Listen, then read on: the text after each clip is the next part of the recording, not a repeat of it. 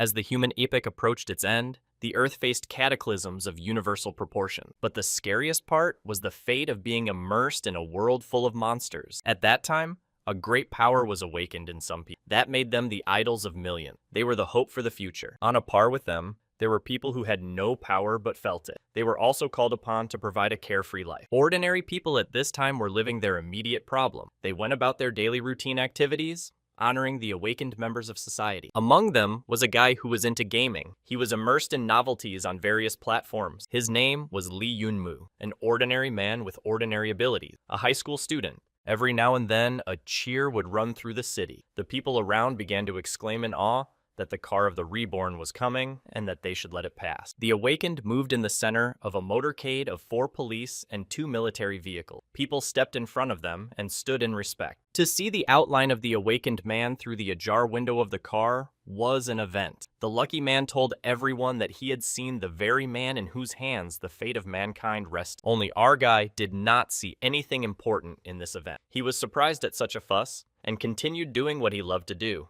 He returned to his monitor and hurried to start a new game. On the screen, a pretty girl was inviting him to dialogue. At the bottom of the browser, a circle with an outline of a palm glowed. The guide said that you had to put your hand on this outline to start the game. Lee Yun-moo followed the instructions. Suddenly, something went wrong as usual. He couldn't understand what was happening to him. An unusual glow appeared, and he realized that his hand was gradually being pulled into a parallel reality. The monitor girl announced that the download was complete and the shadow system had been successfully activated. Our hero was perplexed. What is this happening? What kind of shadow system is this? His eyes were blinded by a bright light. In an instant, the light moved backward behind his back. That's when Lee saw his shadow. But something about it seemed strange. He saw that his shadow was moving independently of its master, but he couldn't understand what it was. Gradually, the shadow transformed into the outline of a guy with burning eyes in a glowing halo. He stepped out of Lee Yun-moo's shadow. Our hero was shocked. Horror and surprise were reflected on the guy's face. He could not move out of fear. Meanwhile, the monitor continued to display messages. The shadow's materialization process was complete. If the tasks specified by the system were completed, the shadow's master would receive rewards and experience. The shadow could only be seen if it was used in battle. Lee rejoiced like a child. He figured it was an updated system from the popular novels. He now owns an evolved shadow. He can control it. It's so cool. The guy thought it was a reward for saving the girl from the game, kind of like taking it to the next level. The guy got a little dreamy about having all the cuties at his feet now. He even made a little list in his head. But then a message appeared on the monitor with a task for the shadow. It was necessary to kill an ant in the garden. Our hero was even surprised at the simplicity of the goal. Lee commanded, and the shadow attacked. The shrunken image fell into the grass and struck the unsuspecting ant dead.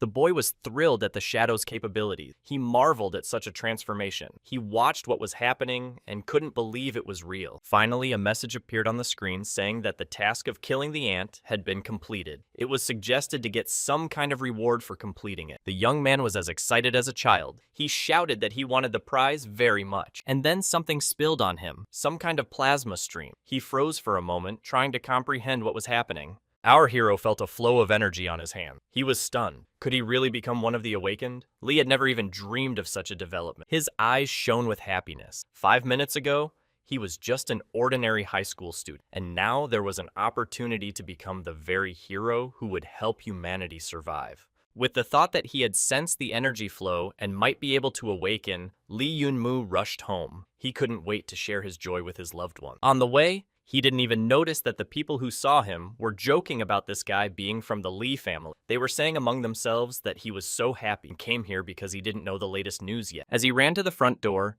he didn't even notice the cortege of police and military vehicles around the house. He flew into the house without seeing anyone around. He pushed the door with force and started shouting to his mother from the doorstep that he had done it, that he had succeeded. Joy filled his eyes. But instead of his mother's delight, he heard her anxious cry asking him to run away. Only now he saw that the room was full of military men. He froze in bewilderment. The boy saw that these were the awakened ones. But what did they want with his family? Why his mother was handcuffed? His stupor was broken by his mother's shout for him to run away. But the moment was lost. He was grabbed firmly by one of the military men, claiming that no one had been released. Already lying on the floor with a gun to his head, the guy screamed what was going on, and why the hell all these military men were breaking into a peaceful people's house. Apparently, the senior president explained that during the mission, Yunmu's father had deserted. Because of that, His entire unit was destroyed. They are now investigating what happened. The boy couldn't believe what he was hearing. His father couldn't do that. He always protected people without sparing himself. This couldn't have happened. The awakened man went on to say that an investigation was underway, and if his father was innocent,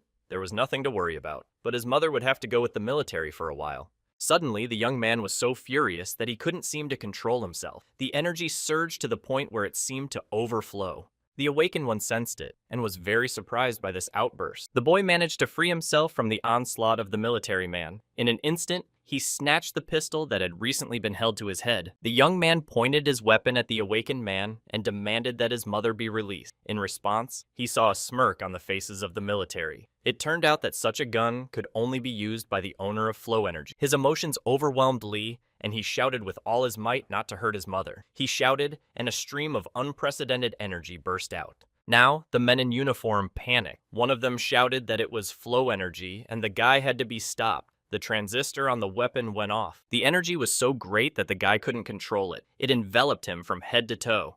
The gun went off. The bullet flew straight at the awakened man. The plasma wave seemed to pierce through him. That's when Lee saw that the bullet didn't hurt the military man, and he realized what's so special about superhuman. The leader continued the conversation in a calm and confident voice. He said that he had not suspected the boy of having an energy flow. Now the military had every right to detain him. The boy kept saying, as if delirious, that he wouldn't let his parents be taken away, that his father wasn't a traitor. The exhausted mother exhaled and whispered that he should obey the law. Yunmu looked at his mother with tears in his eyes. She said she didn't know about his abilities. She was sorry that his parents would not be able to see how their son would grow up. She told the boy to work hard for his future success, but now he had to take care of himself. As he left, the military officer said he believed Lee's father was innocent, but there are some things that need to be clarified.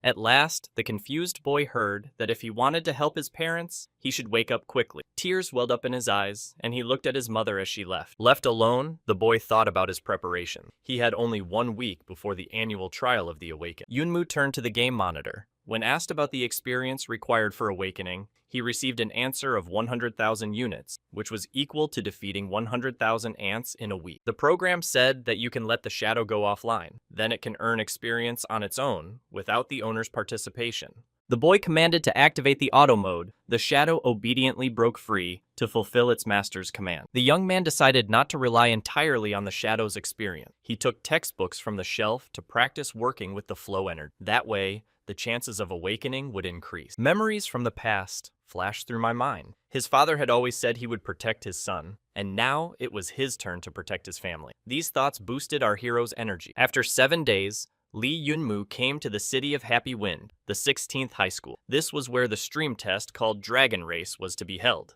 The teacher had a standard conversation with the applicants. If they felt the energy of the stream, they could join the army and become heroes. If not, they would work for the good of society. Statistically, only 1 in 1,000 applicants are awakened, and our hero needs to be that lucky. Lee was a little late for the opening speech. With a shout of permission to enter and apologies for being late, he burst into the classroom, barely catching his breath. The process of testing the younger generation was already underway. Some Wang Wajue was told by a computer voice that his energy was still lacking. Our hero managed to get to the last group of test takers. He fell on a chair and tried to catch his breath before the decisive test in his life. Looking around, Lee saw that there weren't many applicants. He decided that the other students had decided to give up on the idea of awakening the cherished energy. Suddenly, he was torn from his thoughts by the words of a tall, blonde-haired guy. He recognized Lee Yunmu. In his opinion, the young man had hoped not to meet our hero at the trial, but he was foolish enough to come after all. This was Qianfei, a third-year, third-group student. He is the son of the head of a large company in Happy Wind City. Qianfei's henchmen began to mock the boy. They talked about how his father had betrayed his army and fled the battlefield, and how he, Lee Yunmu, even dared to come here. They called him a clown, saying that he would never become a fluxer. The young man listened to all the attacks in silence. It was bitter and hurtful, but he didn't dare to say anything against it. The thought that he had once hoped to be friends with Qianfei because of his father's connections in the army kept running through his mind. Suddenly, a bold shout was heard from the crowd. It was Jiang Kai. Yunmu's best friend. He shouted loudly that Qianfei couldn't admit that the girl he was dreaming of was dating Yunmu, so he advised him to go home and be jealous, instead of barking at the guy. The others had gotten a bit of a kick out of it too. The boy remembered that not long ago, they had all crawled on their knees in front of Yunmu, and now that the guy's family was facing problems, everyone was ready to throw a stone at him. Shame on such people. Fei said, in a half-whisper, that it was worth it to see how long a friend would be at Li's side. He ordered his pack to get out of here. After taking a breath, Zhang Kai felt a pleasant sensation of being right. Sometimes, saying everything that had accumulated was a very peaceful thing to do. Our hero heartily thanked his friend for such a tirada. Kai supported his comrade. He asked how things were going in the family and what he had heard about his father. Li Yunmu dryly replied that the investigation was still underway, and quickly turned the conversation to the approaching testing. At that moment, he heard a girl call out to him. Turning around, he saw the same young beauty that Qianfei and Lin Li were arguing over. She is the goddess of the school and our hero's girlfriend. The girl thought that the guy had come to support her in the test. In order not to disturb the couple's conversation, Kai's friend tactfully withdrew. He referred to the need to take his friend's turn. Yunmu announced that he would also be undergoing the trial. Lin Li sympathized with the difficult situation in the guy's family, but the conversation was not so simple. Lin Li reported that she felt the flow energy a couple days ago, and now this is her only chance to see the world. Although she realizes that it's selfish, but she's not going to miss it, so Yunmu should forgive her. The girl froze with tears in her eyes, waiting for the guy's reaction. The dumbfounded young man only managed to squeeze out a chuckle. Heh, resentment, confusion, and anger raged within him. The thought that his father's name had brought him only pretenders who had previously been considered friends. The boy didn't understand where that pure childhood love could have gone. Is it possible that everything exists only as long as the families are equal? If the fragile equilibrium is shaken, the world collapses like a house of cards. You can't know what's in another man's heart. Perhaps that was his mistake. He should have looked at the world soberly from the start. Lin's voice interrupted his musing. The boy cut her off halfway, wishing her a successful exam. He turned around and went about his business. His thoughts were muddled as he wandered down the corridor. As he passed the line of applicants, he had forgotten his mission, but a friend called out to Yunma and showed him where he stood.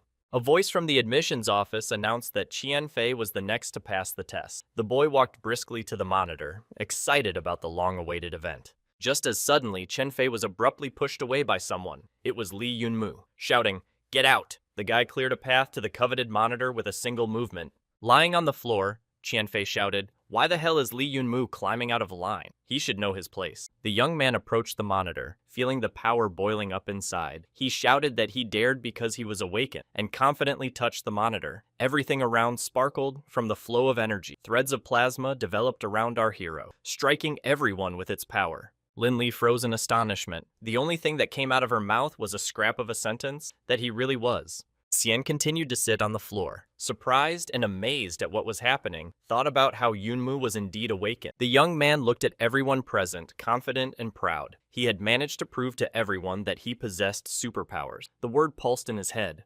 awakened. The solemnity of the moment was interrupted by a loyal friend. A delighted Kai jumped up to Yunmu and started hugging him, shouting, "Wow!" An experienced man was watching from the sideline. He said faintly that now no one would dare to look down on this guy. As he came closer to our hero, he expressed his surprise at what had happened. He didn't expect to see even one awakened person today. Apparently, Yunmu had been gifted by the heavens. The old man handed the guy a box, said it was his mark of the awakened one, and from now on, Li Yunmu also has the special privileges that all Fluxers have. Kai vigorously dragged his friend towards the exit. Already behind his back, Yunmu heard that he was expected at the cloud front for registration within a month. Representatives of the Flow Energy Masters would be waiting for his arrival. So that's who it was, flashed through the boy's mind. A Flow Energy Master. As they left the room, the friends heard the timid voice of a girl. She asked who it was. Turning around, Yunmu saw her, the one who had so ruthlessly betrayed him a few minutes ago. She called out to him. The young man froze for a second. Determination grew in his eyes. After hesitating for a bit, Yunmu told Lin Li in her own words that it would sound selfish, but he wanted to see the world. She needs to forgive him. And the guy vigorously walked past the stunned girl, without giving away with a single muscle the storm of excitement that was now raging in his heart. He stared in silence. After returning home, Our hero dialed his mother first of all. He told her the good news. He had awakened. His father would not be persecuted now. It is necessary to provide him with the best treatment. The son promised to visit his parents soon and ended the conversation. Being all alone, the guy finally opened the coveted box. In it lay a Fluxer badge. It was used as a spatial storage, three-dimensional virtual space. The hero considered the thing and thought about its purpose. Snapping out of his thoughts, Yunmu decided to try the power of the badge in action. Why not try to enter the virtual space? Giving a command to his artifact, the young man heard the reply that a user check was in progress. Soon, everything would be activated. Impatience was increasing. A message about authorization success was displayed. Badge number 930-664, Lee Yunmu. Usage rights confirmed. After that, the young man began to fall into some kind of energy cloud. Glowing, flickering, graphic transformations flashed before my eyes. And finally, everything stopped. After a second daze, our hero shouted to see who was here. There was a rustle behind him, and when he turned around, he saw a couple of mannequins. The boy exclaimed in surprise that they were so ugly. Suddenly, a laughter came from behind him. When he looked back, he realized that some kind of animal was flying at him, either a dog or a hare. He only had time to think, what the fuck? Before he could say the question aloud, Yunmu received an answer. The something introduced itself in a human voice. It was his sidekick named Pedro Yuhu, and the surrounding space was a personal virtual world where one received combat skills to grow in strength. Next, Yuhu said some absolutely amazing things, turning to Yunmu. He said that the two of them should now adopt virtual models, and only now the young man turned around and saw that the shadow was standing directly behind him. It turns out that the virtual world recognized this blob of energy as a separate person. The boy hesitated. According to all the rules of virtual reality, the shadow should not be susceptible to the parameters of this space. Yuhu interrupted his reflections with a call to create virtual characters. The beast was pleased with his design skills, proudly proclaiming that the images he had chosen fit his charges well. Yunmu supported him by saying that it would be just fine. Yuhu did not stop and was already rushing to introduce the newcomers to the virtual world. Our hero was surprised. He asked if it was really necessary to do it now. And again, the young man felt the same sensation of falling into the unknown. Though it had become a bit familiar during these few crazy days, the invisible abyss still made his adrenaline surge. Suddenly, in an instant, the guy's gaze focused in this global endeavor into the unknown. It was a beam of light. Suddenly, the clouds in which the flight was taking place parted. The young man saw a beautiful city below him. Multi-story houses, numerous roads and bridges shining with night lights. The landing was not pleasant, but our hero quickly came to his senses. He looked around and said with astonishment, as if to himself, that this place was really beautiful. Yuhu continued his tour. He said that time flows 3 times faster in the virtual world than in the real world. That's what makes the local people different. They have 3 times as much time. The guy's point is probably all the great people and trying to get here. Yunmu overheard the locals talking about how a certain person from a noble family had challenged Master Gu Gale of the War God Temple to a fight. Everyone automatically raised their eyes to one of the nearby monitors on the wall of the building. The beast explained that this is a spatial battlefield. It's a virtual battle system where human skills are replicated. It's a place to hone your technique. Yuhu dragged the boy to try out the system on him. Yunmi didn't even have time to react to what was happening, but the opponent's selection on the battle space had already been launched. The next second, he found himself in a park in the city. He felt something metallic and cold in his hands. It was a weapon. The boy only had time to ask why. Suddenly, an arrow whistled past his temple. The hero barely had time to dodge it. He heard a click from the side of the tree. In a second, a flashlight appeared in his hand. The young man shone the flashlight and saw a warrior with a bow on a branch. He said with regret in his voice that he must have run into a nub. Addressing Lee directly, the stranger wished him good luck, as he was unlucky enough to face an experienced fighter in his first battle. The bowstring tightened, and another arrow flew toward our hero, but Yunmi deftly twisted, and the projectile again missed the target. The warrior was surprised at his luck. The boy hid behind the bushes in a single leap, and hid behind a tree. The stranger continued to chase him, claiming that the newcomer could not get away from him. He advised him to let his arrow hit the kid to finish the game. Suddenly, Lee's voice came from behind him. Was he looking for him? The fighter's mind only flashed that he must have relaxed if he let it happen. At the same second, our hero fired his shot.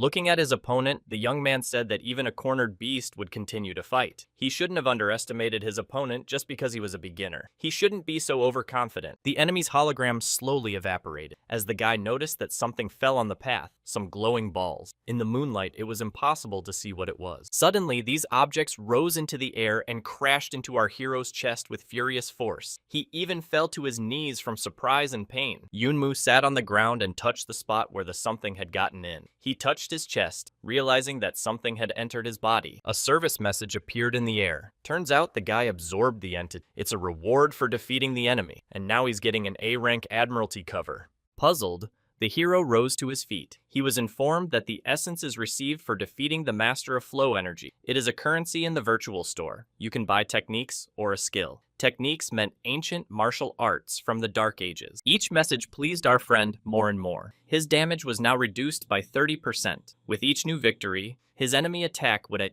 The young man wanted to try out the new power as soon as possible. Yunmu summoned his assistant Yuhu and asked him to load him into the fight once more. A new selection began. Now, the hero was transported to a Chinese city. He thought that it was rather tiring to be in a completely new environment in 1 second. He saw in front of him a lush-breasted beauty, armed and very determined looking. Lee started talking about not fighting with girls, but he drew his weapon and fired. He said that if he wanted to win, there was no other way.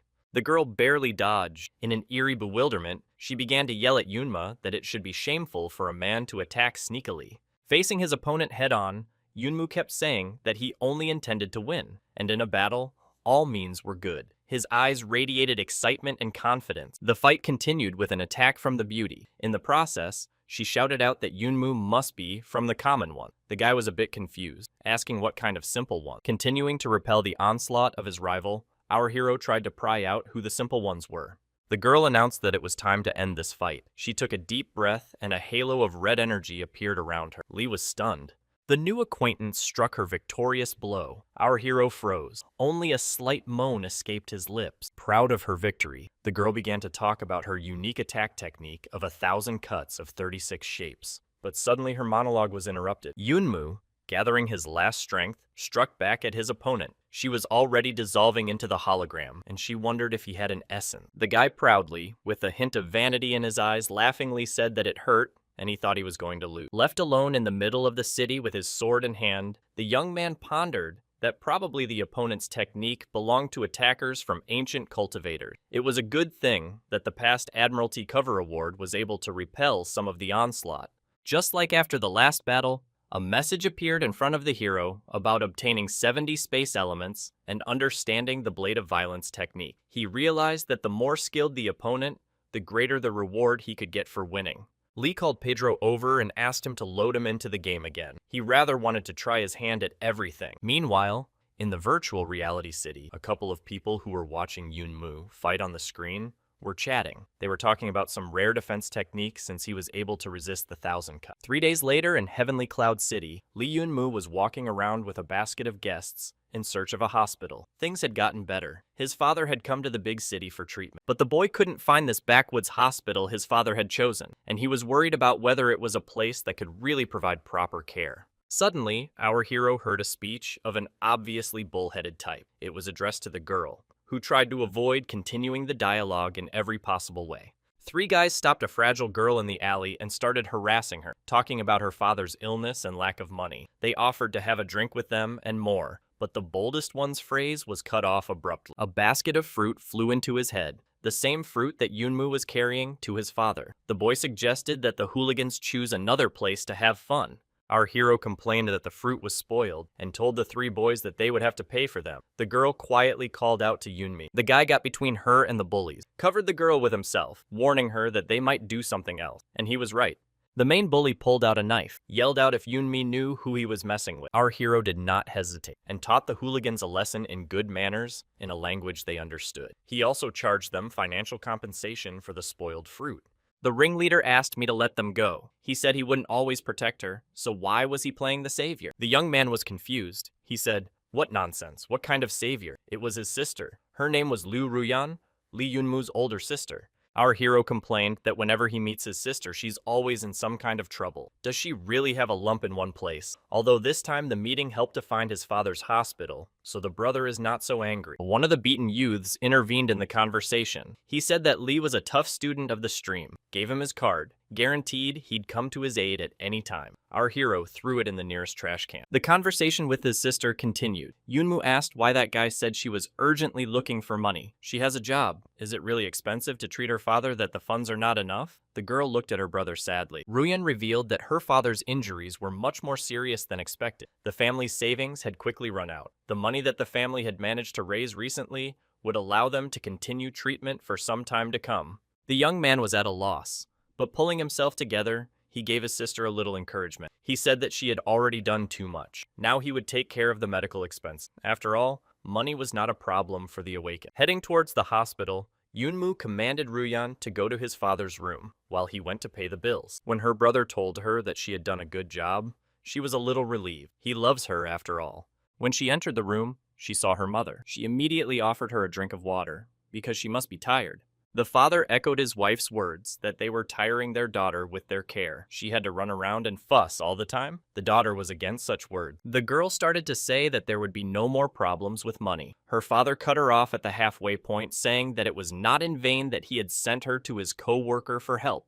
At that moment, a satisfied Yunmu looked into the room and said that he didn't recall serving with his father. The parents became enthusiastic. He began inquiring about his old man's health. The father said that everything was normal. He was just lying there and had no legs. The son was stunned. He was shocked at what he had seen. He had not expected this. Looking at the horror in his son's eyes, his father cheerfully continued to say that he was alive and that the rest was nothing. He had already had his day. There is no disaster, so there is no need to look at him like that. Dad cheered up his son, smiled, called him a jerk. He asked about the origin of the money for his treatment, but his father's mood changed drastically when he heard about Yunmu's energy. He was now stunned. The son had been awakened, and now there would be no financial problems in their family. In a second, the whole room was immersed in the Homeric laughter of Dad. He couldn't believe his son's words. He remembered that he could never even feel the energy, trying his best. He asked if Yunmu's head was all right, if he was saying such things. The boy was hurt by his father's words. He was about to leave the room. His father teased him some more,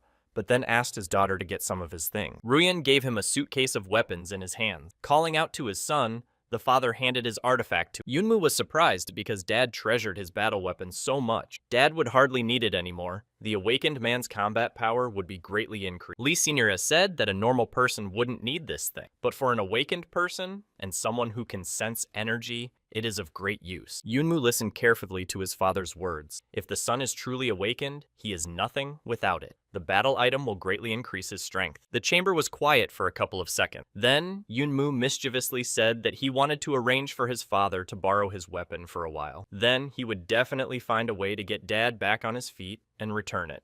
Touching the suitcase, the guy commanded to activate the battle weapon. At the same second, the artifact began to transform. Yunmu held out his hand and said to let his father's battle equipment meet its new master. The family froze in surprise. Only the mother was able to say that he was truly awakened. The father supported her in return.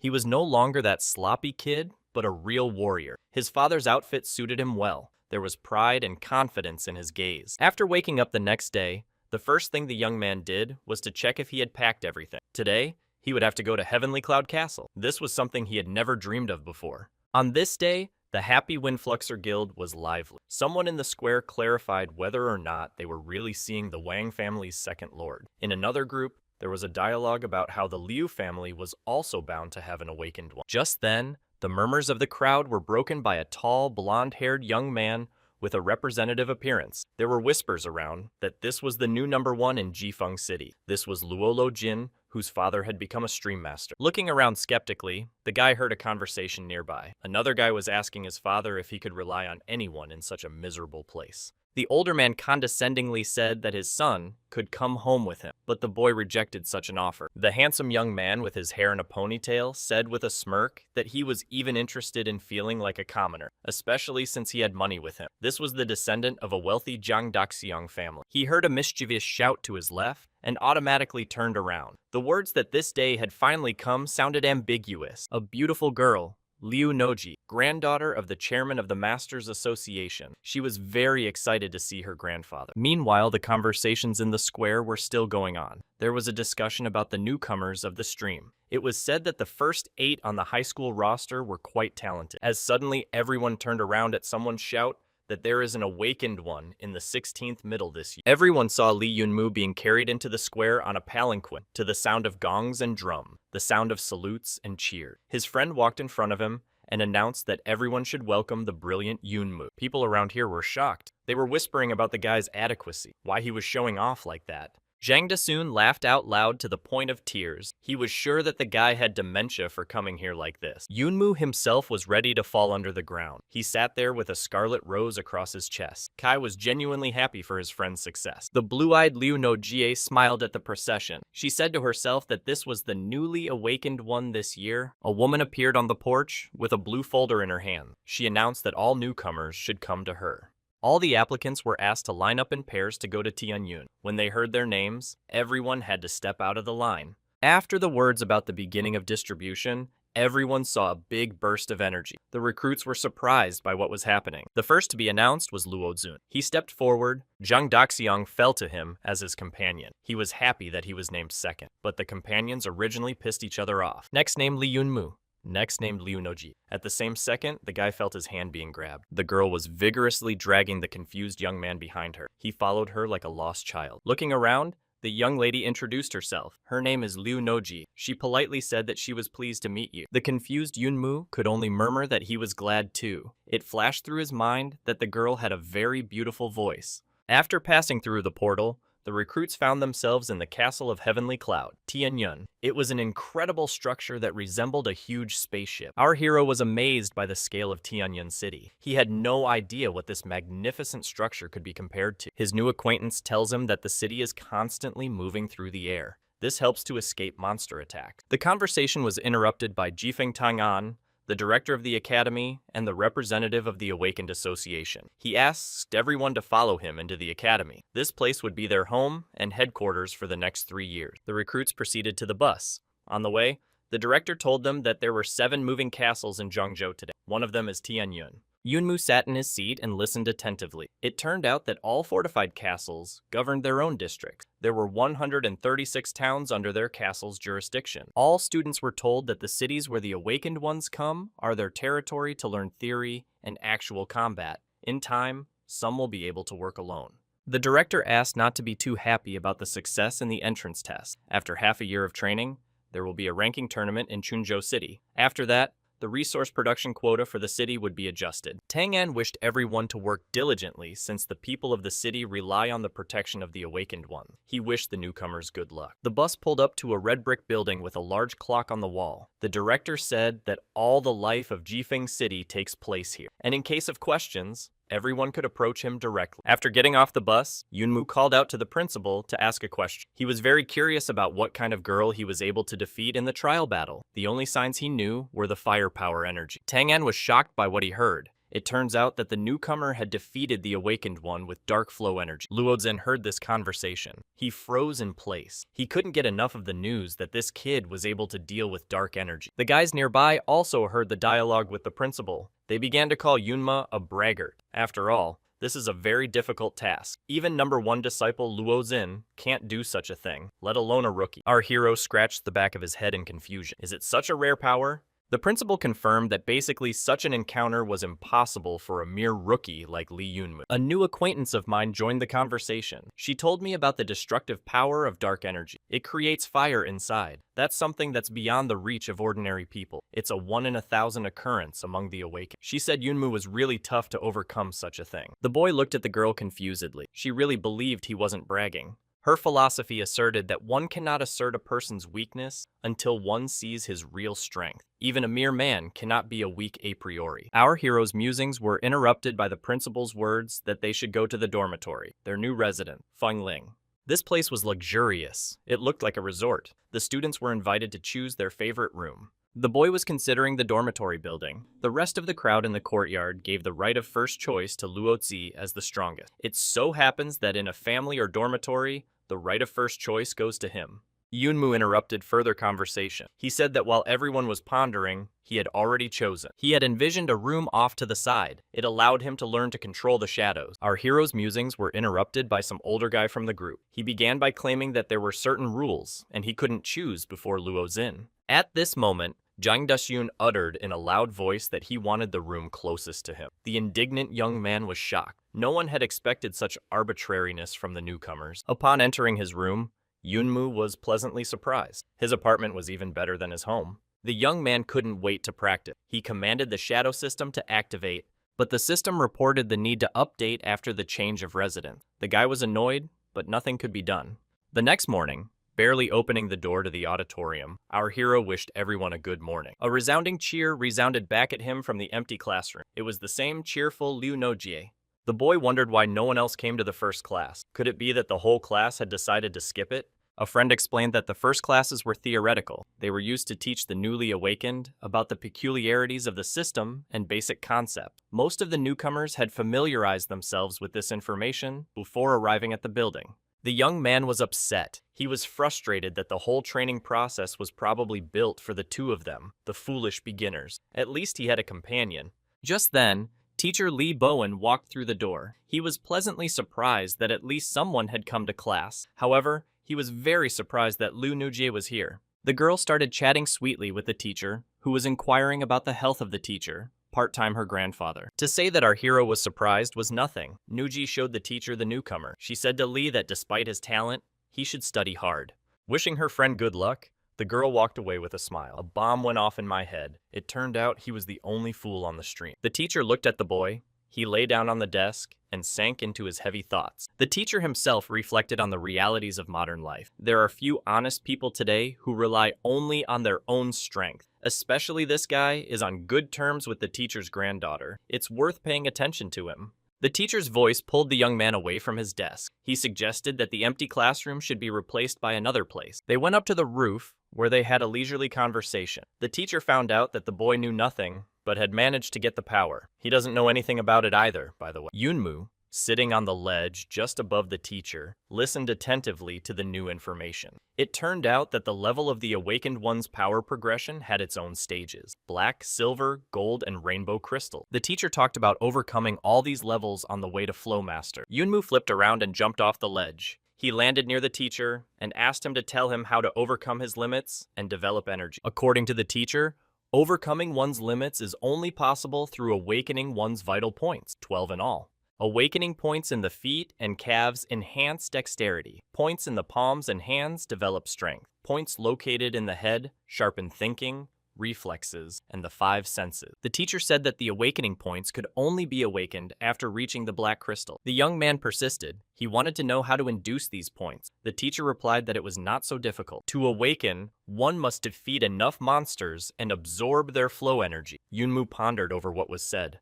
3 days later, the courtyard was very crowded. No one could understand why everyone had been called here early in the morning. What could have happened? Our hero heard whispers in his direction that he went to theoretical classes every day. It turned out that everyone else was attending the director's training at the same time. One guy was clearly pestering Yunmu. His questioning about how he was different from the others in terms of his level annoyed the young man. The teacher came to the rescue. He put the offender in his place, saying that he was always giving him trouble in class. Li Bowen announced a practicum class in class today. For this, students need to divide into pairs and go to different places to practice. With a stern look at the students, the teacher announced the task of the lesson. 10 monsters must be defeated. You have to rely on your and your partner's strength. Therefore, we must divide into pairs. In case of a dangerous situation, the teacher will help.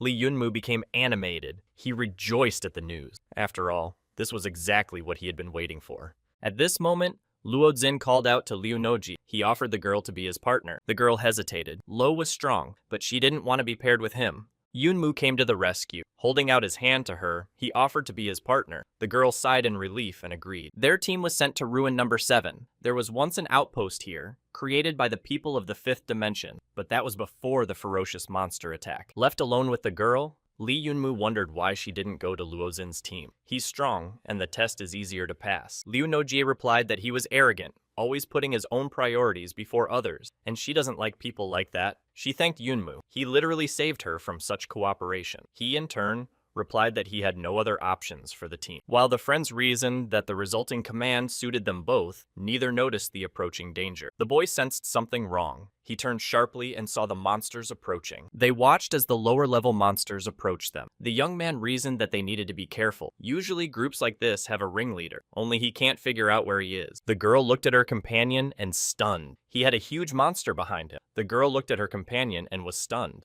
Yunmu managed to dodge as the monster delivered its first blow. The girl froze, stunned by the power of the blow. She managed to recoil as the monster struck in her direction. In mid-air, she noticed her opponent's clumsiness. Noji rushed into the attack with a shout that this monster was not her opponent. It was scary though. At the moment of battle, she realized that it was of the middle level. In the next moment, the monster swooped down on her, opening its huge maw. The girl was stunned with fear. That's when Yunmu appeared. He put his arm around his friend. He cheered her up by saying that she was the best in their group. How could one monster scare her so much? With a snide smile, the young man asked the monster who he was going to eat, and for the ruined sleeve of his school uniform, he owed him a debt. Yunmu unarmoredly attacked the monster leader. A couple of blows were enough to send him to his death. After the battle, he was surprised that a mid-level monster wasn't that strong in reality. The girl froze in a daze. To bring Nudzi back to his senses, the young man shouted that his arm hurt. His partner came to his senses. When she realized that her friend was fine, she gave him a skeptical look and made it clear that she didn't believe his stupid joke. Suddenly, she said loudly that she knew about his high defense skill. The boy was confused by this statement. It turns out that the girl Yunmu defeated during the trial fight, the one with dark energy, is Liu's friend, and she saw them fight. The fact that Yunmu was able to resist a strength like Xiao Yu's said that he was not an easy person. The girl thought that her partner didn't want to show his full strength since there were many ill-wishers around. The young man listened to her and realized that he didn't really know anything about his strength. He didn't show his defense technique because of his family situation, but the girl guessed it. His thoughts were interrupted by the monsters that had arrived, and the battle continued. The monsters screamed at the students' onslaught. Our friends were victorious. After finishing off the last opponent, the guy asked if it was possible to obtain dark energy like Noji's friend. In response, he heard that it was a secret. But my friend decided to tell me about a possible way, besides innate, to become the owner of this type of energy. To do this, you need to defeat the kings of monsters of different levels. By absorbing their crystals, you can theoretically become the owner of the dark energy of the stream. But this information is concealed so that the strongest awakened ones do not die in an attempt to defeat the king. Seeing the excitement and genuine interest in her friend's eyes, the girl warned him that he shouldn't even try to do it. You'll die. The boy began to deny that he wasn't even going to do it. The teacher was excitedly waiting for his students to return from their assignment. Noticing the outlines of Yunmu and Noji, he was very surprised that they were the first to practice. The teacher greeted the students with a slight irony, saying that the level was fun. Yunmu, on the other hand, had an aggressive attitude. He expressed that Liu Nojie had almost died. Why were there mid-rank monsters? And what were the academy teachers thinking sending students on such tasks? Looking at the pair as they left, the teacher thought that the boy had a lot of attitude. I guess he hadn't been tortured enough by the middle-class monster. Luo Jing's group appeared in the portal next. His partner was talking non-stop about how they had coolly dealt with 10 low-level monsters. They were confident that they were the first to finish the task. When they saw that they were second, they could not contain their surprise. Their faces stretched out.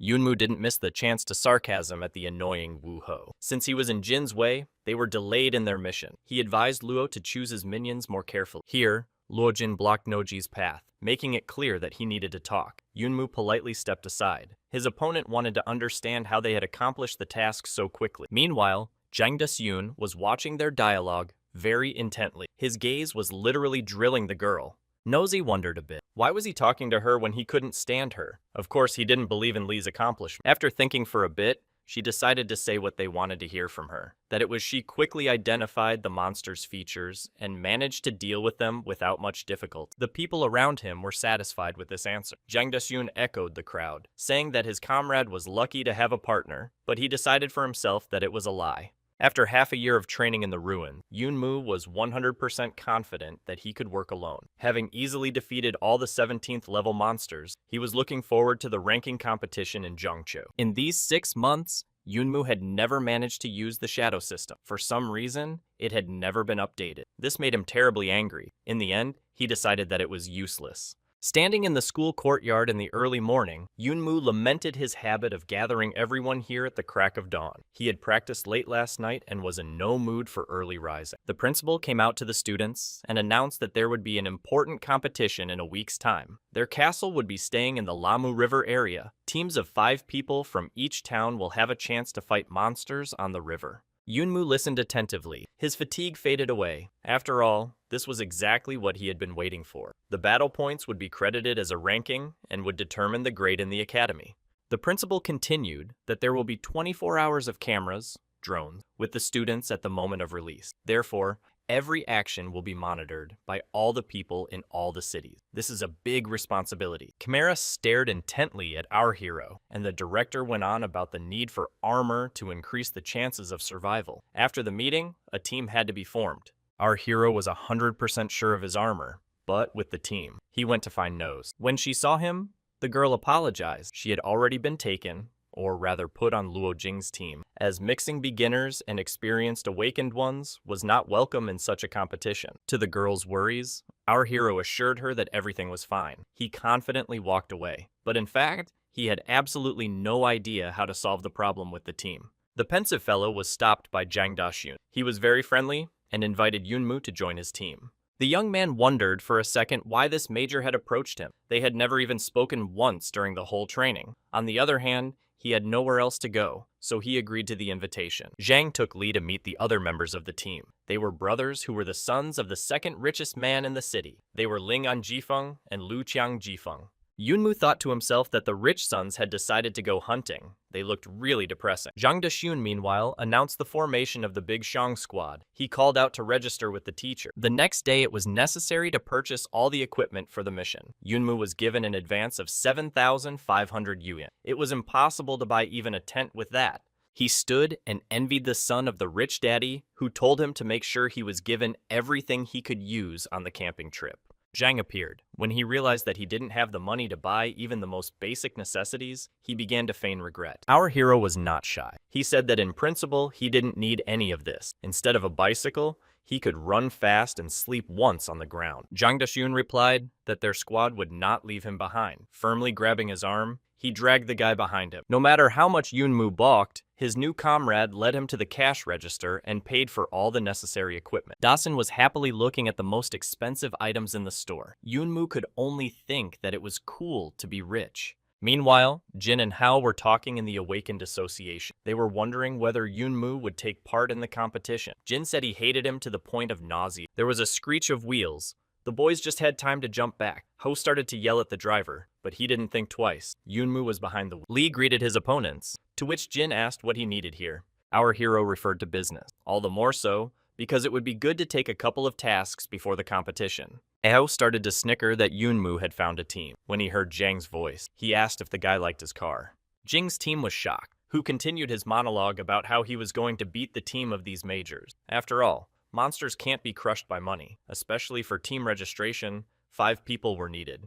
Daxun smiled slyly and said that another team member was on his way. Everyone was eager to find out who it was. There was the sound of a motorcycle approaching.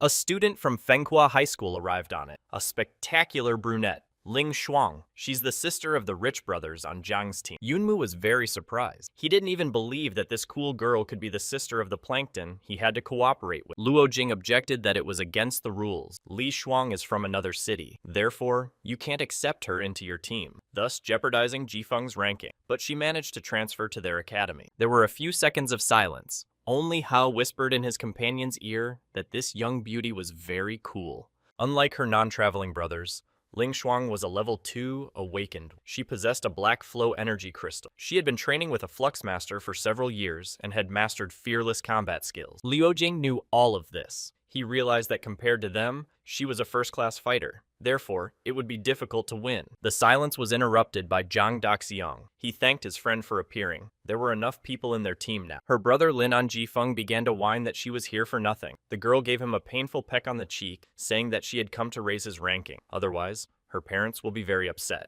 Now that all the team members were assembled, we needed to head to the teacher's office for check-in. Seeing our hero, Lin was very interested in him. He was not like the other students. There was something about him that attracted her.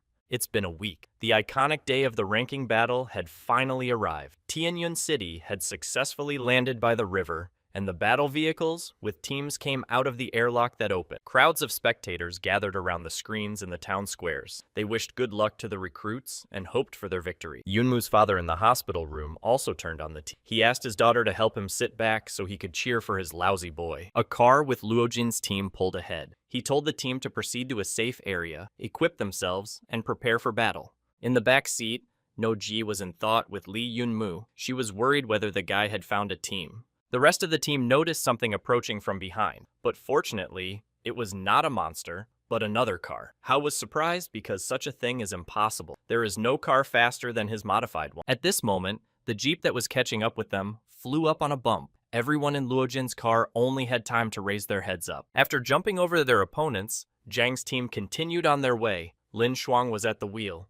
After arriving first at a safe place, Big Xiang's squad began to choose the way forward. They had to decide on their destination. Li Yunmu gripped the monitor, studying the map of the area. Lin said that the monsters here were no problem for her. Her brother whined that he should choose a less dangerous place. The team captain Zhang Dashun was as cheerful as ever. They had Master Lin and a very fast car. He was confident of victory. Yunmu jabbed his finger at the map, indicating the location of the first stop. Lu Chang Jifeng's brother, Lu Jifeng, said that it was the home of the most dangerous monsters, the Ayu demons. The girl told her comrades that if you meet one such demon, he is not strong at all, but they all live together. They are very smart and hate humans. They attack in groups, and if they surround you, there won't be a human left alive.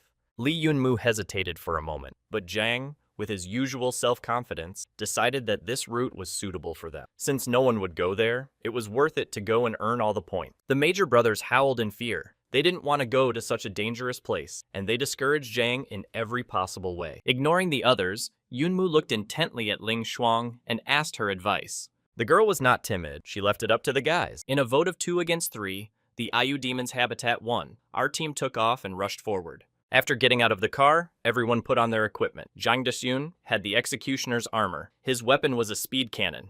Lu Qiang Gifeng has hunter's armor. The weapon is a life-eating sword. Lin An Jifeng had the armor of a life-eater. The weapon was a cross flywheel. Lin put on the warrior's clothes, but Yunmu was still nowhere to be seen. Zhang waited impatiently for him to appear. Seeing our hero, Zhang was shocked. He couldn't understand why he had such armor. The uniform of a temple of war? You can't buy this kind of armor anywhere. The team captain rushed like a child to examine and feel Li Yunmu's armor. The young man had no idea what valuable equipment his father had given him. He wondered where his father could have gotten it. A branch crunched nearby.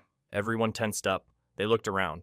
The girl said someone's coming. Everyone should take cover and be careful. When everyone sat down in ambush, the girl asked for a situation report. Zhang looked through the optics and reported seeing 2 monsters. They were patrolling the area. He didn't see anyone else. Lin commanded Zhang and Yunmu to prepare to attack. The boys were on guard. In the path of the monsters, the girl threw a candy. While they were looking at it, Dashun and Yunmi attacked. The targets were eliminated. Meanwhile, the musicians' union was discussing the rankings of different cities. Looking at the screens, everyone was amazed that the city of Happy Wind had moved from the 30th place to the top 70. In the discussion, there was a version that Luo Jin was a very strong participant, but it was immediately challenged. Teacher Li Bowen looked at the monitors, wondering how this guy could score so many points. Meanwhile, the youngest of the major brothers became bait for the monsters. He tried his best to escape from the pursuit of the fearsome creatures. When the pursuit entered the open terrain, Yunmu came into play. He diverted the attention of the unclean to himself. Drawing his sword,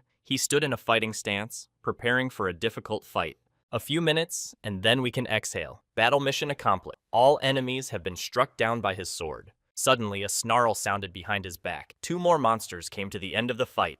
A shot rang out and another opponent was hit. It was Zhang. They covered their comrade from the back. Ling Shuang admonished Yunmu to concentrate while attacking. The last fleeing monster was asked to be left to Lin Anzifeng. He launched his flywheel after the monster. There was no limit to the young man's happiness. He himself had struck a whole real monster. His comrades stood behind him and watched with irony. Opening another lollipop on a stick, the girl noticed that they had defeated 30 rather than 40 opponents. They must have quite a few points already. Satisfied, the commander ordered Anyu to run off once more to lure out a group of demons. But the boy categorically refused to be the bait for the 5th time. Zhang then decided to play a joke on the guy. He said he'd be the first line of defense from now on. Li would be the bait. He got scared, and everything went back to normal. Dasun approached Lin and found her in deep thought. She was sitting on the ground and did not even immediately notice his approach. She asked Zhang if Yunmu had really awakened less than a year ago. After receiving an affirmative answer, the girl was very surprised. Such great strength was his. Dasun confirmed that it seemed very unusual for him too. That's why he called Li to join his team. The conversation was interrupted as a new batch of monsters arrived, and Jifeng had successfully played the role of bait this time too. As the demons came closer, our warriors were stunned. The head of the Ayu tribe was approaching them. The group decided to retreat. In the evening, everyone sat and relaxed by the fire. Zhang looked at the statistics of their achievements on the monitor. It turned out that Yunmu had brought in 43% of the team's income. Shuang also did a great job, 35%. Yunmu said that if she wasn't in cover, she would have easily bypassed him. But because of her defense, our hero was able to attack so easily. The girl looked at the young man suspiciously. He said that on purpose to take the credit off himself. He's hiding for some reason, and she wanted to know what it was all about. The team captain noticed that Lin Anzifeng was very sad. About the reason for this state of mind, the guy said that he had worked all day long in sweat, driving demons, and had only gotten a 5% rating. His brother supported him. He had only a couple of points too. His sister felt sorry for them and promised to give them her points. Yunmu was surprised. He didn't know that his points could be shared. Li promised to share his points with Lu Qiang Zifeng. The young man was very surprised by this generosity. After all, these points had been obtained with such hard work, but this was a teamwork, so everything should be fair. After an exchange of pleasantries, the captain commanded a division of the booty. These are flow energy crystals. Yunmu wanted to leave them until he got home and touch the acupuncture points there, but after learning that they only lasted for 12 hours, he would have to do all the manipulations here. The young man opened the monitor and began to choose which point he should start working on first. It was a difficult choice. After contacting the teacher, he was advised to work on the holy point. The only flow point in the head could be developed much faster than the others by the power of thought. The boy decided to start at the head. He brought his hand with the crystal above his head and broke the artifact in one sharp movement. A stream of energy traveled toward the point of the holy. The screen showed 15% progress. One by one, the boy used up all 5 crystals he had gotten. He didn't feel very good after all the manipulation. And what was his surprise? His holy point was only 70% activated. The young man became frustrated at the thought of his data being so bad. Suddenly, the monitor informed him that the shadow system had been updated. That was already good news, and he immediately launched the application. The avatar that appeared was wearing a similar warrior costume. This amazed Yunmu. The message that opened reported that the shadow's power was now equal to that of the host. Working out the holy point now allowed Li to control the shadow with the power of thought. He couldn't wait to try it. In a few seconds, he was already inside the shadow. He looked at his body lying on the floor and couldn't believe what was happening. Our hero decided that he wouldn't sleep tonight. He carefully snuck outside so as not to disturb Zhang. In the morning, Yunmu sat tired on the couch. He had been fighting monsters all night, absorbing crystal energy. His body was exhausted, but he had managed to comprehend the holy point. He had a scrap of cloth with writing on it. Demons were guarding it, but Li didn't understand what it was. The captain knocked on the door. It was necessary to move forward. Yunmu said he would be right out.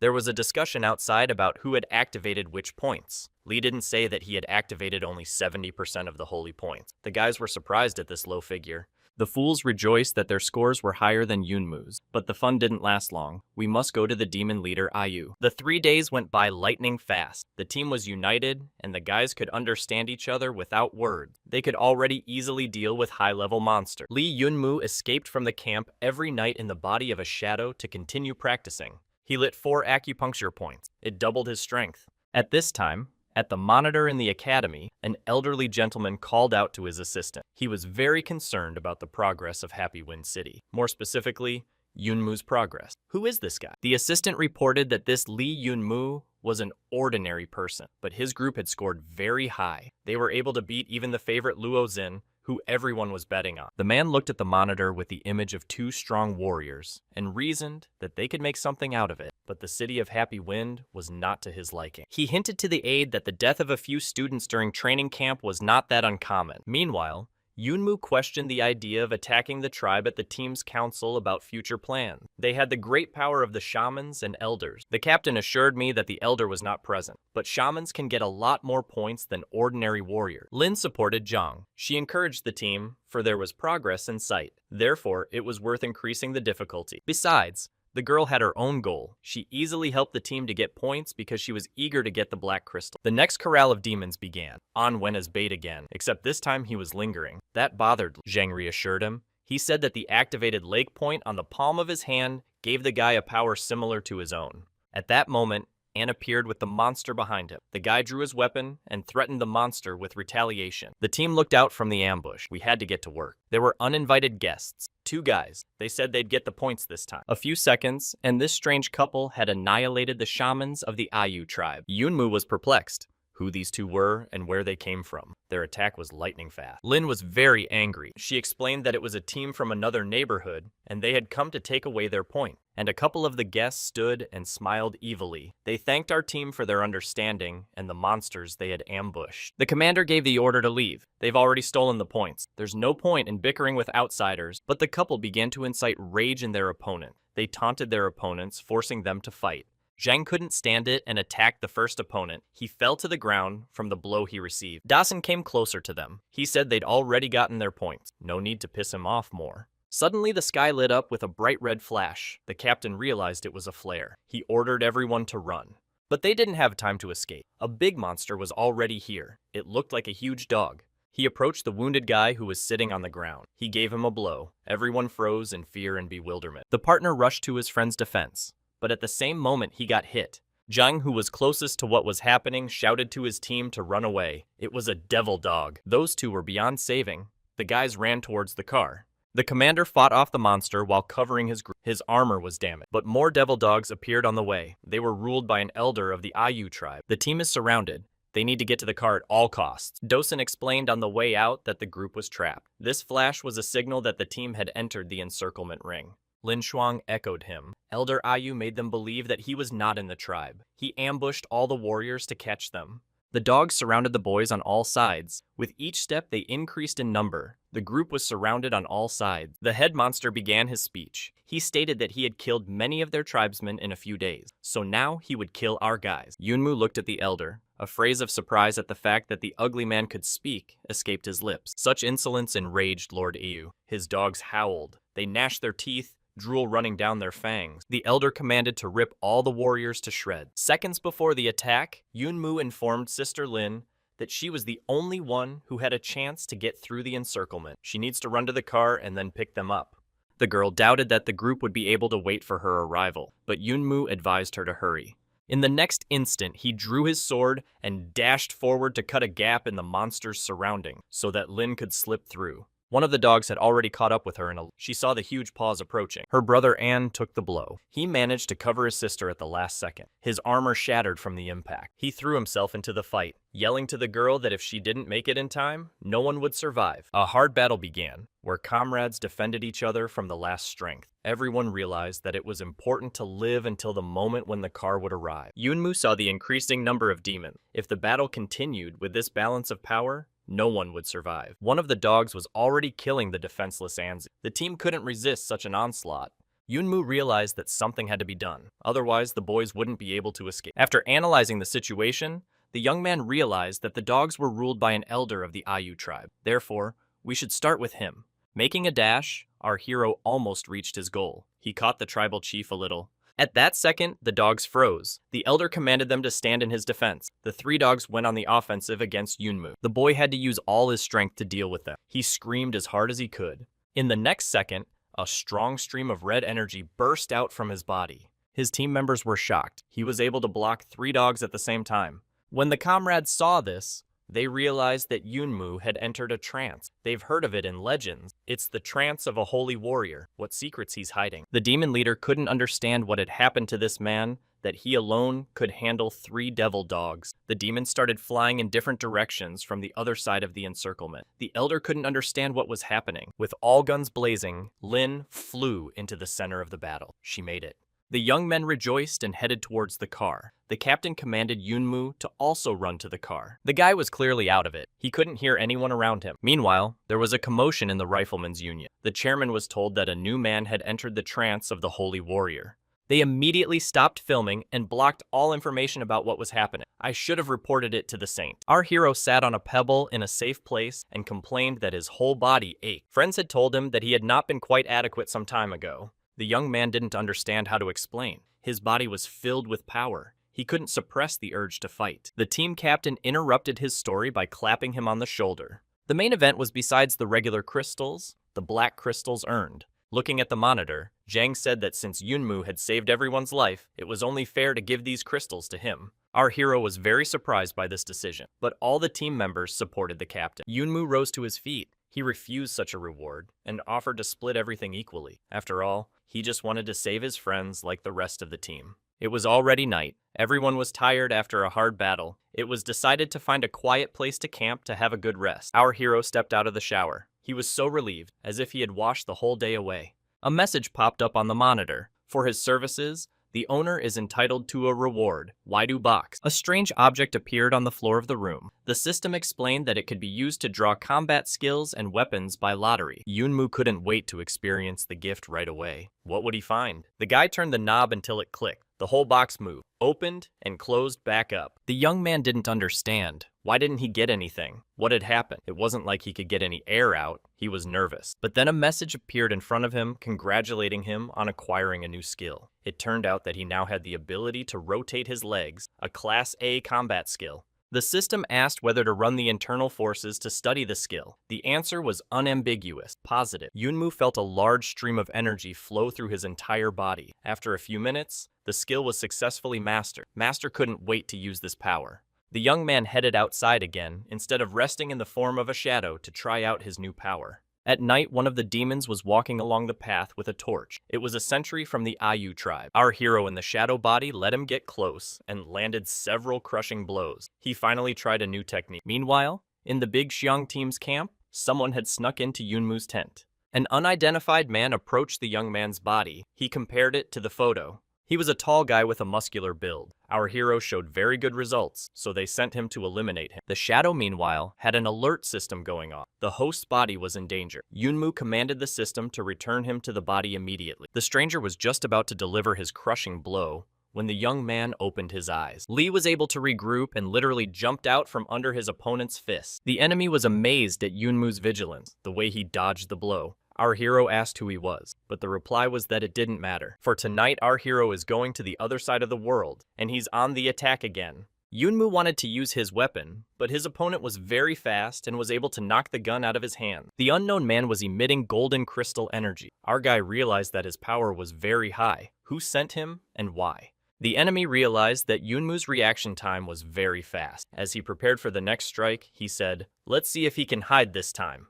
The next instant, the blow reached its target. The young man flew out, punching through the roof of his tent. He realized that without a weapon, he would not be able to fight back his attacker. The enemy was ready to strike the final, decisive blow. The young man realized that he was finished, but Ling Shuang came to his defense. At the last second, the girl managed to throw her friend a sword for protection. He arrived just in time. The enemy was at a loss. Li Yunmu perked up. Energy filled his body. He said that it was his turn to strike back. A confrontation between two strong warriors began. The enemy appreciated the young man's attack technique. It was not dangerous for him. The opponent used an explosive force technique. The guy was thrown back by the energy wave. Standing in front of the victim, the executioner said that he even felt sorry to destroy such a talented guy. But in business, there's no room for personal relationship. Saying that Yunmi would die, the enemy launched a stream of fire energy. Our hero smiled in the face of danger, which amazed the attacker. He could not understand why he was not afraid. The alert system informed our hero that the sword had reached the 4th stage. Therefore, his technique became a level higher. Now the strength of the two warriors had equalized. Yunmu easily deflected the fiery strike. The opponent was shocked at what had happened. He could not resist the fire dragon's claws. The battle continued with renewed vigor. Each fought with his last strength. Both realized that the fight could not end in a draw. In an instant, the enemy's eyes filled with horror. He didn't immediately realize what had happened. His hand was suddenly on the ground. Yunmu informed his enemy that he had only lost his arm for the day. The next time he met him, the stake would be his life. The executioner stood furious and shouted to Yunmu that he would bring this back to him. He would take revenge and send our hero to the other world. The young man said that they could continue. However, if the enemy did not hurry, he would bleed to death. The opponent, realizing the insignificance of his position, had to retreat. Meanwhile, Yunmu heard Shuang's voice behind him. She called out to him. In the same second, the guy collapsed to the ground like a hamstring. The girl rushed to her friend and helped him to come to his senses. The boy was very weak. Turns out Yunmu was really hurt during the battle. He was bluffing in front of the enemy, and if the fight lasted even a minute longer, the young man would die. Gathering together, the whole team tried to understand what had happened. Those who were on guard duty were simply stunned. They were not killed. So the target was a definite target. It was Lee Yunmu. The boy sat there at a loss. Lin expressed the opinion that the team's successes were hindering someone, so an executioner was sent for the strongest of them. The younger brother wanted to argue with his sister. After all, not only was Lee a strong warrior, but she was not inferior to him. Shang interrupted her brother. She said that their family was very famous, and even the upper-level managers wouldn't risk hurting any of them. Besides, the girl's mentor was a saint. Anyone would think about that before attacking her. The young man listened to the discussion and felt very hurt. In spite of all his labors, the people around him perceived him as a wimp with no origin. The team captain said, "We'll have to stay here in camp for a few days, until Yunmu gets better. No points are worth his life." The young man tried to object. After all, they had been going to the top of the rankings for so long. A lull like this would set them back, but the captain was adamant. The young man said he was fine. He sent everyone to rest and volunteered to stand guard.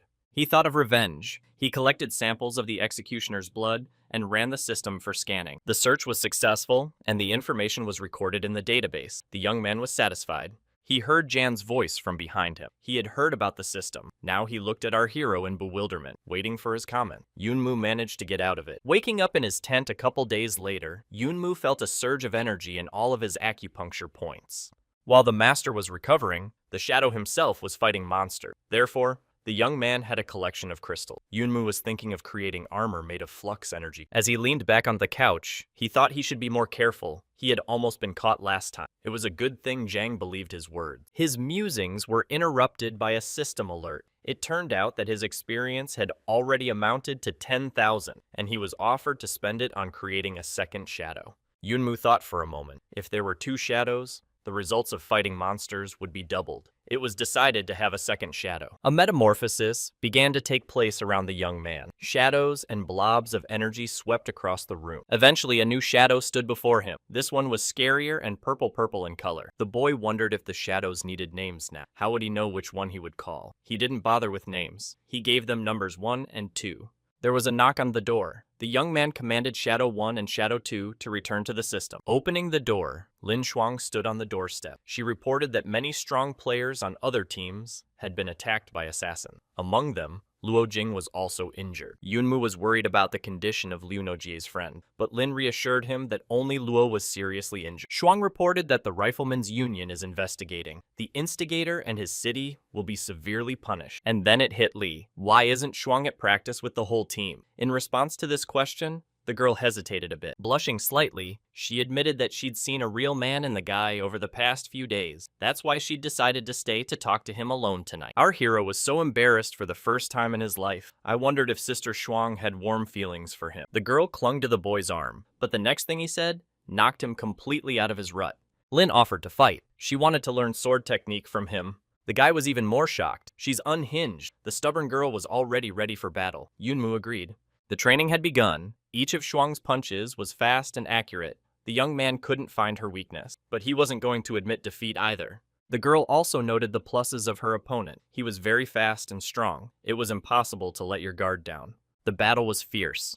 Everyone was giving 100%. The first stage was overcome, then the second stage. The girl realized that after the second step, where you could combine techniques, she wouldn't be able to stand for long. Lin decided to be cunning. He began to retreat so that he could see what the enemy's technique was, so they passed the third stage, then moved on to the fourth. Suddenly, the girl caught her opponent's sword with her hand, said that if each blow made the guy stronger, she would finish him off with one. She threw one single victorious punch. The guy was in a stupor. The winner emerged. Holding Yuntmu's sword by the blade in her hand, Lin brought her sword up to the guy's neck. After a moment, she shouted that she had won.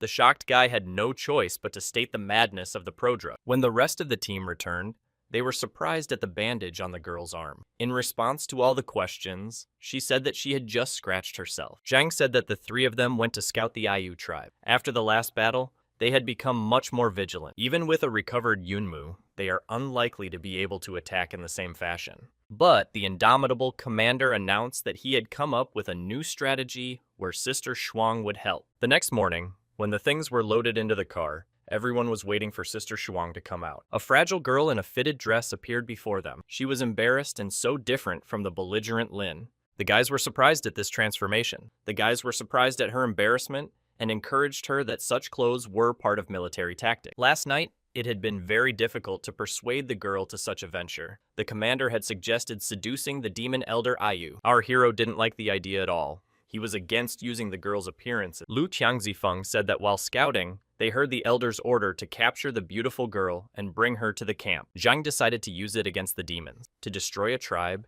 you have to start with the leader. So they decided to take the enemies by surprise and finish them off. And now they were standing near the path that the demons were patrolling. The girl was still unsure of the plan. The commander said he would fake a chase after Lin so that the sentries would notice her. After that, she would be captured and taken prisoner. Meanwhile, the whole team would follow to find the enemy's nest. Daxun exulted with delight at his plan. He named it the Love Trap. The plan had begun. The girl ran down the path and called out for help. Zhang chased after her, laughing evilly. But then the unexpected happened. The boy fell, tripping over a rock. He complained to himself about the bad timing. At that moment, the demons, instead of Lin, grabbed and dragged the young man to their lair. The whole team was shocked at what was happening. Shuang stood in the middle of the road. The story took a fantastic turn. A few seconds, and the comrades realized that, in principle, in the plan changed only the bait, so we need to follow it. Sister Shuang logged onto the network and tracked Zhang's whereabouts. Yunmu said that one should stick to the plan and act together with Big Xiang. Then the task of destroying the Ayu Demon King would be accomplished. In a dark dungeon in strong shackles hung our lad, dressed in the costume of an oriental beauty. The warders informed the king that the girl was here. Joyful in his suit and flowers, he went on a date. He ordered the servants not to disturb him in any way. Meanwhile, Yunmu had already neutralized the guard. It was safe to go to the demon. Lin reported that according to the coordinates, Zheng had been in this cave for quite a while, so he had already been taken to the king. Yunmu reminded the An and Xiao brothers that you can't fall behind the group here. This is very serious. Everyone headed for the cave, the lair of the Ayu tribe. Meanwhile,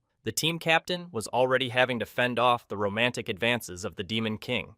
The team rushed to the aid of their comrade. At the last turn before the king's bedroom, they saw the guard post. Fighting them here was the worst thing you could think of, but it was the only way to the room. Yunmu saw a ventilation grate on the ceiling. He decided to use it to reach his goal. In the bedroom at that moment, the monster unlocked the shackles from the wall and offered the prisoner a game. She runs away, he catches up with her. He said that resistance made him even more aroused. The demon commanded the start of the game and lunged at his prey, but he was a little stunned. The young man did not run away. He went on the attack, jumping on his captor. The confrontation lasted for several minutes. Zheng was eventually able to use the chains to twist the demon king. Joyful, he blurted out that the game was over. But the monster broke free and the battle continued with renewed vigor. When the monster was already sitting on top of the beauty, the ventilation grate opened and Yunmu jumped out, freeing his friend. The rest of the team followed. Daxun sat on the floor and was happy. He said that if they delayed even a minute, he would lose his innocence. The demon stood up and angrily said that the fucking humans had tricked him with the help of such a beautiful girl. Hit a nerve. Then the pretty girl pulled up her dress and informed him that he was actually a guy, and what's the big deal that he was tricked. The demon went wild. Threads of energy began to appear around him. My friends watched and didn't understand what was happening. The flow of energy kept growing, and finally there was an explosion that blew the entire cave apart. Yunmu was thrown to the surface by the wave. He was amazed at the demon's strength. The monster itself had increased in size by leaps and bounds. He stood on the highest peak of the ruin and asked if the humans were ready to die. Meanwhile, in the gunnery center, all the computers issued a danger message. There's been a big commotion. Turns out Demon King Ayu has activated a spell of extreme magnitude. He's gone to the level of Demon King. That was a very big problem. Such magic could kill everyone involved. Messages have been sent out to everyone that the competition has been stopped urgently. All groups are to be recalled immediately. Gold crystal shooters were ordered to be sent from the evacuation. But our hero knew none of this and watched as the demon approached. The monster's body became even more terrifying. It raised its weapon. Enormous power oozed out of the enemy. He prepared to strike. Yunmu looked at him like he was mesmerized. He realized that the group couldn't handle such power.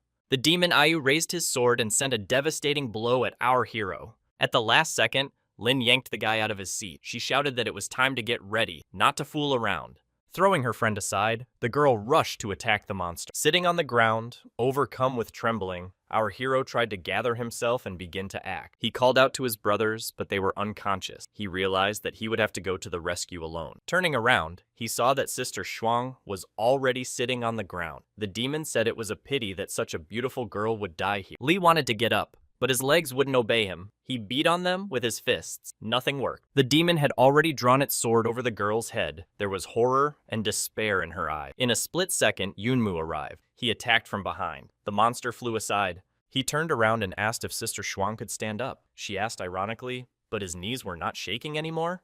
The young man said with contrived cheerfulness that the monster no longer frightened him. The girl saw a knife sticking out of the guy's leg. He did it to save her, to make her legs obey again. Yunmu said if she was okay, we should run. That's when their car arrived. Zhang was behind the wheel and ordered a retreat. They screwed up this time. Lin panicked. Anmu and Xiaoqiang were nowhere to be seen. The monster had already woken up. He headed towards Yunmu with the words that he was about to poison him to the other world. The monster soared into the air. It said its power was underestimated. There's no escape. A blob of energy appeared in the palm of his hand. It was as if he was holding a bolt of lightning. Yunmu reached out his hand to Lin Shuang and shouted to quickly jump into the car. Then an explosion sounded from behind the girl, and she was thrown back by the blast wave. Zhang caught the girl. He told her to get into the car immediately. The girl refused to go without her brother. At that moment, a blast wave threw two unconscious guys out of the pile of rock. The comrades grabbed them and threw them into the car. We had to go.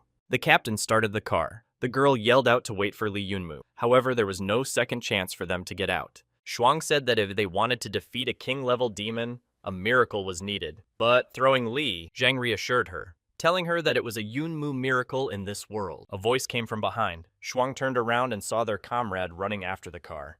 The young man ran and asked me to stop the car and wait for him. When everyone was assembled, Da Sheng said, I didn't expect Li to get out so quickly. He was about to hail him as a hero. Lin wondered how he had managed to escape. I wondered if he had been able to kill the Demon King. Yunmu said that he couldn't have done it alone. He realized that the monster's strength increased in a certain territory, so he was able to escape from that territory. The team drove and were glad they were able to get out in one piece from such a mess. Only Li Yunmu sat there and remained mysteriously silent. He was the only one who knew the whole truth about what had happened. Left alone with the demon, he took a few blows. The beast realized he'd done it for his friends and started teasing that they had abandoned him and were probably already far away. That's what our hero was waiting for. When there were no outsiders left, he activated the shadow system. He cast both of his shadows on the demon. He couldn't understand what was happening. The boy explained that the demon had misunderstood the fact that he had stayed here. It wasn't for the team. He wanted no one to see him defeat the beast. After these words, the young man directed both shadows to attack. The demon wondered what it was. Could it be a new kind of monster?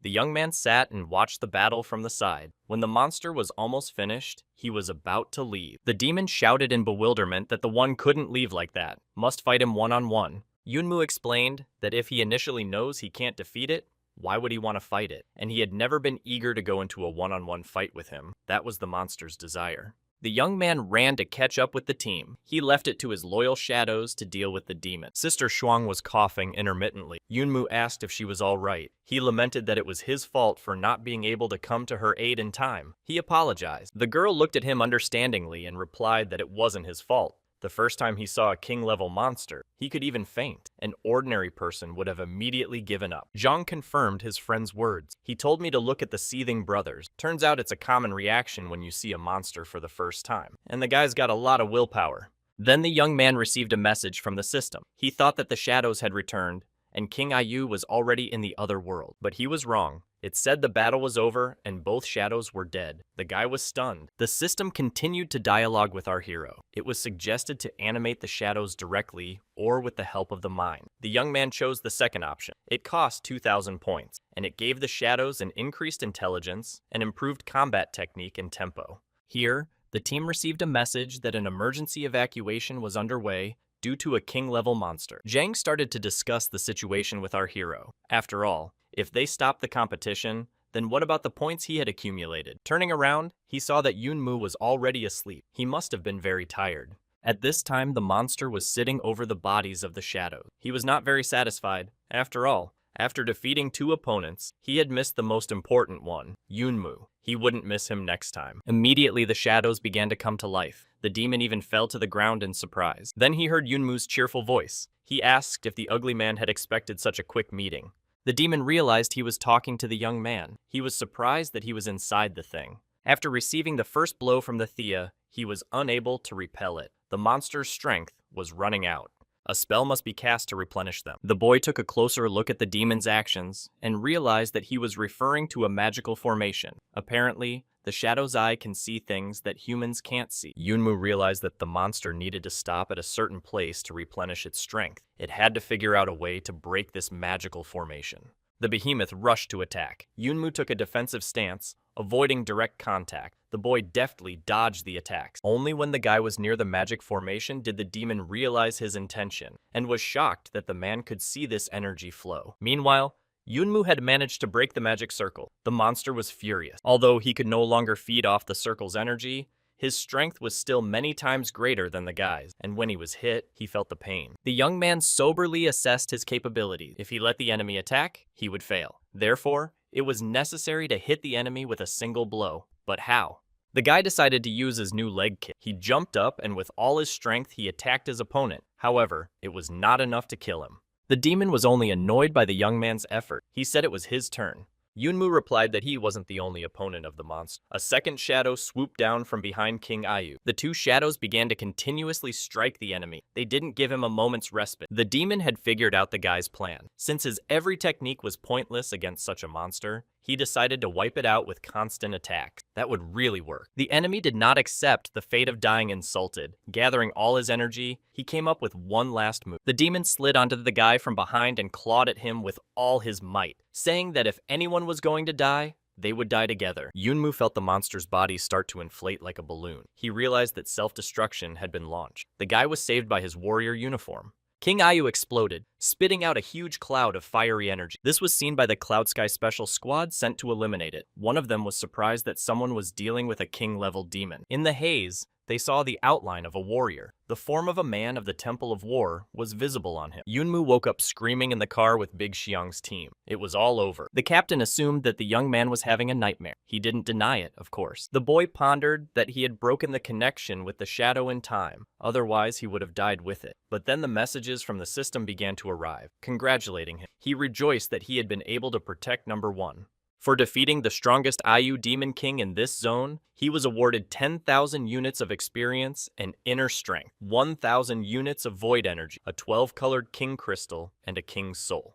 The car was driving and it seemed like everyone was flying messages. For his first victory over a king-level monster, he was given a special monster box. The system asked if the owner wanted to take back the destructive power of the Demon King. Yunmu noticed a fast-running monster nearby. He even shrieked in surprise, startling Dasyun. Stopping, the boys took a closer look at the commotion. Not far away, the monsters had caught someone. It was a warrior girl with a sword in her hands. How did she end up here alone? Zhang recognized her as Li Qi. She seems to have fallen behind the team. Yunmu offered to help the stranger. After all, they were from the same institute. We should help each other.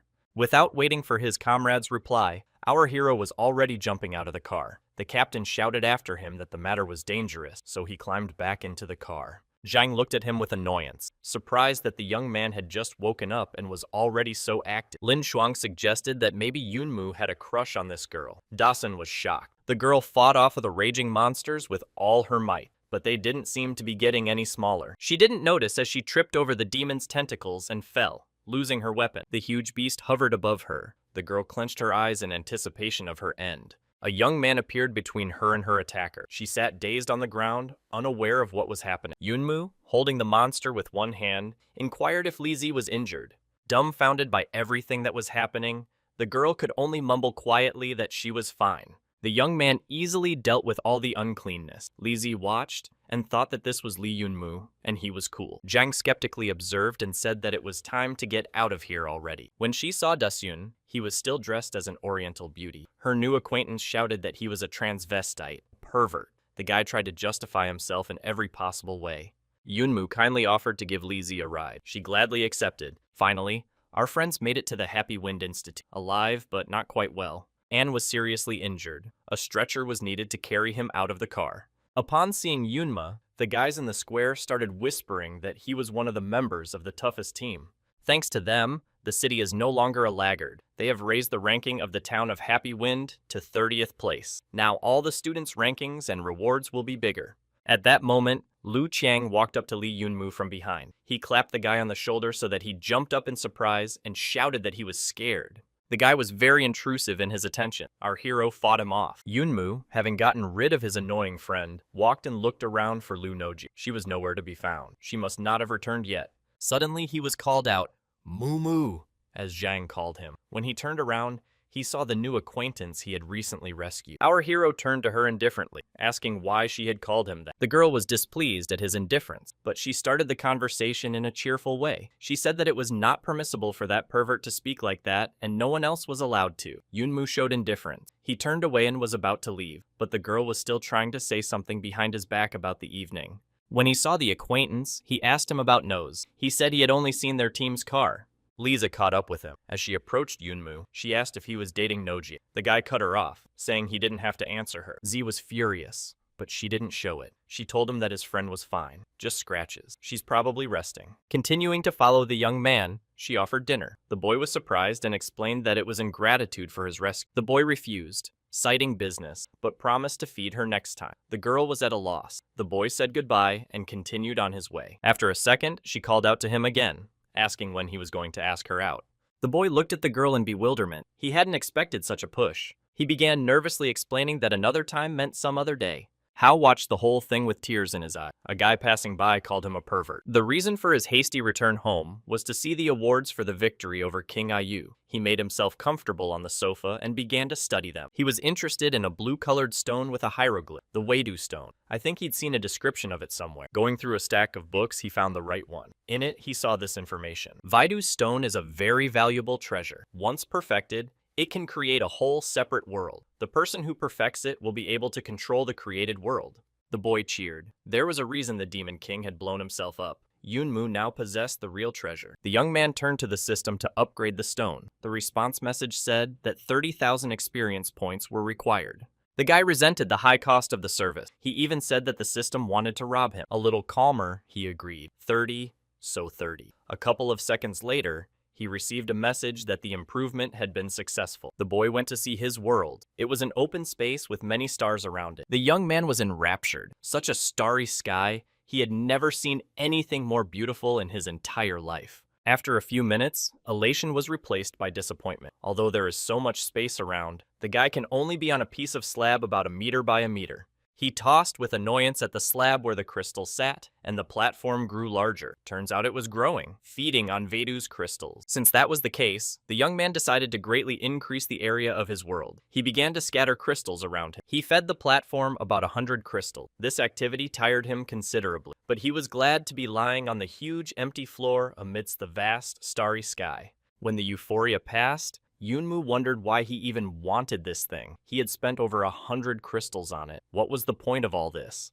It was as if the system had heard the host's thoughts. The answer came back that this was the dimension of the host's personal star world. In the guy's body, the power of the world was now born. This star world is a low-level star world. Peace power can only be replenished from attacks in the outer world. The young man thought for a moment, it must be all for the hero. Golden bell, military uniform, power of peace. If anyone finds out about this, they will be eaten alive. The system continued. This world is too small and therefore can absorb very little power. The young man was angry. He had made about 80 square meters of floor space out of a small piece of slab. Yunmu sat there and lamented that he had spent half a day, 30,000 points, and over 100 crystals on all this, and now there was no way he could use this thing. He lay there and pondered whether to spend more crystals on this starry world. Then he felt panic that it was a bottomless abyss, which was not enough. A long time passed in such an empty dilemma. His thoughts were interrupted by a call from a fellow student. He said that it was urgent to change and hurry to the square.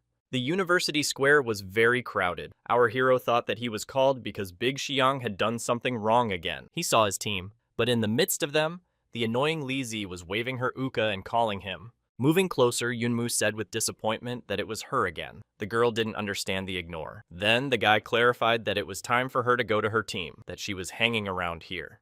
Ling Shuang admonished him for being so insensitive. Zhang smirked and remarked that youth was so beautiful. Suddenly, Someone jumped on the guy from behind, shouting, "Good thing he's okay." He was stunned for a second. Then he realized it was Liu Noji. He asked her to get off because she was heavy. The girl stood in front of the young man and began to say that she was very worried about him because a murderer had been sent to him. But when she saw that he was all right, she calmed down. Li Qizai watched this dialogue and got a little angry. Luo Xin and Wu Ho appeared in the square. They started their sarcastic speeches again. They said they thought their major team had been killed long ago. They started teasing Yunmu that he was a henchman of the rich. Our hero stood silent. He wondered if those dogs had gotten to him so much, but he couldn't say anything back. Zhang Daxiang stood up for his comrade. He said that despite the long separation, the guy's strength had not increased. The only thing that has progressed is the ability to insult people. An enraged Wu Ho ran up to Daxun and grabbed his pecs. He shouted that Zhang wanted to fight him. The young man squeezed his attacker's hand tightly and said he didn't want to fight, but if the opponent wants to,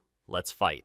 The scuffle was interrupted by the appearance of Teacher Li. He looked at the situation and calmly said that young people were angry. Turning to Ling Shuang, he told him to surrender his weapon. The girl smirked in surprise that the teacher had noticed. Only now did everyone see that the girl was holding a gun. Turning to Wu Ho Lin said that he should thank the teacher. If he attacked anyone on their team, he would immediately go to the other world. The teacher looked at what was going on and thought, not bad, the kids have a team spirit. Turning to all the students, the teacher announced that the competition ranking had come up. Happy Wind City entered the top 50 and ranked 48th. This is, of course, a credit to his students. He is pleased with them all. So it was decided to reward everyone. For this purpose, the treasury will be opened and everyone will be rewarded according to their merit. The square froze in surprise. No one had expected such a thing. In a second, everyone was cheering. The teacher said Tan An would take everyone to the treasury. There, everyone will choose a gift for themselves. As they approached Happy Wind's treasury, everyone was surprised by its size. It was a multi-story building. Yunmu wondered aloud at such a large building, to which Zhang said that it was almost as big as his house. The director announced that all teams would enter the treasury one by one according to their ranking, and presented the order of seats to everyone. Everyone was surprised to see the Big Xiang team in first place in the result table. Luo Xin's team members couldn't believe their eyes. How could it be that they weren't the first? Dason was happy that they were the first to go and choose present, but Yunmu didn't like this situation. He thought it was not good to attract the attention of many people. His thoughts were interrupted by Wu Ho's shout. The guy couldn't calm down. He lamented that Yunmu had only awakened a year ago and couldn't have scored so many points. The young man was taken care of by Li Zi. She said she saw the boy's technique. So what if he's recently awakened? Don't bother him. The restless young man pushed the girl away and demanded that Yunmu not hide behind the broad's back. As he approached our hero, he gibbered that he relied on Ling Shuang in the competition. So is Yunmu talented after all, or is it just words? He challenged the guy to a fight. Li Yunmu remained silent. He looked at the girl who was sitting on the ground. She was in pain. To Hao's continued attacks, he replied that he would fight him. The Big Xiang team members watched the altercation. Zhang and Lin were discussing how unlucky Hao was. He could have gotten to anyone, but he had to get in touch with Yunmu. An and Chang cheered, encouraging their favorite. With words that he had been enduring for a long time, Hao launched an attack on our hero. Yunmu calmly recoiled from his explosive stream. No matter how hard the opponent tried, he couldn't hit Yunmu. He shouted annoyedly as he jumped like a flea. It was about time to strike. It seemed like Yunmu was just waiting for those words. Answering that, he said, "Then get it." One apt strike, and the enemy flew to the ground with a clatter. Gawkers were shocked that the guy flew off with one punch. Yunmu's cheering team cheered, shouting out words of encouragement. Yunmu was about to leave, but Hao stood up, saying he wasn't giving up.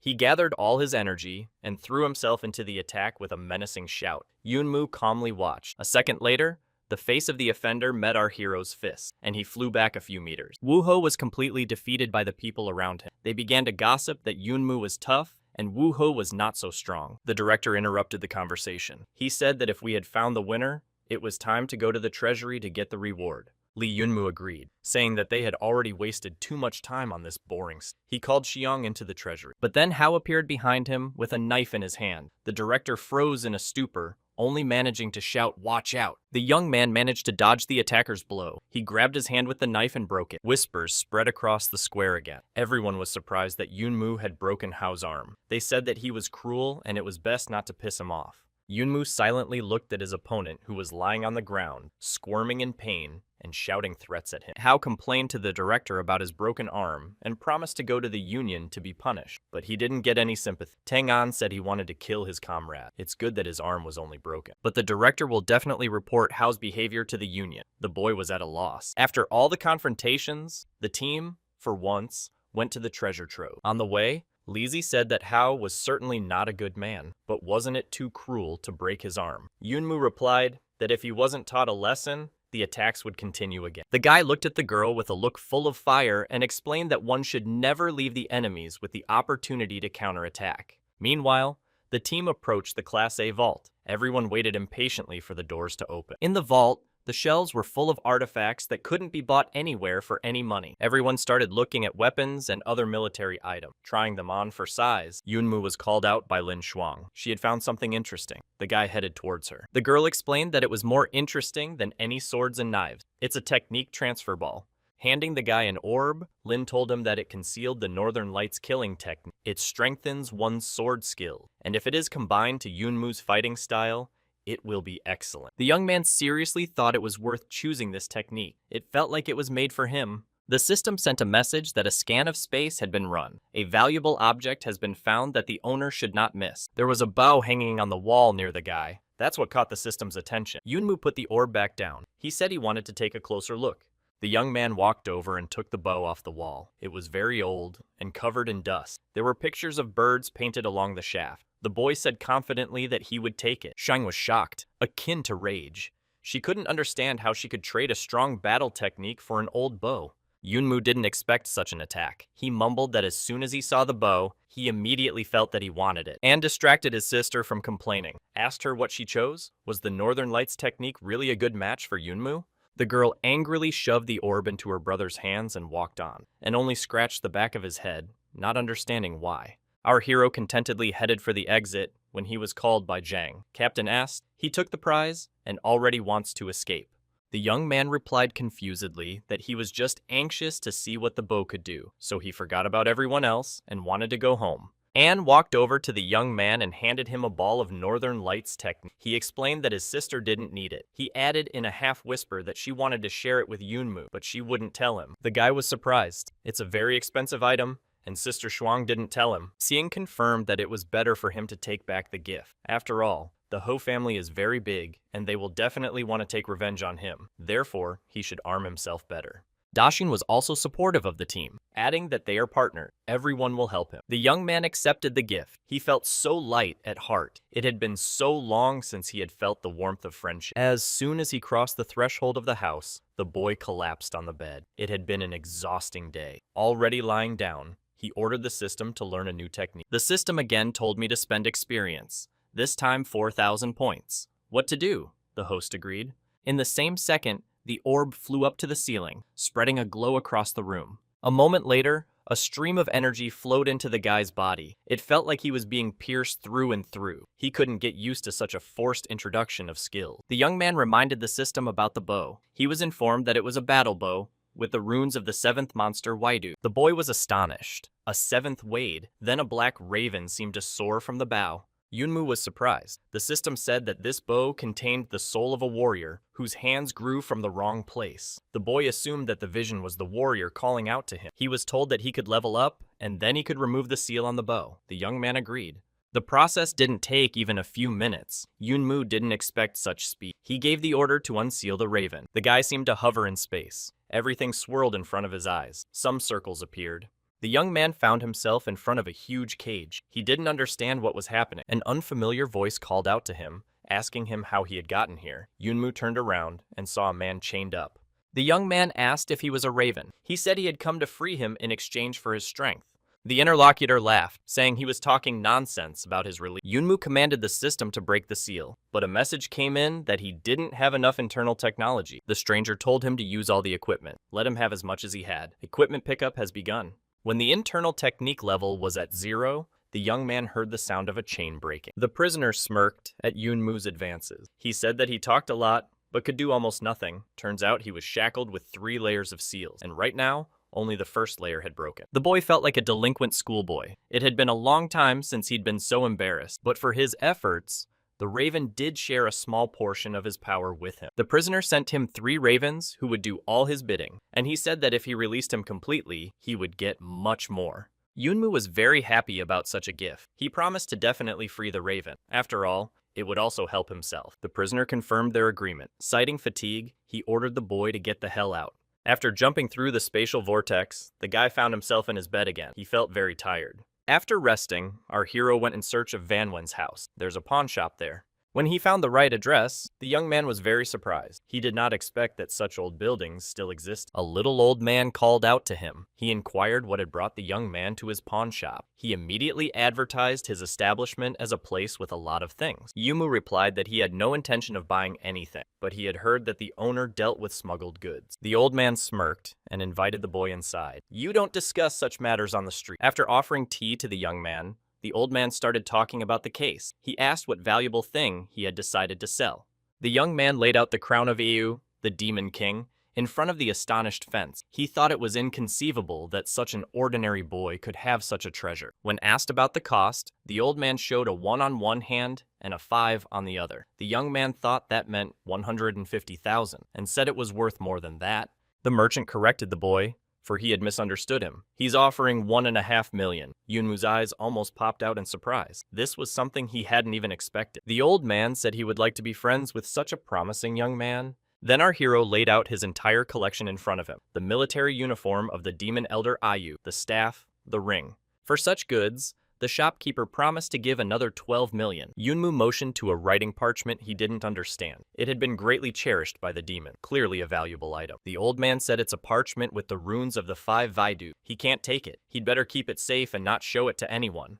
The boy was very surprised by the merchant's words. Apparently, this artifact was very important indeed. Meanwhile, our hero's sister Liu Ruyan was working as an animator in a bear costume. She sat down to take a break, complaining that it was very hot. But you have to try harder. Brother's money has almost run out, and he alone can't pay for his father's medical treatment. She sat and remembered asking for a little delay in payment. At that moment, a message came in that a transfer of 300,000 had been received. The girl couldn't believe her eyes. Where could so much money come from? Could it really be from Yunmu?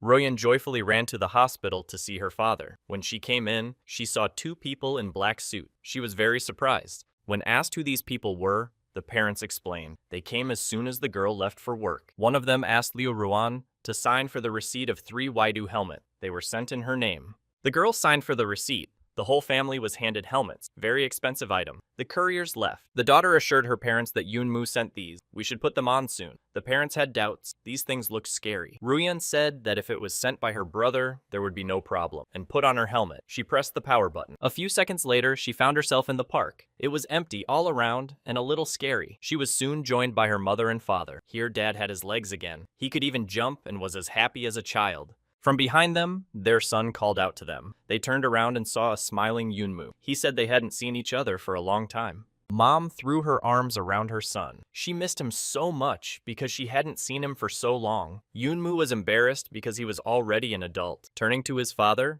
he joked that if his old man was going to piss him off, he would remove the code from his feet. His father smilingly replied that he couldn't be intimidated by the loon. He asked his sister if she was tired of taking care of her parents alone for so long.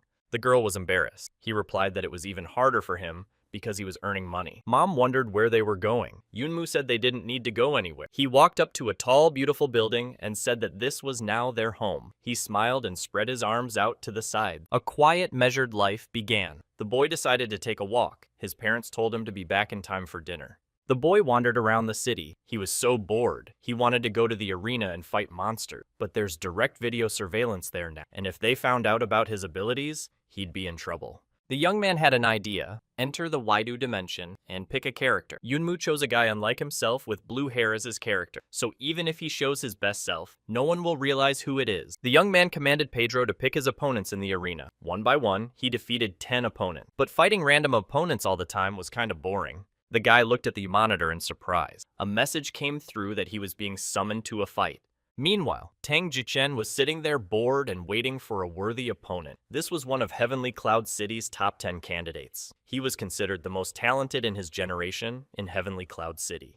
Girls came up to the guy and asked for an autograph. He agreed and said that it was a great honor for him because the support of fans is very important. Here, Pedro came up with his piece of paper and asked for his signature as well. The guy signed his name on the machine, and only then he realized that it was someone's virtual assistant. Tan began to call out, asking who had lost Pedro. The brute replied that there was no need to call out to anyone. He had come himself to deliver the challenge to fight. The young man was very surprised that nowadays, someone still writes a challenge to a fight on paper. It was necessary to send it by email. Pedro replied that he would hardly have read it electronically, so they delivered the letter to him in person and figured out how to get him to sign it. He didn't expect the guy to be so cooperative. Meanwhile, our hero loitered in the Vaidu arena, wondering if Pedro would fail. Seeing the hologram appear, Yunmu rejoiced, thinking it was Pedro. He stepped forward, but Tang Zouchen appeared in front of him. The guest clarified whether Pedro was his. The conversation was quite friendly. Tang reported that the beast had eaten 36.5 worth of treats. Yunmu would have to give it back to him, and the city's screens were already broadcasting. People were surprised that someone had invited Tang Zouchen himself to the duel. Jokin's female fans cried with happiness to watch their idol. Some of them wondered who the new guy was. Tang said that Yunmu looks like a shooter of ordinary crystal. Did he know that for Jiaochen, he was already interested in silver crystal? The young man answered in the affirmative. The invited guest told the lad not to expect a giveaway on his part as a more experienced warrior. Yunmu replied, worried that he would refuse to fight a less experienced opponent. The battle had begun. Jiaochen's technique won Yunmu over. He said that it was not for nothing that he was considered the most talented among the young generation of Heavenly Cloud City. In a pause, Yunmu expressed his delight at his opponent's talent, saying that he was very cool, and Tang asked if the opponent was really fighting at the level of simple crystal. The warrior was amazed that Yunmu was able to resist him. The young man was not so simple. Our hero has confirmed that he fights at the level of simple crystal. That's what his profile said. Yunmu went on the attack. His punching power was so great that his opponent had to use the Heaven Demon 18-step technique. The fight spun with renewed vigor. Jiaochen said that although the young man's strength was strong, they were definitely different in level. He could win if the difference between them was one level. The two waves of energy clashed almost equally. Both warriors were satisfied with such a fight. The pleasant fatigue of the intense battle filled their bodies. Meanwhile, those watching in the square couldn't quite make out what was going on. They could only catch glimpses of the shadows, so swift was the battle. Many people were seriously interested in the mysterious Li Yun. After all, he was able to stand up to Zhou Cheng himself. Gradually, the heat of the duel heated up. Yunmu decided to use the 6th-level Frenzied Sword Strike in his attack. The opponent noted that the strength of our hero gradually increased. His attack became stronger. Yunmu's burgeoning aura was beginning to frighten Tan. It amazed him that the guy possessed such power at a low level. Jikin began to realize that his opponent was piling on the attacks. His previous strikes had only served as fuel. Our hero's strength has reached its peak. The opponent realized that everything depended on the last blow. Tang invested 100% of his strength to repel Yunmu's latest attack. He used the Heavenly Demon Fist technique. The two energies met. Great Jichin realized that he couldn't withstand the onslaught.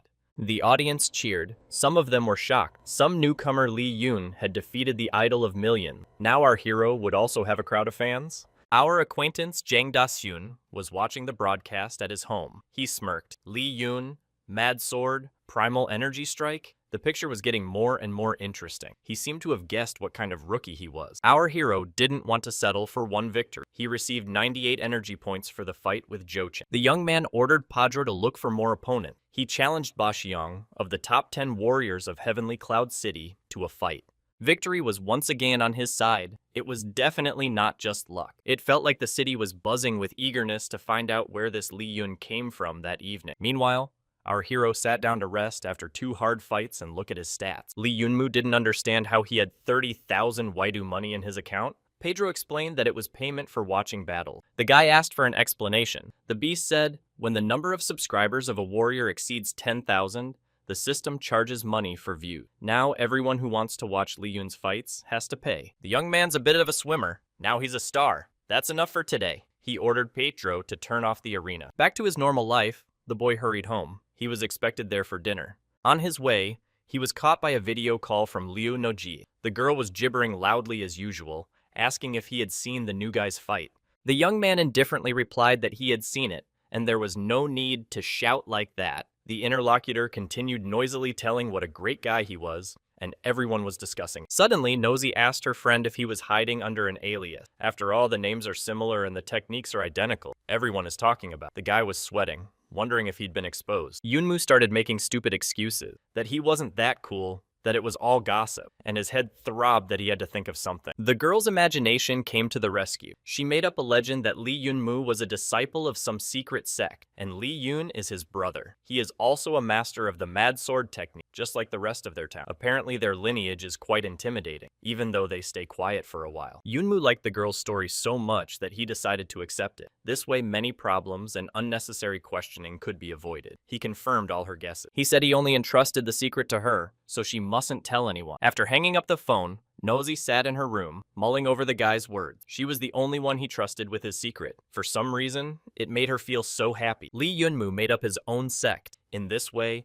he justified his extraordinary strength and invented a patron for himself. To advance, he created another Li Feng character, and now he was fighting in the arena with his own doppelganger. Their simultaneous appearance in the arena got rid of the rumor. But now a new cult has hit the net. Some were even asking to become disciples. A few days later, while walking around the city, Lee Yunmu called Liu Noze again. She was excited that everyone was only talking about him and her brother. The young man was satisfied. Let the whole world find out, and they would leave him alone. He reassured the girl that since everyone had found out, there was no point in worrying. But the girl's worries concerned Tang Zouchen. After the defeat, he didn't fight anymore. But at the same time, his badge showed that he hadn't gone offline. Therefore, Li Yun needs to be careful. The young man wondered. After all this time Thane had challenged him to a fight. He had refused. He hoped that he would finally calm down. The guy noticed some commotion. He said goodbye to his friend and went to find out what was going on. Near the store's cash register, behind which his sister Ruyun was standing, some guy was trying to sell black crystals. She refused. The young man persistently intended to invite the girl to dinner. Yunmu intervened. He said that the store closes early today. If you have any questions, come back tomorrow. The dandy with flowers expressed that the girl had already almost agreed to his proposal, but the brother firmly said that she had already agreed to his proposal. When everyone had dispersed, Yunmu jokingly reprimanded his sister. He had left the store to her, and she had stirred up trouble. The girl began to apologize. Her brother explained that he did not blame her for what had happened. He just didn't think that she would be so popular in the virtual world. The one who brought the black crystals seemed to be from a wealthy family. Maybe I should get married and live like a princess, my brother said, joking. The girl, a little offended, she replied that she didn't want to be a princess. She wants to live with her family. Her dad, mom, and brother. The boy was surprised. The conversation turned to work. The young man asked about the crystals that needed to be prepared. Ruyun rolled out a whole suitcase full of crystal. Puzzled, she asked why her brother needed such a large amount of crystals. Yunmu thought that although the amount was large, the star world was a few meters in area. It would cost the young man more than a house. Then our hero got a call from Ansu. He asked for help. Without explaining anything, he called his friend to come to the Waidu arena. The boy grabbed a suitcase with crystals and rushed to his friend's rescue. He warned his sister not to expect him for dinner. Appearing in the arena, our hero saw the home team, including Li Zi, who in a verbal altercation tried to prove their superiority to a group of obviously prepared guys. Big Xiang's team was openly vilified, saying that without Lin Shuang, it sucks. The girl, however, replied that the people around them should not be insolent. Now their trump card would appear. Li Yunmu echoed behind the backs of his comrades. He said as he was gone, getting into some trouble. Sister Shuang has been gone for a couple of days, and he is not getting any peace. Anne and Zai began to complain that they were being wrong. At the boy's words that he would not fight, Anne's friend began to tearfully ask him to help him take revenge on his abuser. He told Yunmu that Big Xiang didn't want to fight today, and it was as if he lost on purpose. Yunmu wondered why the team captain needed to lose and call him out on it. The opponents were already rushing the inadequate team to decide whether they would fight or not. Lu Chang bet 100,000 crystals that Big Xiang's team would win. And the opponents decided to add a player to the opposing team to even the odds. Bold Qian trumpeted that they could add whoever they wanted. With Yunmu, they were safe. What was their surprise when another player on the opposing team was Tang Jichen? He offered to increase the bet. Tang apologized for his friends. They had behaved rudely to attract Yunmu to the duel. The young man wanted to jump out of the fight. He started to say that he was not going to fight today. The opponent continued to insist on fighting. He promised to give the Sword of the Snowfrost in exchange for the fight. The Snowfrost sword was forged from the Frostblood Raven mineral from Tibet. Although it is a B-class sword, its potential is endless. If the appropriate runes are engraved on it, it will become a Class A weapon. If one hardens the warrior's soul, the sword will be priceless. Zhang started making excuses that despite having such a cool sword, their team didn't have anything to put as a replacement. Zhaochen replied that whether the team loses or wins, the sword already belongs to them. But if he wins, Yunmu finished his thought. Tang wants to meet Li Yun. Yunmu realized that Tang was very clever. Therefore, he put up such a bait that Li was unable to refuse. The boy accepted the offer. The battle had begun. The spectators in the city cheered. It was going to be an interesting spectacle, especially since a $10 million sword of Snowfrost was at stake. There was an active discussion. The battle countdown began. The teams found themselves on a rainforest island. Yunmu was surprised that an entire island had been chosen for the battle. Zhang was surprised that it was the first time a comrade was participating in a small group battle. Dawson asked about the excitement. Li said he felt more mentally uplifted than ever. The boy asked if he could keep Tang Zochin. Zhang agreed, saying that they couldn't beat him anyway. The signal to begin the attack sounded. The group spread out over the area. Yunmu took out his bow. He called the crows to help him. He wanted to see what they could do. The team captain was very surprised to see our hero with a bow and asked him when he had learned to use it. Yunmu realized that he really didn't know anything about bow and arrow tech. The boy closed his eyes and turned to the system. He urgently needed to learn something. The search yielded the lunar eclipse technique. To learn it would take... The young man didn't even let the system finish. He ordered it to load the skill faster. The team members looked at Yunmu confusedly. He had passed out. He stood there with his eyes closed. The team noticed someone approaching. We had to fend off the attack. Zhang ordered everyone to get ready for battle, and Lizi to stay with Yunmu, since he had passed out. At that second, the young man woke up. He opened his eyes, full of determination. Jumping into the air, our hero reached up and fired several arrows on the fly. The spectators in the city were amazed. They said that the young man not only had a mad sword, but also a bow and arrow. They were amazed that he attacked even though the enemy was thousands of meters away. His speed was noted as he fired 7 arrows at once. No wonder such a warrior from the Li family. The arrows that were fired reached the enemy. Only he managed to dodge. None of them did any damage. The audience was outraged. They advised me to get a sword, for such an idiot should be sought after. However, our hero was quite pleased with himself. He gave the command Lunar Eclipse. Behind the enemy's back, a circle of power with runic inscriptions appeared on the tree trunk where the arrows hit. An entity resembling the outline of a wolf emerged from this circle of power. The enemy turned around and screamed in terror. Gawkers noted the brutality of the reception. The opponent was simply torn apart by the creature. The opposing team became nervous. In the first few minutes of the fight, losing Xianzi. One of the opponents, a guy named Liang, complained that Yunmu's bow was shooting very far away. He was hit a bit by an arrow. Zhaochen ordered them to be more careful. At the same moment, Liang was picked up from behind by a crow. The boy screamed in fear and begged the bird to let him go. Yunmu's new servant lifted the enemy into the sky. There, our hero's arrow struck the target. The young man was pleased with himself. He said that there were only 3 competitors left. Super. The audience was shocked. They saw ravens that they had only read about in books before. They were sealed by the King of Destruction. How did they get out? Meanwhile, our hero was stalking another enemy. This guy decided that he should get closer to the archer. Since he easily shoots at targets at a long distance, it might be easier up close. But he didn't make it. The arrow struck him. All the enemies within range of the bow were like cattle in a slaughterhouse. Zhoushan and Pan tried to escape from the fast and accurate arrows. When they were left alone, they tried not to let the arrows hit them. After all, blood attracted crows. That's when Pan stopped. He said that there was no point in running away. We must challenge the enemy. Tang began to discuss a plan. Pan would cover him while he slowly crept up on Yunmu. But then his comrade was struck by an arrow. He fell, stopping at the top of the tree. Yunmu proudly pronounced that he had defeated another one. Now it was Tang Zochin's turn. The rest of the team sat around complaining that they were bored. They aren't participating in the battle at all. And it's actually a team battle. Yunmu was confused. A second later, the entire surroundings lit up with a golden glow. It was a strike of golden crystal. Zhochen stepped into the clearing in front of Yunmu. His hands were glowing with fiery energy. Our geek swept up that the crags, wrist protection for the archer's forearm against the strike of the bowstring, helped Thane get to the next level. The opponent explained that he had originally prepared them to defend against Li Yun's frenzied sword, but he would need them today. Jikin sharply struck the tree trunk where the young man was standing. He began to fall, but in the braid, he managed to pull the bowstring and release several arrows into the enemy. Thane managed to put an energy shield on his defense. The arrows didn't penetrate it. Seeing that the enemy had time to close in, Li Yunmu released his crows to attack. The enemy, seeing the annoying crows, said he would wipe those birds into powder. Tangjiken commanded the frenzied beast to come out. Everyone saw something grow out of the cloud of fiery energy. Everyone was amazed at what the hell it was. Zhang said that if he guessed correctly, it was a warrior's soul. A huge pig-like creature emerged from the cloud of energy. It was dozens of times the size of its master. Yunmu watched and was amazed. How cool. This is the soul of a warrior. It was the first time he had seen such a thing.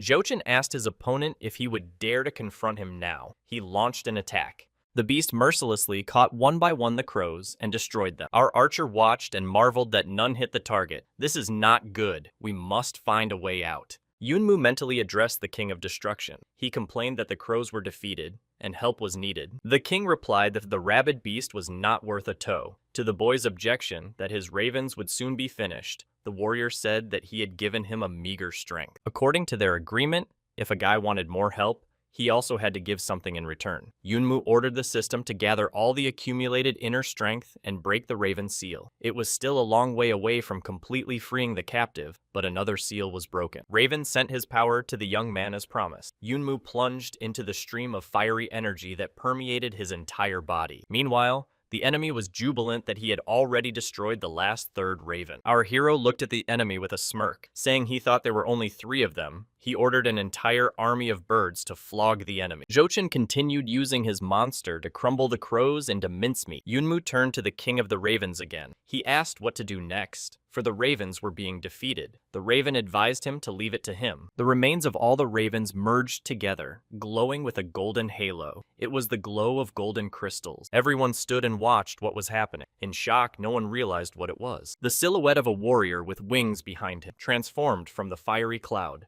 This entity was many times larger than the rabid beast. He positioned himself in front of the silent beast. The audience didn't understand anything anymore. The level of this battle. There was talk that Li Yunmu was probably the strongest of his family after all. Our young man looked at the new character with the delight of a child. He almost laughed, delighted at the size of the creature. Fire essence threatened the rabid beast with his finger, saying that such a babe dared to stand in his way. The fire warrior told Yunmu to watch, as he would lead him to victory. The image of a fire raven appeared in his hand. He pointed it at the beast. He was blown away by a stream of powerful energy. At this moment, Zhouchen thought that it looked like he had definitely lost this time. On all the screens, the information about the victory of the Big Xiang team flashed up. The spectators were astonished. Although it was a team fight, everyone was defeated by one Li Yunmu. Is he really that strong? The young man breathed a sigh of relief as he thanked the Raven King. He had received 169 points of void energy for this fight. The team congratulated their hero. Zhang pointed out that the boy had chosen this bow in the treasury for a reason. It would help him grow. Yunmu snapped back to reality. He found himself back at his home. The system notified him that the points he earned could be used to expand the star world.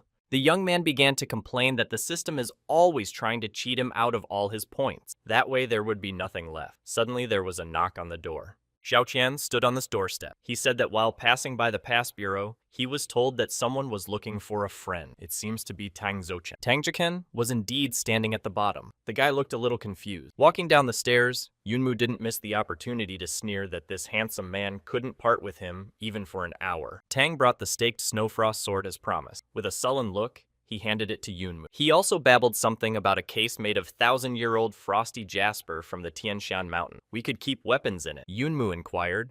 This was all to see Li Yun. Tang confirmed and asked for forgiveness. The guy couldn't calm down in any way, as he wanted to learn his frenzied sword technique. He admitted defeat and got ready to leave. Our hero looked after the guy who was leaving. He was so depressed. I guess losing really hurt him. Tang's not a bad guy. If he doesn't deal with these thoughts, he'll be stuck in one place. Yunmu felt sorry for Zhouchen. He called out to the young man and said that he could fight him using the frenzied sword technique. Thane rejoiced. He couldn't believe that he was so lucky. The gawkers had already begun to gather around. They realized that the battle was about to begin and began to guess who would win this time. Zhouchen was worried that they were going to fight in the real world. There were a lot of people around and one could accidentally hurt them. But Yunmu had an orb with a protective barrier for this case. He activated it. The boys went inside, ordering no one else to come in. The gawkers weren't happy, so they wouldn't see anything.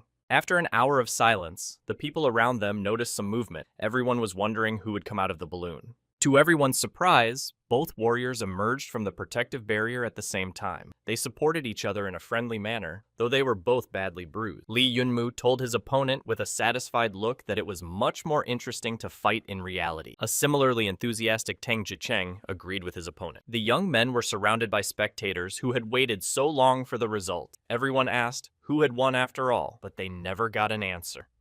They sat on a bench on the street and talked like old comrades. Yunwu joked that he was being rewarded for fighting Tang for so long. He replied that Li was a great fighter himself. Yunmu hinted that the sword he received from Tang was not cheap, and Youcheng's family was rich. In response, Tang laughed that he would not give him money. The interlocutor told our hero that he could try his luck in the Tower of Triumph. Yunmu hadn't heard anything about it yet. Xiaocheng said, "The tower contains the strength of the entire Riflemen's Union. It took 9 years to build and has 108 floors. To climb it, you must defeat a Waidu monster on each floor. The higher the floor, the stronger the monster." Yunmu became animated. It's like playing a game, and this is something he can do. Xiaocheng said, "Each level is awarded a tower medal for winning. It could be exchanged for a prize." As he left, he smirked that he had told the boy how to get rich, and then it was up to him. The young man sat on a bench and thought that he would have to visit the Tower of Triumph. His musings were interrupted by the headmaster passing by. He said that in a few days, the Heavenly Cloud Fortress would go to fight in the demonic bullfield. It would be there for 1 month. It would be good for the young man to practice and gather useful data. It would be a shame to miss such an opportunity. 3 days later, in the library, our hero sat deciphering some runic symbols. Unfortunately, the text was impossible for him, so he was very nervous. It turns out that the day before, Tang Jicheng had given Yunmu a map of the secret entrances. They are located in the Demon Bullfield, on the Devil Mountain in the Dark Zone. Thane heard that his new friend was going there, figured he could use her. The young man could not understand anything written on it. Tang replied that they were ancient writings, and whether or not Yunmu could decipher them was up to him. So the guy sat there and tried to make out something. He managed to understand that from the Devil Mountain to the demonic bullfield was 138,640 kilometers. That's when Lu Nojie hovered over him. She was surprised that the guy was looking for information about Devil Mountain. It's a dark area filled with monsters. Why isn't he looking for information about the demon bullfield? After all, he's going there.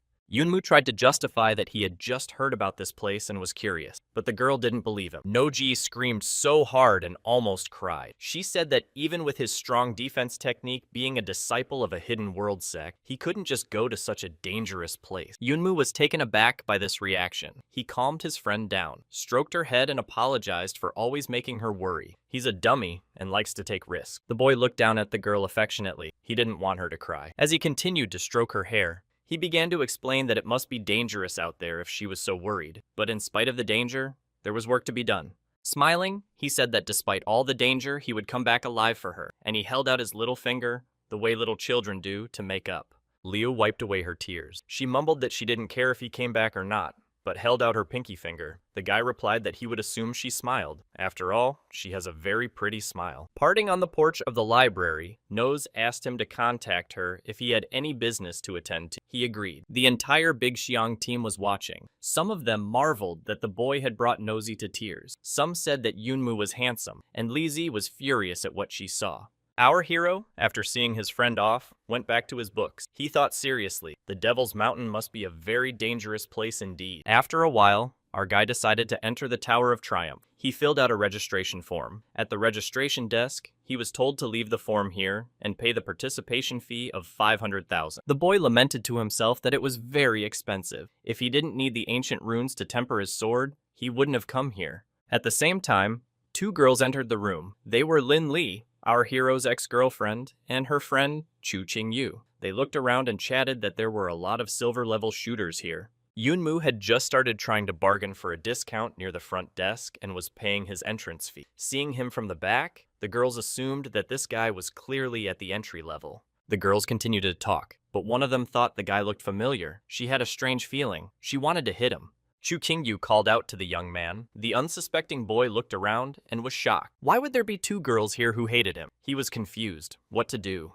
Yunmu made as much of a face as he could and turned to the girls. Changing his voice, he started talking. The girls were surprised at such an unusual appearance and apologized for mistaking him for another person. The young man tried as best he could to bore and threaten the old acquaintances to get them to leave quickly. His plan worked. The girls hurried away from him. One thought he looked like the freak who had once made her look like an idiot. Yunmu was glad that they had withdrawn. His face had already stiffened. It almost remained skewed forever. It even made him sick to keep his eyes rolled for so long. The young man's attention was attracted by a girl handing out leaflets. She was advertising souvenirs from the Union. He went and bought a fish mask. Walking further into the building, wearing a fish mask, the hero marveled at what a huge star world they had created here. Someone tapped him painfully on the back of the head. A girl's voice asked what he was hanging around for. Had the starry world of the shooter's founder stupefied him?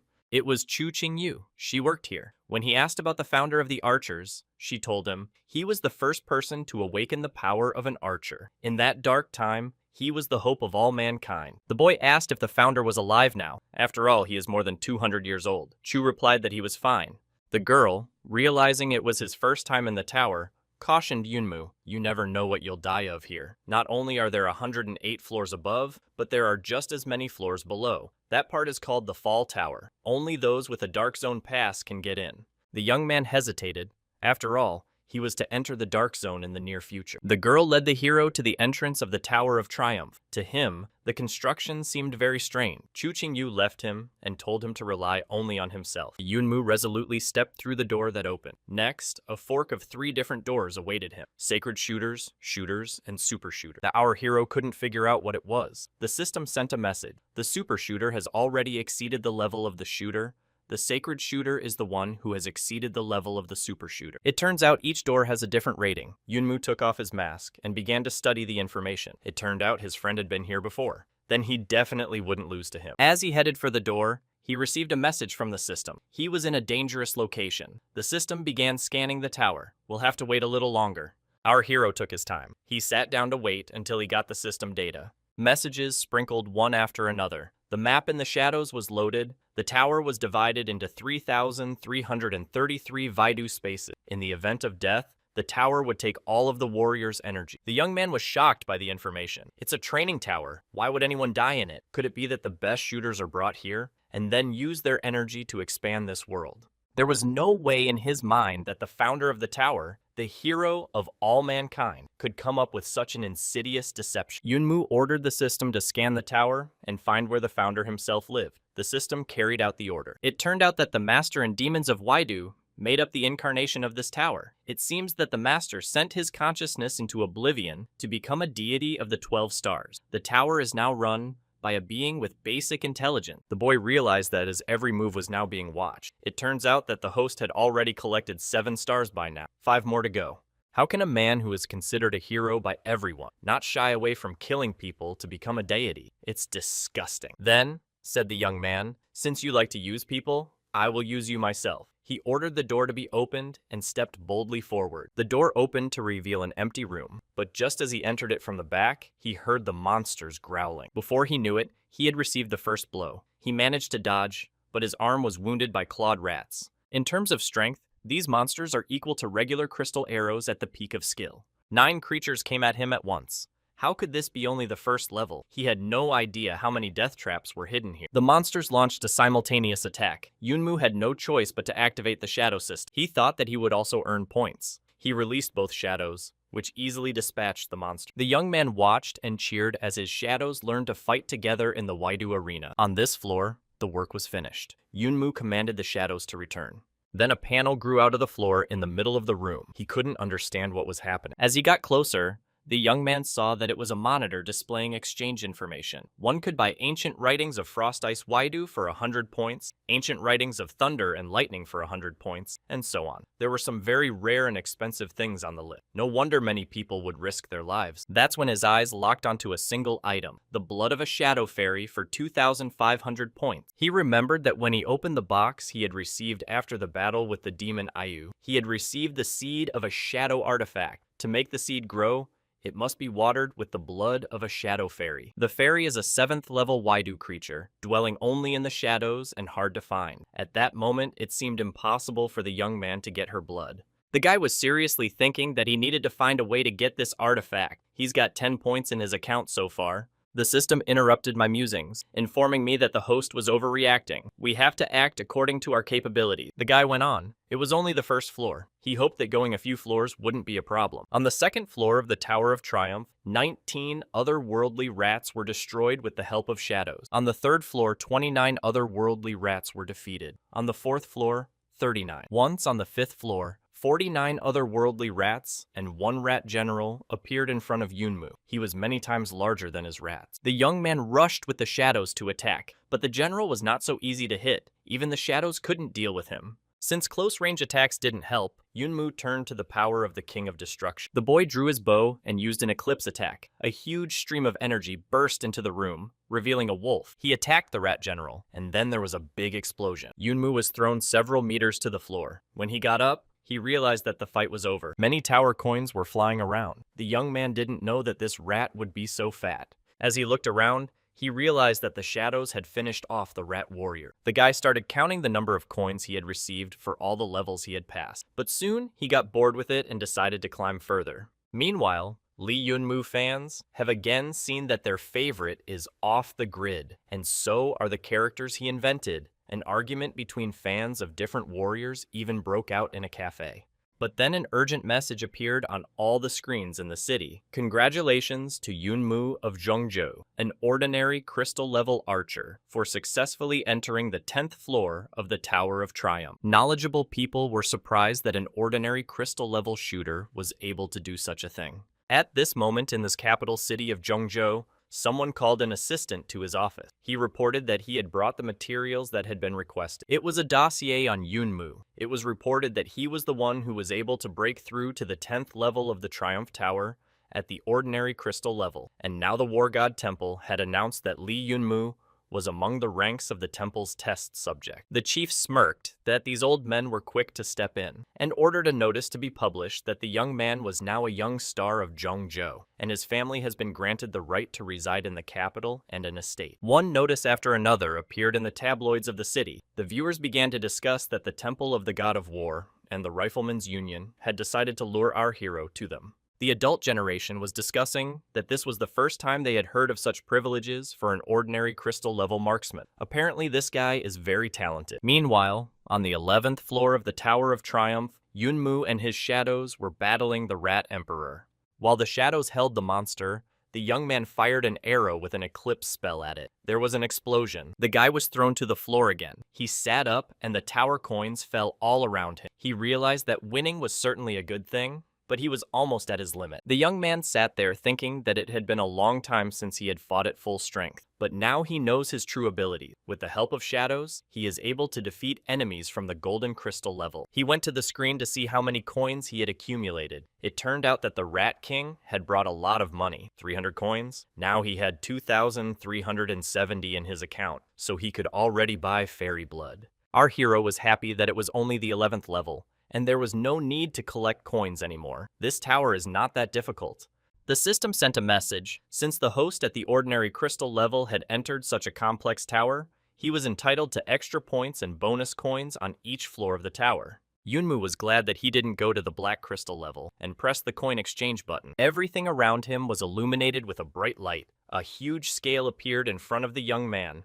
A voice sounded, asking him to put the coins on the scale. The boy was surprised at the voice. He put all the coins he had earned in the Tower of Triumph on one scale. At the same moment, an item of interest began to appear on the second scale. The young man held in his hand a flask with the coveted liquid. Now we could pour it on the shadow. Li Yunmu closed his eyes and commanded to transfer to the Star World. Once there, he wasn't very happy with what he saw. His Star World was more like a garbage dump. He thought he shouldn't throw things here anymore. The boy looked around. He had to find the seed he wanted. He had to rummage through the piles of junk to find it. He'd finally found her. With such excitement, he wanted to see what would grow out of her faster. The young man buried the seed in the ground. He was so happy that it was his land and his seed. I counted to 5 and poured the liquid from the tower over it. A second later, a sprout sprouted on the surface. The plant was growing very fast, and a bud had already begun to blossom on it. The boy was surprised at this rapid growth.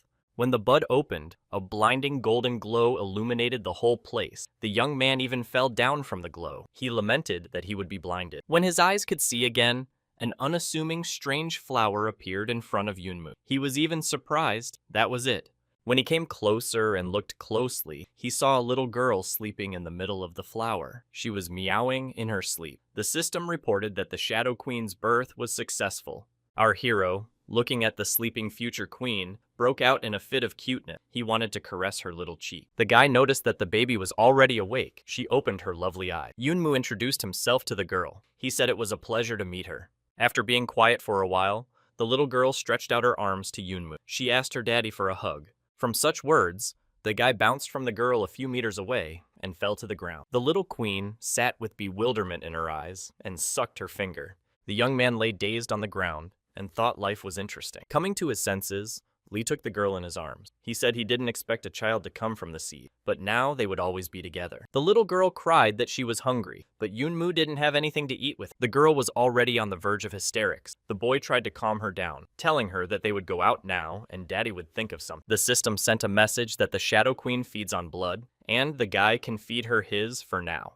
The young man held out a finger to the girl. He said that he would not spare anything for such a sweet daughter. Let her drink as much as she wants. The little girl greedily devoured the offered finger. Yunmu smiled at first and thought she wouldn't drink much. Gradually, he howled that such blood loss would not be tolerated by an elephant. The system replied that the quality of his blood was low, so a large quantity was required. Half an hour later, the satisfied girl was playing, and our hero lay on the floor with the feeling that all the juices had been sucked out of him. The guy went to urgently replenish his energy with goji juice and brown sugar, while saying that he couldn't imagine dying while nursing a baby. Out of nowhere, a baby girl appeared on his shoulder. She clasped her small arms around his neck cheerfully. To the young man's surprise, the system replied that the Queen of Shadows could move freely in space, and if she didn't want to, she wouldn't be seen by others. Yunmu noted that it was quite a convenient option, and started playing wasps with his ward. The system continued the story. The strongest skill of the Queen is to copy the strength of shooters of Saint level and below. The young man's question that the little girl could be stronger than he was answered that he could put as much power in her as he wanted. After gathering his thoughts, Yunmu picked up his little girl. It was time for them to get back to business. Emerging from his star world, the irresponsible daddy found himself in the Tower of Triumph on the 12th floor. The Queen of Shadows sat obediently on his shoulder. This time the opponents were not hordes of wrath, but feathered witches. We had to figure out how to fight them. The little girl clenched her fists and showed with all her appearance that she was ready to rush into the attack. The boy was surprised by such a fighting spirit. In a second, the girl was already rushing at the witch. But her attack was short-lived. After the monster's first blows, the frightened little girl rushed to her father. He asked in bewilderment, what was she going to do? One of the witches almost hit the girl with ice crystal. The boy was very frightened. He managed to snatch the little girl from the vicious bird woman's grasp. She was shaking with fear. The young man was very angry. He shouted at them that they dared not harm other people's children. He left the baby in a safe place, told her to wait for him. He'd be right back. Yunmu went into battle. Jumping on the back of one of the witches, he grasped her wings tightly. He said not to underestimate a father's love. The battle began. He tried to get it over with as quickly as possible. The room was filled with the clinking of coin. As soon as he tackled the bird, the happy little girl was already jumping for joy, waving to her heroic father. But the next rivals only got angrier. One of them started cawing loudly. It was a sound wave attack. The guy couldn't move. It was like the sound was nailing him to the floor. The next opponent flew up and attacked the immobilized young man with a blast. The little girl was in a panic. She screamed, looking at where her daddy was. This time, the guy managed to dodge the attack at the last second, but he had to figure out how to deal with those sound waves. Otherwise, he'd never get out of here. But at the same moment, the sonic attack started again. Yunmu was in a panic. He realized that he wouldn't be able to cope.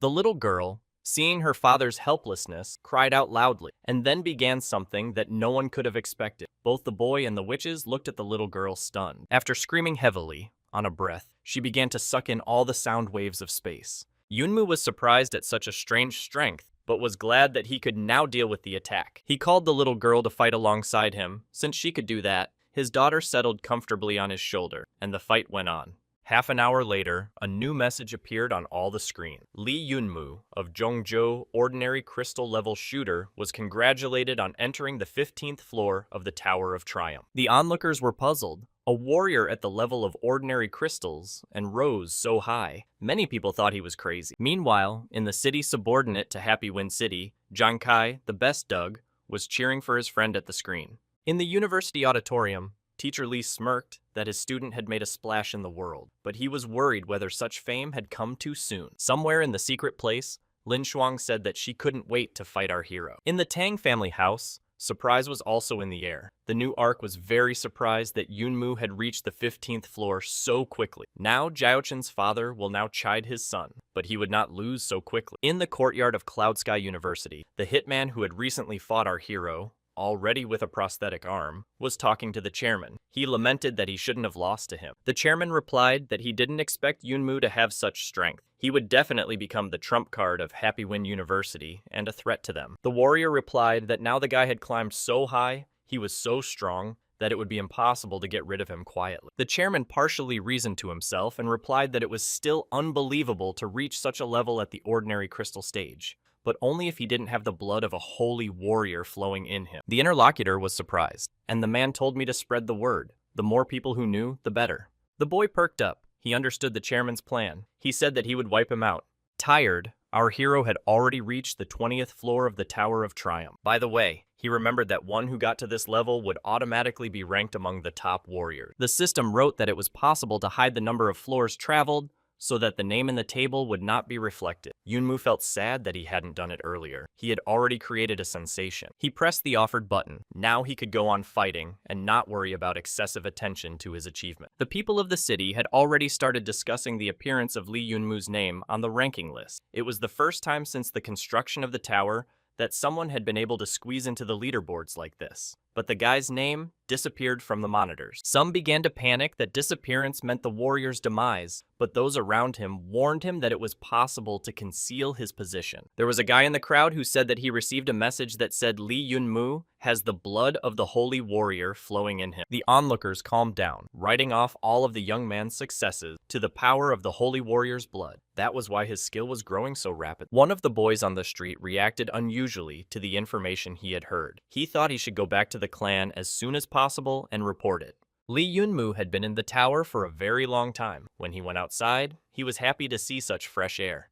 He walked on, glancing at the backpack behind him. This time he was happy with his harvest. He'd pulled out a lot of amazing things. Upon entering the busy street, Yunmu caused a stir. Everyone began to whisper. He was that guy. It was unknown how many times he had been in the tower. He was breaking his ranking. Judging from his backpack, he was at the 30th or 40th level. They heard that he had the blood of a sage in his vein. The guy walked and couldn't understand whether everyone was staring at him or whether he was imagining. Meanwhile, two people were waiting for our hero at the exit from the virtual world, a guy and a girl. They were talking about whether he might be dead if he disappeared from the rating. The young lad is the son of Tianyun City Mayor Chu Qingyang. He said that since he, the young master, was waiting for him, there was no way for him to die. Next to him was the mayor's adopted daughter, the same Chu Qingyu. She replied that her brother was devaluing her father's work with his whining. Li Yunmu finally emerged from the portal. He was walking and muttering that he was angry that the transfer fee was too high. The girl called out to the young man. He was very surprised to see her here. He quickly pulled out his fish mask and put it on. In response, he shouted back to her that he was aware of his uniqueness, but there was no need to chase after him like a dog, to which Chu Qingyu demanded that he stop this nonsense. As she approached Li, she explained that she wasn't in the mood to pester him today. She had orders to take the boy to the mayor's house. Chu Qingyang, meanwhile, looked at the guy taking off the fish mask with a smirk and said, "Is this idiot really that warrior?" Yunmu didn't miss the opportunity to reply with an unflattering remark. The guys got into a threatening altercation. They were about to get into a fight.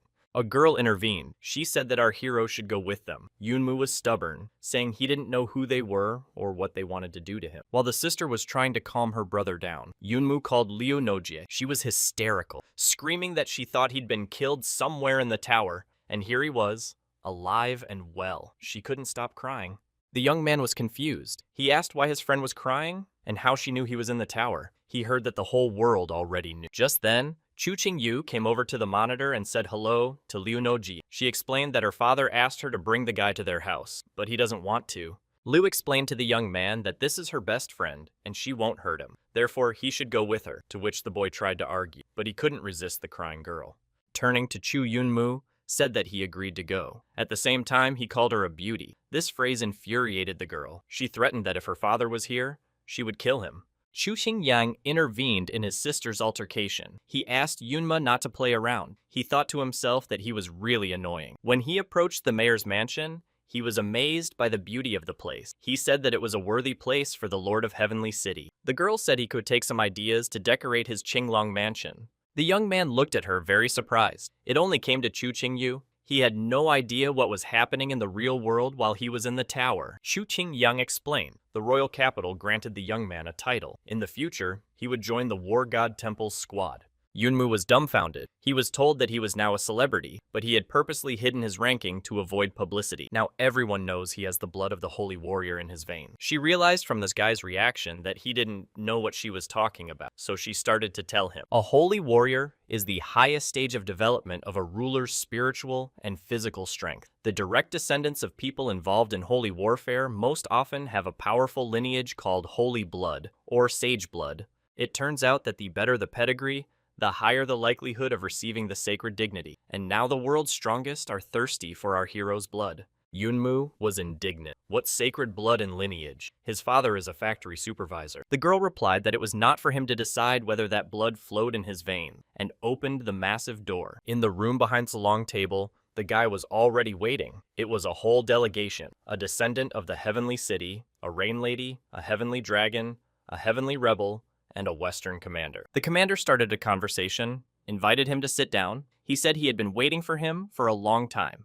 Our guy didn't hesitate, sat down, and he said to speak directly, as he had many other things to do besides this meeting. The interlocutor continued. He said that the city ruler and the guild leader were two opposing forces. They are equal in power, and there is regular friction between them, but both maintain a balance within the city limit. Yunmu ironically remarked that despite the change of eras, the object of humanity's struggle remains man. The commander continued. Lately, the balance has been on edge. The situation is spiraling out of control. That's why he was invited here. He said he hoped that the Li sect, which patronizes the guild, would agree to join the city faction. As long as the sect cooperates with the city forces, they will promise the boy support and protection. The young man thought. He had come so far toward his goal. After a few seconds, he turned down the offer. There were attacks from those present, that he was a nobody and didn't realize where he was, which he did, but the boy didn't hold back. He replied that he was a member of the Li family. If he needed protection, the family could take good care of him. At the same time, the young man pondered. If the faction is asking the Li family to join them, doesn't that mean that she herself means nothing?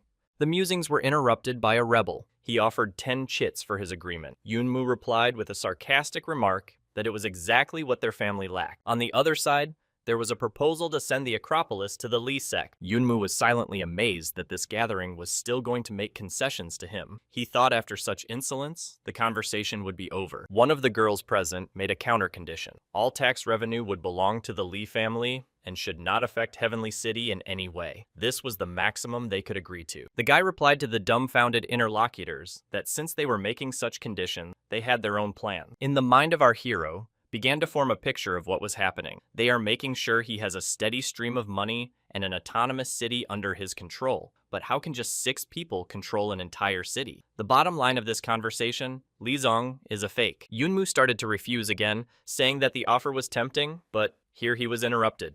The young man who met him exploded with indignation. He shouted that he'd had enough of his arrogance. He didn't realize who he was talking. He called him trash. He said if he took a good look, he'd be disappointed in himself. Just then, several guys appeared in the doorway. Chu Qingyu shouted to her brother what he was doing. Chu Qingyang said that since the guy was so bold, refusing to cooperate voluntarily, they would send him to a neutral territory. They will hand him over to the dominant clan. In exchange, they will gain their loyalty. Li Yunmu fought off the attempts to grab him. The people gathered around the table were discussing that they thought it was an ordinary kid from Li Zong's gang, but ordinary ones don't have that kind of strength. One of them noticed that he had never encountered an advanced level opponent. Maybe his combat power has already been depleted. After all, even for a sage's blood, there are limbs. But no matter how many people attacked our young man, he fought back. They tried to surround him from all sides, but nothing worked. Chu Qingyu shouted for Chu Qingyang to withdraw his men right now. No one would let him do such a thing. As there was no response from her brother, the girl began to demand the commander of the Western Front to stop the massacre. But the latter cited that since Yunmu disrespected their offer, he wanted to see what he was really capable of. The girl stared in shock at everything that was happening. It was as if everyone around her had gone mad. Qingyang yelled that there was only one black crystal left. Clearly, he couldn't be an ordinary child. Having disposed of all of Qingyang's minions, Yunmu rolled up his sleeves and headed towards their leader. A fire of rage burned in his eyes. There were bursts of energy all around him. He said, turning to his opponent, that now it was his turn. Without helpers, the guy turned out to be a coward. He fell to the floor and begged our hero not to touch him. He started yelling that he was the mayor's son.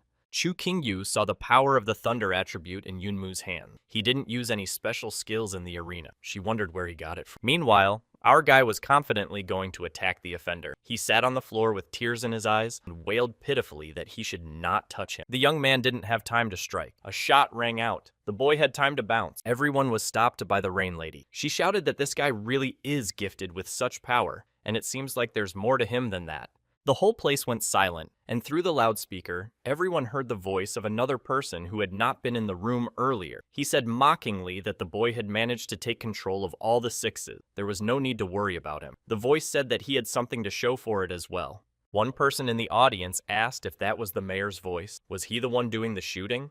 Yunmu said that since it was the mayor, he wouldn't hide. He also said that he was too excited. The guy wasn't going to send his son to the grave. With a spark of anger in his eyes, he noted that he considered it low to defeat someone who relied on his rich daddy for everything. Qingyang tried to snap some more, but no one paid any attention to it. The voice turned to Qingyu. He asked to escort the guy to the backyard garden. The mayor wanted to talk to him personally. Yunmu followed the girl and lamented that the house was just huge. When will they reach? The girl asked not to ramble. Then our hero mentally turned to his little girl. He gave her a task. As soon as she saw the old man, she should try to copy his skills before the guy was recognized. At that moment, the girl pushed open another door behind which the garden was hidden. There was an elderly man sitting by the fountain. Chu Qingyu reported that she had brought a boy.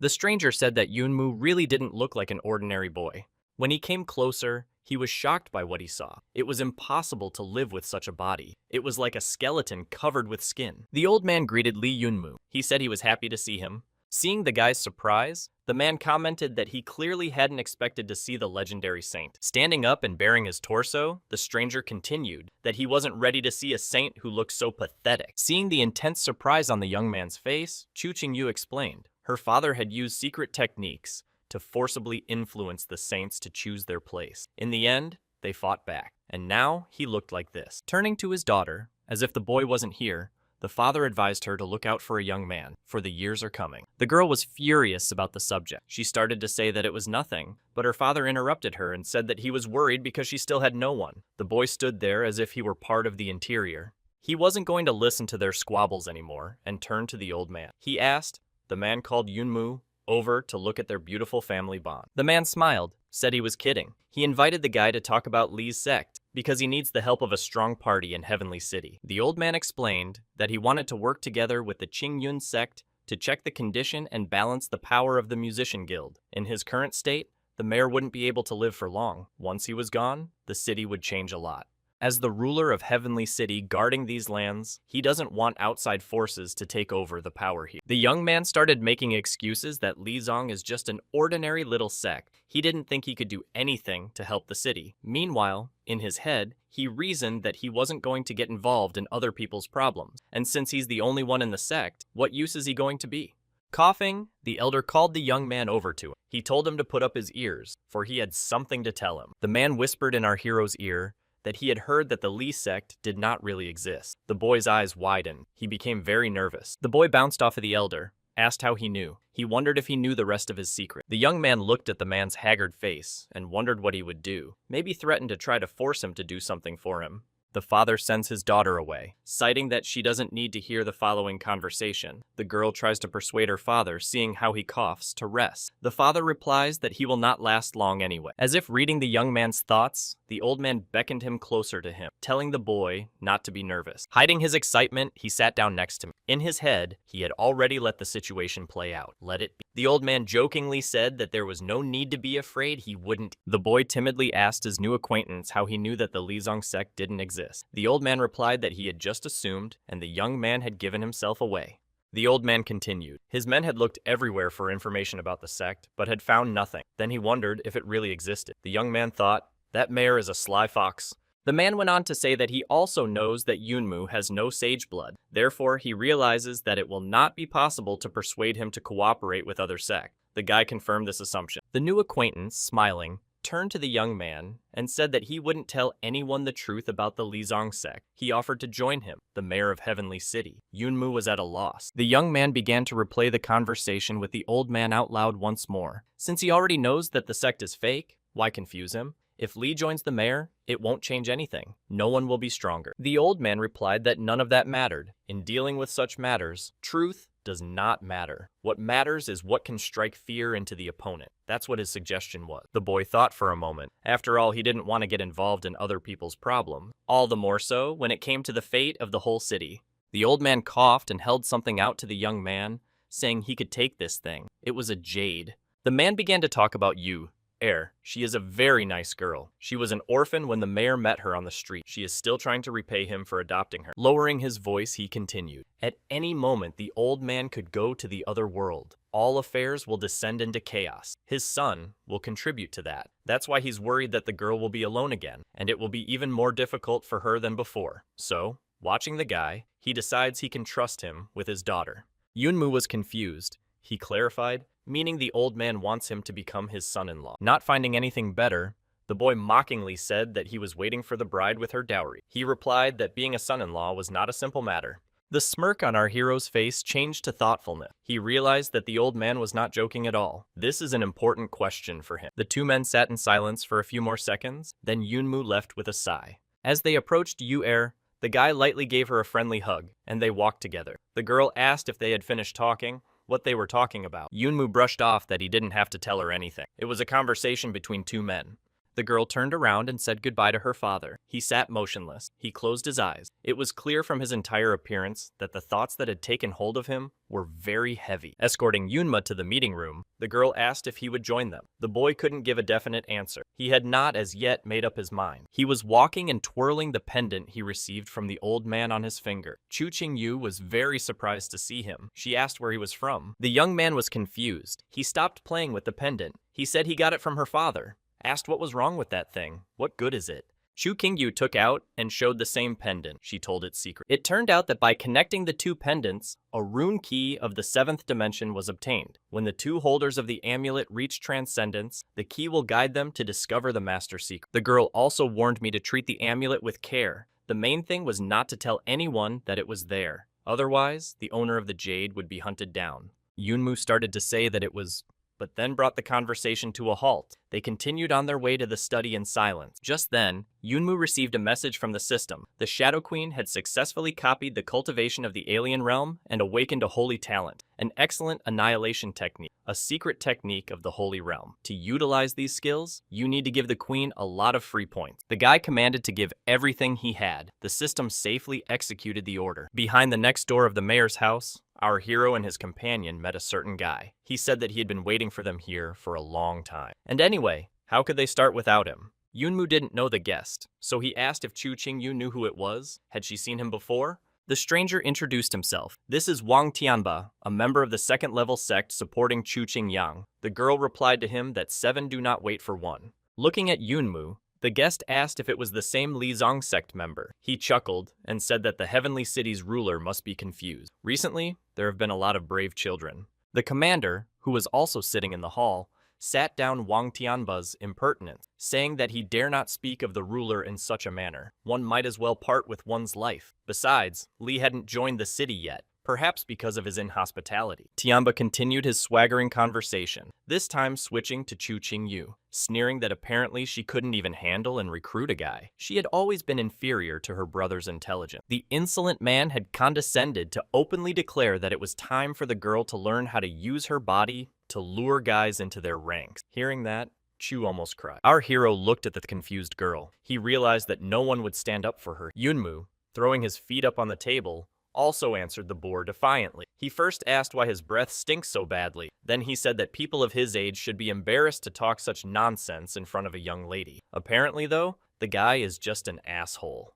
The interlocutor was furious at this treatment. He was trying to hurt the guy, by saying that his sect had no rights here at all. It was not proper for a stranger to interfere in a conversation between two representatives of Heavenly City. Annoyed by Wang Tianba, the guy objected that he couldn't see any outsiders, since from this day forward, he, as a representative of the Lai sect, officially joins Heavenly City. After saying that, Yunmu was shocked at himself, but turning around was no longer an option. The interlocutor clarified he did agree to join. Our guy explained that after talking to the city's ruler, everything fell into place and he decided to agree. And then our hero was stumped. Since everyone here is an outsider, he was asked to introduce himself and the Li family in detail. The attack from Wang Tianba continued. He cited that he didn't know if they could get along with the sect elder, since the whole family is joining, not just Yunmu. The opponent clarified that the decision to join still requires the consent of the elder. Then the commander said that now there was a possibility of a face-to-face meeting with Li Zong. He asked me to prepare the car. Our hero quietly turned to his shadow, and then, to everyone's surprise, he asked for 3 incenses to be prepared. The people around him were astonished, but they brought what he asked for. Yunmu danced with incense and hummed a song he had just made up. The impertinent interlocutor began to tease him. He said that maybe he would call his little sister here. At that moment, our hero announced that the wishes of those around him had been granted. A portal appeared in the room. A beautiful girl came out of him. Li introduced her as the youngest daughter of the Li Linglong family. Everyone was shocked. What a cultivation technique. Wang Tianba looked at the girl and thought that such was the strength of the Li sect. Although she was introduced as a junior disciple, but it was clear that her fighting power was incredible. At that moment, the girl gave a lightning strike to the impertinent guy. He didn't expect it. Li Yunmu grinned, and the fact that little sister didn't spend even a small amount of strength on the punch. What does he think now? Is he satisfied? The opponent replied, grinning, that he was very grateful for that. Yunmu bowed respectfully, expressed his congratulations to his sister, noting that it was hard work. The young man himself thought at the same time that all his empty glasses had gone to the Shadow Queen. This performance with his sister had cost him dearly. Following the guy, everyone in the room respectfully bowed to Linlin and thanked her for her trust. The Western commander rejoiced. Now that the Li family had joined them, they would be able to repel any attacks and continue the game started by the Musicians Guild. Yunmu walked over to his interlocutors, rubbing his hands together. He said that since the sect had now joined, it was necessary to return to the previous conversation about promises. The guy jokingly reminded me about the 10 cheats. He was assured that he would receive everything he had been promised in the best possible way. The conversation went on for quite a while, and when the guy was about to leave, it was already late. Chu Qingyu offered to stay and spend the night at their house. They have guest room. A servant escorted the young man to a room prepared for him by his mistress. Yunmu was surprised by the name, Scarlet Rain Pavilion. Quite strange for such a name in a Western-style villa. Apparently the ruler of the city is a peculiar man. The servant left the boy, wishing him a good rest. The young man went into the apartment, closing the door behind him. Suddenly, from the semi-darkness of the room, he heard 2 cheerful voices. "Hello, uncle?" Yunmu was frightened. Then he saw the 2 girls and scolded them for hiding here and scaring them. The girls introduced themselves. They were the twin maids. They had been sent by the mistress to help uncle get settled. The young man asked what they called him. The girls repeated that uncle, implying the relationship between him and the mistress. The guy was really pissed off. He forbade himself to be called uncle. But the girls only giggled in response. They said that since the mistress had made him sleep in her boudoir, what else could they call him? The young man began to say that there was nothing. They started pulling off his clothes. He shouted in shock as to why they were doing this. The maids explained that it was to help him take a warm bath. In a few minutes, the young man attacked by the girls was already sitting in the bathtub. They were washing him and pouring water on him. He was uncomfortable, but the maids were unfazed. The boy couldn't take it anymore. Yunyu began to swear that he could take care of himself. He didn't have to wash him. In response, he heard that no matter what he said, they had orders from their mistress, and no one will disobey it. One of them whispered in the young man's ear that they had been asked to serve their uncle well. At the same moment, towels flew off at the girls. The boy was in shock. He yelled that they must have misunderstood mistress's order, but the girls were unstoppable. After the bath, the girls sat across from Yunmu, smiling. They were talking to each other, and their hands were so numb. The boy was sitting on the couch. He asked where their mistress was. Footsteps were heard from the corridor. Chu Qingyu's voice sounded out. Our hero said he knew she was hiding out here somewhere. He needed to talk to her, ask her what Chu Qingyu is doing. The girl replied that she had to check him out. After all, the pendant he received from his father is the key to the secret realm. This secret is equal in power to God himself. The young man listened with bated breath. Chu Qingyu told him that the secret realm was an opportunity to open the seventh dimension. That is, it was a chance to become God himself. The boy was numb from what he heard. The young lady continued. Even Xianzhu could only condense 7 planets. But he still had a long way to go before the title of a true god. Therefore, the fellow would now be able to imagine the true value of this pendant. Yunmu couldn't understand how this information was relevant to his inspection. And he didn't understand, since the rarity was so good, why was it given to him? After all, he was considered a bad guy in local circles. The girl explained that one could only open the realm by combining the 2 pendants at the peak of enlightenment of both holders. Otherwise, nothing would work. The young man looked surprised. It was explained to him that there was a need for pair cultivation here. He clarified to the embarrassed girl that she was referring to the very pair cultivation he had just thought of. She nodded, blushing. The boy zealously threw himself into the fight. He declared that there was nothing to wait for. Don't think he's a little flower? Let's get to it. The girl waved off such a bold onslaught, said she wasn't ready yet. They didn't know each other well enough for that. You can't. The guy handed her the pendant, saying he was returning it. Chu Qingyu wondered why he returned the pendant. After all, he knows its secret. The young man explains to the girl that he understands the lure of entering a secret realm, but he doesn't agree to a marriage of convenience, and she probably doesn't like the idea herself. He continued that one day the girl would meet a worthy man and fall in love with him. Then she would make a conscious choice. The girl sank down. He asked in a half-whisper, did he hate her? Yunmu explained that at first he did think of her as a big problem, but he doesn't hate her. It's just that the guy hasn't thought about marriage yet. He hopes that in the future he'll meet someone he'll really love, and she'll reciprocate. Then they'll be happy. But sometimes he thinks that he might not meet love. That's why he gets sad.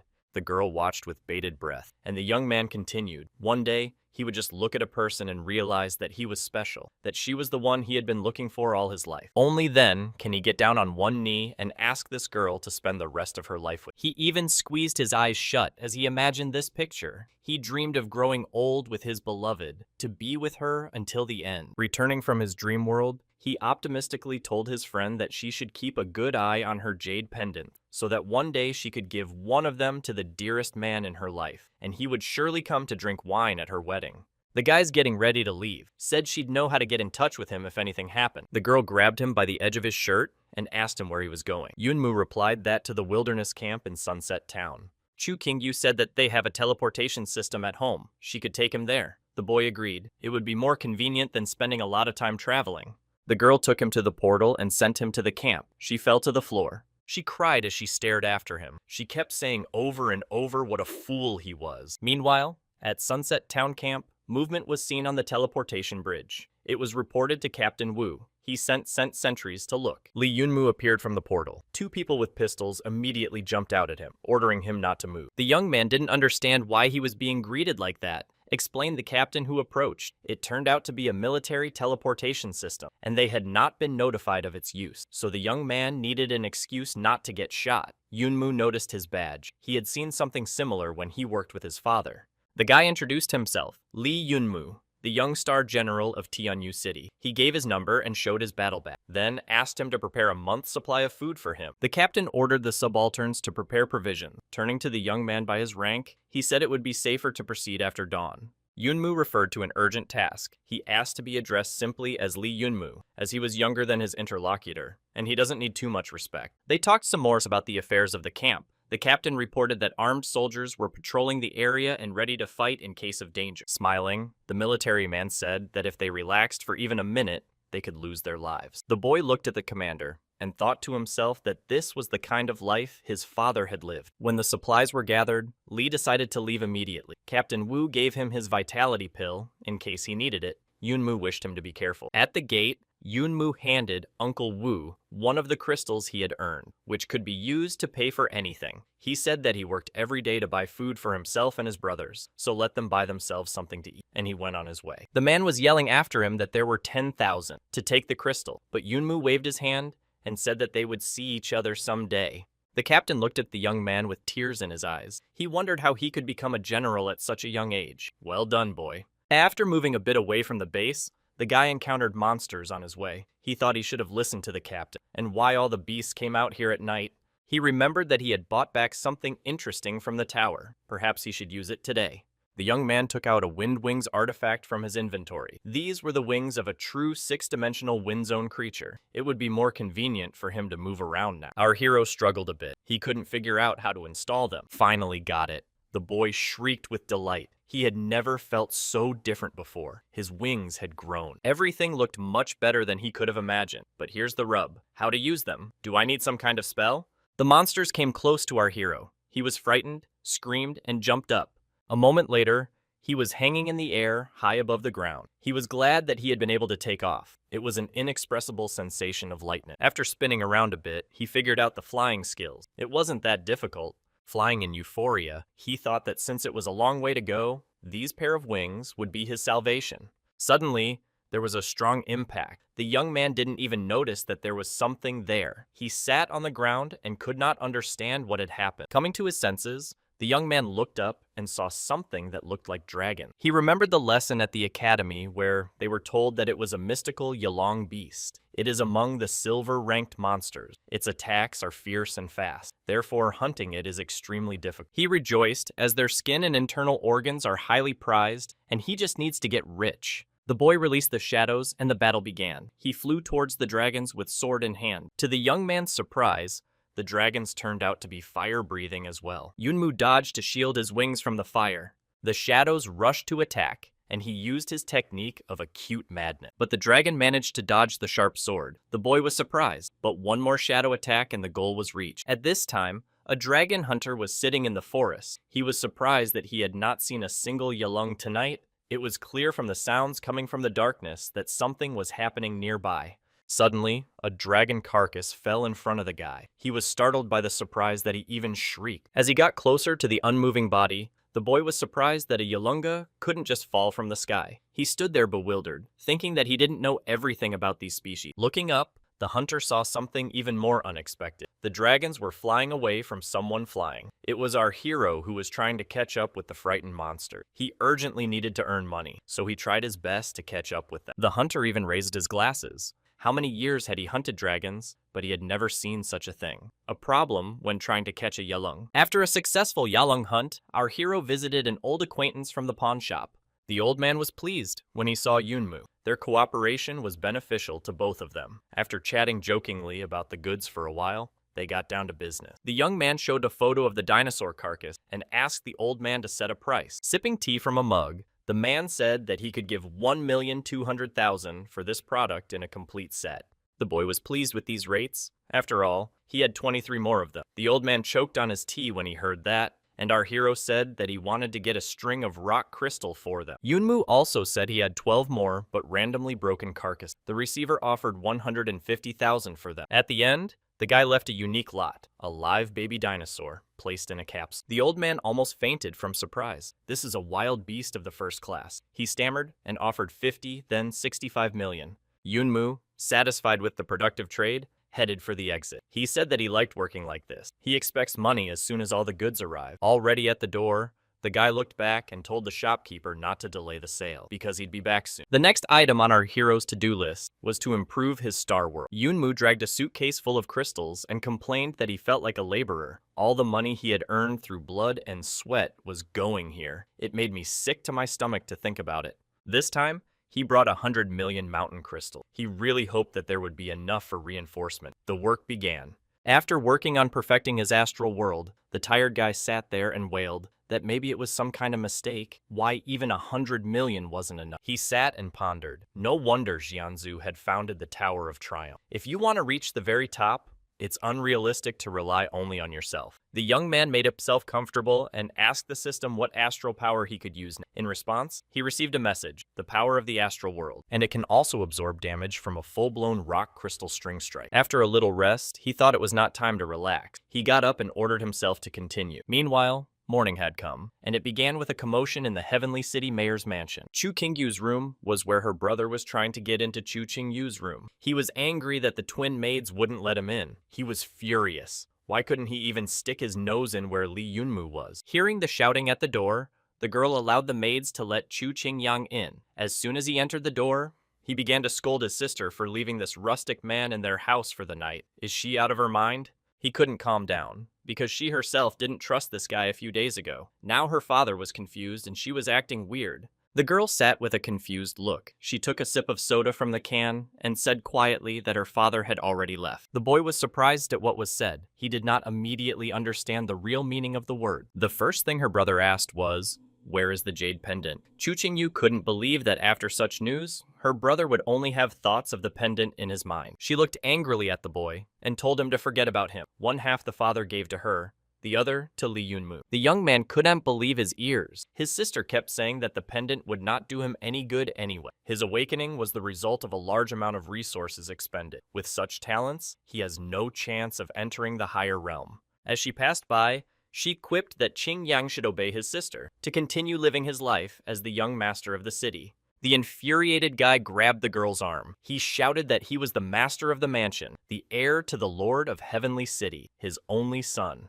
In his mind, at that moment, all the resentment surfaced when they had laughed at him, saying that if the mayor's son hadn't awakened, there was no need to waste so much effort on him. Xingyang pushed his sister to the floor. The girl fell down, and he shouted that the jade pendant was his, only he could possess it. Memories from her childhood flashed through the girl's mind. When the Lord brought her in and told her this was her home now, she was greeted by a shy little boy. He immediately called her sister. How could he turn into such a monster? Xingyang pounced on Chu Qingyu with words that Li Yunmu wasn't the only one who could help her with her paired cultivation. She belonged only to him now. The girl tried to get away, but the guy said that since she had been drinking, she didn't have the strength to push him away. He laughed evilly. Now the sister would be his woman. At this moment, the maids intervened in what was happening. One of them punched the guy that he flew away from Chu Qingyu. The defender asked the young gentleman to watch his behavior. The exasperated guy kept yelling, insulting the girls that he was a young lord and they would all go to the other world. The second maid, wrapping her mistress in plaid, inquired whether the mistress was much frightened. After coming to her senses, Chu Qingyu ordered the twins to take the young master to the secret room. The young man fell to his knees and begged his sister not to do this to him, but the girl's eyes were filled with rage, and she was adamant. Meanwhile, in his star realm, Yunmu held the last remaining crystal. He had spent all the money he had gotten for the dragon. He decided to keep one crystal just in case. But then, by accident, he dropped the remaining crystal. It was swallowed up. The boy cursed that he was now penniless, but then the earthquake started. He didn't realize what was happening. Something flashed above his head. Something appeared among the stars in the sky. It was a bright, fiery planet. Now something resembling a sun had appeared in his star world. Then grass began to sprout here and there on the platform. The boy was dumbfounded. It was as if someone's life energy had spilled out here. Yunmu received a message from the system. His astral realm gave birth to a planet. Now it is becoming a star realm. The boy's eyes lit up.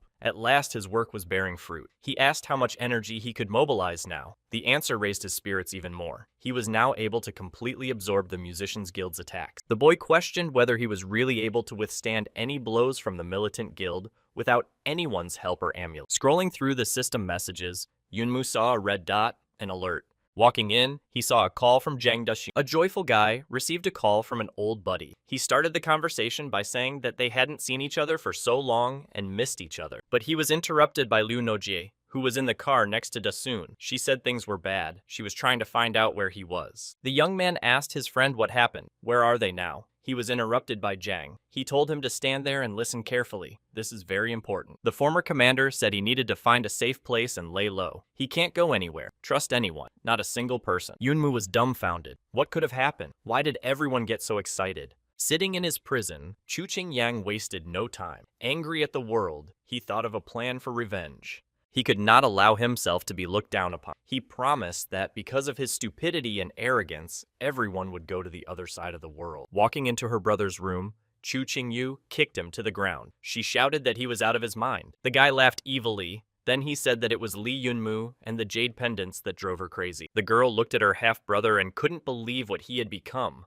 He told his sister it was too late to talk sense into. He had already managed to tell the world about his father's death and about the pendant. Now everyone knows that Chu Qingyu has one and Li Yunmu has the other. And now all he wanted was their destruction, and he laughed evilly, looking at the confused girl. Meanwhile, the news of Heavenly City Lord's demise appeared on every monitor in the country, and also about the key to an ancient secret. These words excited all those who sought great power, and no one cared about the fall of the Heavenly City anymore. Everyone went in search of Li Yunmu for the treasure the Jade Pendant, which should go to the most deserving. Everyone had a clue as to our hero's whereabouts. A few hours ago, a video circulated online. There, Lee Yun-moo flew carefree against the background of the sunset in search of dragons. Therefore, the location of the young man was not a secret to anyone. All the powerful went after the prey. Meanwhile, at the mayor's house, Chu Qingyu was attacked by a mob. They demanded the secret of the ancient art of self-knowledge. Her arguments that it was all her brother's machinations didn't help. The Jade Pendant was demanded from her, to be kept in a public place. Her twins interceded for the girl. They pushed back the onslaught of the crowd.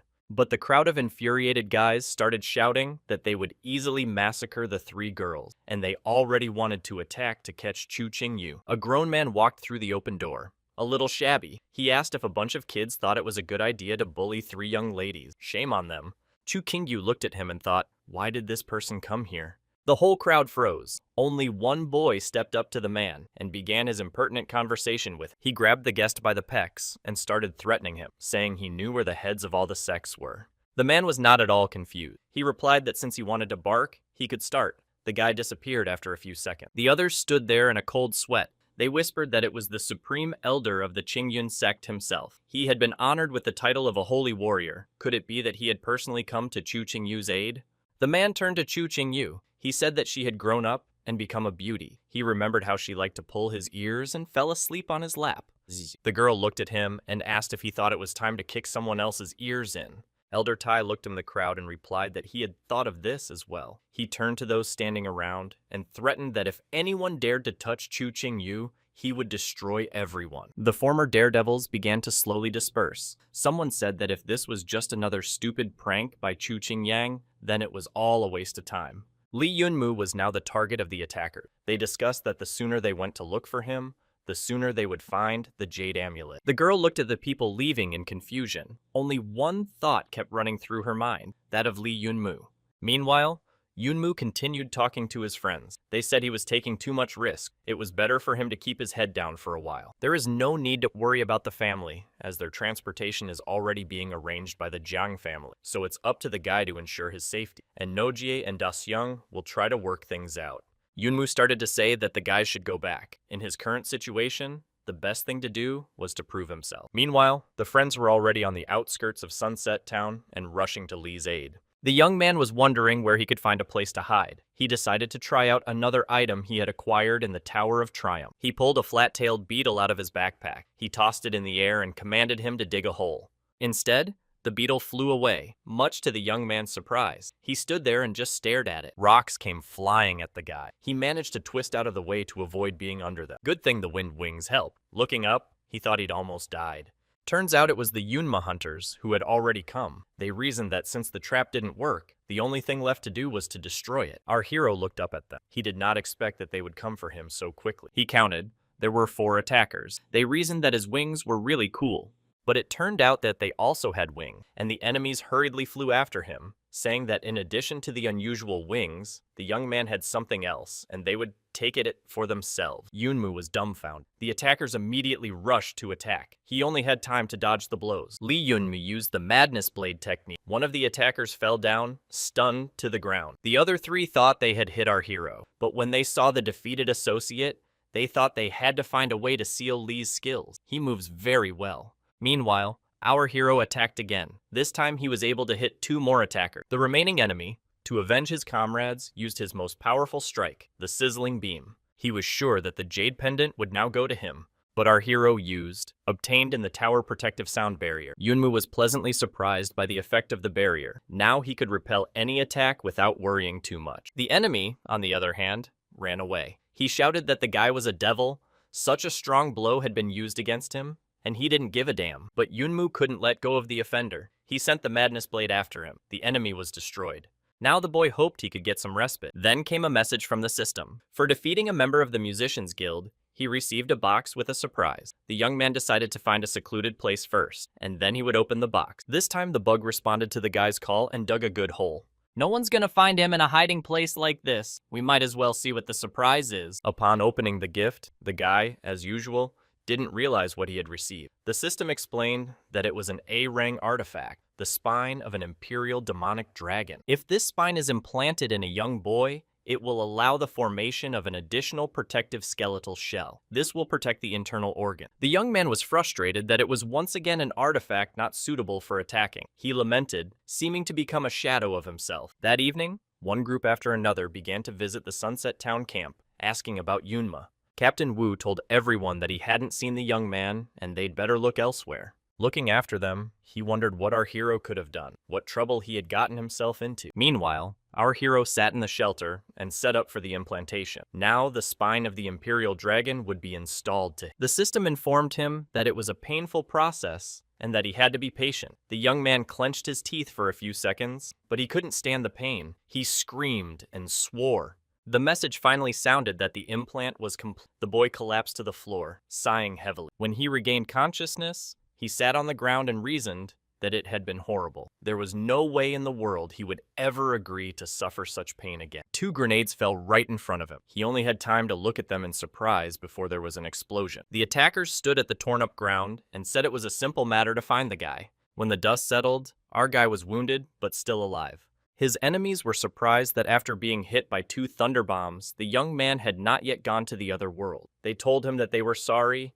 but that he had something they were missing. A fight broke out. 4 healthy guys attacked 1 wounded young man. Finding himself on the ground after another explosion, littered with boulders, the young man considered his chances. This group worked cohesively. They understood each other without word. This time, it wasn't Yunmu who controlled the duel. In such a situation, it was hard for him to think of anything. The commander of the attackers ordered our hero to be killed. He waited helplessly for his fate. Suddenly, at the last moment, he heard a familiar voice say, "Cuckoo!" It was Zhang who came up. He shot at the attacker. The others hesitated, trying to figure out who was here, who fired, and from where. Standing at the top of a tall tree, Daishyung turned to Yunmu and said that he had asked him to hide. What's he doing here with this bunch of losers, especially with these monkeys? The finally freed young man, scratching his wounded head, Big Xiang sighed in relief. The chief among the attackers shouted at his team members that this was just an ordinary kid. No strength, no experience, so they tucked their tails. But he was struck in the head by Noji, who had arrived. The man fell down. One of the enemies screamed in horror that the girl had jumped right on his head. That's very cruel. The 2 remaining from the team tried to attack Lu Noji, but our hero released the Black Raven, and it destroyed the offender. The girl turned to her friend and scolded. She said he had been asked to be an independent boy for a short while and hide, and he screwed up. Good thing he's okay after all. Enraged, our hero turned to the only remaining attacking enemy. Taking his sword in his hands, he said that now there was nothing to prevent him from destroying it. As he got closer, he was saying that their plan wasn't bad. Now it was time to reap the benefit. The enemy this time saw a changed look in Yunmu's eyes. It was no longer the frightened child from 5 minutes ago. He tried to run, but was shot in the leg. It was Big Xiang's shot. He informed the enemy not to even hope to get away. The young man walked up to his opponent and, taking him by the hair, said that it was okay to attack one in a crowd, and now it's not. He should be ashamed of him. He applied the Thunder Law technique. The offender asked to stop, so his body burned. Yunmu thanked his friends for helping him. Otherwise, he would have been in big trouble. Zhang replied that there was no need to thank his friend. Nose said that Yunmu should leave first. The sounds of battle could be heard, and it might attract other hunters. At that moment, a signal rocket flew up into the sky. The comrades looked back at the bright light.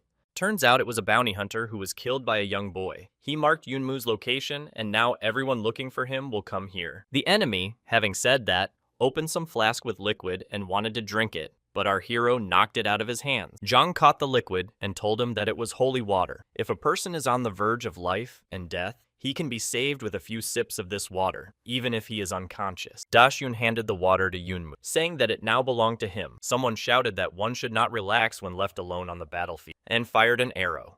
The boys managed to dodge the arrow before it hit them. The same voice shouted for Li Yunmu to surrender, as the best at tracking down and destroying a target had come for him. There was no way for him to escape now. Lu Noji stared into the darkness confusedly and quietly said that it was another hunter. Zhang Daxun said there are too many people here who want to take Li Yunmu's life. It seems like they have more guests. The earthworm Dilong Gu from Changfun, the snow maiden Ying Shui from the Seven White Queens sect, and Lu Jing from the Giant Lion clan appeared in front of the friend. Our hero was in a panic. The best bounty hunters on the continent had come for him, and they're not the last ones who want to kill him. It felt like the sky was shaking. Li Yunmu raised his hand and asked, if he gives up the gate key, he won't be attacked? In response, he heard that, of course. The boy wondered which of the applicants to give the pendant to. One of the warriors said that if he got the key, he could provide the lad with shelter. Snow Maiden Yingshu objected to her buddy not thinking because of Yunmu's suggestion to back out of their arrangement. Our hero threw his hands behind his head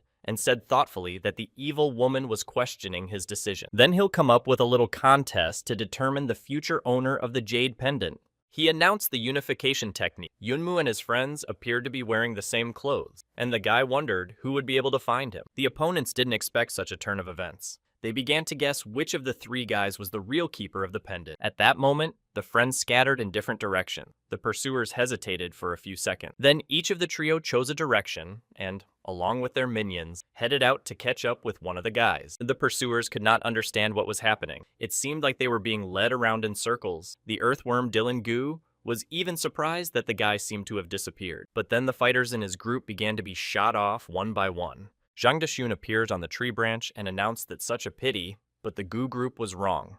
To this, the earthworm replied that maybe our friend was mistaken. He could capture him and exchange Zhang's life for the key. He threatened that Zhang was unlikely to get out of this situation on his own. The man continued to be defiant that there are dozens of top fighters of the Giant Lion clan here right now. Is the guy really sure he can defeat them? Our young man wondered if the guest was really convinced that he was as simple as he seemed. Dashun noticed that the pursuer and himself said that they seemed to be being led around in circles. Looking around, the enemies saw many explosives stuck into the ground. The guy then introduced himself that he was from the Zhang family of Heavenly City and was glad to meet him. Then the young man, saying goodbye, pressed the detonator button, and the whole clearing lit up with an explosion. To the north of the clearing, the pursuers, including Snow Maiden Ying Shui, were catching up with one of the runaways. Yingzhi demanded that he stop. In response, she heard that she thought she had caught up with him. The woman took a few steps forward. She demanded not to resist. She didn't care for speeches. The goal is to get the key, and she doesn't want any unnecessary sacrifices. The cloaked man replied that she was not an old woman to socialize like that. Io made Anne angry, and she replied that she had changed her mind and drew her weapon. The woman threw an icicle and nailed the man in the raincoat to a tree. Liu Noji fell out of the cloak. Yingshui was shocked. It was a girl.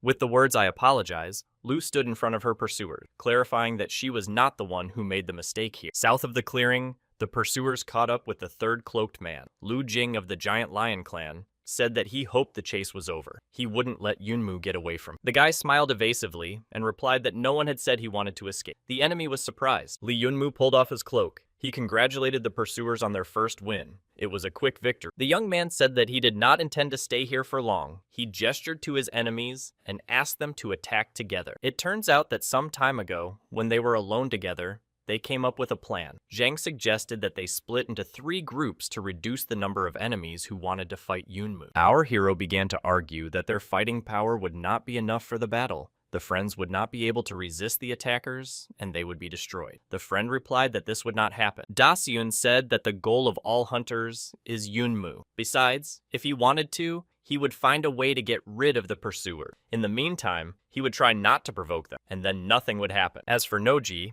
everyone knows who her grandfather is. Even he is sometimes afraid to approach a girl, let alone others. The plan was approved, and the comrades set about implementing. And now Li Yunmu was standing in front of a crowd of enemies. The astonished Lu Jing asked if the guy was counting on a positive outcome. Our young man clarified why the enemy thought it was impossible, and he half whispered, "Number 1, number 2, Black Raven, Li Linglong." Our hero spread his arms and shouted out that they were all part of him. Meanwhile, Liu Nojie was fighting the Snow Maiden gang. She defeated one opponent after another in hand-to-hand combat. The leader, watching the fight, noted that the girl was demonstrating basic skills. Judging from her strut, the girl is also from Heavenly City, and their sect doesn't want to get into trouble. Noji replied that if she wanted to fight, she shouldn't be interested in what family she was from. In her mind, the girl's thoughts were that she had to help Yunmu, and by all means, apprehend this group. If she didn't provoke them into a fight, they would go in search of the guy. She determined to stand to the death. At that moment, an explosion organized by Dasyun rang out over the forest. Noji and Ying Shui looked on, not realizing what was happening. The smart woman immediately realized that the explosion was on the east side of the forest, so Dylan Gu can't fight anymore. Yunmu also turned around at the sound of the explosion. He panicked for a second. What was that idiot Dasyun up to? Lu Jing said that Dylan Gu had gone eastward. It looks like our hero's friend has already been destroyed. At the same second, the enemy heard the noise of battle from behind. Turning around, he couldn't understand what was happening. The shadows were already fighting his minion. Yunmu, surrounded by his warriors, replied, he warned that he was in a great hurry, so he asked to attack all together. In turn, Zhang Daxiang coughed and waved away the smoke of the explosion. As he walked through the blast-torn clearing, he mused that he hadn't expected such power from 50 crystal detonators. It was a great idea to blow them all up at once, even if they cost a fortune. Putting on his jacket, he shook it off and said it was time to head back to the rendezvous point. But it wasn't to be. From behind him, he heard someone else's voice asking him where he was going. It was Dylan Gu waking up. Zhang managed to dodge the enemy's attack. He drew his weapon and used the string charge technique, but the old experienced hunter repelled his attack, grinning that it was an adorable trick. Zhang was really scared. The enemy was able to repel his string charge with his bare hands. The young man took up his weapon and, gathering all his strength, shouted that he was about to show the enemy. This time, his opponent left unhurt by the cannon shell. He grinned at the fact that he couldn't be taken down by such a big man. In the next second, Zhang attempted to attack again, but it didn't work either. The opponent used the formation breaking technique and was able to block all shots with his hand. Zhang Dashun was amazed by his speed. He easily blocked all of his shots. There wasn't a single scratch on him. This was an incredible skill. Dylan Gu stood proud of his absolute defense. And now the enemy himself went to attack Zhang, using the same skill of disrupting the formation. Zhang Dashun dodged the punch. He was surprised that he had not broken through his defenses. Now it seemed like an impossible task to defeat such a strong enemy. The boy closed his eyes to concentrate. He needs to calm down and just find the enemy's weak spot.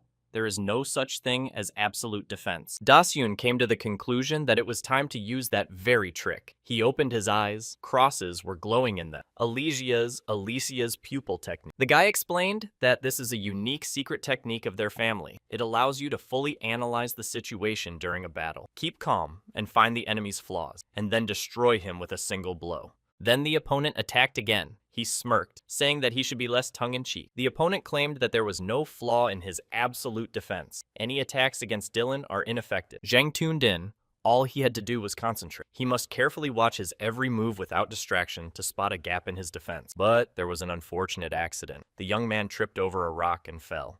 The opponent laughed. He called the guy an idiot and teased that he had a lot of attitude, and went into a final attack. Dashun screamed in pain. This time his attacker struck him with all his might. At that, the snide enemy began to mock our friend again. He told him to show his trick and find his weak spot. And at that moment, Dashun fired a shot with aim at close range. The enemy was defeated.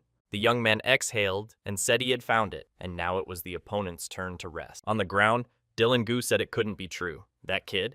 The young man explained that wasn't it tiring to attack continuously? When the opponent made his 137th strike, his speed slowed by 37 thousandths of a second. Meanwhile, to the north of the clearing, Noji continued to fight the Snow Maiden army. The girl defeated one opponent after another. The only thought in her head was to rely on her. Yingshu, watching the dueling homo, said that she understood the insecurities of this world for people of their level, but one can always look for the upside. It must be hard for a girl to be a boxing master. Over the past few centuries, this style has become less popular, and most of the techniques have been forgotten. But a woman has seen a lot of things in her life. She can surprise you too. And suddenly, she's gone. Liu Noji swiveled her head around. Yingshui was nowhere to be found. It even seemed to her that she had left. But then the girl was hit on the head from behind with something hard, and she fell to the ground. It was that Snow Maiden. She said that she regretted her decision. She had originally wanted to let Noji go because she was useless. Fighting for the sake of fighting was a waste of time. But the girl seemed to go wild and interrupted all of Ying's followers. She wondered what was in the young lady's mind at that moment. The girl began to rise from the ground. Her opponent said that her right arm should be numb from such active blows. Does she still want to continue the fight? Noji replied that even if she only had one left arm left, she wouldn't give up, and suggested the big-breasted auntie to attack. Such a comment infuriated the woman. What has her breast got to do with it?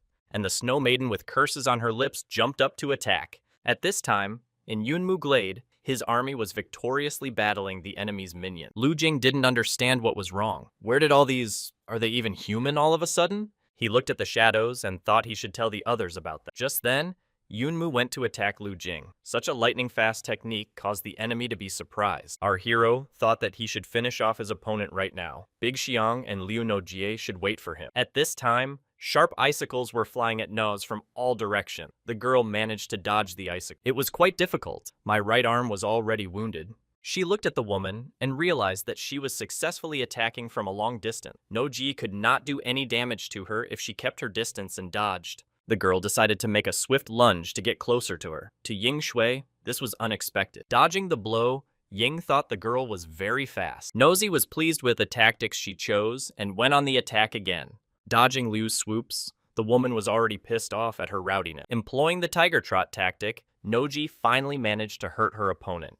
In the same second, she finished off Ying Shui with the fierce beast claw technique. The woman was on the ground. But that was not to last. The furious Ying rushed to attack and struck Our Lady hard. Noji flew several meters away and fell to the ground. Zhu said that her left leg would be broken now. But what was the woman's surprise when the girl tried to crawl to her? She wondered why Liu continued to fight even in this state. Was it for that guy? What had he done for her? Noji crawled and said that she had an obligation to apprehend Ying at all costs. No matter what happens to her, she has a duty to continue for Li Yunmu's sake. He needs to escape from here faster. She mustered the last of her strength to get up and screamed because he was her drug. Yingxu was astonished. She couldn't understand what kind of reason this was, and the confused girl lay on the ground wondering if it was okay that she said that. It must have sounded strange. The woman said that since she liked Li Yunmu so much, she could do something else for him, and she launched a decisive attack. Noji was lying there at that moment thinking that she had never said anything to him, and there won't be another chance. But then she resented that she couldn't say such a thing to herself. Obviously, Li is trying his best right now, and she should be too. She wondered if she would ever catch up with him, or if it would be her destiny to always stare at his back. What she really wants is to stand next to him. This is her true desire. So you need to be as strong as he is. This is no time to relax. She needs to win. She's going to be the best version of herself. Gathering her last strength, Nose managed to attack the one who had approached to strike Ying with the beast lunge technique. Her opponent flew off. She was furious at what was happening. Nose was already flying after her to show what she could do, and she struck again. A second later, an exhausted Liu was lying on the ground. She was glad that she had succeeded. She had used her strongest attack. She was able to stop Ying and help Yunmu. Tears rolled from her eyes. But the Snow Lady wasn't actually neutralized. She was rising to attack. She hit the girl with 2 icicles. But she didn't stop there. She was furious that this girl dared to think she could handle In. Before she could strike next, the Snow Lady was hit in the chest with a fire charge. It was Zhang Deshun who came to the rescue. He said that the pretty girl lying at Ying's feet was their girl. Liu Nojie had already half-consciously realized that Big Xiong had come to the rescue. Yunmu, meanwhile, continued to battle with Lu Jing. The latter couldn't figure out who this child was. Jing looked around and saw that the astral monsters summoned by Yunmu were incredibly strong. He was also worried that neither Zhuwei nor Dylan had gotten out yet. He wondered if they were still dealing with the others. He mentally asked them to come back and help. After all, our hero was going to attack again. One by one, Yunmu used their tactics: Thunderlaw and Mad Blade. The opponent realized that he couldn't defeat Li Yunmu. Therefore, there was a need to escape. Lu Jing commanded the remaining people to retreat, for everyone to return to the giant lion city. The minions catching up with the leader asked if they would just run away from the battlefield. Jing replied that leaving on time was also a victory. One must act wisely. They will return by gathering the best hunter. Yunmu understood that. He couldn't just let his opponent go. The retreating enemies raised their eyes to the sky and froze in horror. Our hero applied the Thunder Sky technique. A fiery hand appeared in the sky above the pursuer. A tremendous explosion rained down on the enemy. When the dust from the impact dispersed, the guy was greatly surprised. Lu Jing wasn't dead, although he didn't look very good. Yunmu said that in a normal situation, he would have let the guy go, but since he had seen his shadow spirits, he must carry this secret with him to the other world. But then someone uttered a command: sizzling Dunway cannon, and Jing was defeated. Our hero turned around. There was an outsider standing behind him and said he was surprised. The strangers from the giant lion sect dared to compete for the jade pendant. The stranger introduced himself. His name was Lin Jiang, and now the sacred pendant will be his. The jade pendant belongs to Ko Tianzong. Yunmu looked at the enemies that had arrived. I thought they were from some powerful clan. It's a pain in the ass. Our hero turned away from the arrivals and began to gradually withdraw. He said that he was in a hurry and had no time for these games. Lin Jiang clapped his hands together. He said that he wouldn't let Li escape. No way.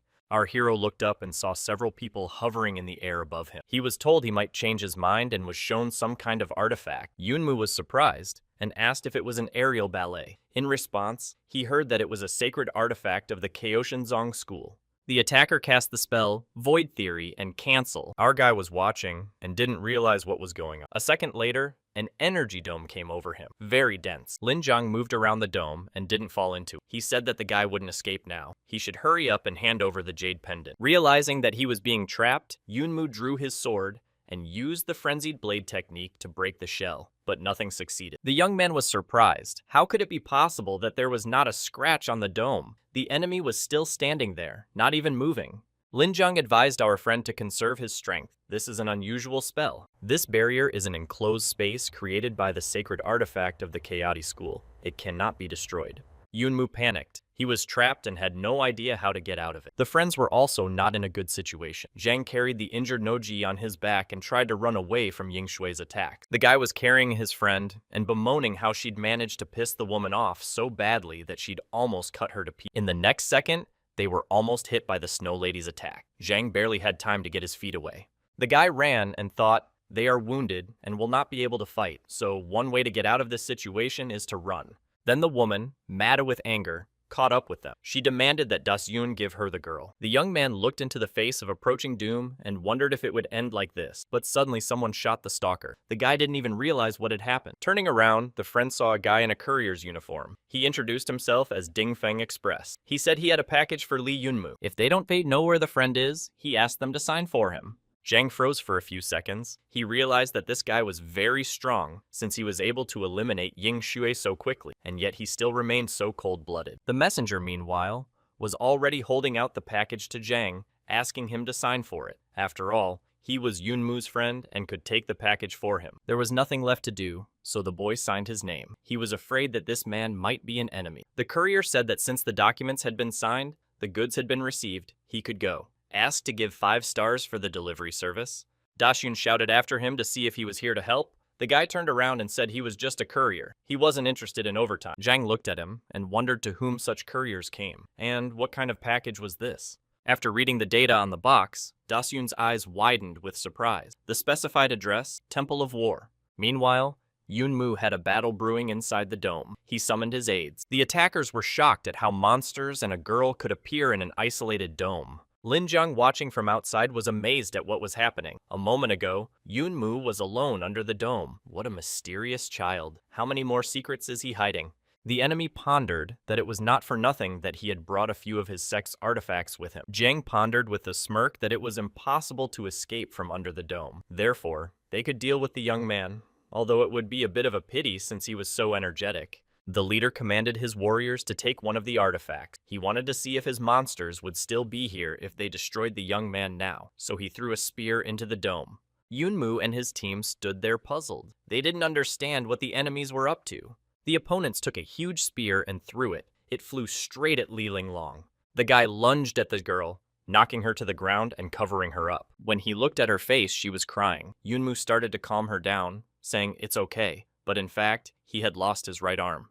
At that moment, Zhang was sitting on the dome and rejoiced that everything had gone smoothly. The girl looking at Li could only whisper, "Homo, Daddy," and then rage swept over her. Li Linglong pounced on the offenders. She didn't spare anyone. Everyone was terrified by the girl's strength. Li Yunmu was lying on the ground. There was weakness all over his body. His eyes saw everything like a blur. He couldn't understand what was happening. A sneering Lin Jiang watched from above. He revealed that it was the curse of the rune spear. It is all impregnated with poison. It enters the bloodstream and spreads throughout the body instantly. There's no escape from it. Li Linglong, meanwhile, spared no one. The leader ordered to defeat her with the cursed spears. Hearing this, Yunmu asked the girl to leave. After all, the speed of the poison spreading is no joke. It's so cruel. But the girl didn't disappear. The spears flew at her, and Yunmu jumped again, covering her with his last strength. He was ordering her to hide in the astral world. The girl cried. The young man told her not to worry. He wouldn't die. His father had taught him not to fall before any lowlife. Lin Jiang was surprised. He had expected that our hero would die after the first spear strike, but he could move after a few wounds. Yunmu was covered on all sides by shadows. A system message said that both shadows had fallen in battle.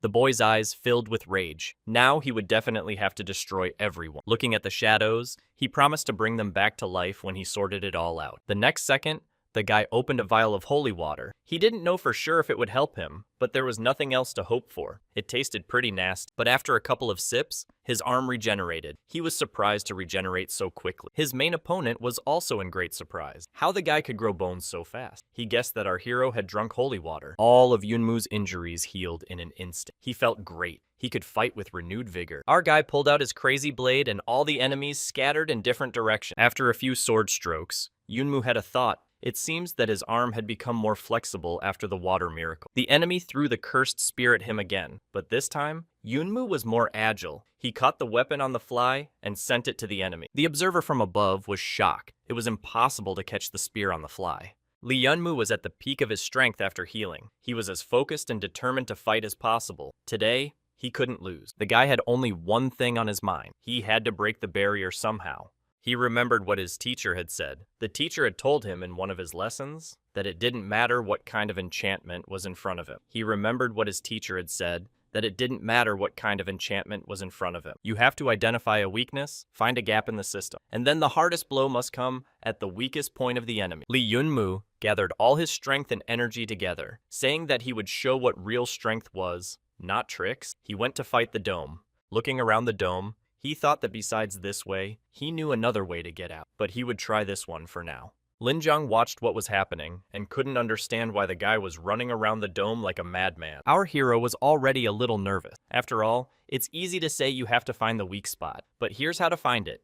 But then suddenly he heard a bullet pierce the dome. A small hole was formed in it. Yunmu was overjoyed. It was Zhang who used his technique to find a weak spot and break a window of freedom for his friend. He said that this was the only way he could help at this stage. From here on, the friend would have to make it on his own.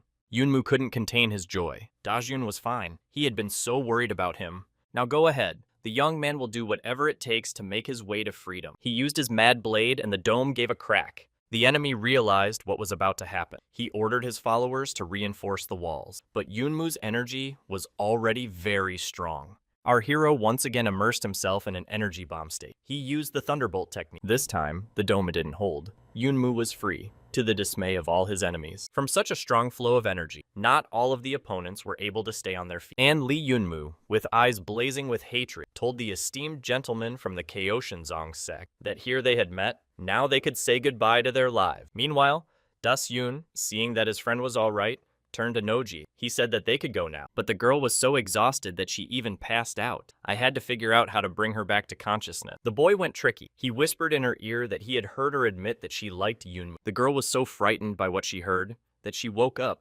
despite the incredible pain. She started screaming at him not to even dare to blab to anyone. The girl was so ashamed. She cried out that she wanted to give her soul to God right there. Big Xiong reassured Noji that he wouldn't tell anyone anything. He just wanted to wake her up. The friends saw Yunmu break out of the dome. Zhang immediately said that it was great that he was able to get out. But after a second, the young man realized that something was wrong with him. It seemed that he was bewitched. Yunmu's eyes shone with red light. His mouth spread into a beastly grin. His whole body seemed to be possessed by a demon. The comrades also noted that he had become like a demon. Zhang said that Yunmu couldn't fully control this power yet. Trying to become an incarnation of a devil or a deity, one would lose their mind in the blink of an eye.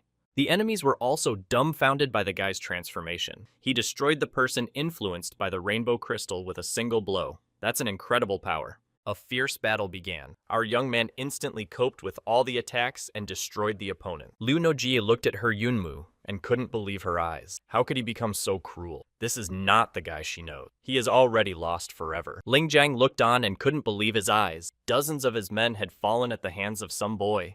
The enemy said that you shouldn't look down on their sect because of one misstep. He's the captain of one of the best units in the clan. Full of confidence in his strength, Zhang declared that he was going to defeat Yunmu and join the ranks of Kaoshinzong's strongest warrior. The battle began. But the enemy miscalculated. Using an attack of thunder and lightning, he defeated the enemy. Meanwhile, the friends had no more strength to run away. Zhang stopped and said thoughtfully that the guy had changed a lot since the Zhangzhou competition. He had the image of the current Yunmu in front of his eyes. He didn't understand how an ordinary person could grow up in such a short period of time. Having disposed of all the enemies, Yunmu headed to the Sotor of his comrades, except he never came out of his demon state. He flew like lightning and said he was going to destroy everyone. Liu Noji looked dumbfounded. She was afraid that he was going to attack them as well. The girl didn't know what to do. She started to shout to the guy to come to his senses, that they were his friends, but the words didn't reach Yunmu. And that's when Daixun got involved. Saying that it was time for a friendship palm,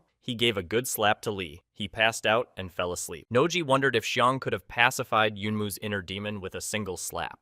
They looked at their friend sleeping peacefully. Daxun said that the girl was reading too many comic books, since she decided to shout to the guy's heart, and he already had experience in how to bring Li to his senses. At this time, Many warriors were missing from the lists in the Musicians Guild archives. Lee Yunmu really caused a lot of trouble. An aide approached the president and said that several major clans had sent letters with the latest news. A conference with the clan heads began. All complained that their warriors were dead. They demanded an explanation from Tudor.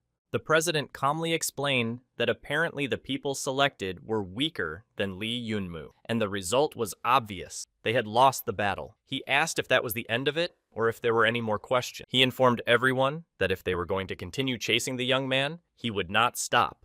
One of the callers replied that it was out of the question. Even the members of the strongest Chaosian sect couldn't withstand such a beating. None of them were worthy of becoming part of the secret society. Todd was praised for finding a great seedling. He smiled wryly, saying naturally. Yunmu finally woke up after fighting so hard. He didn't understand what was going on around him. He asked his friends where the people from KOT and Zong were. Nosy instructed him that he had destroyed everyone, and then he tried to attack his friends. They could barely fight it off, but it was crazy scary. Our hero thought for a moment. When he realized what had happened, it was as if he remembered something important and rushed to the battlefield. Zhang and Liu looked surprised at the fleeing young man. No Jie only had time to shout, asking where he was going, but there was no reply. The young man ran to the battlefield and started searching for something. He finally found it, the sacred artifact of Chaosian Zong. Apparently, it now belonged to him. Zhang watched in bewilderment as his friend walked around the battle site collecting the opponent's artifact. Dyson came closer and asked if the boy was so well off that all his thoughts were only of profit. Yunmu replied that now he had to collect all the cursed spears. Nosy watched skeptically as the guys began to divide the loot, bickering with each other, and thought that these two were not learning anything. Then Soon got a text message. He opened it and shouted that he was now rich. Yunmu even got scared. Zhang sat down with a shaky look. Our hero said that his family was already the richest clan, but since the young man was so happy to get even richer, he would believe him. Zhang explained they were taking bets on the internet on whether Lee Yunmu would survive or not. A friend bet 100 million on him. Today, the sects released an official announcement that the hunt for Lee was over. In any game of chance, the odds of winning are between 1 and 300. This time, it turned out that Zhang had won 30 billion. At first, Yunmu supported his friend, saying that 30 billion was cool. But after a second, he was already sitting on top of him, saying that while he was on the verge of life and death, the first thing Zhang thought of was the possibility of making money off him. Nosy tried to calm the guys down. She yelled for them to stop or Lee would break Dasun's bones, but Yunmu continued to fight with his comrade, saying that he had traded him for some 30 million. That's the price of his life. After a small scuffle, the young man decided to see what the bets were. It turned out that there were 6 other people betting on his victory besides Zhang. He sighed sadly. It felt like the whole world was waiting for him to die. When he opened the list of those who had voted, our hero was almost moved to tears. The entire Big Xiang team was there, plus Li Zi and Tang Zouchen. He thought that these guys were really the best. Meanwhile, in the Sacred Continent, there was unrest in the Chaosian Zong clan. There were angry speeches coming from the young master's office that Lee Yunmu was no different. The followers of the sect were discussing what had happened. It turns out that the master is so nervous because of the death of his successor pet. Paney heard that the young master took good care of his pet. He sent the boy to the slaughterhouse to strengthen his skills. He even gave him a Wheel of Emptiness, an artifact no one else had. He trusted his pet too much. The master sat in his study and suffered a great loss. He could not understand if his disciple had underestimated his enemy and had not used his abilities to the fullest extent. Now, the master's goal was to see Lee for himself and find out if he was really that strong. After tidying up, our heroes were on their way. Zhang asked Yunmu if the clothes fit him. The young man replied that it was a bit tight. He didn't expect Dasun to be so skinny, and noted that the guys were good. They had prepared well, even brought a change of clothes. Zhang said that these things had just been delivered by a courier. Yunmu wondered how he had gotten here in the middle of nowhere. A friend explained that he was a courier for the Temple of War. There was no place on Earth where he couldn't deliver something. The boys were pleased that they were lucky to learn about this organization. Otherwise, they would have had to sit in filthy rags. Noji added that this wasn't an ordinary delivery service. An ordinary courier easily dispatched the interfering gang in 1 second. So this is an unusual fighting group. His friends handed Lee a package. The boy opened it and took out a letter from the box. Zhang noticed that it was probably a welcome letter from the Temple of War. Liu Nojie also confirmed that it was indeed a letter of invitation. It is what the young man needs most right now. The young man thought deeply. He didn't know what he needed right now, A friend cheerfully reported that he just didn't understand its significance. Now he had the most powerful shadow organization in the whole world behind him. Lee Yunmu was astonished. He also repeated to himself that it was a shadow organization. Only for him, these words had a slightly different meaning than for the guys. At this time, some strangers appeared in Tianyun's Zhangjia's country house. A scuffle broke out between the strangers and the guards. The owner had to shoot in the air to quiet the boys. When it was quiet, he asked who they were and to what they owed their visit.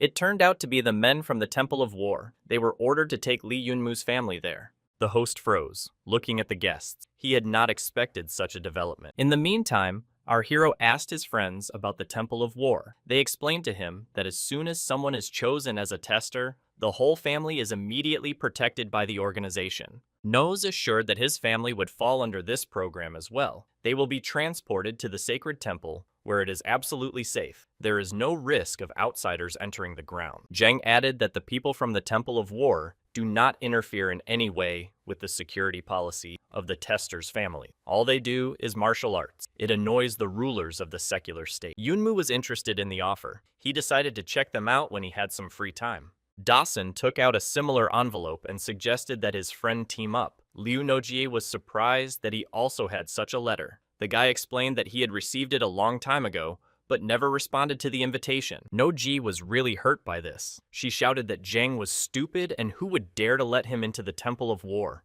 Li interrupted the argument. He offered to take one of the cursed spears for himself. Her friend was also not left without a gift. Yunmu held out the refined sacred pearls to her. They would help improve a certain skill or talent. Noji sat there pondering why the guy would want to give them such good things. And Yunmu replied about the offer to team up that he unfortunately had to decline. The next sortie could cost the guys their lives. It's very dangerous. But he said thank you. Dashyun was annoyed by this answer. He struck his comrade with what he had at hand, a spear. The young man was indignant. Why he should be hit so suddenly and even on an open wound. The friend replied that his hand reflexively struck at Li's strange statement. Maybe something useful would come to mind. After fooling around a bit, our friends went to the spatial virtual world in the Vanshin Pavilion. The master was happy to see Yunmu. He told him that he had brought something cooler than last time. He pulled out an artifact in the shape of a bowl. He asked the receiver to look at it and tell him what he knew about it. The old man explained that it was a wheel of emptiness. To cast a spell, the wheel is turned one way. To remove it,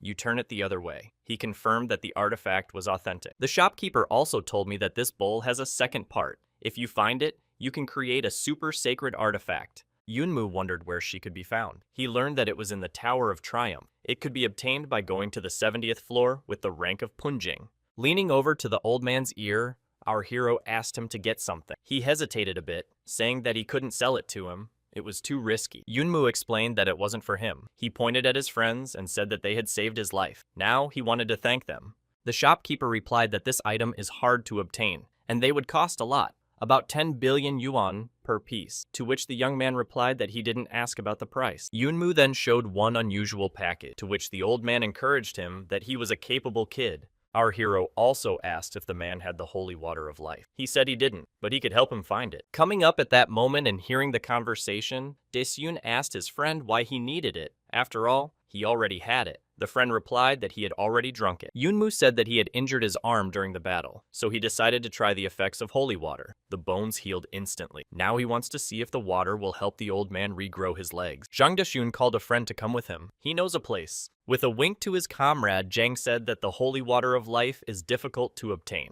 but they will achieve everything. Just need to wait a little while and test their luck. The young man took his friend to the largest underground black market in the spatial realm in Zhongzhou. It's a pretty nasty place. Zhang said that here, if you're lucky, you can buy anything. There are no middlemen, no one to interfere with the transaction. Of course, a lot of what they sell here is stolen stuff from the pockets of losers. Yunmu commented that it looked dangerous. Noji was surprised that the young master knew about such places. Zhang replied to his friends that he not only knew such places, but also frequented them. Now they should split up and find what they needed. To do so, they should be proactive. The girl picked out the directions of travel for herself. The boy cautioned her to be very careful. Yunmu walked while looking around. He reflected that he had spent a lot of time in the upper world. He had almost forgotten what life was really like for most people. Just then, the guy heard two guys haggling loudly. One was angrily saying that the other was trying to sell him something with a torn page at an exorbitant price. Turning around, he saw fragments of runes from the dwarf witch tribe in the kid's hand. Yunmu approached the guy and asked him how much he wanted to sell his bundle for. He looked at our hero fearfully. The young man calmly said that he was offering a price and he was buying.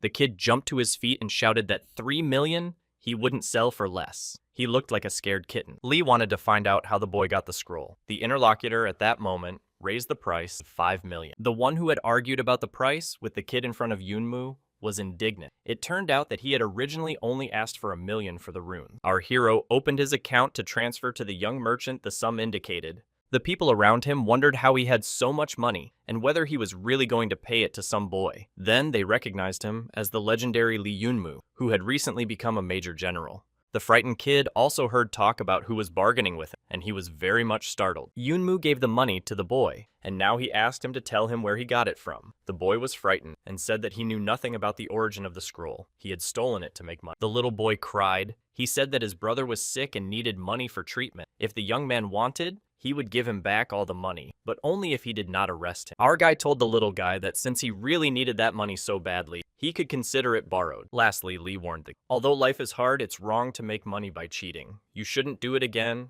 or you might run into someone worse. It's better not to tempt fate.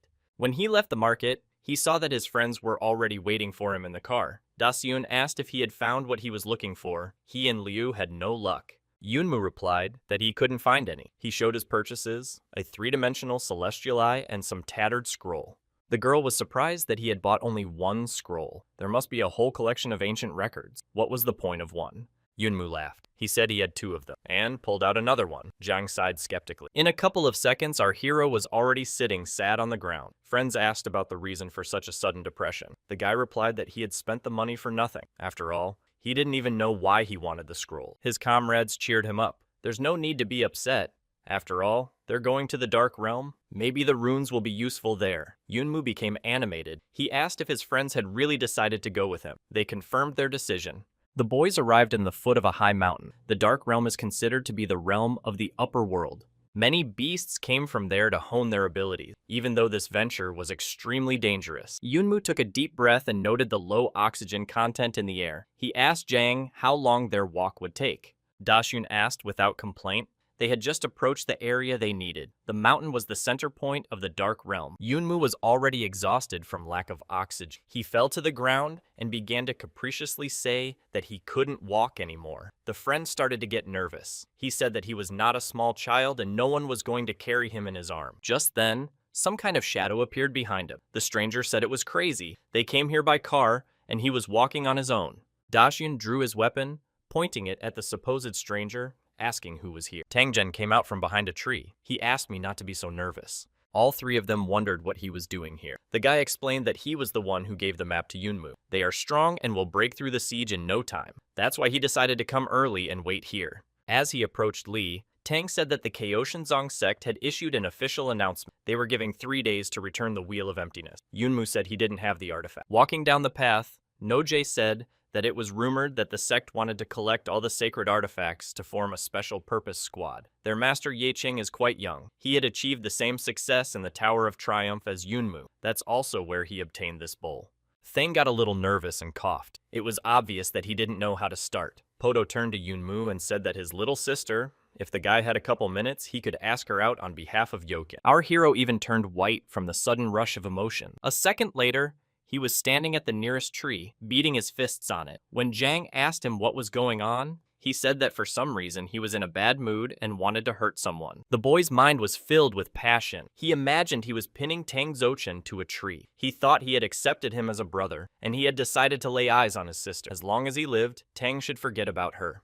Yunmu drew his sword and chopped down the tree. So much resentment boiled up in him. Everyone looked on in bewilderment. Only Yoken said, "Why is he acting like a child?" He was even acting childishly. Yunmu gritted his teeth and told him to leave him alone. Then a snake crawled out of the bushes towards our comrade. The boy jumped back, shouting that it was huge. Tang was the first to react. He struck the monster with the heavenly demon Emperor Dragon Strike. When he got to his feet, he told the others to be careful. There are many of these monsters in the local forest. It's no time to relax. Our hero noted to himself that he hadn't seen the guy for a few days, but in that time, he had managed to pump up quite well. Along the way, The guy thought that there were several groups of high-level large beasts that were considered shadow companion spirits. Moving through the dark forest, the young man commanded the system to resurrect his shadows. The system said it had spent 2,000 points to do so. Taking a moment to rest, Lee pulled out the rune. He said the ghosts would only appear when they could decipher this pile of incomprehensible symbols. He hoped he hadn't wasted $5 million. His comrades called out to him. They suggested that he get away from his papers and eat some meat. As the young man set the runes aside and turned to his friends, Some Paw was already reaching for his paper. Turning around, Yunmu saw that the monkey already had the writing. He beckoned it to him to return the manuscript. In response to his manipulations, the guy was slapped. The animal started to run away. The young man began to chase after the monkey, shouting curses. Tang followed him and said that they were not going to wait long. His friends watched what was happening and mocked his comrade, saying that he had nothing else to do and decided to play with the monkey. A young man in pursuit of the animal reached the waterfall. He threw the spear and the monkey released the scroll from his paws. The boy finally picked up the rune. He wailed that he shouldn't have run so fast and far if he was going to give him the scroll. Our hero saw the monkey disappear in a stream of water. He guessed that there was something behind the waterfall. He followed the animal and found a cave going deep into the mountain. It was very dark. The boy walked for quite a while and realized that it didn't look like a natural cave, but monkeys couldn't have dug it either. The boy thought he saw the outline of a person nearby. When he looked into the darkness, he realized that there really was someone there. The boy came closer and asked if he could recognize. The next second panic gripped the young man. A skeleton was sitting in front of him. Lee shrieked in surprise and bounced away. He sat down on the ground. As he came to, he reasoned that it was definitely a man, and it looked like he'd long since given his soul to God. He noticed a glowing orb next to the skeleton. He thought that the owner wouldn't need it, so he crawled over to grab it. Footsteps were heard. The young man panicked again. Someone was coming in his direction. A second later, the furry paws were on his face. The boy screamed in pain. Turning to see who had come, Yunmu didn't immediately realize who it was. He was wearing a mask, apron, and bracelets. But when the mask was removed, it turned out to be a baboon. Lee Yunmu began to resent him for being so fast. He asked why he had appeared so suddenly. Then he exhaled and replied that it was useless to ask the animal. It would not get an answer anyway. And then the baboon put on his mask again and rushed to attack the young man. The fight began. The monkey wrestled on par with Yunwu. The boy was very surprised. That's not a fighting stance. It's a technique similar to the string method. The beast attacked again. Our hero realized that he couldn't just survive. He drew his sword and used the Thunderblade technique. But for some reason, the sword didn't work in the cave. It looked like an ordinary piece of iron. Out of nowhere, a monkey jumped out at Yunma again. The guy shouted out in surprise that it pissed him off. And he got a slap from his new acquaintance, so much so that he flew off. As he hit the wall of the cave, Yunmu noted that his opponent was strong. He knows how to fight.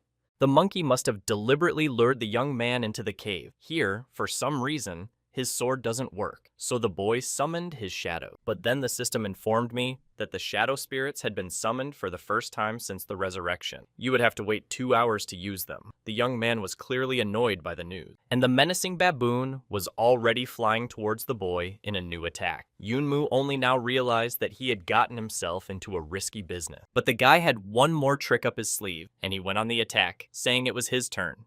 The monkey flew away from our hero's powerful onslaught. The young man followed, saying that he wasn't finished yet. The baboon started to defend himself. The guy was shocked how he knew this technique. The ape's physical attributes were top-notch. The defense was so good that Yunmu couldn't inflict a scratch on the beast. Finally, one of the maneuvers reached its target. The guy succeeded in breaking the mask. Yunmu looked at his opponent and hoped something must change. But he saw a bestial grin and sheer determination. The young man shouted that he had hit it so hard he couldn't feel his leg, but the beast was still alive. The monkey shouted one word, punishment, and began to emit a huge amount of fighting energy. The boy realized he had to retreat. The cave might just not be able to withstand such an energy surge and collapse. Yunmu told the baboon that if they kept fighting, the ceiling would collapse on them. They should stop and save themselves. He headed for the exit, but the monkey, turns out she just wanted to protect the skeleton, and now she was heading over to pull it out, but it was too slow. The guy rushed after the baboon. He told him not to try to save the dead man, tossed him to the exit. He started pulling out the monkey's treasure. The animal was able to get out in time, but there was a cave-in. The entrance was blocked and began to flood. The baboon rushed to shovel the rocks. A powerful blow followed from the side of the cave. It was Yunmu who was breaking his way out. Yunmu appeared out of the hole with a skeleton on his back. He handed the treasure to the monkey, saying that he was returning it. The baboon was so happy that he began to dance. Our hero looked at him and did not understand the meaning of his exclamation. It gradually came to Yunmu's attention. This is the brother of the Destruction King. He is also a spatial beast, so he should be able to understand the baboon language. Then we need urgent help to translate. The boy turned to the Lone King. He was a little indignant, saying who was the young man, that the king himself should translate for him. But then he began to help.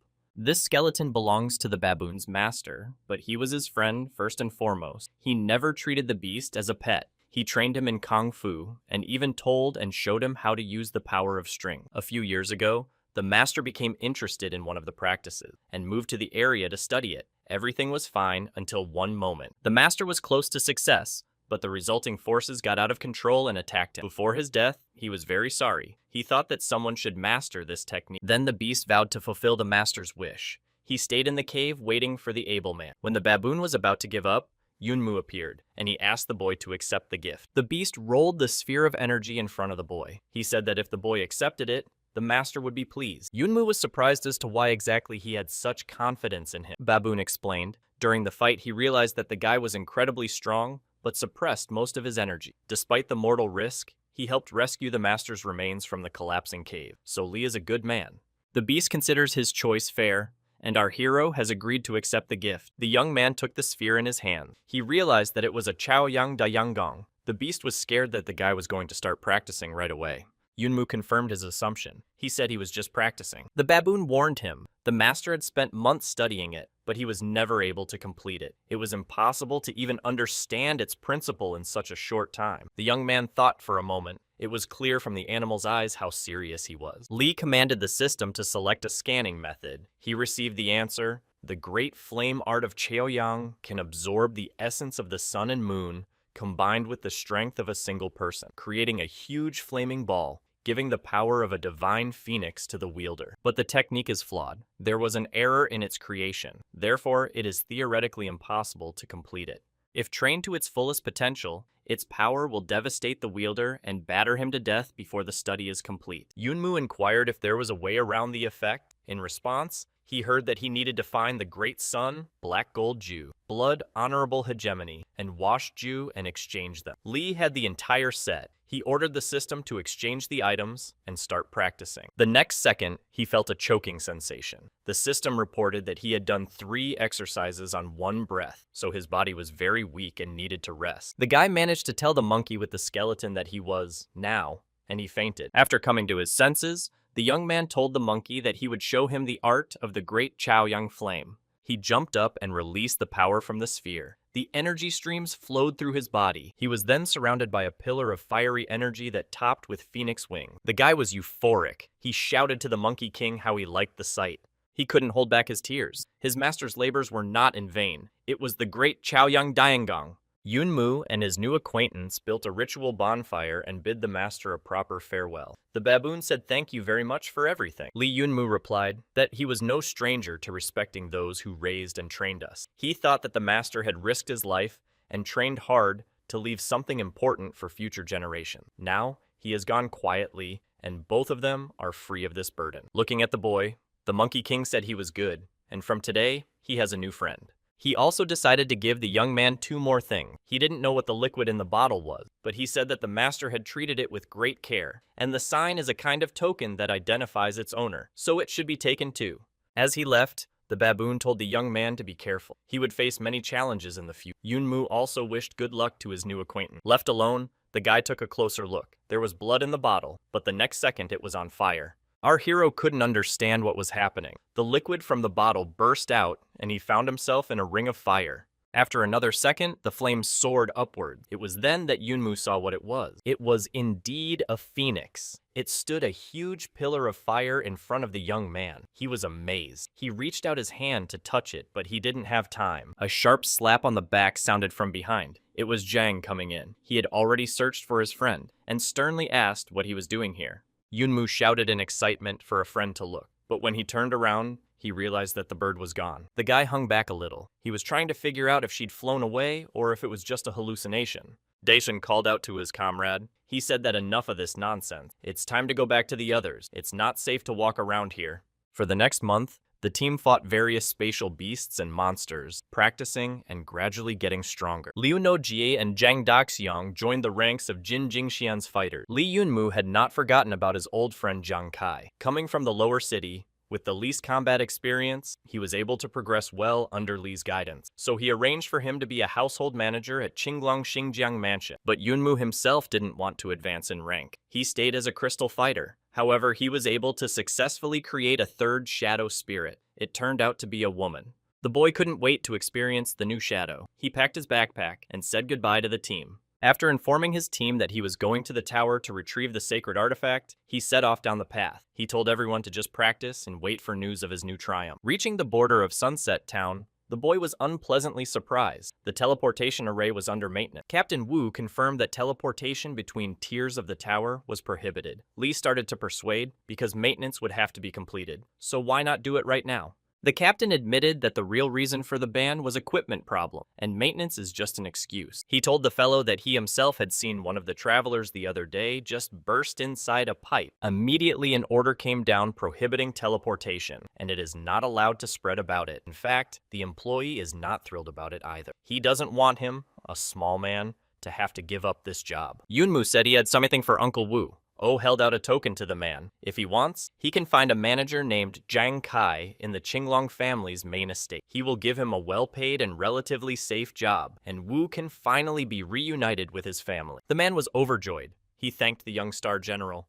The captain prompted the young man to go to Vega City. There's an independent teleportation array in Taya. It might work there. Standing at the huge statue erected near the city gate, the guy thought that the owner of the city obviously likes to exaggerate everything. Before he could appear in the city, the young man had already become a local star. He was immediately recognized. When he turned around, he saw a beautiful girl with blue hair. She said that a gentleman wanted to invite the boy to have dinner with her. The boy was surprised to be recognized so quickly. He realized that the city lord was looking for him. Yunmu remembered Uncle Wu's words. He said that the lord of the city was a legend. She was just an ordinary weaver. But one day, a strange power awakened inside her. Thanks to that, she became the holy warrior of the city. The girl hasn't forgotten her troubled past and called herself the Warrior Weaver. And with that, the city was renamed Weaver Girl City. It's the friendliest of the major cities in Zhongzhou, and the city lord is well liked. Sitting in the car, our hero asked why the city lord was looking for a little-known boy from a foreign land. The girl driver replied that he had his own consideration. He would find out in person. Yunmu was brought to the lord of the city. At this moment, the girl was taking a bath. She didn't turn to the boy. The young man looked on in amazement. If this was the holy warrior. There was a halo of unknown energy around the girl. The boy thought that this was the strongest person he had ever seen with his own eyes. She started talking. She said she could feel his power in her back, but the bloodline has nothing to do with the holy lineage. The boy was astonished. She was able to determine that the rumors of him belonging to the holy lineage were false. She is indeed a holy warrior. Meanwhile, the girl has already moved from the bathroom to the chair. She goes on to say that you don't get the title of Star General for pretty eyes. That's impressive. In response, the guy asked what the reason for the audience was. The girl agreed that there was no point in stalling, so she started a direct conversation. She asked if Yunmu knew about the Kuan Yu War. The young man answered in the affirmative. Every 3 years, the continent heads choose the 2 best fighters and send them to the tournament. The winners take the front position and can receive more resources than before. Traditionally, the fighters are the gifted children of aristocrats. The weaver hoped that this time, the Eastern continent would win, and the whole world will recognize Li Yunmu's name. The boy was confused by what he heard. He started to argue that it was none of his business. The girl calmly continued, "This year's situation is very special. The Earth's energy is abnormal. This has never happened before. Big changes may happen in the near future." The young man wondered, abnormal energy? Then it was the cause of the problems with the teleportation array. The saintess continued to speak. She said that the guild heads were determined to pre-select the strongest fighters to prepare for the competition. All restrictions will be lifted. The girl, like him, is an ordinary person, but she believes that the guy will achieve excellent results and benefit the Zhongzhou mainland. Yunmu hesitated for a moment. This was a troublesome matter. Such a thing was not in his plans. Rising from her chair, the Holy Weaver said she would give him time to think, and for today, the reception was over. She ordered Qing Air to take him to the teleportation array. A few minutes later, Lee was already there, at the Tower of Triumph. He was surprised by the incredible pandemonium outside the tower building. Not knowing what the matter was, the boy decided not to give himself away just yet. He pulled his hood up over his face. The young man began to make his way through the crowd of onlookers. He heard two people talking. They were discussing the bets. One of them, in response to who he bet on, said Lin Shuang. Explaining his choice, he said that she was the only disciple of a holy warrior known as a living battle weapon. Therefore, she must be strong. The other one argued with him. He said that a lot of people have been here recently. That's why he's betting on the holy maiden, Shuangqin Yue. She'll definitely be able to ask everyone. Yunmu walked closer to the two people and asked what was going on. Why are there so many people in the square? The guy told a passerby that Yeqing from the Chaosian sect had recently decided to challenge Yunmu. He promised that he would reach the 70th floor of the tower before Li and take all the reward. But in the end, the smart ones decided to split up and went through the 70th floor before Li faster than Yeqing. Our hero was thinking, turns out he's been challenged. Why doesn't he know about it? As someone who hardly ever uses the internet, going to the mail he saw. Turns out he had been informed. And the guys kept saying, those who wished to enter the tower early yesterday morning, but Yunmu never showed up. One of the guys our hero was talking to began to scrutinize him. He asked if they had met before. Yunmu pulled back his hood and replied that he was mistaken. The boy walked and pondered. Some group of people had been shirting the tower since yesterday. He should hurry up. So he headed for the entrance. As he approached the portal door, he read the lists of participants. He said thoughtfully, wondering how many of them were in their 20s. He'd have to keep up the good work. Otherwise, he wouldn't be able to catch up. On the doorstep, he activated his army, Li Yunmu's army. With him were the three shadows and Li Linglong. The people at the foot of the tower were avidly watching what was happening inside. They were discussing Yeqing's progress. A message popped up that he had climbed to the 45th floor. Some believed in his victory, while others said that it was complicated. After 3 days of discussion, Yeqing stopped at the 66th floor. Someone in the crowd noticed that several hundred people from the Tianzong sect had appeared in the square. There were rumors that even if Yeqing didn't pass the 70th floor, the sequel would be just as interesting. The guys in the set won't let him go so easily. He urgently needs the artifact from the 70th floor, so he will definitely win. Another gawker said that it had been quite some time since several players had gone up. The level 70th pioneer would soon be determined. At that moment, while fighting another monster, Yeqing found himself on the 70th floor. A huge octopus monster stood in front of him. The master was shocked. It was a nightmare. It was such a difficult test. He was setting himself up that he couldn't give up. He had undergone long and arduous Pujing training to reach this level. There are also those here who have been demoted for failing mission. The young man used the Promethean flame technique, but the monster did not retreat. The heated battle continued. Meanwhile, an emergency notification flashed on the tower screen. It was Li Yunmu from Zhongzhou mainland, congratulating him. He had successfully passed the 70th floor of the Tower of Triumph. Yeqing couldn't believe what he heard. Suddenly, the monster exploded. Ye was thrown back by the blast wave. Lying in the ruins, the master thought that this strongest artifact must be his. Lin Shuang also heard the message. She was surprised that he had managed to grow to such a level in a few months. A real monster. The onlookers could not believe the message. They didn't understand when the young man had managed to enter the tower, and he was the first one to make it through. At this time, our hero was slowly coming out of the tower door. Someone in the crowd shouted that there he was, the one mentioned in the notice. He was the first person to receive the artifact from the 70th floor of the tower. Yunmu was annoyed. What kind of notification could there be? After all, he had purposely hidden his name from the table. What had happened? Somebody yelled that the guy was leaving. Hurry up and follow him. The young man boiled up. He tried to assure that it was some kind of mistake. Said he wanted to leave, but even the hood didn't help him hide. Suddenly, someone put up a fire barrier near the young man. The Chaosian Zong sect members approached him. At the head of them was the Northern Elder. He wouldn't come for nothing, and since his best disciple Yeqing had lost, he was trying not to lose face. The man proposed an exchange, 2 artifacts from the Tower of Glory for a matching spar. Li refused. He sent the Elder to try his luck on the black market. He added that he had no idea who in their right mind would buy such term. Then the Elder said that since the peace talks had failed, the young man should not be offended, and he launched a great flame to attack. At first, the young man didn't realize what was happening, but then a fireball flew at him. He barely had time to dodge it. The man started threatening our hero, asked if he expected to run away from his attacks forever. It is enough to give him the sacred artifact and everything will stop. Yunmu, taking off his hood, said that it annoyed him so much that the Chaotianzong sect was getting high on traps. Smiling with a wicked grin, our guy said since his mother didn't teach his attacker not to play with fire, he was out of luck. Our hero said since Grandpa likes to play with fire, let's have some fun.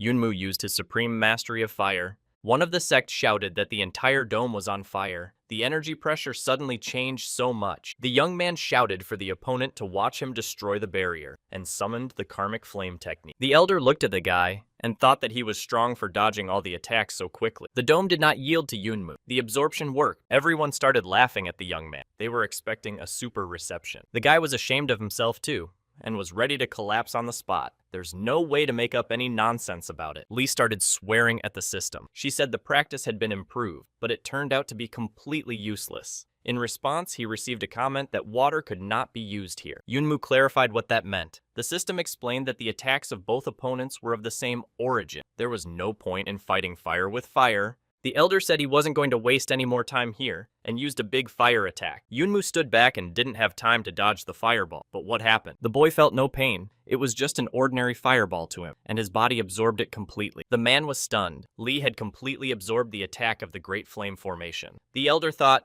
is his body an elemental body, or did he use some kind of technique? That's impossible. Yunmu said that he seemed to have figured it out. If his assumption was correct, then he commanded the Great Flame Array to approach him. The guy raised his hand, and the entire fire dome safely retracted into. The people around him were whispering. He had succeeded in absorbing the Great Flame Array. What happened? The elder inquired about the guy's training. He assumed they were of the same origin as the techniques of their sect. The man glared angrily at Lee. He said that if he didn't explain who he was, he wouldn't dream of going home today. Just then, from the back, the guy heard a familiar voice. He was asked if he was still a magnet for trouble as before. Turning around, Yunmu saw an old acquaintance, Lin Shuang. She said she hadn't seen him in a long time. She asked him how he was doing.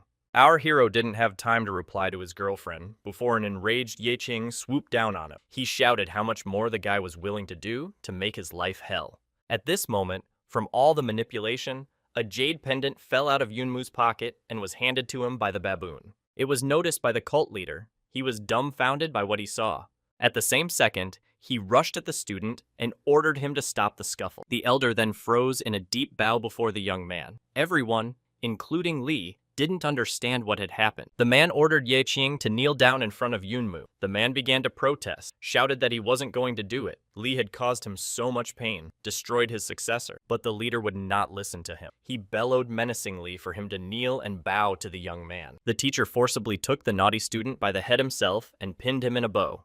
The man began to say that they had acted recklessly. He never thought that Yunmu would become the master. The boy asked what he was talking about. The elder explained that his jade pendant was an identity card. Yunmu looked at the artifact, so this was what had happened. The man said that Shizu had once gone on an endless journey around the world to practice the great Chao Yang Gong. He never came back again. The elder did not expect to hear about him and see a receiver who had learned this intricate technique. The boy looked skeptically at the people around him. He didn't expect that this old man and that skeleton baboon would be from the same sect. It seemed that this clan was really complicated. The sect leader continued. If the young man has Sisu's jade pendant, he is therefore the new Sisu. The man knelt down and bowed his head. He asked the master to return to his clan and help his disciples complete the Great Flame practice. Yunmu replied that he didn't want to hear it. First they attacked the innocent, and now they are asking for a favor. Ye Qing was angry at the young man's arrogance. He challenged our hero. He offered to go with him to the Kuan Yu War, and there everyone will see who's really good. At the Tower of Triumph, Lee was a few minutes ahead of Yi. If he had been quicker, things would have turned out different. Our guy replied that he was sorry about that and teased Yi a little bit. In response to the invitation, the young man cited that he did not want to get involved in the war between the states. Lee, smiling, looked into his opponent's eyes, said, "The one claims that Yunmu a few minutes was faster, and in fact, he entered the tower a day later." The elder intervened in the conversation. He shouted at the disciple not to be rude to his elders. However, Ye Qing was not deterred. He threatened our hero that one day he would find him and destroy him. Free from unnecessary conversations and unnecessary attention, Lee went for a walk. He bought a bottle of soda from a vending machine and just wanted to open it, as again, he was called out. The guy almost dropped the drink. It was Lin Shuang. She had also decided to wet her throat after visiting the tower. The girl noticed that Yunmu was talking to the Zhongzhou sect head in a rather arrogant manner. He could keep his face. The young man responded by saying that he was a vindictive person and wants to find out who ratted him out. He asked Sister Shuang if she knew why the notification that he had passed the 70th level came to everyone, although the name in the table was hidden. It turns out that by passing the 70th floor, the participant is automatically authorized to participate in the worldwide battle. Each winner appears in a new ranking. There is no point in hiding your name. The guy sighed. It's not easy to remain anonymous, like Shuang clarified. Indeed, Li would not go to Kuan Yu's war. The young man confirmed, commenting that it was a problem. He replied that there was too much talk about the tournament this year. There might be a conspiracy behind it. After finishing his drink, Yunmu announced that he was going to Jifeng, there to join Dasun and Noji. He suggested that Lin go with him. The friends would miss him, but the girl could not, as she had not yet finished her preparations for the tournament. The young man arrived in Jifeng at the end of the school day. There were no more students, and the teacher was cleaning the blackboard. Appearing in the doorway of the classroom, Yunmu asked why he was washing the blackboard himself. During his apprenticeship, the teacher had assigned Li to do it every day. Walking up to the teacher, Yunmu took away the rag. The teacher said cheerfully that he had finally had enough and decided to come back. He asked why ours was his. Wiping the blackboard, the young man replied that the teacher had traveled the world in search of adventure. He had to see for himself that the boy had finally returned home. At the teacher's smirk, Yunmu sneered, "Isn't that what all first-class fathers expect?" In response, the man said, laughing, that the boy had really grown up. Now it will be easier to clean the board. Putting the brush on the table, Yunmu began to tell his older comrade that strange things were happening to Earth. The teleportation array was failing and travel was difficult. The man commented on everything that was going on. It turns out that a cosmic crack has recently appeared. Powerful energy is continuously oozing out of it. The teleportation array is exposed, so it is not stable. Yunmu inquired where the crack was located. The teacher didn't know. The young man asked if the ruins were still open. The teacher said that the freshmen were still practicing in them. The boy said he had some free time and would be happy to practice. The teacher asked if he thought he wasn't strong enough yet. After all, Li is at the top of the rankings among his peers. Yunmu replied that it never hurt to get stronger, especially since he had something else on his mind. Lying on his bed at home, the boy sank into thought. He wondered if he was taking on too much. He can't trust people after the situation with his father. He needs to make himself realize that the only one who won't quit is En himself, so he has to try to become a better person than before. He recalled his teacher's words that he did not want to rely on others. When he was in trouble, he solved problems on his own, but now he had friends who were willing to sacrifice themselves to save a friend. The man stated that no matter how strong a person is, it is simply impossible to do some things alone. You need to give yourself some rest. You need to try to trust your buddies more and rely on them more often in times of need. Teacher Li didn't sleep that night either. Just then, a call came over the walkie-talkie. He was told under the codename Night Dog to leave immediately. The Kaoshin building was troubled at night. That's where the Night Dog went on his mission. He stood outside by the window and listened to the two men in the room planning an unkind deed. One of them was Ye Qing. He asked a stranger for help. Since Yunmu had destroyed his disciple and stolen a sacred artifact, he craved revenge. Behind the table, a second young man was sitting in a chair. He answered the other man not to worry. Since they were allies now, the problems were common.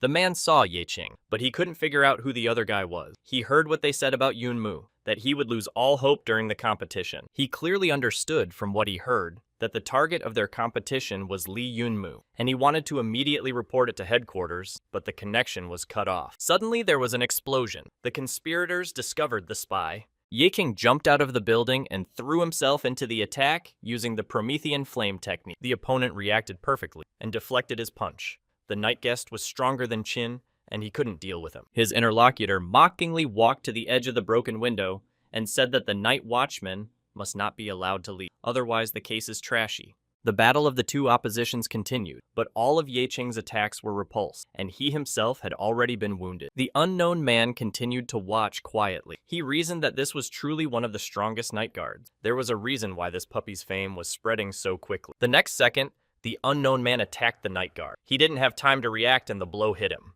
The night dog sat on the ground. His mask had fallen off. He was wounded. His mask was off, and he was wounded. An unknown enemy approached the guard. He said, "I'm sorry, but for the sake of the cause today, a man must die." The night guard asked the guy who he was. He took off his hood. The master recognized him. It was someone painfully familiar, but a traitor.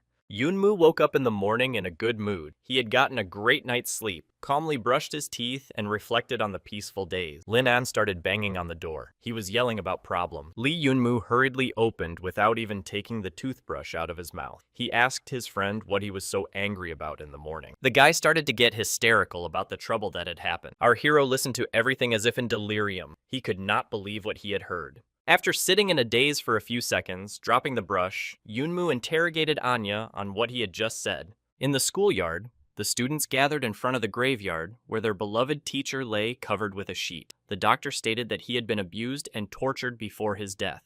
The disciples listened to the doctor's conclusion with sorrow. Noji cried, surprised at such cruelty. The doctor showed the chain that was found in the deceased's hand. Yunmu recognized this chain. It belonged to Ye Qing. The boy's eyes filled with hatred. The young man rushed forward, shouting that he would send Ye Qing to the other world. His friends looked at him dumbfounded. Noji said that he had lost his mind. Anne shouted for the boy to stop. Zhang managed to catch up and bring his friend to the ground in a leap. He shouted to bring him to his senses, asked what he was going to do. Where is the always calm Li Yunmu? The young man lay on the ground furious and powerless, begging Zhang to let him go. He would destroy Ye Qing. Dashyun wouldn't let go. He said they only had the necklace. It won't give any answers. Did he really think that the Chaosian clan would give Ye Qing to him? The young man had already stopped twitching. He replied to his comrade that he would then have a massacre with the whole clan. Zhang didn't back down. He said that they would go to the slaughterhouse together. But can the two of them really do it together? And even if it succeeds, how is he going to explain to the string people that he destroyed the clan for nothing? Yunmu screamed in despair. He beat his fists against the pavement. The young man found a way out. He went to Vegas City. The Holy Weaver did not expect such a visit. Li indicated that he would like to participate in the competition. The girl smiled. She asked the reason why his opinion had changed. Yunmu asked with boiling anger in his eyes. Did he understand correctly that in this kind of competition, accidentally killing an opponent was not punishable? Saint giggled. How funny he was. The young man asked nervously that it was okay when he was about to kill someone. The girl said she is not interested in the reason. She wants to know if he really intends to fight. His motivation alone is enough, but usually you need a team of two to compete. The young man said confidently that he could do it alone. His determination was unwavering. Yunmu returned to the academy. He approached the classroom. The door was open. No one was there. Director Tang An called out to him. He offered him a cup of tea, but the boy declined. Li went up to the roof where they often held lessons. He remembered everything his mentor had taught him. It was as if time had stopped. He sat there thinking. Tears ran down his cheeks. Dawson found the comrade. He quietly stood behind and said that you should cry when you want to. Why play tough? Yunmu wiped away his tears and told his friend that he had asked City Master Zhongzhou to recommend him for the competition. He said that he had to destroy Ye Qing even if he was alone. Zhang nodded affirmatively. Said Li corrected himself. After pondering for a few minutes, Yunmu turned to Dashyun. He asked him for help. Zhang slowly turned around and walked towards the exit, calling out to his comrade. Yunmu asked where he was going. Dashyun turned around and said, where else could he go? He needs to climb the tower. After hard thinking, our hero slept like a dead man in his bed. But then the network started ringing and asking to connect. There was some news. The young man opened his eyes and looked at the screen. The boy from whom he had bought the runes was waiting for him. The boy asked him to come to the black market again. Yunmu went and had no regrets. The joyful little boy handed him a vial of holy water. The young man asked where he got it. The boy said that last time he had heard that he had been looking for it, and so he got it from an old man not so long ago. Li asked about the price of the goods. The boy smiled with his toothless mouth and said to forget about money. He added that he had lived here since childhood and knew every corner. If his brother had any questions, he would answer them and would not take any money. The boy said that was the end of it. He waved his hand and ran away. Yunmu wanted to ask him something else, but he couldn't hear him. He looked thoughtfully after him, thinking that the boy had had a hard time. Yunmu went to the gate of the war room. He shouted to see if anyone was there. A guard appeared from the top of the building. He said that this was a battlefield and that entry was forbidden. The young man introduced himself, gave his identification number, and showed the invitation. He said he was looking for his parents here. The gate opened, and the guy was invited to go inside. As he entered, he saw how natural and interesting everything was here. Lots of greenery, beautiful buildings, and quiet people. Yunma was greeted by a security guard and invited to go to the conference room. The guy was surprised and a little tense. Why would he want to go to the conference room? He didn't want to go there. Two guys took our hero under their arms and led him away. He tried to say that he had come here to find someone, that he didn't want to be checked. He got the answer that since he came with an invitation, he belongs to the Temple of War. Inspection is necessary. The young man was getting more and more nervous. Energy filled his body. The guy used the thunderclap technique to get rid of the escort. They scattered to the sides. Li stood in a cloud of dust and said that they had brought this on themselves since they didn't listen to anyone at all. But in the dissolving dust, he saw his escorts, who reasoned that the roll of thunder was certainly good, but the battle was still a long way off. Yunmu hung back. He thought that this was the Temple of War, here, Even his roll of thunder can could easily be transmitted to the gatekeeper. This is frightening. A man in his late teens came up. He sternly asked who was making noise. The guard began to explain. It turned out that it was the War Temple General Qin Feng himself who had come. He looked at the young man sternly. A man in a wheelchair followed the general and asked why he had run away without finishing his game of chess. The boy recognized the man as his uncle. He started to get emotional about why his old man was here. He was surprised they knew each other. The young man pointed his finger at Qin Feng and was already shouting that it was the general. How could this commoner know him? Li Sr. explained that En and Qin Feng were old friends, and he asked his nephew where he thought armed martial agitators came from. The boy couldn't understand it. He asked the general why he was friends with this old man. He didn't even wake up. Too lazy. Also, a lecher. What does Qin Feng want with him? A relative asked why his little boy came here. Did he want to hurt himself more? In response, the boy threw a vial of holy water at his feet. Senior Lee picked up the vial and said that she was not easy to get. The young man replied that it should help him get back on his feet. The old man immediately opened and drank the entire contents of the vial. The remedy worked. His legs grew back and he stood on them firmly. The grown man cheered like a child, jumping up and down and yelling that it was so comfortable to be on his own 2 feet. The young man said, since his legs have grown back, he will go. He said hello from his mom and sister. The general asked if the nephew needed to be vetted. The boy replied that he had already participated in the battle in Vega City. If he joined the Temple of War now, there would be unnecessary hassle. The men asked him what his future plans were. Yunmu informed them that the battle was still a month away. He is going to undergo special training in the Dark Zone because he must win the battle. His uncle approved of the choice. The Dark Zone a place to improve battle technique. He added that he couldn't help fighting a human, but offered his and the general's help in training. Some guy came to the Lord's mansion in Vega City. He asked for an audience with the Holy Weaver. She asked me to bring him in. It was Zhang Dusyun. He bowed at the feet of the Lord and asked to be sent to battle, to make him stronger. The girl was surprised. The eldest son of the Zhang family, the richest man in this city, actually kneeled before the stranger. She asked, "Where is the pride of the Zhang family?" The guy, without getting off his knees, replied that he had someone who needed help. His pride is worthless. He can't be his trusted helper, so he has to get stronger. The weaver looked on with surprised eyes. The boy kept saying that she could do whatever she wanted with him. Lord replied that her training can be very hard. He has to keep up. As she left, she informed me that special training starts every day at 3 o'clock. You have to be on time. Meanwhile, there was a stir in the Temple of War. The boy approached from the back of the crowd. Everyone was cheering someone on, wishing them luck. They were saying that if he lost, he didn't need to lose face in the Temple of War.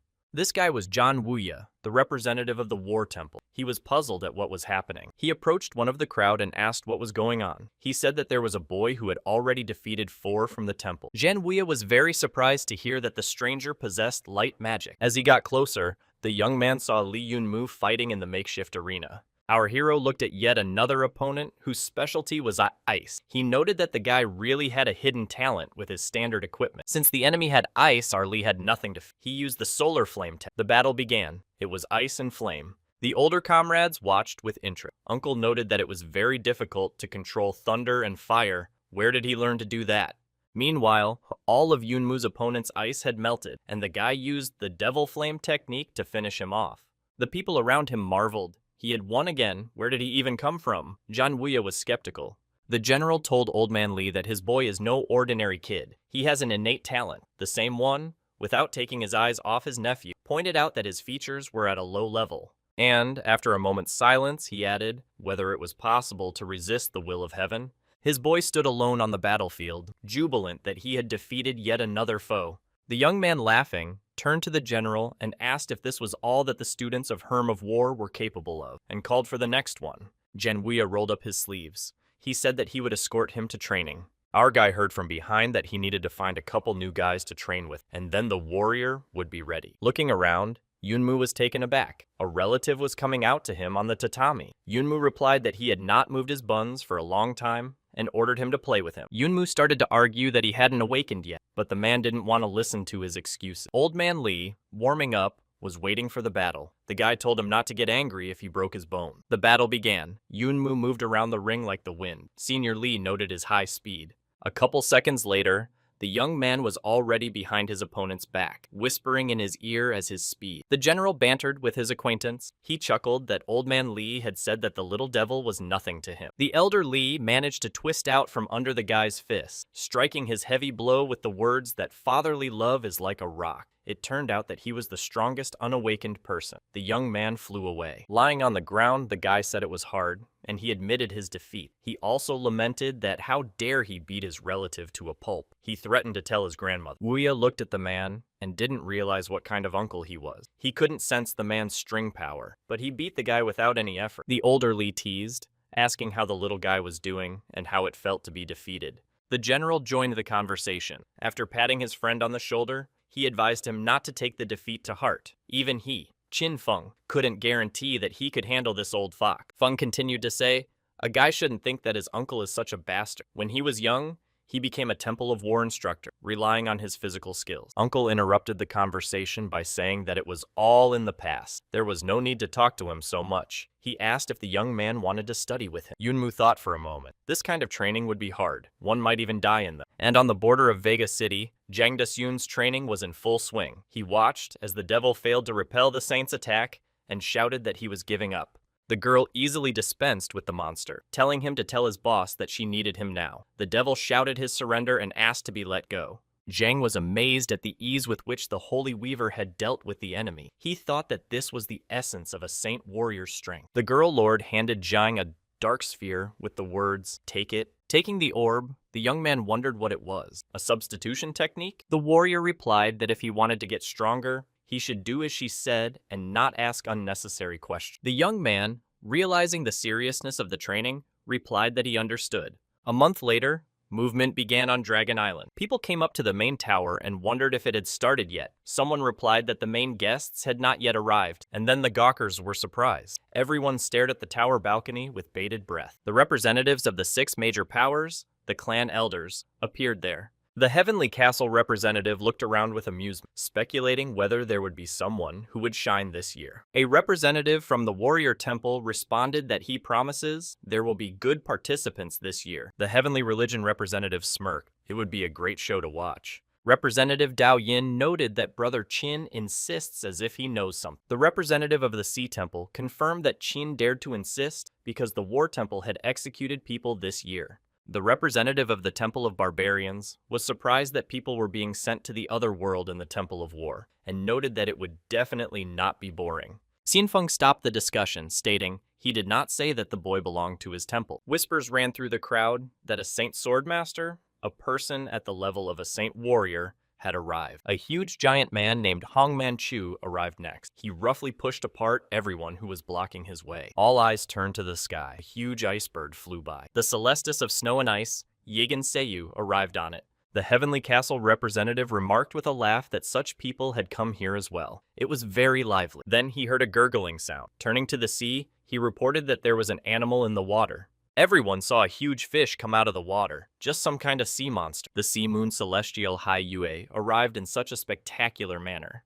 With indignation that the fish should be in the sea and that it was so noisy, Chao Tianzong came in. A representative from Temple Barbarians noted that everyone who should have arrived and it was time to begin. Xinfeng asked him to wait for another child. He assured that it wouldn't be as much fun without him. Li Yunmu was approaching the island on a small raft with an oar on his shoulder. He also wondered where the fish had come from. He was announced Li Yunmu from Vega City. The guy looked around and noted to himself that the Almighty had not arrived yet. The registration for the tournament has begun. Zhang Yuan from the Bamboo Grove clan was announced. He put his hands on the ball and glowed with Green Key's Nova energy. Our hero looked around. He was worried. The registration had started, but Zhang Desyun hadn't shown up yet. Is he really that irresponsible? Hearing Yeching's name from the receptionist, the guy was stunned with rage. His eyes glittered with anger. Seeing the enemy, the young man was astonished. Yeching was glowing with purple energy light. Yunmu remembered that he had been glowing with ordinary light a month ago. How many levels had he traveled before? After the Snow and Ice Celestial Yagan Shui, blazing with fire, walked our hero. Yunmu put his hand on the ball, but nothing happened. It didn't show the guy's energy. The receptionist girl dryly announced that Li Yunmu from Vega City had failed to qualify for the competition. The people around him started laughing at the guy. He's got regular light. Why did he even come here in the first place? Yeching looked at this guy with a caustic smile with words that recently went to the favorite. He thought how strong he... The young man heard from all sides unceasing statements like, "It would be better not to pry and embarrass yourself." The Weaver Saint stood up for the boy. She said that Lee Yunmu's actions had long ago proved that he could compete. He was only excluded because he didn't have a golden light level. Yeching did not relent. He challenged the girl's words, claiming that rules were rules. One must pass the 70th floor of the Tower of Triumph and reach the golden level or higher. Because he is a holy warrior, is it okay to break the rule? The female warrior got angry at her opponent. She angrily asked who said they were going to break the rules. Ching remained silent. To interrupt the altercation, Yunmu said that he would show everyone his level. Marked, it seemed to be a rainbow light. The enemy looked at the young man and could not believe it. He could only say, "How could he?" Yunmu replied that he would show you how it is, and slammed his fist into the ground. There was an explosion. Yeking was furious. He looked at everything that was happening and thought that this couldn't be happening. A silver light shone around our hero. The opponent was tearing and thrashing. Yunmu had come so far, how could such a thing be possible? The Saint Weaver replied that the boy used to suppress his strength, but now he wants to become stronger. He needs to find a place to gradually pass all the levels, and he needs to wait. He's not finished yet. The young man shouted, "Golden string," and now his halo shone with a golden hue. Yeching stood in shock. The young man had overcome 2 levels in a row. Finally, Li shouted rainbow light, and the halo glowed, shimmering. Even the general didn't expect this from the guy. He reached the rainbow light in one breath. It's just a legend that should be written in textbooks. The representative of the heavenly castle, with an unchanging smirk, remarked that this small one was quite interesting. Our hero stopped in front of Yeching and wondered with a smile how this could be. Looking directly into his opponent's eyes, he wondered if he had anything else to say, or if he still needed a show of force. Yunmu took off his hat in front of Ye and mockingly said that it was boring to destroy him like this. As he passed his opponent, Li whispered to him that he knew what he had done and he would pay for it. Li stepped aside and continued to scold Dasyun to himself. Where does he go? Because it will be too late. He had already promised himself that he would kill him. Then a helicopter hovered over our hero's head. A young man jumped out of the helicopter. Taking off his hood, he greeted everyone and said that he wished to register. The guy introduced himself, Jang Dashun from Vega City. He looked at his friend and smiled. Yunmu was pleased, but he called his comrade names and asked how he dared to be late. The young man replied that he had gone into the reading room and lost track of time, but he was here now.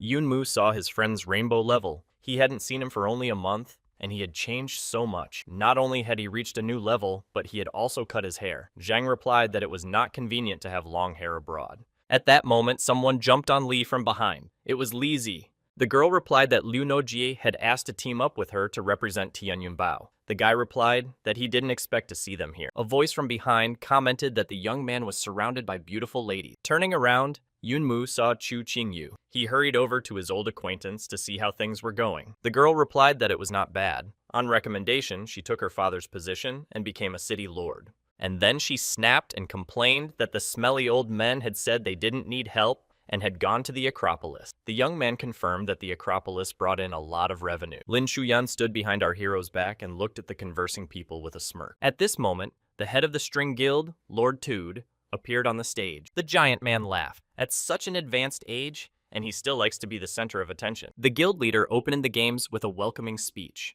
All players were invited to take part in the 54th full-scale battle. He, as the organizer of the competition, wished everyone good luck. As the speech continued, he lost a line from the cheat sheet written on his hand. Lizzie nervously whispered that if she couldn't find it, let her forget it. Noji couldn't understand what was wrong with the head, and the man, not confused, ended with general phrases. Let's have fun. The old man said that the 54th full-scale battle is open. The spectators were jubilant. They couldn't wait for the games to start. The first challenge, Savage World, was announced. Noji stood next to our hero and panicked. Her string power had disappeared for some reason. The girl couldn't understand what was happening. Yunmu reassured her. It was the old man who had now activated a special technique. Therefore, everyone's string powers were suppressed. After commanding the start of the battle trials, the gate of the barbarian demons opened. Li Yunmu was amazed. Outer space. This was the guild leader's abilities. Lord Taud told me that there was a demon with sharp claws behind the door. It's the most ferocious wild beast of the contestants level.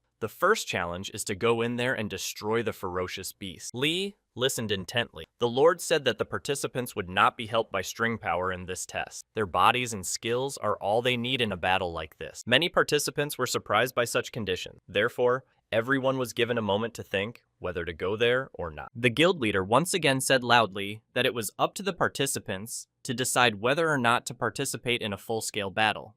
Then he turned to this first participant, Gu Tiancheng. He asked if he would continue the battle. He said of course he would. Following the departing warrior, they said, "This is the strongest rookie of the 3 whale cities from Haichin. He would easily pass the test." Passing the gate, the guy was surprised to see a devil with claws. He even grinned. In front of him stood a huge horned monster with eyes glowing with fire. Lord Toad offered to look at the situation from the inside. He took out a remote control and pressed a button. The audience discussed among themselves that there was nothing to see. Gu will go easy on this trial. Yunmu heard the peevish responses and turned to look at the screen with everyone else. The picture was not favorable. The boy had already been struck by the monster with his claws. Everyone was surprised at what had happened. After all, Gu was a master of rainbow light.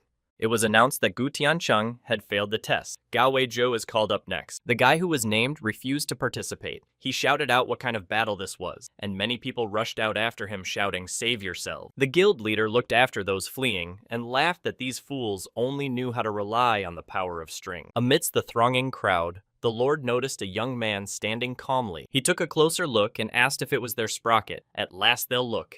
The remaining daredevils failed the test one by one. 6 people had already passed and not one had returned alive. Someone in the crowd raised the question of leaving. Lord Todd was furious. He was cursing that this year's contestants were no good, so he decided to send whoever he liked into battle. His gaze stopped on Li Yunmu. He asked if the boy would pass the test. Our hero was determined and adamant that he would pass. The boy bravely went to the portal gate. When he met the monster, he said that it was great to see such with his own eye. Li looked at the Hulk in front of him and wondered what his speed was. The devil immediately rushed to attack. The young man successfully dodged the blow. The viewers were glued to their screens. They relayed to each other that Li had ducked. The representative of the Celestial Temple became animated, said that what was happening was more like a competition, finally something to watch. Yunmu continued to dodge the devil's attacks and noted that even though he was so big, his speed was fast, but compared to the stinky old man, he was a long way off. The young man, having exhausted the beast, threw a punch. He concentrated all his strength in it and managed to strike. The spectators were delighted. The boy was able to defeat the giant beast using only his own strength. The struggle continued. Our hero managed to break off one of the devil's claws. With this claw, the final blow was struck. The beast was defeated. The audience at the screens cheered. The heads of the temples praised the young man. Very good. The task was accomplished. The other participants were discussing that the guy passed so easily, he was the first one to handle the test. His friends rejoiced at his victory. Li Zi loudly exclaimed that he had done it. Liu Noji replied that now they should try their best too. But there was one person who didn't share the others' merriment. Ye Qing skeptically stated that everyone had good skills. Next,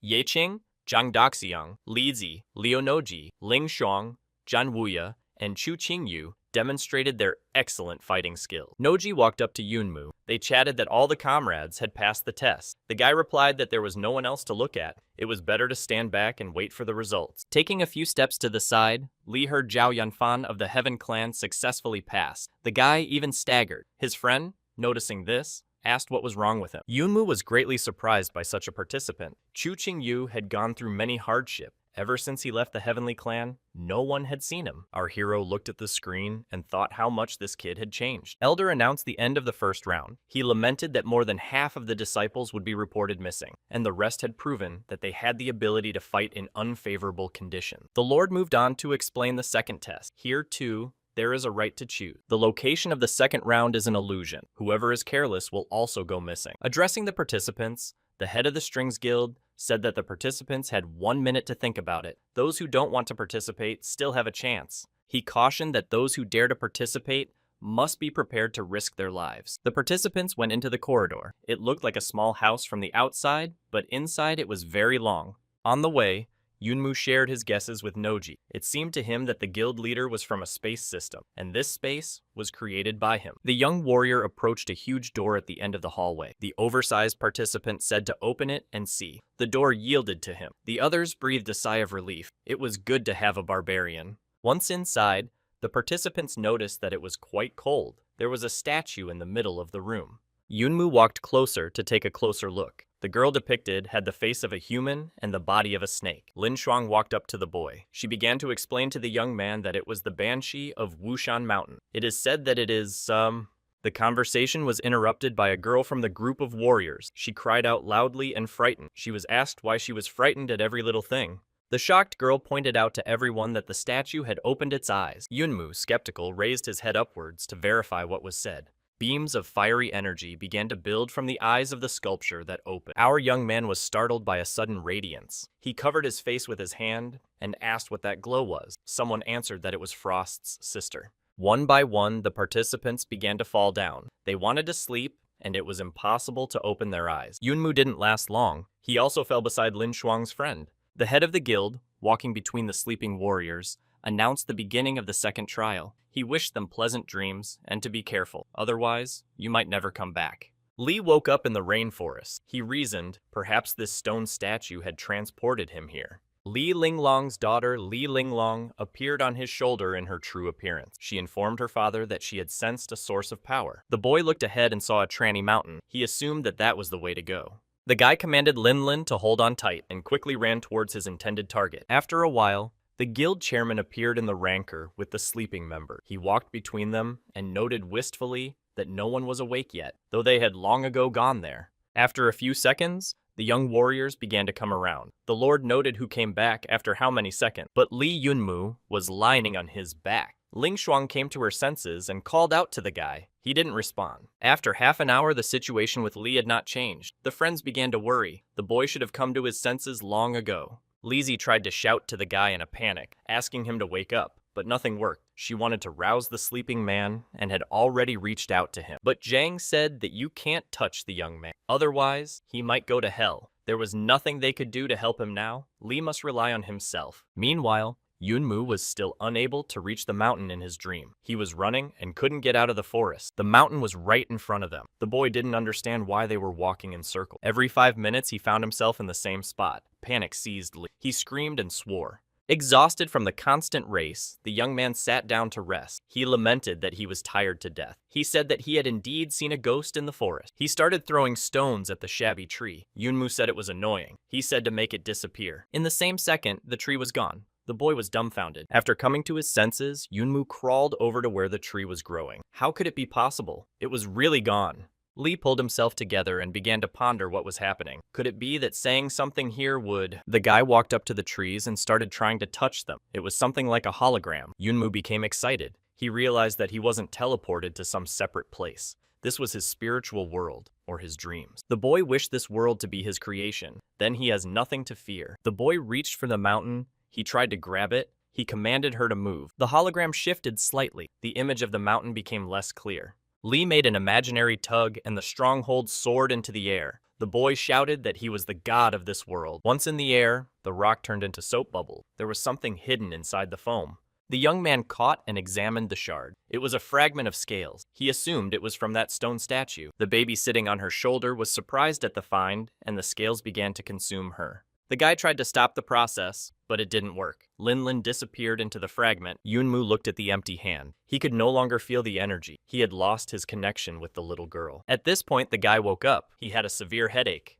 Daxun reported that the friend had slept for more than half an hour. Everyone thought that he would not come to his senses at all. Zhang helped the young man up.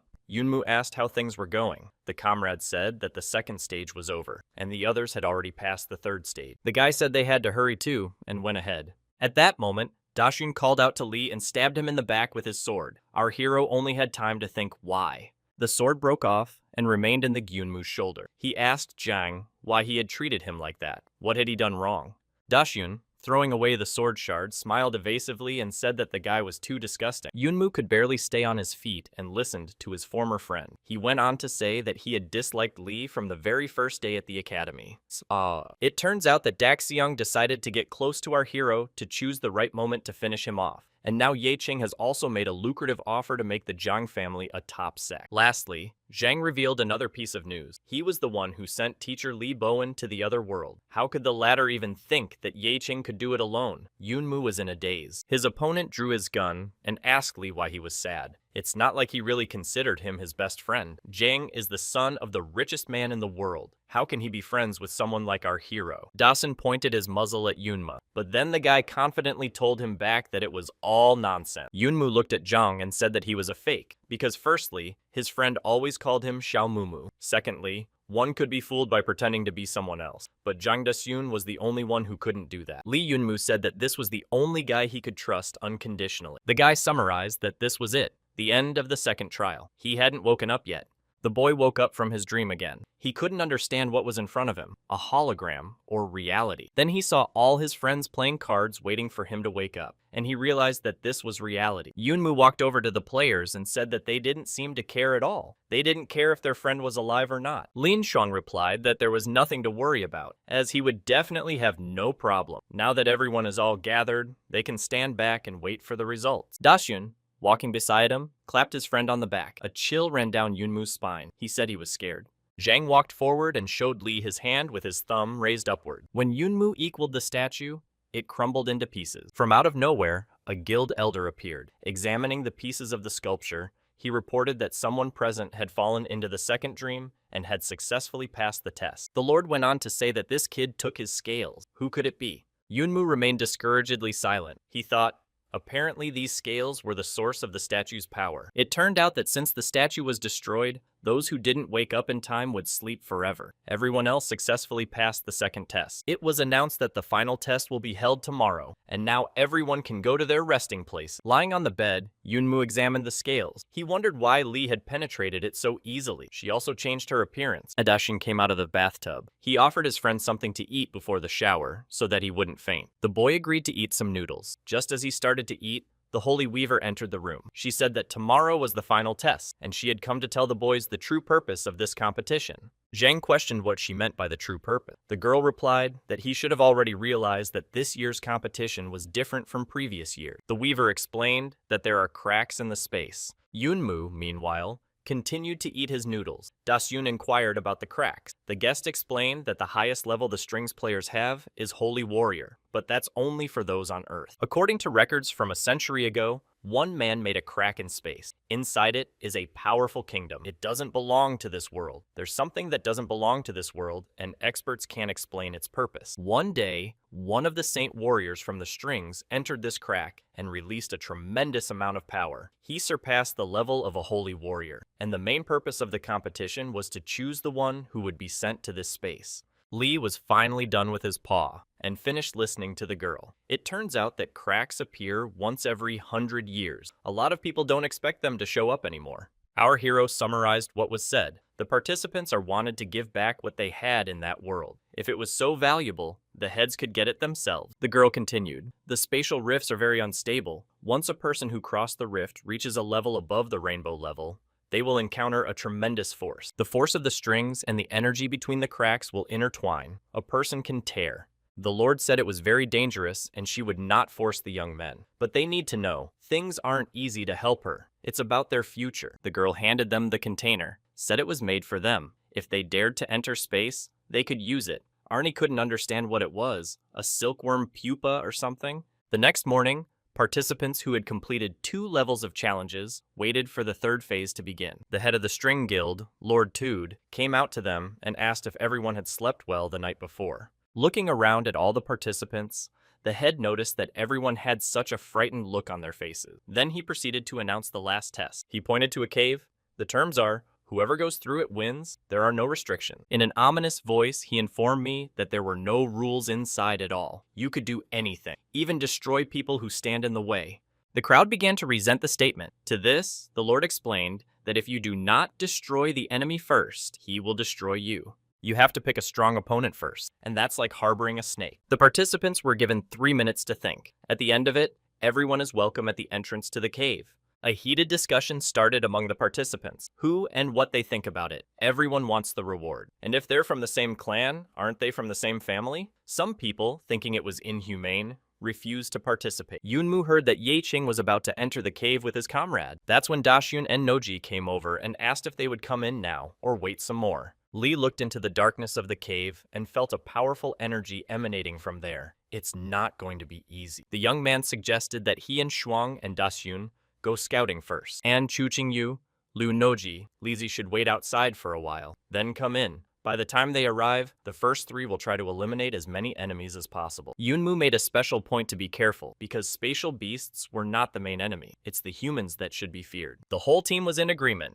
Everyone, without agreement, trusted Yunmu completely. Zhang Deshun noted this to himself as well. Looking at his friend, he thought that he did not know exactly, but he could feel it. He had made a good leader. In parting, Li Yunmu told the comrades that the next test is the last one. Do not perish. The three strongest fighters set off into the unknown of the cave. The participants walked and reasoned that spatial monsters weren't that easy. They have quite a high level. Ling Shuang cautioned her comrades. She felt someone's breath ahead of her.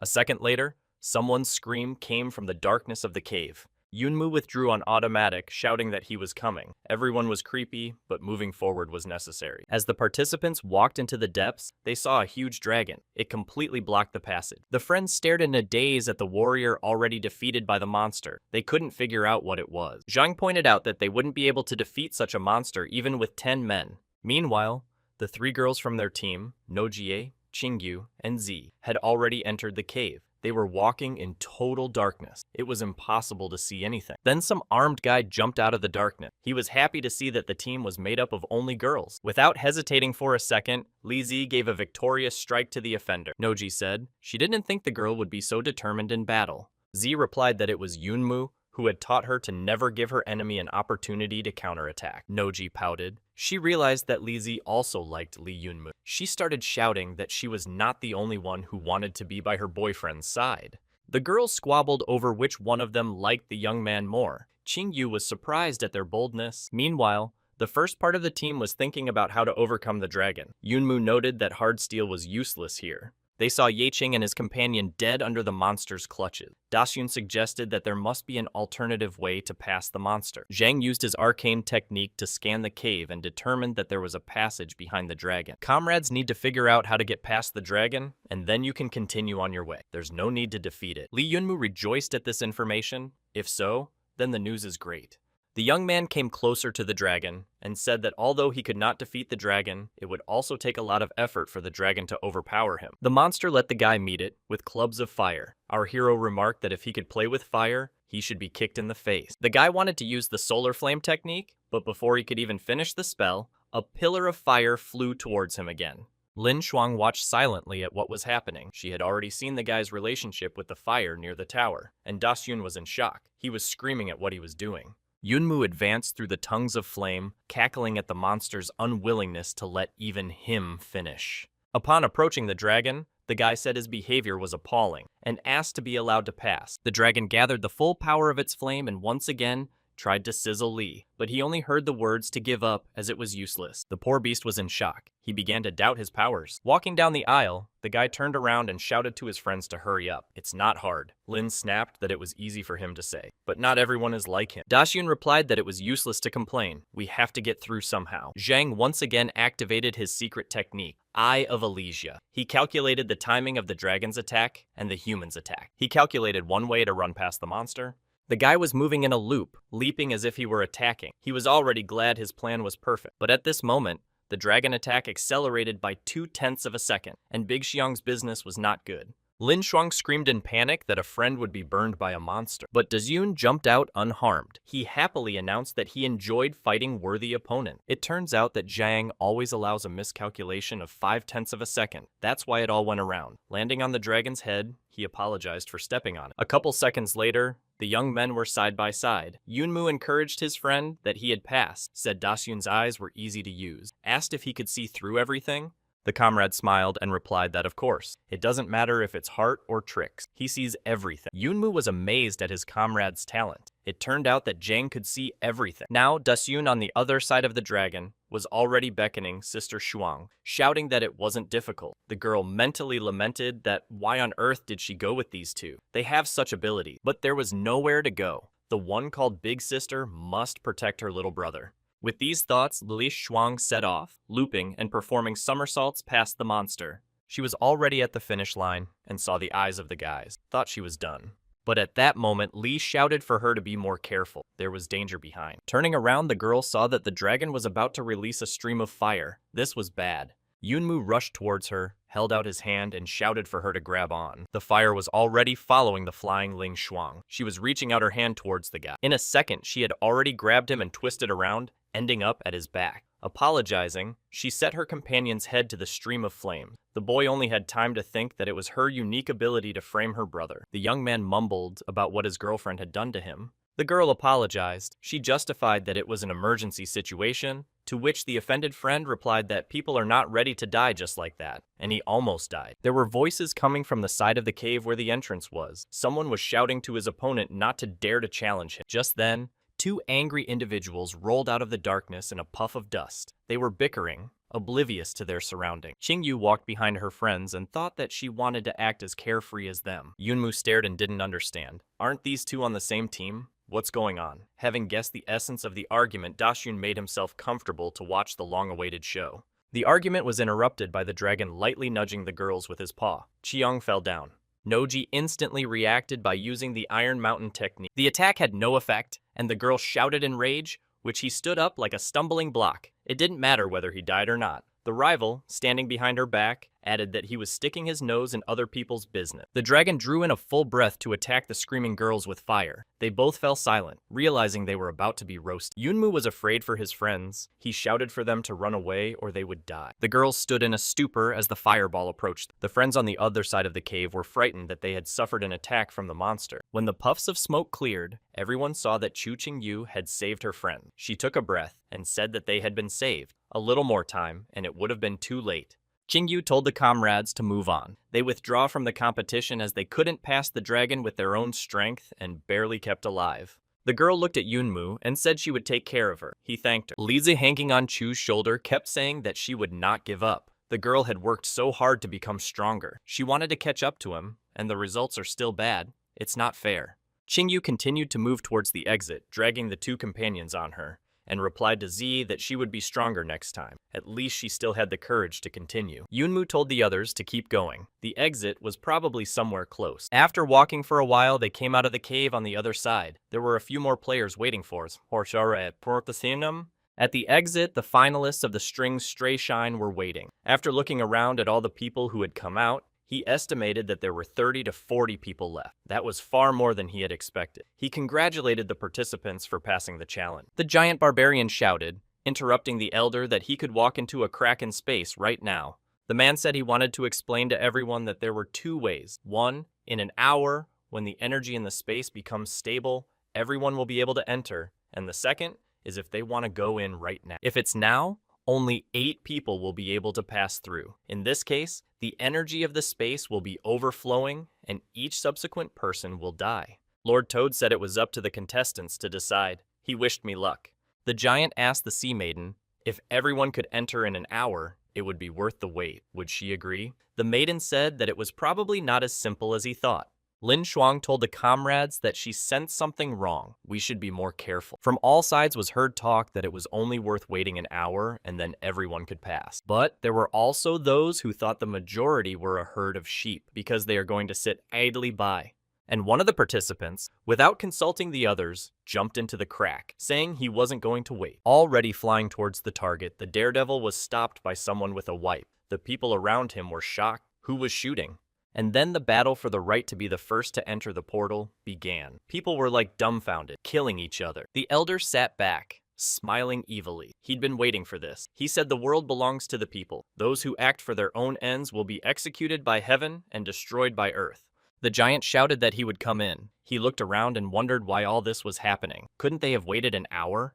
A guy with a sword rushed after him. He shouted that those who didn't want to go to the other world should get out of the way. Our friends fought off the surrounding chaos. Ling Shuang, approaching Yunmu, asked what they would do. The guy replied that she would enter with Zheng Dashun. When asked by the girl how himself, the young man replied that he had more business to attend to. The boy looked on with fire in his eyes. He said resolutely that everything he had waited so long for. It turns out that in the crowd of fighters, Yunmu spotted his main enemy, Ye Qing. He strode confidently toward the soapbox, said he was here to pick up his dog face. Ye Qing rushed at our hero, shouting that he would pay for everything. Li rushed to meet him, saying he would make him take those words back. The confrontation between the two fire warriors began. They simultaneously used Promethean Flame and then Dragonfire to attack. As they approached each other, they engaged in hand-to-hand combat. The other players, noticing the two stronger warriors in the fight, decided to seize the moment and attack to destroy both of them at once. Li and Yi, noticing the incoming attack, used the Red Lotus technique, scorching everything around them, thus neutralizing the attacker. The fight against threats and insults continued. As the fight continued, the guys used a few more techniques identical to each other. Yeching said that Yunmu was repeating everything after him. Yunmu replied that they were using the same techniques for the same purpose. In fact, they were like a reflection of each other, the same species. Meanwhile, Janwu managed to reach the portal. He turned around, saying that it was all a farce. Sister Shuyan saw this and informed Zhang that they had to hurry because one had already come in. The guy replied that he hadn't seen Li the whole time they were making their way to the crack. Lin explained to Dasyun what the young man said about unfinished business. She's sure he'll be fine, and they need to go in. The friends jumped into the portal at the same time. Now there are only 5 seats left. Yeching used the Promethean flame. Li covered himself with another warrior to save himself. Going on the attack, Yunmu said, "They are not like humans. They are just holding themselves back." Huaying replied that they are doing the same thing. Yunmu is avenging a teacher. He is avenging a loved one. Our hero replied that he was different from a soprano, to which Yi agreed that he wasn't a saint. But didn't Yunmu use other people to block attacks now? The boy was taken aback. Meanwhile, all around, everyone was frantically rushing to get to the crack. As fast as they could, they pushed their way to the entrance. Eventually, 3 more players reached the target. The others became even more furious. Yi and Li's opponents at this time realized that they were fighting as equals. They stopped and switched to talking. Yunmu agreed that he was not selfless. Qing replied that he wasn't a hero, but neither was Li. Our hero argued that although he acts out of self-interest, he has met people he wants to protect, and they are ready to protect. Li told his rival that he doesn't have people like that because they are different, and if anyone offends his loved ones, no matter who it is, he will send him to the underworld. The opponent shouted for him to stop talking nonsense and threw himself into the attack with Karma Fire. Yunmu attacked similarly. Yeking was angry, not understanding where the enemy got such power from, noting that he had 2 peculiarities. Another player joined Yeching's side. He commanded his comrade to move forward. He will deal with Yunmu himself. The opponent began to tell. From the first stage, he felt that there was something wrong with the guy. Couldn't he hide his true nature? Our hero informed him that he would never become a member of the Heavenly Clan, simply relying on his ability Yi's relationship with Yeching. In response, the enemy laughed, saying that Li is a funny kid. He also wants to say, "Stop pretending." As he finished his negotiations, the outsider noted that he now had a worthy opponent. Saying that it was stuffy in those clothes, the enemy threw off his mask. And in front of Li was a completely different person. It was a representative of the sacred religion who looked very similar to Dasyun. The enemy said that his name was Cape von Esmeralda. He looked at the guy with multicolored eyes. Turns out our guest was a Catholic priest. Yunmu replied, "How could a big shot like him show up here?" And answered himself to finalize his plan. His opponent explained that he had cooperated with the Heavenly Clan and lowered his cultivation level to rainbow level, all to complete the cunning plan. Yunmu shouted out what the enemy's plan was. He replied that a goose is not a pig's companion. At that moment, the enemy caught his sword with his bare hand. Yunmu was taken aback. How could someone like him understand his action? And the enemy had already struck him with holy justice technique, and he heard that villains die because they talk too much. Another technique followed. Yunmu fell down but regained consciousness. The priest noted that our hero had well-trained breathing and endurance. But in the striker's opinion, the next shot should have been the last. O used the holy glow tactic. Yunmu was thrown back by a fire wave of immense power. The enemy gloated that he had caught the boy. He said that the young man's heart would stop beating in 2 or 3 minutes. Our hero lay flat on the ground and did not move. He thought that the technique and experience of the enemy on the combat level, they are not at the same level at all. As he got closer to the injured Li, Cape von Esmeralda's opponent decided to reveal the truth, that it was not Yeching who sent the teacher to the other world, but him. Yunmu froze in surprise. He lay there without moving as his opponent narrated. He laughed at the fact that the guy thought Yeching could destroy the Thunder Night Dog, and now the enemy went for a crack, leaving Yunmu to slowly wait for the end. The enemy swept through the portal with furious speed. The young man who had been running through the portal barely had time to stop at the entrance. The people left in the clearing realized that this was the last contestant. That meant the others had no chance. The rift energy has become unstable. There was a 20% chance of surviving going there. No one wanted to risk it. Nosy saw where the friend was headed. She yelled that he was hurt and better not move. Our hero struggled to get to his feet. The whole crowd was talking about how the guy couldn't stand. How could he continue on his way?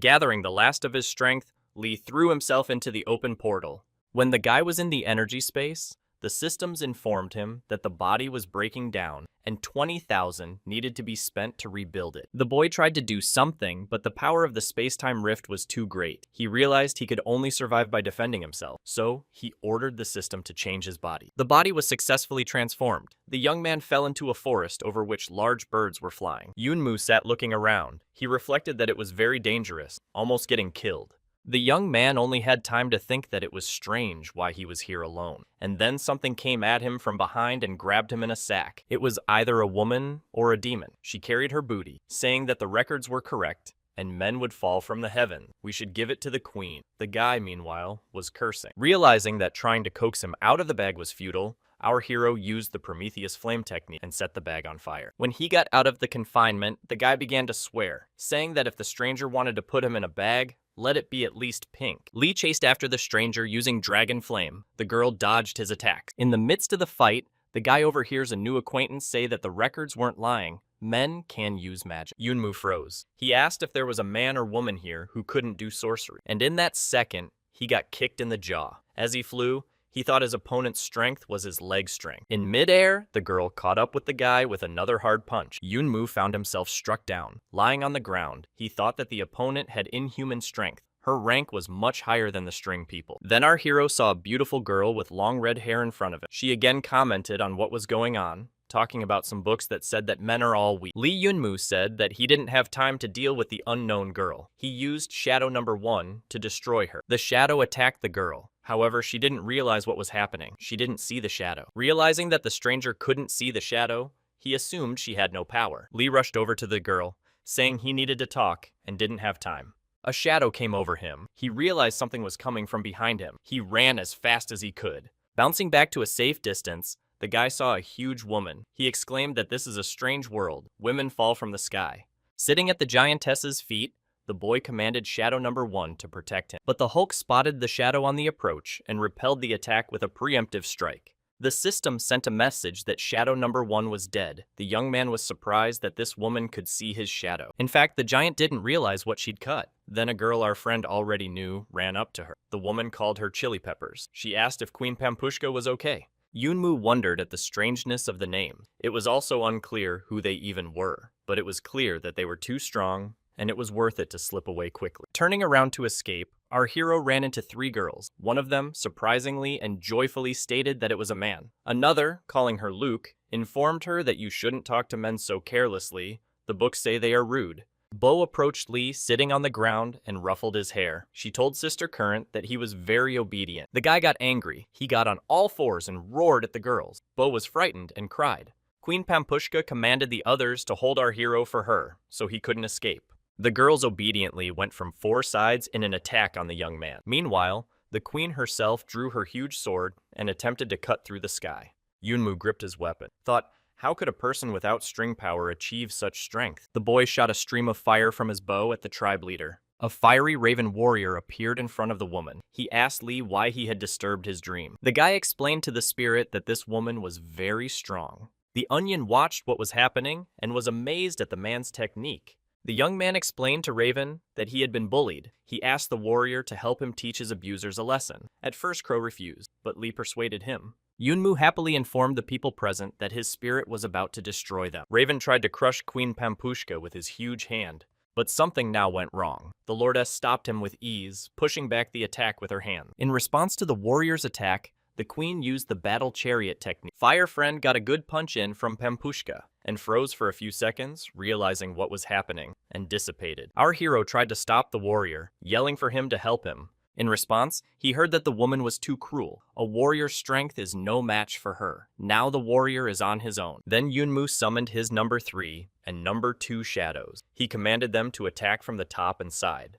The woman couldn't figure out what these things were. She realized that she would be attacked in a sneak attack. She went melee on Shadow number 2, saying it annoyed her. The queen grabbed the shadow with one hand and crushed it. The young man couldn't believe it. The system reported that Shadow number 2 had been eliminated. Now the woman aimed her gaze at the next to last shadow of Yun. Turning around, the hulking man found Shadow number 3 on the other side. Before the young man could even blink an eye, he received a message that all of his shadows had been destroyed. Lee Yunmu was very angry. He looked at the people around him and said that he could win.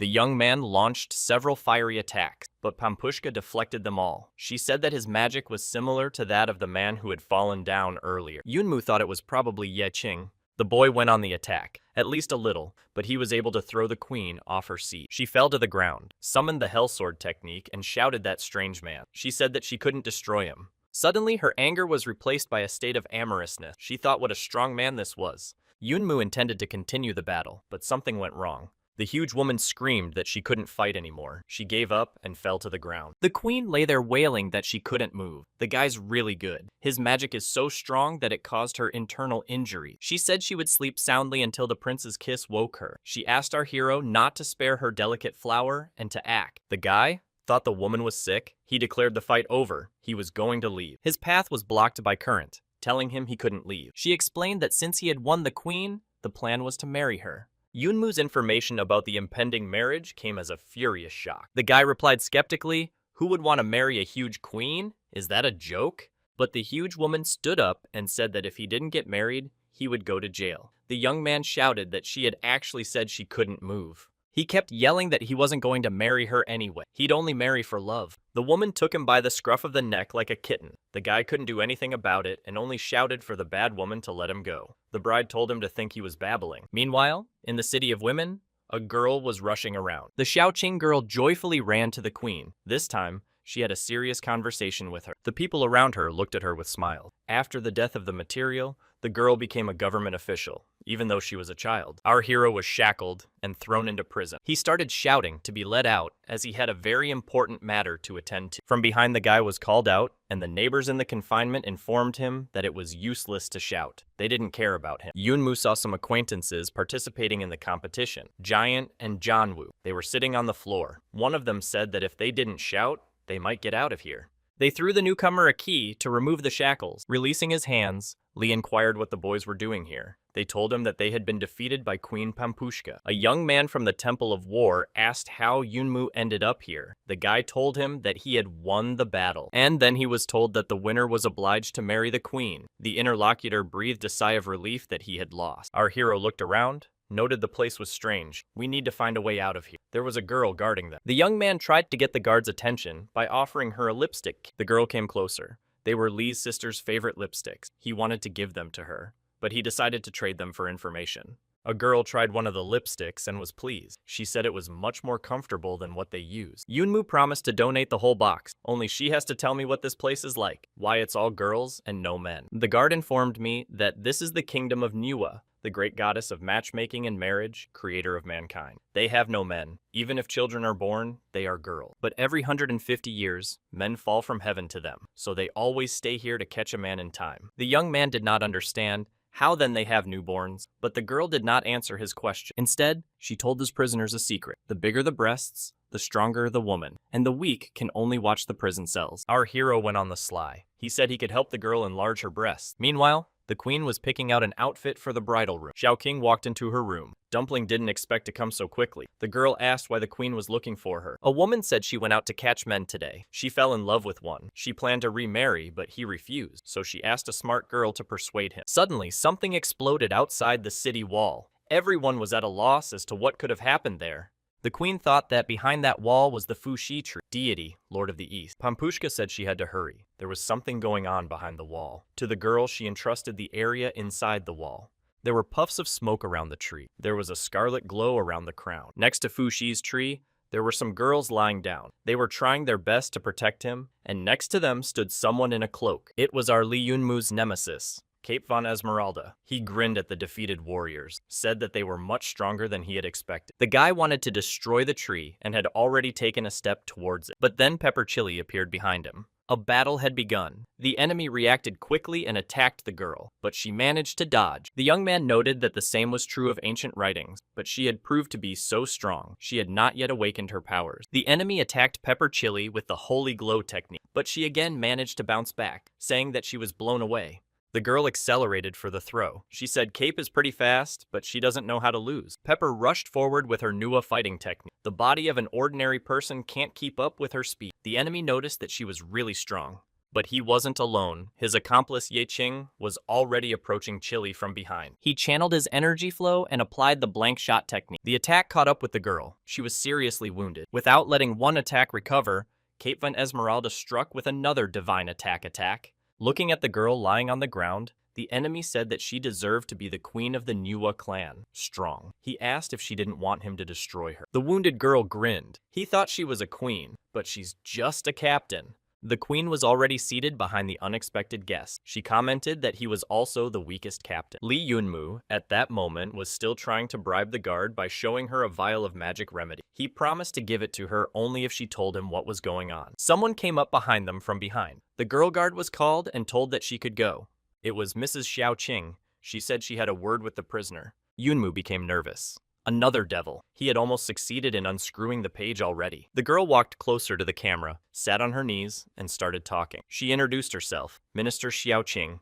Our hero was surprised. It was the first time he had heard a human name here. Li sat down opposite and began to say that the minister had come to persuade him to, but the girl interrupted him. She asked if he wanted to escape from here. She could help him. The boy was a little shocked. The girl caught him looking at her, asked what he was staring at. The guy explained that she had such small breasts, so she's very weak. How she can help him. The girl boiled with rage. How rude he is. What's he staring at? She's a civil servant. After calming down, Xiao told her proposal. She will let the boys out, but they must help overthrow the queen. The girl explained that the queen is very cruel and jealous. She enslaves all women who are prettier than her. It is a serious crime in this country if you do not worship her beauty. The same applies to girls who fell from the sky. They also become slaves. That is why only men are locked up in the cells. Li Yunmu thought of Lin Shuang's sister. The boy honestly told the minister that the queen is very strong. He can't beat her. The interviewee said she had a way to make the guy stronger. Meanwhile, the queen was already dealing punches to Ye Qing. Her huge fist made the guy fly a few meters away. Watching what was happening, Cape noted the large size. He didn't think a man could grow to that size. He said the queen's strength is also astounding. The guy went on the attack using the Godblade technique. A huge beam of fire energy was directed towards the woman, but the experienced warrior blocked his attack in the same second. The opponent was dumbfounded. With such a huge body, Pampushka moved so fast. Now it was the woman who went on the attack. She channeled all her power and struck the ground with her huge sword. The opponent was wounded. The difference in their strength was very great. Cape Van Esmeralda looked up at the tree. He thought the purpose was clear, and turned his attention to its fruit. Our hero continued to talk to his new acquaintance. He wondered how she could make him stronger. She said that 150 years ago, one of those who crossed the border left 3 stones filled with energy. They can raise Yunmu's level to Sacred Warrior in a short time. With and stones, you can overthrow the queen. The young man asked why she didn't use the power of the stones herself and defeat the queen. Xiao explained that she couldn't use the stones. They can only be used by someone like him who has the power of strings. She can't defeat her with her own strength. Yunmu, rising, told the girl that he didn't even care about their country, but his friend must be in a desperate situation. That's a different matter.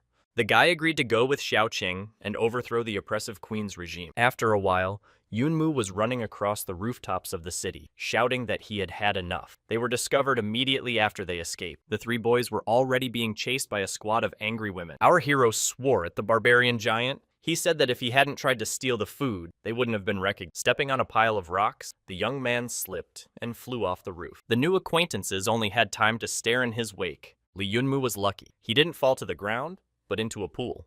Grabbing the curb, he tried to figure out where he was. It was a bathhouse full of girls. The guy thought he was in paradise. Outside the city wall, 2 warriors tried to confront the queen, but no matter what they did, it didn't hurt her. Cape Van Esmeralda couldn't understand. His level is lower, but his experience is on the level of a holy warrior. Why such a difference with the queen's powers? It was written in the ancient annals that the queen of this world was very strong, but he didn't expect it to be this strong. Leaning in for another attack, Pampushka asked what the young man was muttering. Meanwhile, Ye Qing jumped from the back and said that he had caught her. He only wanted to activate the Red Lotus technique, but the woman threw him off, shouting that she wouldn't let him use the spell. Turning around, she gives her foe another great punch with her fist. The guy flew off again. Cape made another attempt. He used the Divine Light spell, and everything around him lit up with a bright glow. It blinded the queen. She couldn't see anything for a few seconds. When her sight was restored, her rivals were gone. The woman lamented that they had run away. These 2 were walking through the woods. They reasoned that the power of people in this world far exceeded their abilities. It was lucky that they were cooperating, because it was impossible to accomplish the plan alone. Cape Von Esmeralda asked how far away the meeting place was. Yecheng replied that judging from the map ahead of them, as they approached the appointed place, they saw a girl sitting down. She asked if they were really from the Yi family. It was Xiaoqing. She told the approaching guys that they were very slow. The young men were surprised that this child was the link, to which the girl asked to be respectful, because she was older. Cape asked if she was an agent of the Yi family on this earth. The girl answered in the affirmative. She asked the new acquaintance if there was a red-haired child named Li Yunmu. She asked the new acquaintance if there was a red-haired child named Li Yunmu. The guy started to get outraged out loud. How is that possible? He hadn't been sent to the other world, and he had the strength to go through the portal. How did he even get here? Yang replied that she didn't know the details, but the guy really came and is still alive. In addition, he was approved by the queen. Because of the injuries, the two interlocutors are not as strong as Li. The girl asked if the guests would help her destroy the tree and appropriate its fruit to the Yi family. Yecheng asked that this strategy was developed 150 years ago. That's why she came to them. Xiao replied that she was a civilian official and was not strong in combat. But the young men needn't worry. She has a plan, and it's already starting to come to fruition. Turns out hundreds of years ago, the first humans arrived in the land of women. They discovered, although the women here were unaware of the power of the strings, possessed tremendous power. There are no men here, but the women continue to reproduce. With a little investigation, the men learned that there is a tree of the Fuxi gods in this world. This tree bears strange fruits. After eating them, a man has boundless strength. That's why the women here are so strong. Every spring, during the blooming of Fuxi, women collect the buds. When the bud is brewed and drunk, it is possible to become pregnant. The men who learned the truth offered the queen a deal. Exchange a few things from the outside world for a few fruits. Interested in the items, the queen agreed. When the man returned to Earth, he found that by eating this fruit, the highest limit was crossed. That is, the level of a holy warrior is crossed. This surprised many people. That's why all the events were hastily recorded on a scroll. It is kept secret by the String clan. No one knows its location. Now, every 150 years, men come into the world of women in exchange for the fruits of Fuxi. The young man Ye Zhong from the Heaven clan was not among those who crossed the border. A smart, cheerful guy helped the country of women to develop. He fell in love with a girl from the Nua country. The boy went to the queen and asked permission to stay here and live with his beloved. The queen considered his help to the country and did not object. So Jun stayed in the city and started his own family, but it wasn't that simple. Everything Ye Zhong did was a conspiracy. He tried his best to gain the queen's trust and leave his offspring to be able to cooperate with the descendants of the Heaven clan. The goal? To destroy the Fuxi tree, to seize all the fruits and give them to the Heaven clan for cultivation, to have an absolute monopoly on them. Today, Ye Zhuang's descendant is this girl, Xiaoqing. The boys were surprised that she had announced that the plan was underway. What does she mean? The girl said they could make a deal. Just wait for the signal, and then she would help defeat the queen. Turning around, she added that maybe this Yunmu guy would help their plan. Meanwhile, Yunmu and his companions continued to run away. They managed to get rid of their pursuers. They reached the forest on the east side that the Qing girl had told them about. The giant asked, "Does the guy really listen to what the little one says?" They all ran away, so why even care about it? Li replied that he had helped them escape so that they could help him find some. The barbarian's interlocutors asked if it wouldn't be difficult to search for a stone in this forest. Janwuya replied that it was useless to complain. One must search individually. It would be faster that way. The boys split up for the search. Each chose his own direction. Yunmu decided it wasn't reliable to rely on them finding him separately, so he found a place where he wouldn't be seen. The guy accessed the system and resurrected his shadow helper. He commanded, and numbers 1, 2, 3 went off to find the rock. Number 1 was up to the task. He found the rock. Li Yunmu saw where the stone lay. He was pleased with the find. But it wasn't that simple. The stones were guarded, comrades arrived, and with their help, they managed to defeat the Guardian. When they came closer to the pile of boulders, they were surprised. It looked like an ordinary place. How could Li have found it? On one of the stones, resembling a door, there was a circle. Our hero went over and touched it. It looked like something had to be done to open it. Li looked around and saw a stone fragment with 3 holes in it. He looked around and saw a stone fragment with 3 holes in it. On the stone is written, first, sing guard. Second, money is power and strength. Third, why are you so strong? The young man couldn't understand what it was, some kind of riddle. While they were thinking of searching individually, a huge guard crept up from behind. He launched an attack. His large sword landed a few centimeters away from Yunmu. The guy recoiled, falling over, not realizing what was happening. A guy from the Temple of War came out to do battle with the Guardian. The barbarian watching his comrade fight noted that this young man was strong. The giant rushed to Jianwu's aid in the battle. He decided to see who was hiding under the helmet. Ripping the helmet off his head, he staggered back. At that moment, the knight threw the boy back. The barbarian even got a headache. The surprised Yunmu wondered who was inside. He answered so Li wouldn't be frightened, but there was no one in the armor. Jianwuya continued to fight with the headless guard. Li Yunmu joined him. He used a fast leg attack. The warrior was like a pile of scrap metal. It hurt the guy's legs to kick. The boys sat down to take a break. They discussed that this Iron Man had appeared suddenly. It must be the Guardian. Jan said he felt the power of the strings during the attack. Yunmu replied that means it controls it, so the armor behaves like a human. Jan said that such a big guy would be difficult to defeat. Nishiroi will suggest that the comrade just shoot him down. Then things will be much easier. The headless knight began to attack Li. He barely had time to dodge. The opponent was so fast. The young man used the thunderclap technique and blocked the guard's movements for a while. He shouted to Wuya to break the shield. The comrade gathered all his chi energy, focused his breath to reach Dan, and supreme energy filled his body. He delivered a crushing blow to the armor. The shield flew out.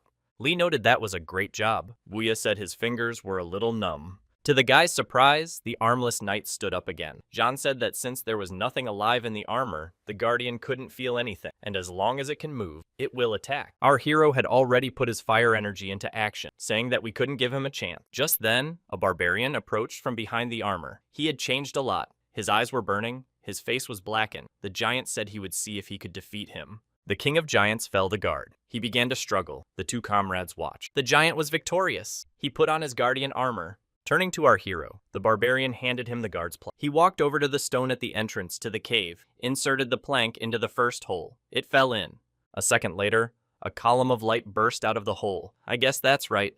Yunmu hesitated for a moment. They had received the trustee's certificate, but if the power is money, what is the power for you? The guy pondered whether it was even worth it to continue fighting. The giant shouted that those words made his head hurt. He will never solve riddles again. Jianwuya called out to Li. He handed him a string crystal and suggested that he try inserting it into the cell. The young man rejoiced. That's right. The crystal was both currency and cultivation material, combining the nature of money and power. He praised his comrade for his ingenuity. The crystal in the hole also glowed. It all fits. There was only one hole left. Yunmu asked his friend Wuya to rack his brain. He replied that there were no clues. Lai remembered Xiaoqing's words and realized that only cross-border people could do this. The answer must be something that doesn't exist in this world. The young man pondered some more. It's not in the world, but it could make them stronger. It could only be one thing. Parry shouted string power and launched a charge of energy into the third compartment. The stones creaked, the round lock on the cave twisted, the door opened. The giant was surprised. The boy was indeed able to open it. Li called everyone inside to find what they needed. The cave was very dark. The companions walked a little way and saw a chest on a pedestal. When we got closer, we saw that there was something engraved on the lid. Yunmu read the writing. To my descendants, I have spent my life for this thing. I will help you in your great endeavor. Destroy his body, magnify his aura, and send him to the god realm. But that could ruin everything. You can't see anything from behind. Li wondered, descendants, who are they? The boy looked at his comrades. Jianwuya told him to promise to leave as soon as he found what he needed. Yunmu explained that Uya had already fulfilled his promise. The next test is a dangerous one, and he will take it upon himself. The barbarian engaged in a dialogue. He said he was done playing around. They fought together, so it's all about trust. Looking reproachfully at the lad, he added, running from the danger of what kind of brother he was. Jianwuya also replied that it didn't matter where he would go. Leaving the Nua kingdom was impossible right now. Li grinned. A group of guys who don't even know whether to survive or die. New friend said even so. Go, back to the kingdom of Nua. Yunmu walked ahead. He said it wasn't his destiny to die. In the city of women, everyone was discussing the attack on Fushi's tree. Who attacked? How it went. When the women found out about the cross-borderers, they became outraged. They said they should be executed because they're getting stronger every time. Our hero and his companions sat on the roof and listened. The women said that the queen had arrived in time, otherwise the tree would not have been saved. Now, the queen would punish the gang severely. Li thought for a moment. The barbarian said that they didn't touch the trees when they ran. Yunmu replied that it was definitely Ye Qing. John wondered why the guy had such a look on his face. The guy replied, in addition to what he knows, there are a bunch of things he doesn't understand. Near the Fusi pepper chili tree, seeing the queen tried to say something to her. The queen cut off her speech. She told her not to speak if she was seriously injured. Medical assistance has arrived. Everything will be all right. The tree is fine, so the warriors can be sure to recover from their wound. Looking over the wounded girls, Pampushka scolded. Men had done such things to her people. She promised that even if she had to dig, they would pay for what they had done in blood. In the town, meanwhile, the locals were mildly confused. They could not understand whose huge child was walking down the street. It was three guys dressed in women's costume, walking through the city, trying to blend in with the crowd. Yunmu reassured his buddies, whispering that they were the most beautiful now. The giant wailed that we should end this. Lee replied that there was nothing wrong with pretending to be a woman. The guy approached a local resident, asking where the women who had crossed the border had been taken. He explained that the queen had asked them to ask a couple of questions. The girl replied that I think they were in the reception area. She told me how to get there. The comrades approached a building with beautiful minarets. One of them said that this place did not look like a place where prisoners were. Yunmu resented that the difference between the prisoners was very big. It's like an aristocrat's palace. He suddenly fell silent when he heard Sister Shuang's voice. She was shouting. The guy kicked in the door, burst inside screaming. All three boys froze on the threshold of the room. The girl was getting a massage. She cried out that it was so relaxing. She doesn't feel tense anymore. Zhang Dashun was also there. He asked his friend why he was with the guy from the war temple, and also why he was dressed up like that. Yunmu was furious. He threw off his wig and shouted that he was working hard. Why is Daseun chilling out? The young man replied that he didn't know. As soon as he arrived, he was sent here. Maybe he was mistaken for a girl again. He added that Yegang Shui and Hai Yue were also in the pool in the backyard. Yunmu was surprised that there was such a resort place in such a remote place. A local girl explained that it was 100 times better than the queen's bedroom. Though they are backward in their world, they respect foreigners. And squealing that it was the right thing to do, she threw herself around Zhang's neck, calling him young master. Dashun explained that it was a waitress. Her name is Pomegranate. She already knew he was a man, but she promised not to tell anyone. He told her many things about his world. Yunmu promised that her brother would give her many things from their world if she told them about hers. All the friends gathered in the room and listened attentively to the girl. She told them everything. Yunmu summarized, the sacred Fuxi tree is the source of everything here, and it seems that what they need to bring back is the fruit of the tree. After gathering all the information and comparing it, the guy still had some points of contention. The main one is Xiaoqing. Lin intervened in the train of thought. She said that she had met Xiao when they first arrived. She was not only interested in everyone's identity, but also in the situation of things on Earth. Sis was curious as to why she wanted to know so much about the situation on Earth. Gangshui and Hansue entered the room. They asked the new arrivals why they were dressed like this, like a group of perverts. Li explained that they were looking for a way to get some fruit and get out of here. Asked if they were with him.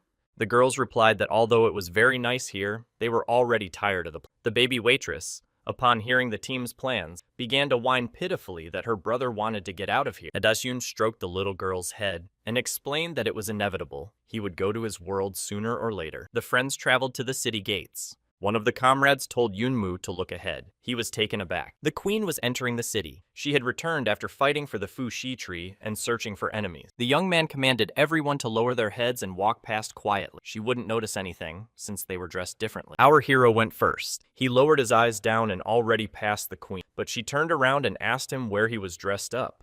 The young man commanded everyone to run to the sacred tree. Li himself stayed behind to cover the group. He attacked using the Prometheus flame technique. The queen noted that he had the same technique as the guy who attacked the tree, and concluded that the guys were in on it. Pampushka said honey was hurting her, and went on the attack.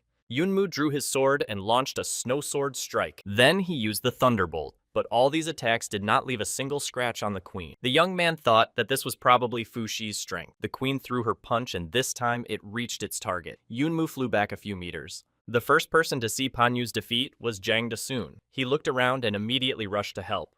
The two new friends also rushed to the boy's rescue. The giant shouted that his older brother would save him. One by one, the barbarian began to use his fighting techniques, Iron Fist, Hammer of Fate.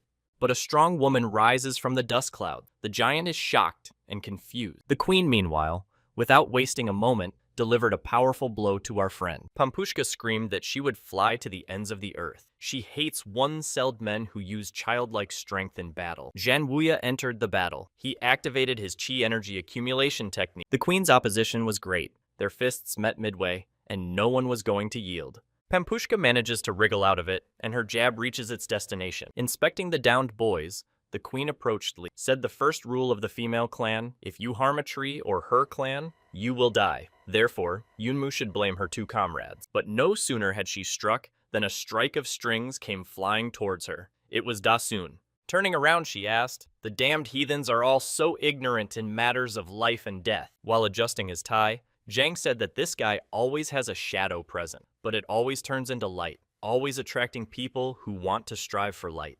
Moving closer to his friend, Daxun said that even people like him were starting to trust the guy. Lin Shuang joined the conversation. She stated that she blindly believed that they would win. Therefore, Lin and Dasun approached the queen. They said that although she's not a bad attitude, they apologize, but they have to defeat her. Not far from Daxun, Zhan Wuya began to regain consciousness. The guy said that the wounded should be thrown out of the battlefield and kicked him away. Aoya flipped out, and Dasun went on to say that he didn't know how good his relationship with Li had become during his absence. But when Xiao was in danger, he ran away the fastest. Zhang turned around, asking where his real friend's face was. Ling, a little shocked by his friend's behavior, asked if that was why he had kicked him. At this moment, after shouting that the endless chatter was annoying, the queen was already on her way to attack Big Xiang. The guy answered her with a shot from his huge shotgun. Following close behind, Lin Shuyan was already flying into the attack. A huge explosion resounded in the air. Daxun, looking from the ground, noted that the battle was fierce. The queen is indeed a beast. At the young man's feet, Shuyan's wounded sister fell down. The next moment, Pampushka had already flown up to him. She shouted that he had no time to worry about the others. A second before the blow, Yunmu came up. He caught the queen's sword and saved his friend. In his hand, he held a flask of Trun energy. Saying the words from the engraving, break the body, increase chi energy, the guy broke the cap on the flask with his teeth, then uttered, approach the realm of the gods. Gangshu and Hansu were already running toward the sacred tree. They ran so fast that they did not notice that the rest of the group was missing. Meanwhile, Yunmu had already opened the third flask of energy. There was a fiery glow around him. It blinded everyone around him. Queen Pampushka couldn't understand what was happening to the young man. The guy was unlike himself. Energy was radiating from his body all the time. Li commanded Zhang to take everyone to the sacred tree. In response to his friend's objection, he said not to worry. She would definitely die this time. Daxun saw that frantic look in his comrade's eyes again. He hurried to get everyone away, shouting to Li to hurry up. Yunmu went to Queen Pampushka. He asked if she wanted to go to the sacred tree, but she won't go through. The woman looked down at the guy and said her heart was breaking at the thought of hitting him. The queen went on the attack with the earth-splitting technique and struck with her huge sword. Li Yunmu made a dog sign with his palm. The queen commanded, "Let's go," and wanted to head for the tree. But she was held back by a tremendous power. She wondered why the young man's spells had become so powerful. Our hero depicted the Chaoyang Cow sign with his palms and gave the command to fire. The queen was unable to fend off such a powerful flame. It threw her several meters away. Pampushka was lying on the ground, screaming that she was dying of burn. Yunmu said they weren't finished and jumped up. The young man used a blade spell. The ground beneath him exploded. The guy was jubilant. He said it was done. He'd never been so strong. The queen's voice came from the dust cloud. She said she hadn't seen the boy for several days. In that time, he had become very strong. No one had ever hurt her so much. Our hero drew his sword of northern lights, but then a beautiful girl appeared out of a cloud of dust. She said she hoped they had played well and that he had changed a lot. The guy was taken aback. He asked the girl who she was. In response, he heard that she was his favorite. The young man shouted that she was a liar. The queen said that she changes her appearance after eating fat. But she can do her best, the stranger said, and applied Earth Split while the guy was in shock. She knocked the sword out of our hero's hand. He flew off to the side. Yunmu noted that the queen's strength and speed had increased significantly. One can't relax even for a second. The girl stuck her sword into the ground and suggested that this time they should be honest. The boy didn't understand why she lowered her weapon. She underestimated him. The queen explained that they never took advantage of one-on-one combat. The young man chuckled that such beautiful people felt more confident when they talked. The girl asked if it mattered what he had said earlier. The guy replied to forget it, suggested to get it over with quickly. The huge girl grabbed the young man with her hands, said he was talking nonsense. With a cry that this was mean, the beautiful queen hurled the young man against the rock so that he stamped into it. To finish the guy off, she slammed her fist into the spot where he'd sealed himself in. Thanks to his good reaction, the young man managed to jump to the ground at the last moment. Getting up, Yunmu asked if she wanted to kill her husband, and he thought to himself that she was pretending that she wasn't that strong, but in reality. Then Li decided to try what his father had taught him. Yunmu stood up in a Taiji Quan pose. This supreme beginning is the limit before the separation of yin and yang forces. The girl rushed after Li, telling him not to run away. Then she wondered what kind of strange posture he was in. The guy dodged the kick with his foot, saying that the sun is born in motion and yin energy in silence. In the next second, he struck her in the stomach with his hand. The girl fell to the ground, flying away. The young man wondered what it was like for her to be overwhelmed by her own power. The queen replied that he was vile, and began to rise. Asking what kind of things, Pampushka rushed to attack, except that Yunmu blocked all of her blows. The guy used the pet the horse technique and attacked the girl from behind, hitting her in the back. Her opponent was on the ground again. She had no way of knowing why it was so hard to hit him. The young man in turn marveled that his old man's technique worked so well. The next moment, he saw the queen moving towards him again to attack. He was surprised that she was still on her feet after all the blows. He stood up in the Tai Chi Quan stance again, as he suddenly realized that his strength was gone. The young man didn't understand why his strength, and even the strength of the strings, was gradually running out. He remembered the inscription in the cave: destroy the body, increase chi energy, peak, and you can destroy yourself. Maybe this inscription had something to do with what was happening. With a cry of distraction, the queen delivered a blow to the young man that he was unable to repel. She wondered where his power had gone. The battle began. The girl used the dragon jump. The boy fought back as best he could. As she struggled, the young man noted that her strength and speed became even greater. His body stopped obeying him. Yunmu realized that if he continued like this, he wouldn't be able to move at all. He figured it was just a side effect. There was nothing left to do but summon a legion of shadows. The young man said that maybe he should be ashamed of it, but who told him to be defiant? This is not a warning, it is a seed. He went into a stand. The queen replied that she hated that attack. It's annoying, and rushed into battle. The guy fended off her blow with the sticky hands technique. The shadows went to work. The girl couldn't understand what was happening. She couldn't see the shadows. Once again on the ground, Pampushka noted that it was really hard to resist his tricks. She couldn't go on like this. The hero's thoughts were all in one place. The longer the battle dragged on, the worse it would be for them. It must be over with as soon as possible. The queen rushed to the attack with the thought that the next step was her last. One by one, she struck all the shadows with a dragon strike. Lee replied that one move would determine the outcome, just the way he likes. The guy's focused. One must act lightly and smoothly. One must be perfect to feel the surge of strength. Both opponents struck each other at the same time. There was a huge explosion at the site of the battle. On the ground, both opponents lay exhausted. The shadows gradually dissolved into the air. Just then, our hero heard a familiar voice. Someone said that the queen and Lee Yunmu were one shot, two birds with one stone. Both of them lost. The boy opened his eyes and tried to get up. The voice continued. She watched them with great amusement. She didn't expect the young man to be able to make it this far. Xiaoting stood in front of him. She said that everything seemed to be going according to plan. Two more of his enemies landed next to Yunmu, Yeqing and Esmeralda. Yeqing kicked the wounded youth and gloated that he had crossed the border. He had been beaten up, and now he was going to die. This time, he got hit. Esmeralda added that at such a young age, he was able to reach out to the queen. He really is intimidating, but luckily, their team isn't that easy. The guy kept saying that they don't know if the queen is alive or dead. We need to make sure. He looked at the queen and said, I didn't expect her to be so beautiful, but she must die for a great cause. And he began to form a fireball to attack. But then the onion shouted, ready, shot. The enemy's arm was pierced by an arrow from the girls who had come to the rescue. Arrows rained down from all sides. Yeqing looked around. He couldn't figure out what was wrong. The ravine where the battle was being fought was cordoned off by thousands of girl warriors around the perimeter. Luke reported that it took a long time to get around such a circle. Smiling, she concluded triumphantly that they had finally fallen into the trap. Li Yunmu was lying on the ground, unable to get up from his wound. Queen Pampushka, sighing, gradually rose to her feet. Cape was surprised at how strong she was. After her wounds, she could still stand up. The queen walked, and her enemies remarked that her strength was greater than that of the holy warriors. Another would have fainted long ago. Soyaching said that the person in front of them is a great person. She is the strongest queen in the history of their country. A woman is a queen. Yeqing shouted at the girl for betraying their family. Zhao replied that she hates her family. She is sick of her own last name. Li Yunmu lay there and silently listened to the girl's story. She began to tell him that she could have grown up peacefully and happily as an ordinary child, but the Yi family had destroyed her and her family. Head Yi only married her great-grandmother because she was weak and obedient. He controlled her completely. After the baby was born, he beat his wife, locked her up, and wouldn't let anyone in.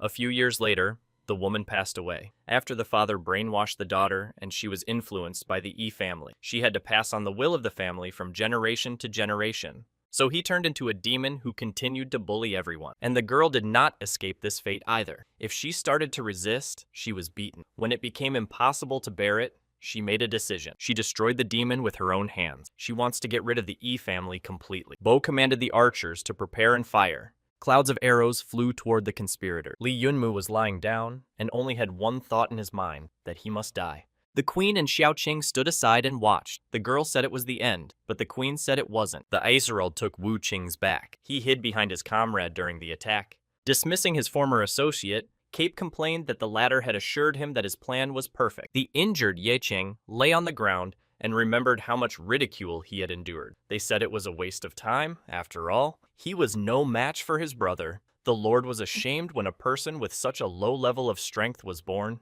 The guy has been told since he was a kid that it would be great if he felt confident and worked hard to get stronger. He was hired a trainer to make him the strongest in the new generation. That was Lin Jian. Ye Xing began to win. He defeated the strongest rookie of the clan and hoped that his father would be proud of him. But then the news about Li Yunmu came out, a dark horse among the newcomers. Yunmu defeated Lin Jiang when he chased him for the jade pendant. Ye Qing vowed to avenge his friend, so he went to Cape Von Esmeralda so he could help. Ye King told him everything about the female queen and the secret of the Yi family, and now lying on the ground, he saw Lin Jian come to take him with him. Li Yunmu stood up and walked over to Ye Qing. The queen and Xiaoqing were very surprised that after everything, the young man could still stand. The guy said he didn't expect it to end this way. If it wasn't for this world, they could have been friends. Yunmu shouted to the wife that they had even fooled him, so he asked for a favor. The last enemy he would deal with himself, said Li, and pulled out another flask of string power. Looking at Cape Von Esmeralda, he reiterated once more that he would sort it out himself and that no one else should interfere. Xiao shouted that there was no way he should use the third portion of energy. His body wouldn't be able to withstand it.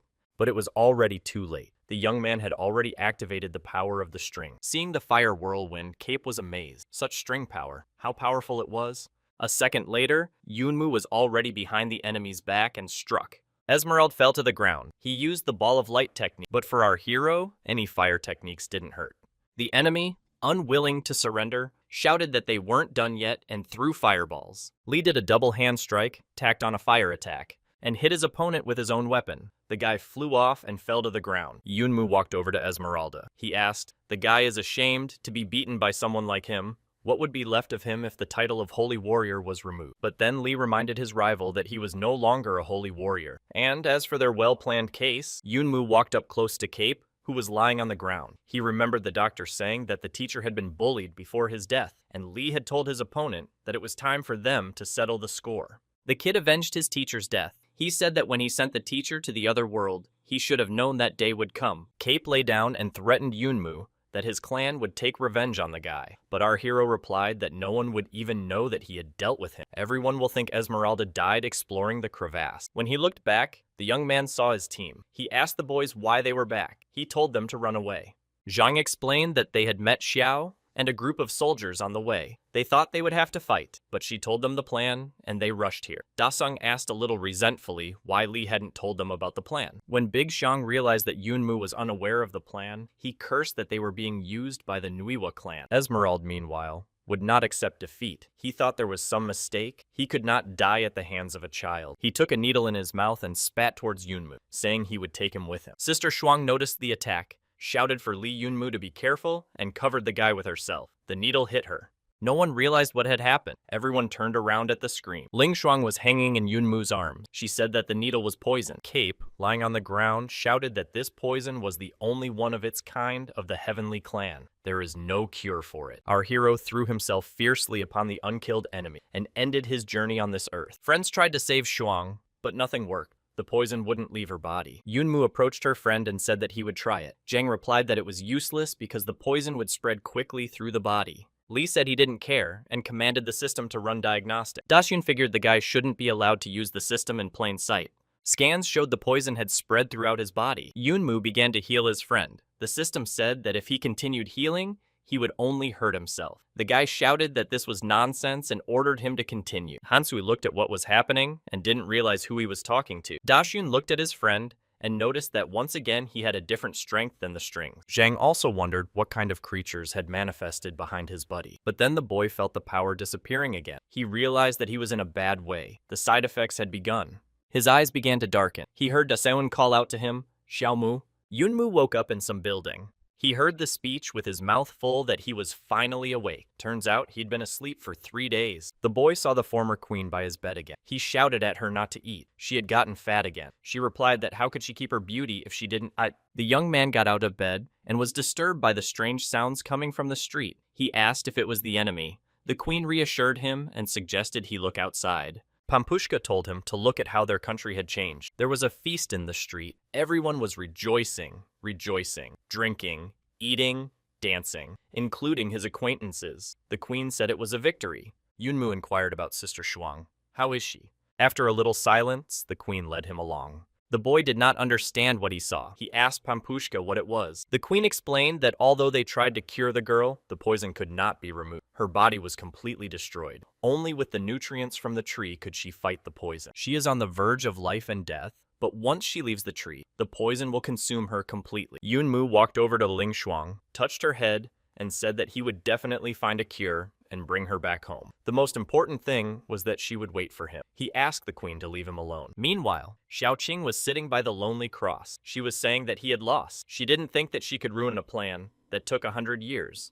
The girl said confidently that from today, she would no longer be a shadow and would live at her own pleasure. Yunmu stumbled upon it by chance. He asked the girl who was buried here. Xiao replied that it was her mother. Yunmu realized the rudeness of the situation. He apologized and said he would leave now. The young man had already started to leave. The girl asked him to wait. Li sat down next to Qing. She began to apologize for dragging him and his friends into such a dangerous situation. The young man replied that he had realized long ago that the girl was hiding something. She was surprised and asked how he had guessed. The guy explained that as soon as he heard her name, the others have product names instead of name. Later, he heard that the tree was under attack, and Captain Chili was defeated. Only the queen was able to protect him. It seems that only the queen could stand up to Esmeralda. Then the girl asked him to overthrow the queen, which is very suspicious. Xiao wondered how he knew she wasn't together with Ye Qing. The guy replied that it was the power of the fruits. In fact, Ye Zhong had left his descendants fruits so that they could defeat the queen.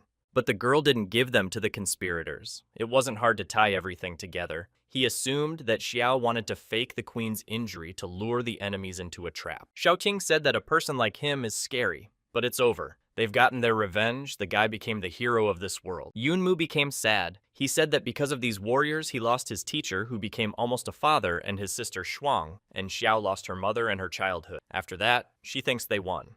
The girl replied that she really should hate her mother, but her face before her death. She said that the daughter should live only for herself and apologize. The girl felt sad. Yunmu backed up the sign. He said that after all, her mother was also a victim. She should be happy that she escaped reincarnation. The girl cried.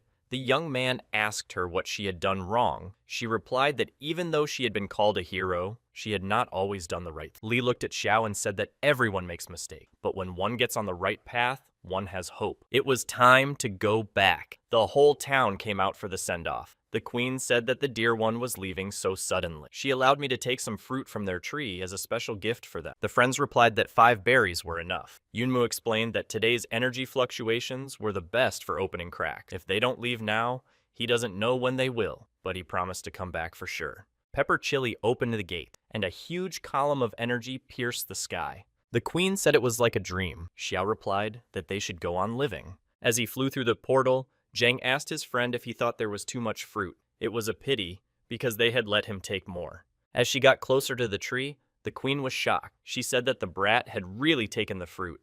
It was as if Li Yunmu heard her voice from a distance. The guy smiled and replied that he hadn't. On the ruins of the heavenly realm, the sprout of the Fuxi tree began to break through. It was reported to the president that there are energy fluctuations in outer space. He was glad. He said reflectively that he was finally back. He thought the players had been wiped out long ago. He gave a mission to inform the other clan representatives of his return. At the exit of the portal, the group was met by a representative of the celestial realm. He noted that Yunmu had become much stronger in the few days he hadn't seen him. The heaven realm representative looked around waiting for Ye Qing. Li, noticing this, told him not to look for him. He was the last one to leave the portal. The man was in a panic. He took our hero by the shoulder and asked what he was carrying. How is there no one else? The young man pushed his hand away, repeated that he had said no. They were all dead. The man became furious with grief. He grabbed Yunmu by the chest and started screaming at him to tell him clearly how this could be. Li said in a calm voice that the people from the Keokiang clan were dead, and then wondered what this had to do with the heavenly clan. Why did he react like that? The representative of the celestial kingdom came to his senses. He let the boy go. He apologized, said he wasn't himself. Lord Toad said the battle is over this time. Everyone did well. He was very happy for them. He said that the participants must be tired, so a car has been prepared to take them to rest. After a second, he added that everyone except Lee Yun-moo. The boy was surprised. The principal said he would go with him.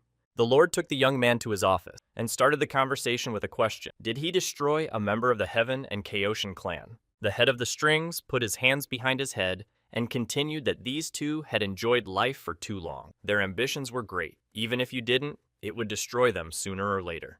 Lee looked at the president in silence. He continued to say that the Chaosian clan had been completely destroyed, but the Heavenly Clan would immediately send someone to investigate after the leader disappeared. The guy will fall under suspicion, so he suggested that Lee Yun-moo join the Night Watch to inherit his teacher's title of Thunder Night Dog and promised to protect the boy. The young man exploded with indignation. He shouted, "How could the leadership send one man to perform such a dangerous task? What were they thinking?" Lord Toad stood up and said that they had acted unwisely that time. Then they lost a brilliant talent. Therefore, they hope that Lee can inherit his place. He is a great student. Yun-moo realized that the old man was using his teacher to lure him to them. The young man replied that the head of the strings must first answer his question. He agreed. The boy wanted to know if there was any way to return to that world. The cunning old man said that if Lee joined the Night Watch, he could open a crack for him. Yun-moo was very angry, but gritted his teeth, thinking that it was an old fox. The guy said he needed to think it over, headed for the exit.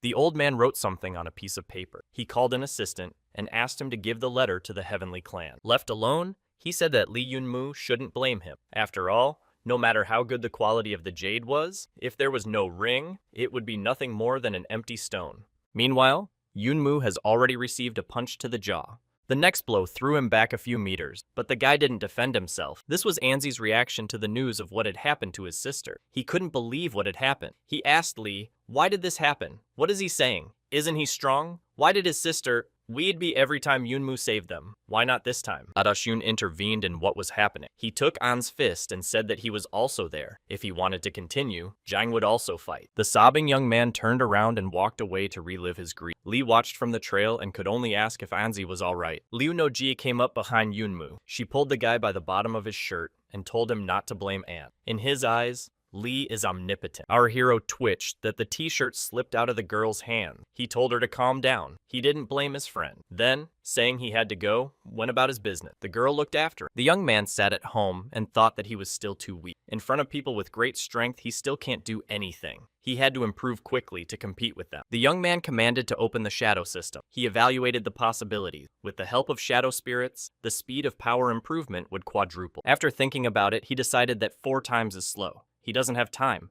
It needs to be faster. Then he needs to collect more shadow spirits. If 4 isn't enough, he'll collect 10. If those aren't enough, he'll collect 50. He started yelling that if 50 wasn't enough, he would collect 100. A month later, Noji and Lizi's friends were talking. Z said that they haven't seen Lee Yun-moo for a month. He blames himself for the situation with Shuang. Liu Noji replied that the guy locked himself in the dormitory. The incident with Lin hit him hard. Liza stated that as soon as they returned, Jang had gone to Vega City for special training. The girl flipped through the latest news on the monitor. Her calm tone was replaced by an excitedly surprised tone. She shrieked that if it was Lee Yun-moo, we wouldn't be able to catch up with him. She had read on the news page that someone had challenged Bai Zerui. Who's so confident?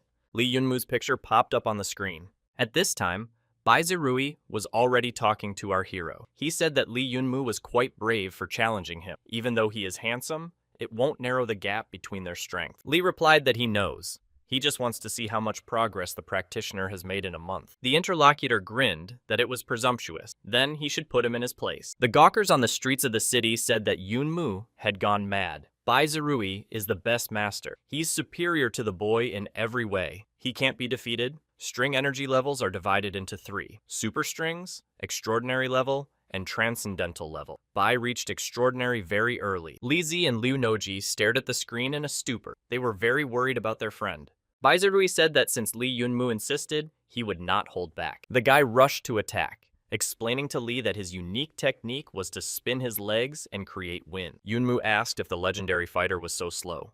The young man rushed into a counterattack in a second and caught up with his opponent. He was dumbfounded. Looking into his opponent's eyes, Lee said hopefully he didn't intentionally lose. Zirui didn't realize how his opponent was around so quickly, but he said out loud to the guy not to be so cocky. He just wanted to see what he could do, and he wouldn't give in again.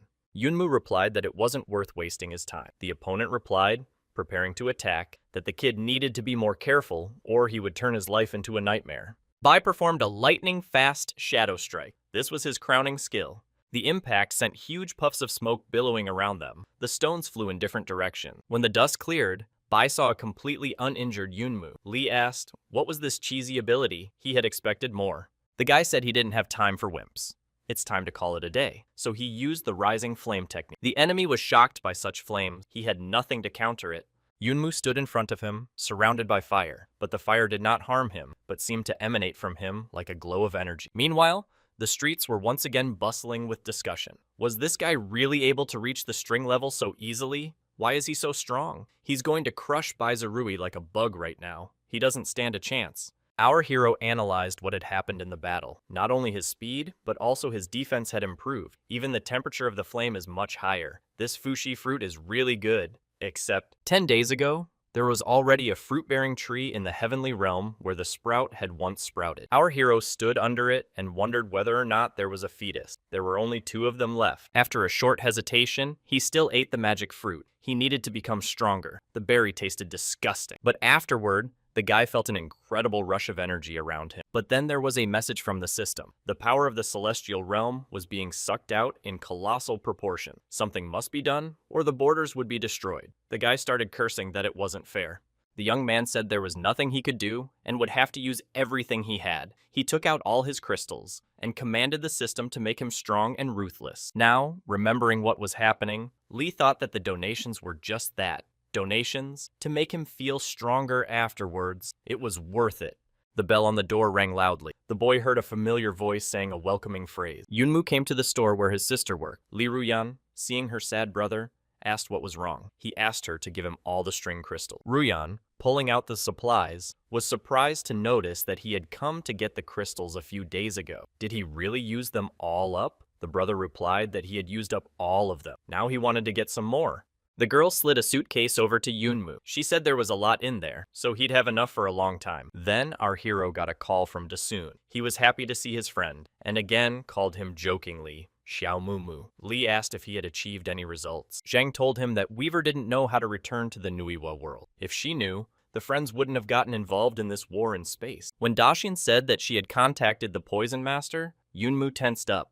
Zhang continued, if they get the poison from the Sacred Sky Sect, the Master could help make an antidote. The sister heard the boy repeat, Master of Poisons. A friend told me that it was a genius who apparently had the ability to enter the Master of War level. But due to his refinement of poison skills, he was too late. He is the only one in the entire continent who can cure the poison of the Sacred Sky Sect. But if they ask him to come. Comrade continued that he realized free cheese is only in a mousetrap. However, he is obliged to save Sister Shuang. Sitting in a cafe, our hero heard someone calling his name. It was Mr. Tan, the headmaster of the academy. The boy asked what he could do to help. The principal announced that the selection and competition of the newcomers in the Temple of War will begin soon. The Siphon Academy is sending its best students to the competition. The young man replied that he wished them success. Tan continued that a team leader is needed to lead them to the competition. Initially, it was supposed to be teacher Lee Bowen. The principal hoped that Lee would be able to take them instead of the teacher. The boy was dumbfounded by this offer.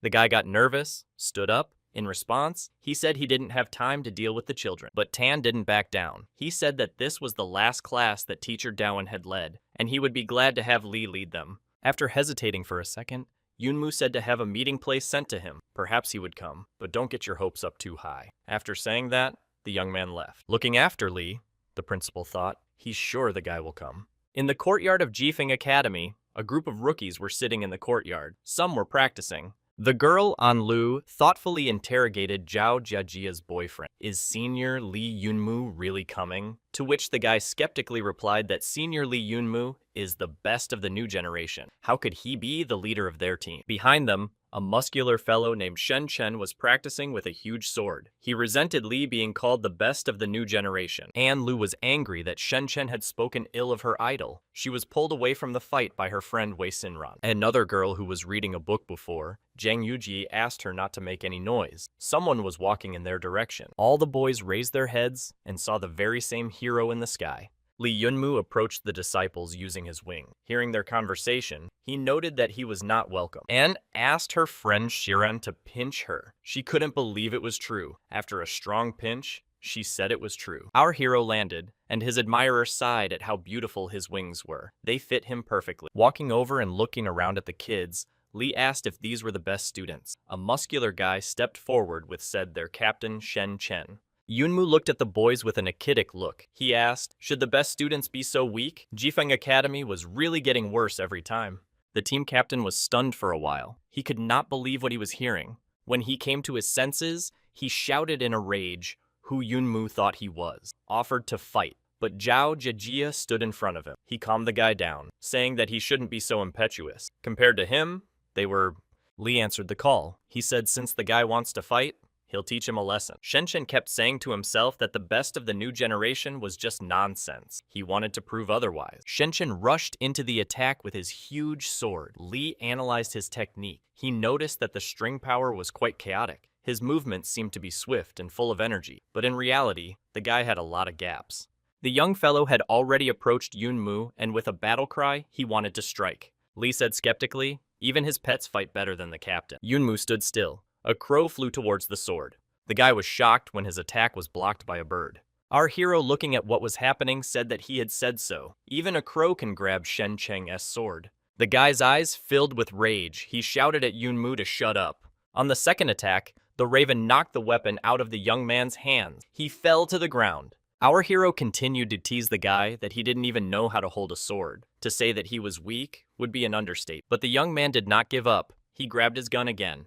With a shout that this was not the end, he lunged at his older comrade again. Yunmu took a step back and the sword struck the ground. The explosion raised a pile of dust and rock. The fellow students remarked that Shen Chen was really angry. Looking at the exhausted guy lying on the ground, Yunmu said that he really wanted to destroy him. He said that he had enough determination, but not enough strength. The young man asked, does Li want to say that he doesn't even deserve to compete? And promised that one day he would become stronger and would definitely beat Li Yunmu. The comrades helped the young man up, and our hero said that he was beginning to like him a little. The older comrades said that although they know him, he would like to introduce himself. His name is Li Yunmu. From today, he will lead their team, and will lead the group to win the trial. The young men watched and listened intently. Li continued, there will be many dangers during the trials. There is a risk of dying at any moment. Therefore, those who are afraid should give up right now. If they agree to any dangers, however, they simply must be prepared.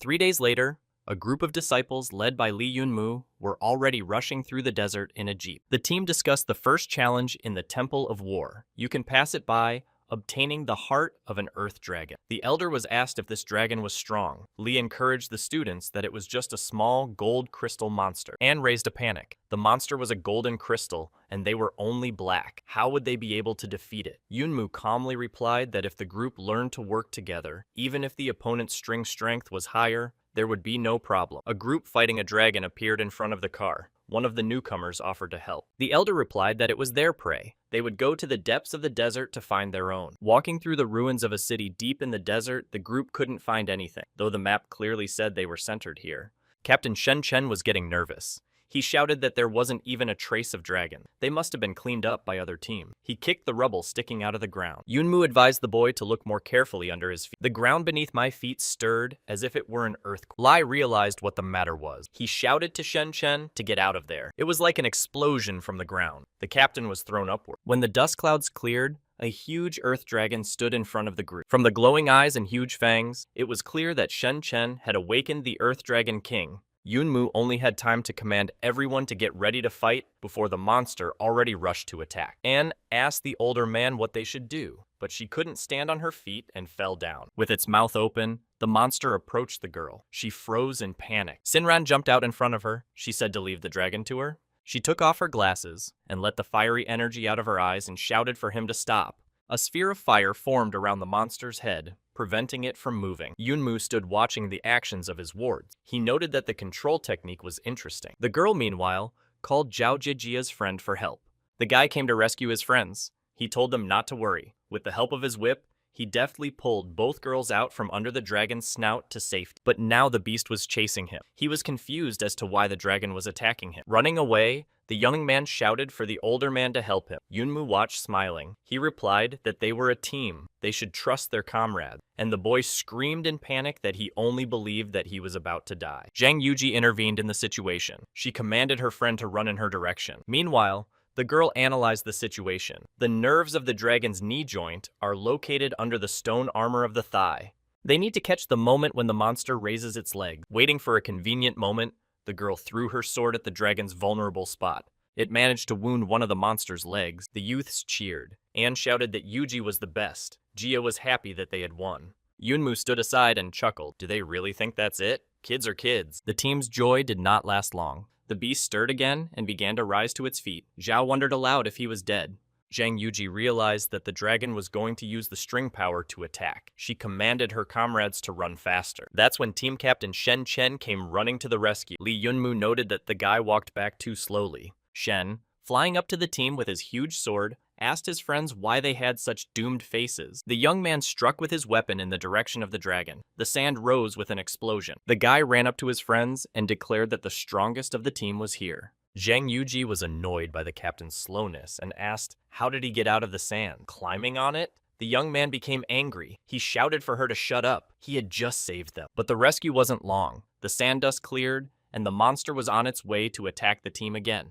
The commander has ordered us to prepare for a counterattack and assigned areas of operation to each player. Shen Chen himself will be doing damage from the ground. Zhao Jia ordered the beast's horns to be tied. Zhang Yuji had to search for and attack his weaknesses again. Wei Shiran will keep controlling him to create an opening for the rest of the team to attack. An Lu will add to everyone's protection and blessing. Our hero, meanwhile, watched and cheered. Although they are not very strong, but they work together perfectly. It seems that they are the best team in Jifeng Academy for a reason. The plan was good, and the team succeeded in defeating the scary beast. They rejoiced and shouted to the elder that they had defeated the golden crystal beast. Yunmu rejoiced along with them. He thought that these guys were really good. But that was only part of the task. The team needed to get the dragon heart to win. Zhang Yuji had identified its location. Shen Chen made an incision to get it. Looking inside, the girl saw a glow. She realized it was bad. The monster wasn't dead. It was going to evolve. At that moment, the dragon opened its eyes. There was a large explosion accompanied by a rainbow glow.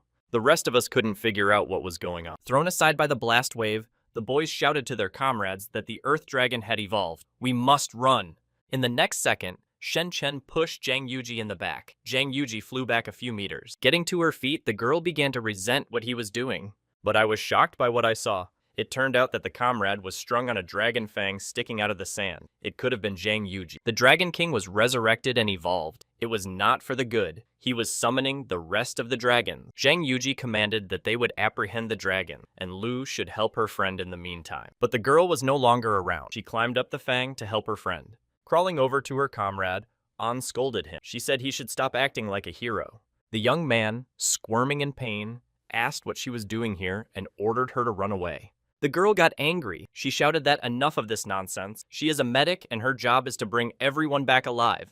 The dragon noticed the girl. Her comrade shouted for her to be careful. The monster was rapidly heading towards An Lu. The girl froze on the spot in confusion. Li Yunmu got involved. He eliminated the monster. He told the boys they did a good job, but he'll take it from here. With the help of the Great Flame Art, Yunmu shattered the fang on which Shen Chen hung. Li caught the wounded young man by the leg. The man said that he should be left behind and the others rescued. Our hero gave the guy a hard look and replied that he was here to make sure everyone was okay. The other 3 team members stood surrounded by dragon. They stated that they were not doing well. Zhao Jia began to say that he was happy to be friends with his comrades and fight as a team. Zhang Yuji grinned that his friend had already started to say his last word. Some of the guys shouted that if they were going to die, they were going to take some dragons with them. Suddenly, one of the monsters began to behave strangely. Wei Xinren asked what was going on. Zhao Jia said that the dragon had eaten something and its stomach was rumbling. A second later, the monster was burned in a pillar of fire. Zhang Yuji was surprised at how bright the flames were. The next moment, the friends heard another beast being destroyed behind them. Looking around, Zhao Jiajia noticed that it looked like they would still be living. Wei Shinran asked if they would have a problem with the elder helping out. After all, he is their leader.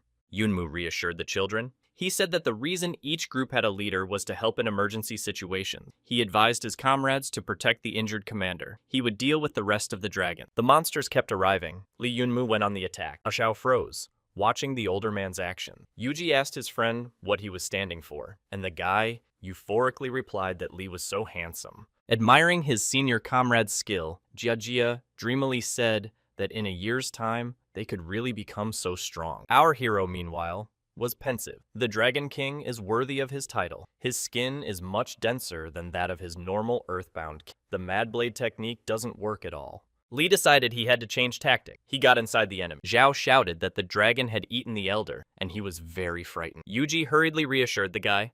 It seems like it's quite the opposite. The Dragon King was attacked by an elder from within. Walking up to the children, Li Yunmu explained to them that the monster only had hard skin on the outside. All this time, An Lu had been trying to help Captain Shen Chen and heal his wound. The guy asked her not to waste her string power on him and save it for the others. The girl was nervous at such words and asked her friend to calm down. Yunmu approached the group and asked sternly what kind of drama they were causing here. Anne asked the elder to find a way to save Shen Chen. Her string power was only enough to stop the bleeding a little. The wound itself she was unable to heal. The young man turns to the system to analyze the method of treatment. The situation was actually serious. Ordinary methods could not help. Holy water was needed to restore his heart. Then Li, looking at the dragon's heart, asked if replacing the wounded organ was possible. The system replied that it could and was possible if the body did not reject it. The young man hurriedly approached the wounded guy. He asked An to step back. Yunmu took the boy's hands in his and warned him that it would hurt a lot. You have to be patient. He decisively and quickly performed several manipulations. Li then ordered the system to rebuild Shen Chen's body. It took 30,000 yuan and 10,000 experience. The rest of the team looked on in amazement at what was happening. And Lu asked, "What kind of power is this? Maybe a medical string technique?" To which Yuji replied that he had never seen such a thing in book. After all the manipulations, the wound recovered. It was really incredible. The first person Shen Chen saw after he opened his eyes was Zhao Jiajia. He said excitedly that his friend had finally woken up. Sitting down on the sand, the young man couldn't understand what was happening. He couldn't believe he was still alive.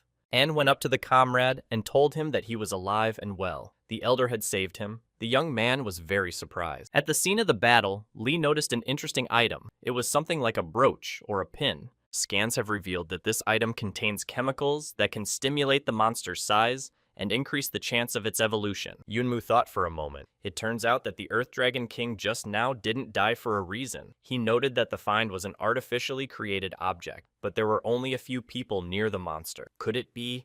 An pushed the recovered comrade toward Yunmu and said that he had something to say. The boy stood in front of the older man at a loss. He even started picking his nose nervously. Our hero asked what he was doing. Turning to the side, Shen thanked Yunma after a moment of hesitation. But then he blurted out that he didn't think he'd saved the guy for nothing. He owes me a favor. He owes me one. Anlu prompted her comrade to just be honest. Our hero looked at what was happening and smiled. This team has exceeded all his expectations. They're very cohesive. It might not be a bad thing to be their leader. Li Yunmu's gaze became piercing. He looked at the kids fooling around. He realized that there was a traitor among them. The team arrived at the checkpoint for the second test. There were discussions about why the leader should give the dragon's heart. Some said it was the rule. Our guys took a place in line with the other team, and seeing that Shen was on the sideline, called him over to the group. The discussion began about what the second level would be like. The team was curious, but also a little scared. Jiajia said that since there was a senior, there would definitely be no problem. But our hero did not hear the discussion.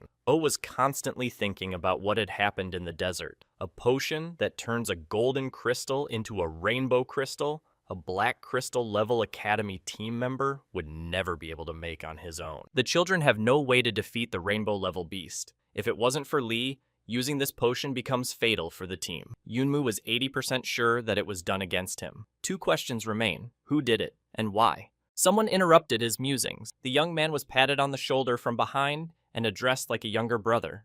The stranger turned to Li with a request. If they have an extra dragon heart, could they please share? Their team didn't get the artifact and can't go any further, but the guy asked to take pity on the kid sitting on the bench. Yunmu was surprised at what he saw. It was Nzi. He was sitting deep in his thoughts. The stranger went on to say that the child had suddenly decided to participate in the trial, but he had only arrived today, so he asked for his price for the pass. Lee gave his heart immediately. However, the team was somewhat shocked at what was happening. The team captain went up to his senior teammate and started cursing. He yelled that the only way to get to the second level was with a heart, which the team leader had to give. What should they do now? To all complaints, Yunmu replied that he knew they would pass as is. At the jury desk, our team's turn came up. The guy at the table clarified that he was the team leader of Jifeng Academy. He asked for the Earth Dragon heart. The team leader replied that he had no heart. The receiver made an irritably sad face. Instead, our hero held out some sort of sign to the young man and said that this would do just fine. The groggy guy at this table suddenly jumped up and replied that their team could certainly pass, and started pestering Yunmu, asking what he had just shown. The young man replied that it was a letter of invitation. Glancing around the square, our guy noted to himself that there were more people who had passed the first level than expected. Out of nowhere, Liu Noji swooped down and jumped into Liu Noji's arm. She shouted that she had finally found him. Yunmu asked the girl why she was here too. Liu replied that her grandfather insisted that she lead one team. Then the microphone test sounded, and everyone turned toward the sound. A voice congratulated all present on passing the first level of the test. The second level was now announced. The chief examiner of the second level was asked to welcome. A beautiful woman appeared in front of the audience. Yunmu automatically, after his adventures in the Nuiwa Kingdom, noted that she had large breasts. Standing next to her, Noji became nervous. The woman announced that there was a possession test to be taken at the second level. She is the chief examiner, Zuo Ming. The examiner said they'd start without further ado. She let the red spectrum energy flow around her and said, "Mental illusion." Yunmu burst into flames. The woman asked not to panic. Min said that the illusion would turn into the deepest obsession in the hearts of those present. Only those with strong hearts would pass on. Zhu continued. She asked to gather all her body energy in her hands. It becomes an illusion of one's own belief. Each person in attendance held something of their own cherished. The woman explained that whoever survives her attack and does not break the transformed item passes the test. A daredevil emerged from the crowd. He thought the challenge would be difficult, but since it was so easy, he would be the first. That daredevil was the leader of Lingbo City. He should already be at the level of the Rainbow Crystal. His transformation is a hidden sword. He must pass the test. Zhu Ming replied with a sly look. Good, let's start with him. With the first blow, the fantasy sword in the guy's hands fell apart. A girl from his group ran up to the leader and asked if he was okay. Anlu was surprised that even with the Rainbow Crystal level, the warrior couldn't stop the attack. Zheng Yuji replied that this level test does not indicate strength. It shows whether the faith in one's heart is strong enough. The examiner commented that she thought the guy was arrogant because of his strength, but he turned out to be weak. Who's next? Anlu held the princess dress in her hands. It shattered to pieces. Ming asked, does she think she is playing at home? The next one was Jie. He had a whip in his hand, but it was also too weak. The guy failed the test. Zheng Yuji materialized a book. His defense was good, and the guy passed the test. Shen Chen passed the test with a huge shield. Despite Wei Xinren materializing the doll, her faith was so strong that she endured. Li Yunmu analyzed what was happening. The ordeal was indeed difficult. 2 of his wards had flown out. Chen and Yuji's passage was something he had expected, but the modest-looking Wei Xinran appeared so confident. The boy's musings were interrupted by Min's voice. She called out to look at one of the contestants. The woman was surprised. In the 4 years she has been working as an examiner, this is the first time she has encountered such strong conviction. Looking around, our hero recognized this exceptional person. It was Anzi. Correcting his glasses, the young man said that his goal was different from the others. Liu Noji looked at her friend. She recognized his illusion. It was Sister Shuang. After passing all the participants, the woman walked up to Li Yunmu. She said that he was the last one. She regarded the boy with interest. What she wanted to experience most in this challenge was Li, the best among the newcomers. Even Elder Qin Feng praised him. I would like to see how he performs. The woman swung her whip, yelled, "Get it."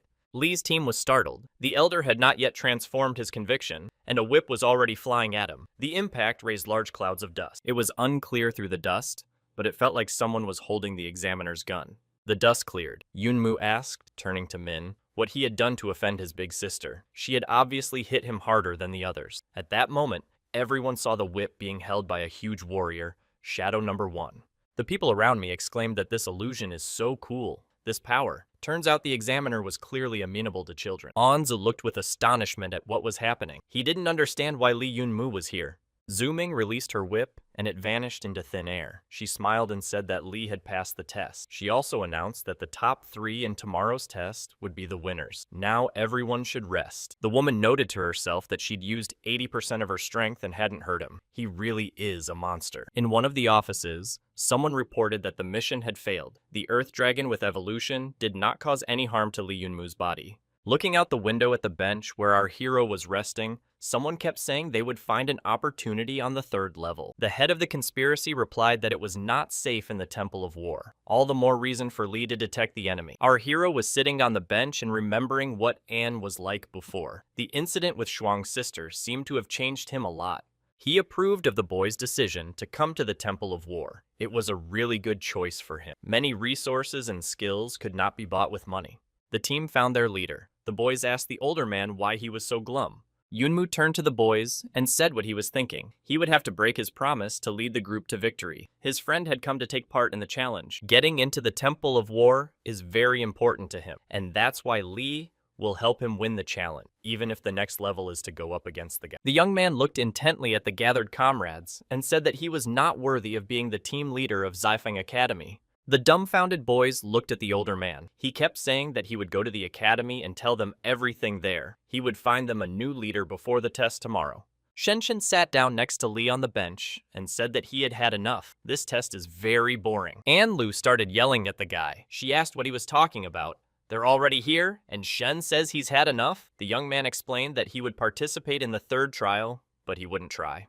Chen turned to Yunmu, said he could do whatever he wanted, could go and help his friend win. Looking absent-mindedly at Yunmu, the guy said that there was no need to mention the new leader. After all, there could only be one Lee Yunmu. The guys supported the captain's speech. They confirmed that Jia and Lu had already dropped out of the competition, but the team is not going to fall apart. They should learn from each other. They've only been in the academy for a year and are still very weak. And Lu walked over to Lee and took his hand. Smiling, the girl said that the older man should help his friend win. They will all cheer for him. The next day, Zhuo Ming met the participants at the start of the final challenge. The boys have to go through a portal door. Behind it is a straight path upward. The contestants must climb up it. The 3 who cover the greatest distance in 3 hours will be the winners. There are no rules. So leaders need to be careful and protect their team members. The woman announced that the test was about to begin. Yunmu was among the first to pass through the portal. On the other side of the door, snow was waiting for the participants. More specifically, a snowy mountain appeared in front of them. Yunmu thought that this must be a secret place. The wind here has a very strong string force that could freeze the body. Every snowflake here is very sharp.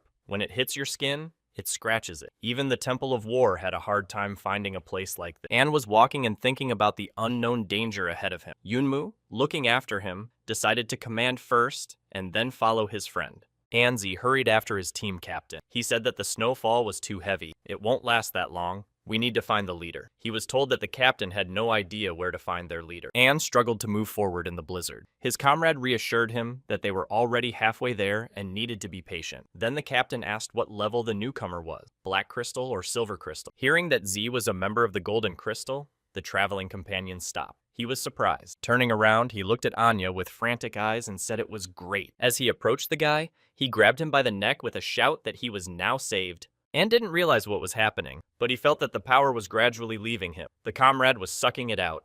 The wily traveling companion wouldn't let go of Anya, telling him that it was his family technique. It allows you to absorb other people's string energy. The boy rejoiced.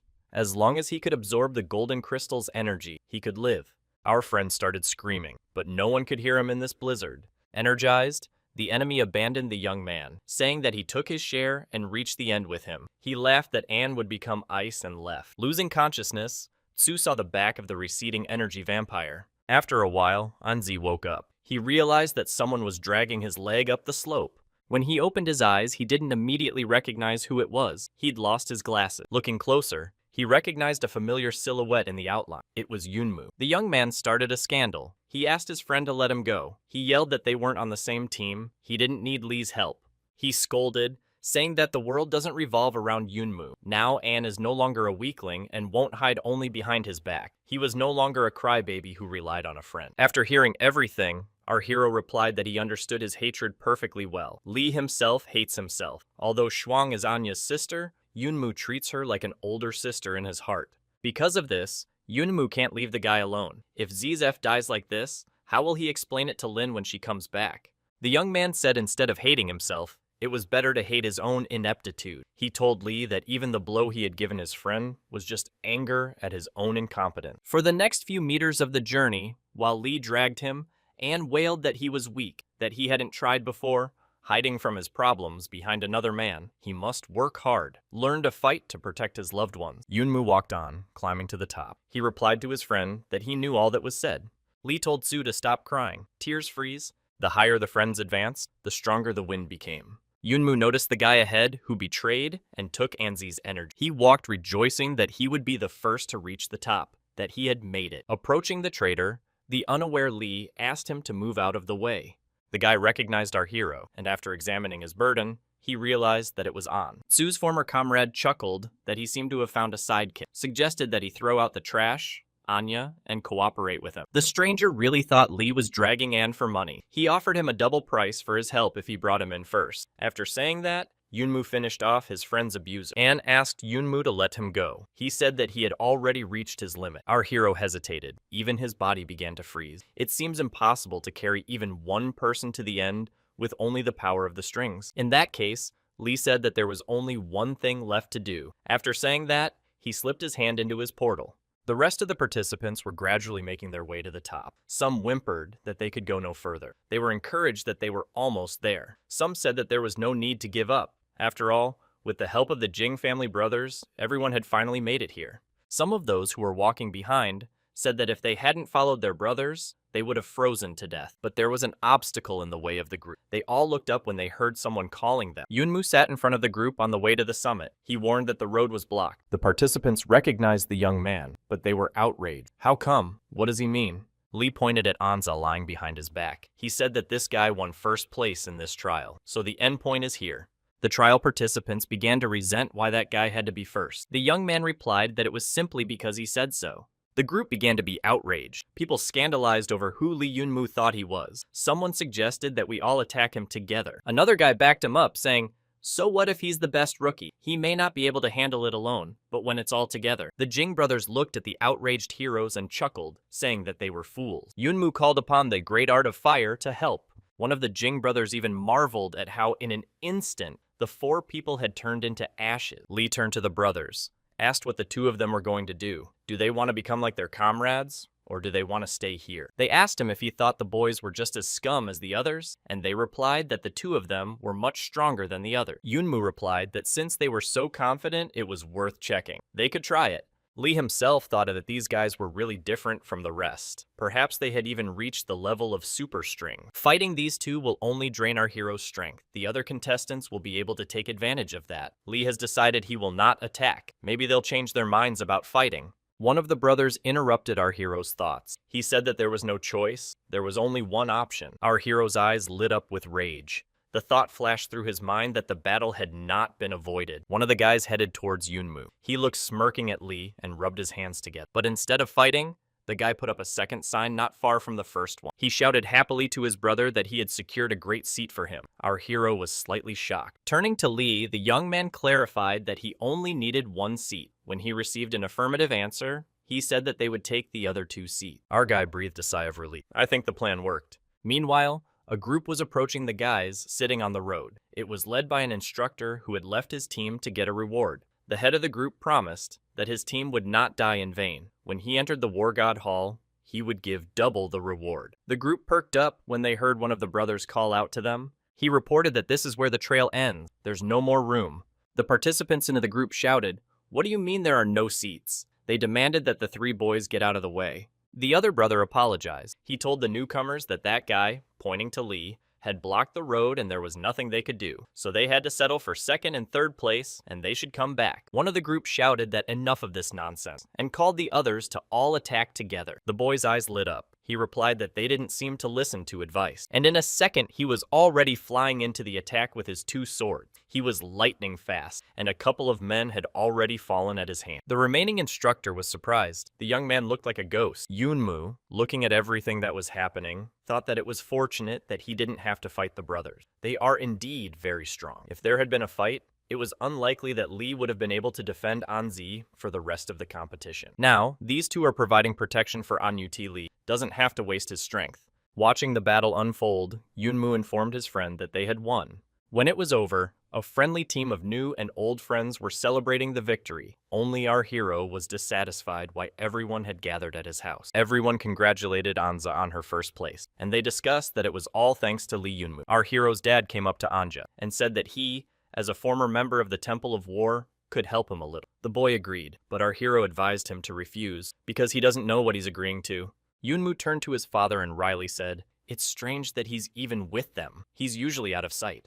His father threw the boy to the floor and held him in a vice-like grip. He shouted that he dared not speak like that. All he does is run around and solve problems with his enemy. Dropping the boy, the elder Lee left, and Yunmu was approached by Sister Ruyan. She said that you shouldn't think about your father like that. He's actually very worried about him. She said her brother knows that with a temper like their dad's, it's impossible to relax at all. To keep his son out of trouble, he stayed at home and did not go outside. Seeing the frowning old man every day, Ruyan even felt sorry for him. When Yunmu is gone for a long time, his father goes to see someone every day to find out news about his son. The boy sat listening to his sister with a blank stare. He had no idea that the person who worried about him the most was his father. The teleportation area was lively this time. Friends and family came to see Lee and his group off. Sister said that she would take care of her parents when she said goodbye, and Yunmu needs to take care of himself. The elder asked Wei Xinren to activate the teleportation. The girl pressed the lever. Anza, seeing his friend off with a glance, said that Xiao Mumu should wait for him. He would definitely become stronger as soon as possible, and would be on par with him. The group teleported, but for some reason the destination was far from Jifeng Academy. Shenshen told the guys that apparently they had been teleported somewhere in the forest. Maybe there was a problem with the port. Lee Yunmu guessed that they had been sent here on purpose. Someone must have changed the location of their teleport. A voice came from somewhere above and said that Lee was right. He should be commended for his ingenuity. The original plan was to destroy him while there was panic. But it seems that it wasn't as simple as the enemy thought. Yunmu recognized the attacker as a member of the Sacred Heaven sect. The young man withdrew, saying if the Heavenly sect had gone to such lengths to bring him here, he was told not to pretend. He understood why they were looking for him. The man, with anger in his eyes, said it was time to avenge their leader. Lee continued the dialogue with a smirk on his face. He expressed doubt that they would be able to scratch him, but the enemy was already approaching from behind. Out of the corner of his eye, the boy noticed the glint of a weapon and managed to dodge. When the dust from the attack began to clear, Yunmu said, "Here comes the traitor." He was very surprised. The girl cutting off her hair said he was really hard to deal with. She thought that the Earth Dragon King would be able to destroy the young man, but he was able to defeat him easily, and a change of strategy had to be made. Fixing her hair, the girl went on to say that although it took a lot of effort, she had finally accomplished her mission. Anne Bilu, flapping her eyes, could only utter, "How could this be?" It was Wei Xinran. She said she was tired of pretending to be a good girl. Captain Shen shouted that enough of this nonsense, demanded that she return to them. The girl looked at him with a smirk, apologizing, but she had already played the team. She advised to find someone to accompany them, and waved goodbye. Anne couldn't believe it. She rushed after, screaming, "Aren't they best friends?" From the traitor's attack, An Lu closed with his sword Chen. A frightened An sat on the ground and couldn't believe what was happening. Xinren's eyes were full of determination and anger. She shouted for Shen to go away. The boy couldn't believe what was happening either. He wondered if Wei was joking. The girl approached the representative of the celestial realm. She said that her part of the contract had been fulfilled. Now she demanded what she had been promised. The man reassured her by saying that she would receive everything. When the girl equaled Yunmu, he said that the interlocutor had almost ruined her girlfriend. Xinren boldly declared that she didn't need friends. Tears sprang from An Lu's eyes. She couldn't accept that her friend was a traitor. The representative of the Celestial Kingdom replied that it was a touching show and ordered a companion to destroy the group. Chen commanded his friends to form a battle formation. They prepared to defend themselves. The young man swung his huge sword and didn't realize what had happened. The strength seemed to be getting less. Jejia leaned back against the captain and also noted that the strength of the strings was becoming weaker. The enemy confirmed their fears. It turned out to be the cursed land of Hongmen Province. A strong man had once fallen here, and his anger had cursed the place. Everyone who comes here can't use the string power freely, and the closer you get to the center of this place, the harder it is to use the string power. The enemy looked at me with an insidious, evil gaze and stated that it didn't matter how strong people were elsewhere. Here they are weak. He'll threaten the frightened boys that they'll all die here. In the same second, The two minions of the Heaven Realm flew apart from the impact. Their leader couldn't believe what was happening. Looking at the opponents lying on the ground, Yunmu said that he hadn't used only physical strength in a long time. To which Lee heard Leonoji's voice. She said that if he thought he could only defeat them with physical strength, he was wrong. Noji stood next to Yunmu. He warned that the enemies were approaching. The girl got into a fighting stance and replied that she would no longer hide behind Lee. She intends to fight this time. One blow and both enemies flew apart. Our hero noted that she was actually a pretty good fighter. Looking at the approaching opponents, he thought he should start too. The battle began. Yunamu said that they would beat up the enemies one by one. The young team watched this battle with their mouths open. Zhao Jiajia noticed it didn't seem like they were only a year older. Our heroes dispersed the surrounding rival. Rejoicing in their victory, they slapped each other's hands. But the sect leader was quick to cool their fervor. He said it was too early to celebrate. He had made a mistake, of course. He had not expected them to be so strong physically. Even though both young men are martial artists, there are only two of them. They won't be able to fight for long. The enemy asked if the boys would get tired. He called the rest of the minions to come out. The Heaven Realm sect warriors began to surround our team from all sides. There seemed to be countless of them. Yunmu made a welcoming sign with his hand. He smirked at the fact that so many people had come for him. Apparently the sect had taken him seriously. But he has a lot of people too. And after saying that, his enhanced shadows appeared behind Lee's. But now they were not three, but many. The boys were amazed. What was it? Where did so many ghosts come from?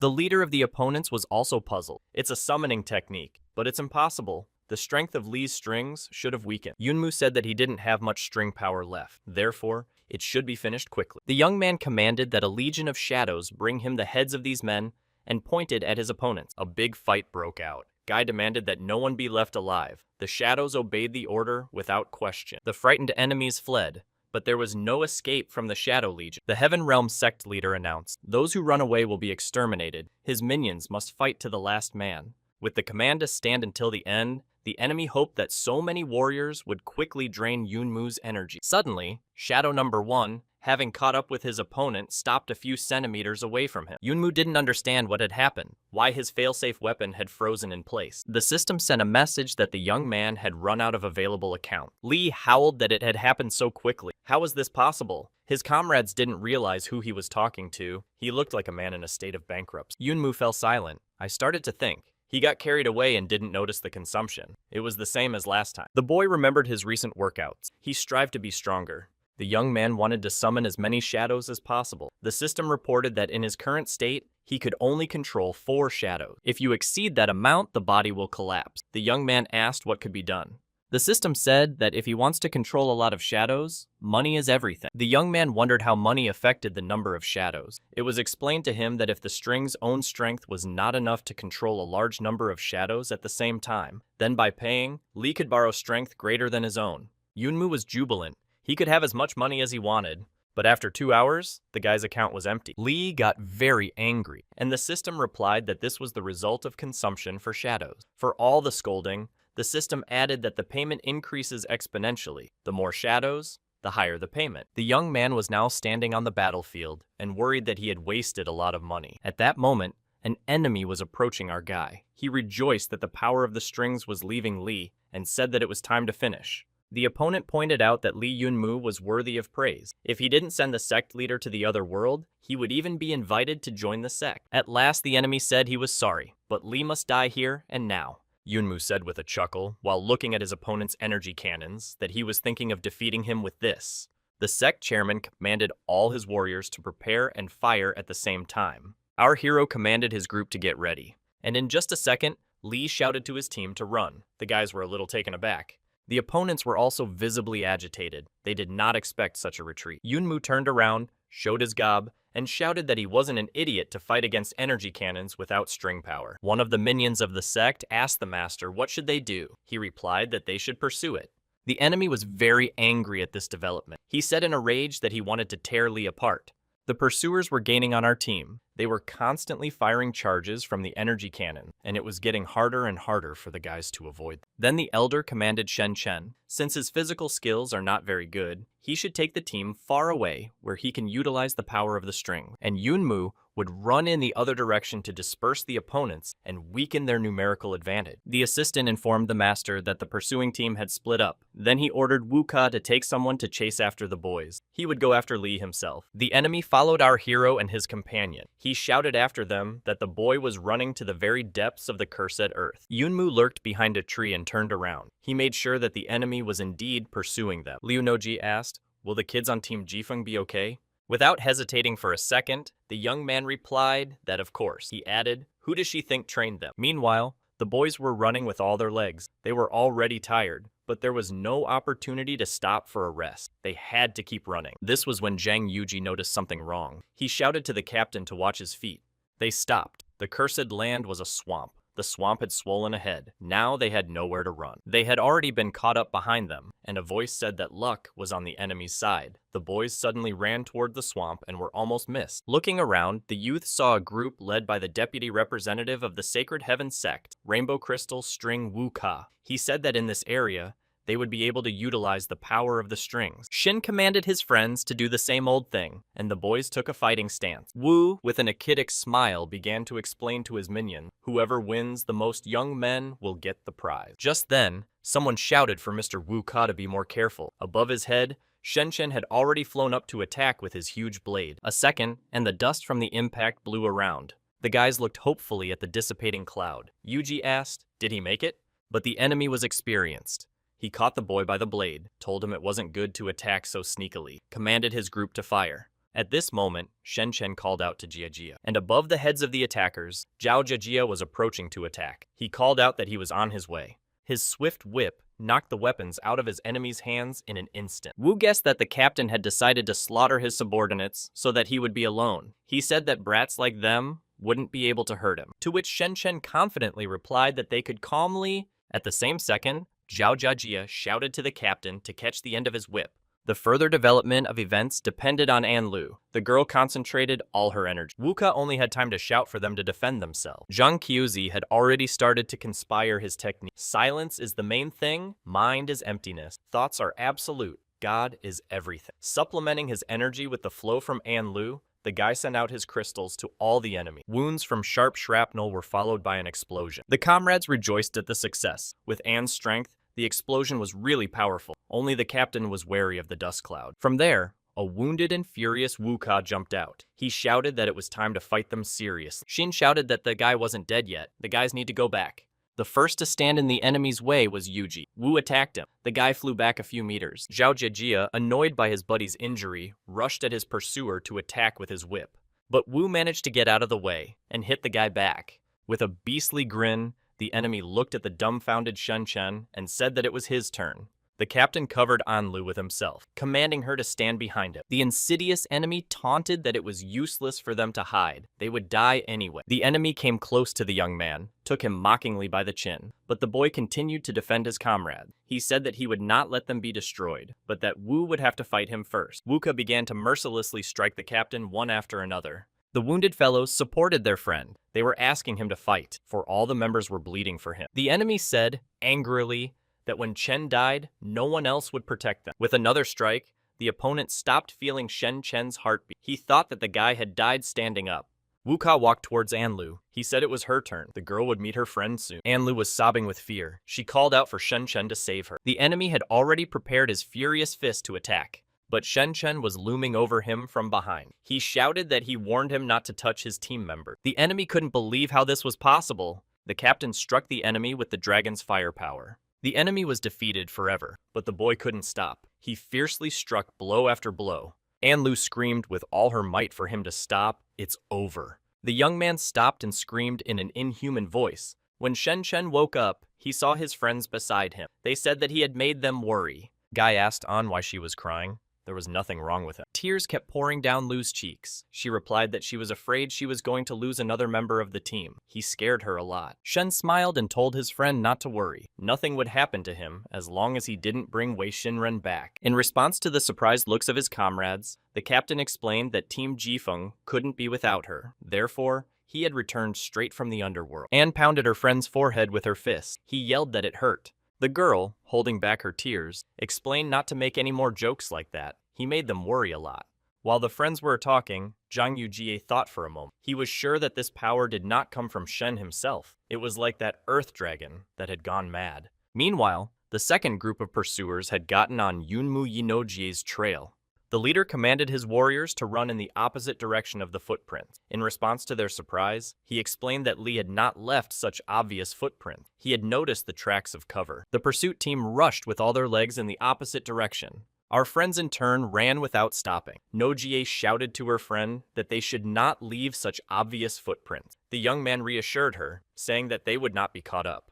Yunmu explained that a cunning guy like the sect leader would always pretend to be clever. After finding such obvious traces, he would definitely start chasing in the opposite direction. With the words act stupid against smart is the best option, our hero stumbled and fell. The annoyed young man picked up the flower, whose stem he had tripped over, and began to shout that who had thought of planting it in the middle of the road. A bear cub with flowers on its tail and a pot of honey drew behind the stem. The friends stared in surprise at the find. The little bear began to scream. He screamed so loudly that his friends covered their ears with their hands. When Yunmu asked why he was suddenly screaming, Lu replied that she should put his flowers down. If he continued to shout, he would definitely attract eye. Before the girl could finish speaking, a huge bear grew up behind the young man. The boys froze. Yunmu asked the girl, since she was a good student, whether she thought they could defeat the beast with just their fists. Nosy didn't have time to reply. Mama Bear roared menacingly and rushed it. The friends ran as fast as they could. At this time, the pursuers realized that Li had fooled them. The master beat his fist on the tree and said that he wanted to destroy it. Just then, a great noise was heard from the forest. The enemies decided to head that way. The friends continued to run away from the bear. Liu Nojie asked his friend to think of a way to defeat the bear. Li replied that they couldn't.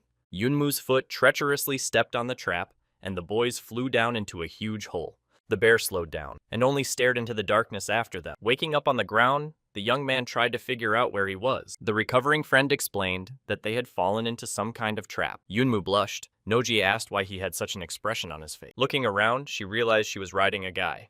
Embarrassed, she jumped back a few meters to the side. The guy got up, looked around. He said that the bear was still sitting on top, so to be safe, they had better stay here for a while. They wandered deeper into the cave. Suddenly, there was such subterranean beauty under the cursed earth. When they reached the underground lake, the friends sat down on the shore. They pondered that magic power might be hidden here. It was chilly. Liu Nojie started to sneeze. Li Yunmu carefully threw his jacket over the girl's shoulders. She blushed. A friend told Li that he could get sick that way. The guy replied that it didn't make any difference. It's cold here and he can't do anything about it. The girl moved over and with the words, "We'll be on the same terms," threw half of the jacket over Yunma. The guy moved a little closer to make it warmer. He looked at Nose warmly. She sat there like a cawing sparrow, a little flushed at the proximity. Noticing the look in his eyes, she asked loudly what he was looking at. The young man looked away embarrassed, saying he wasn't looking at her. Looking at their reflection in the lake water, the boys wondered how long they would sit there. The girl didn't realize she had fallen asleep. Li woke her up. He said he found something. Sleepy Nose, wiping her eyes, asked what could be found in this godforsaken place. The young man pointed to the water and said it was there. Lu asked what he was doing there. Yunmu explained that he was fishing, offered his friend a snack. She declined. He couldn't wait to show off his find. Li told Noji to jump into the water after him. Before she knew it, he had already pushed her into the lake. Underwater were tunnels to other places. When Lu Nojie swam out of one of the cave compartments, she was very surprised by what she saw. She asked her friend if it was real. In the middle of the cave, surrounded on all sides by crosses, was an energy ball. Taking off his wet clothes, Li Yunmu told his friend that it was an energy shield and offered to come closer and take a look. Liu Noji replied that it's better not to get close. Crosses are tools of suppression. They were put up to suppress what's under the shield. There are a lot of crosses, so it's very dangerous. The young man said that since his friend was afraid, he could stay where he was. He would go alone. The girl was indignant. Once again, he did not heed her warning. Liu Noji made up her mind after all and followed Yunmu. As they got closer, the friend saw a round artifact on the dome. The signs on it seemed familiar to Yunmu. After thinking for a moment, he remembered. The guy took out the bowl obtained from the battle with the sky sect. The runes on it were identical to those on the contraption under the dome. The young man remembered that the old man at the Wanwen Pavilion had said that the bowl had a second half. Maybe it does. Someone used it to suppress something here. The guy combined the two items. They fit like they were one and the same. Turning the artifact around, Lee Yunmu found himself on top of a surging stream of energy. Gradually, the bowl sucked the entire energy dome into itself. The young man rejoiced like a child. At last, his bowler was fully assembled. Nazi called out to the guy. There seemed to be something else under the dome. When the smoke cleared, the friends saw a stuck sword on a pile of bones. Yunmu headed towards the sword. He walked and wondered why there were so many bones. Everything was covered with. He was about to grab the hilt of his sword when his friend shouted at him not to touch it. Lee froze. Nosy clarified that there was no need to touch the weapon. It exudes a very evil aura. She can feel it. The girl kept saying that they don't know anything about this sword, so it was better to be careful. The young man listened and stepped back. At that moment, someone entered the cave and started swearing about who they were. From the form of clothing, the guys guessed that it was a member of the heavenly sect. He asked where the void treasure ring that suppressed the sword was. The guy who came in looked at the orientation cards in his hand and exclaimed that it was them. Noji whispered to Yunmu that they had been discovered. The guest's eyes lit up with rage. He said that the heavens themselves were on his side. If he caught the uninvited guest, he would be promoted for sure. Yunmu knocked out the attacker with one punch. He was surprised that he was so weak. Turning around, our hero went to the sword. He said that since the heavenly sect was not indifferent to it, it was impossible to leave the weapon here. Noji was startled. She questioned whether Lee really wanted to take it. The young man said that since they even used suppressors for this sword, he wanted to look at it, and he reached for the hilt. Barely touching the sword, Yunmu felt a large flow of energy. The guy abruptly ripped his hand away from the hilt and fell to the ground. Noji was terrified. After a couple of seconds, the young man regained consciousness. He said that the moment he touched the weapon, he felt that his strength had run out. The girl was swearing profanity. Getting to his feet, Yunmu decided it was best to forget about the sword. It didn't seem to be for him. His friend lamented that maybe he had learned his lesson this time. The boy boasted that this time he was not leaving empty-handed, and he showed me his pot.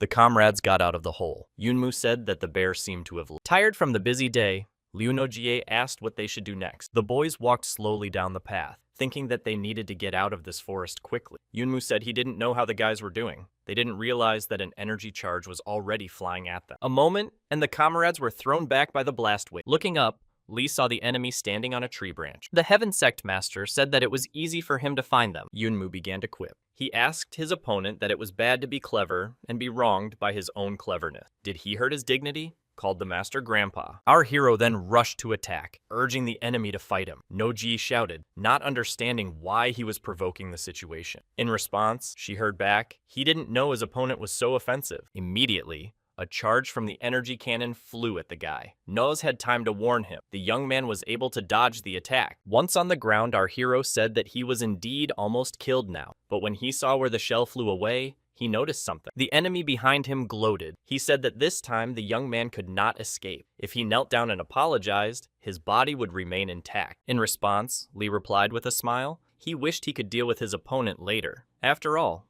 there would be no next time. The Heavenly Sect Master didn't understand the guy's irony. He asked him what he was talking about because he was about to die. Yunmu pointed behind his back and said he was talking about him. Behind the guy, a huge bear appeared out of the clouds of dust. Lee approached the animal, stroked it. He regretted that its fur was on fire. The charge had hit the bear. Pointing at his opponents, the guy told the animal that they shot at him. These people are scum. They want to take his bear cub. The beast's eyes lit up with fury. He grinned. The representatives of the Sacred Heaven sect were a bit confused. They didn't understand what the guy was doing to the animal. But the next second, the animal was already rushing at the enemy. They started shouting that this bear must be destroyed. Yunmu told his friend that it was time for them to get out of here. Meanwhile, somewhere in the forest, the doors of the secret bunker opened. The guy who greeted the visitor said that the deputy bishop was waiting. Through the open door, the guy escorted Wei Sinran out. The girl was walking under supervision down a corridor, with creepy flasks of liquids on both sides. These vessels contained either humans or monsters. They were knocking on the glass, asking to be destroyed. Wei Shinran shrank back in terror. She tried not to look around. At the end of the corridor was a laboratory. In it, a man in overalls and tools was doing something with another monster. He said it would be over soon. At that moment, the door opened, and a guard in Shinran appeared on the threshold. The guy reported to the deputy bishop that the girl from the Wei family was here. A pungent, unpleasant odor hit the girl's nose. She covered her nose with her hand. The deputy invited her to come in quickly. Wei said she brought him the man he asked for. Now he owes her what he promised. The man was finished with the manipulation. He reported that revitalization was not easy. Taking off his overalls, the deputy bishop said to Wei Sinran not to worry. He would do what he promised. The man said she could trust him, but he had a few more errands for her to run, so now she should go back and wait for messages. The girl got angry.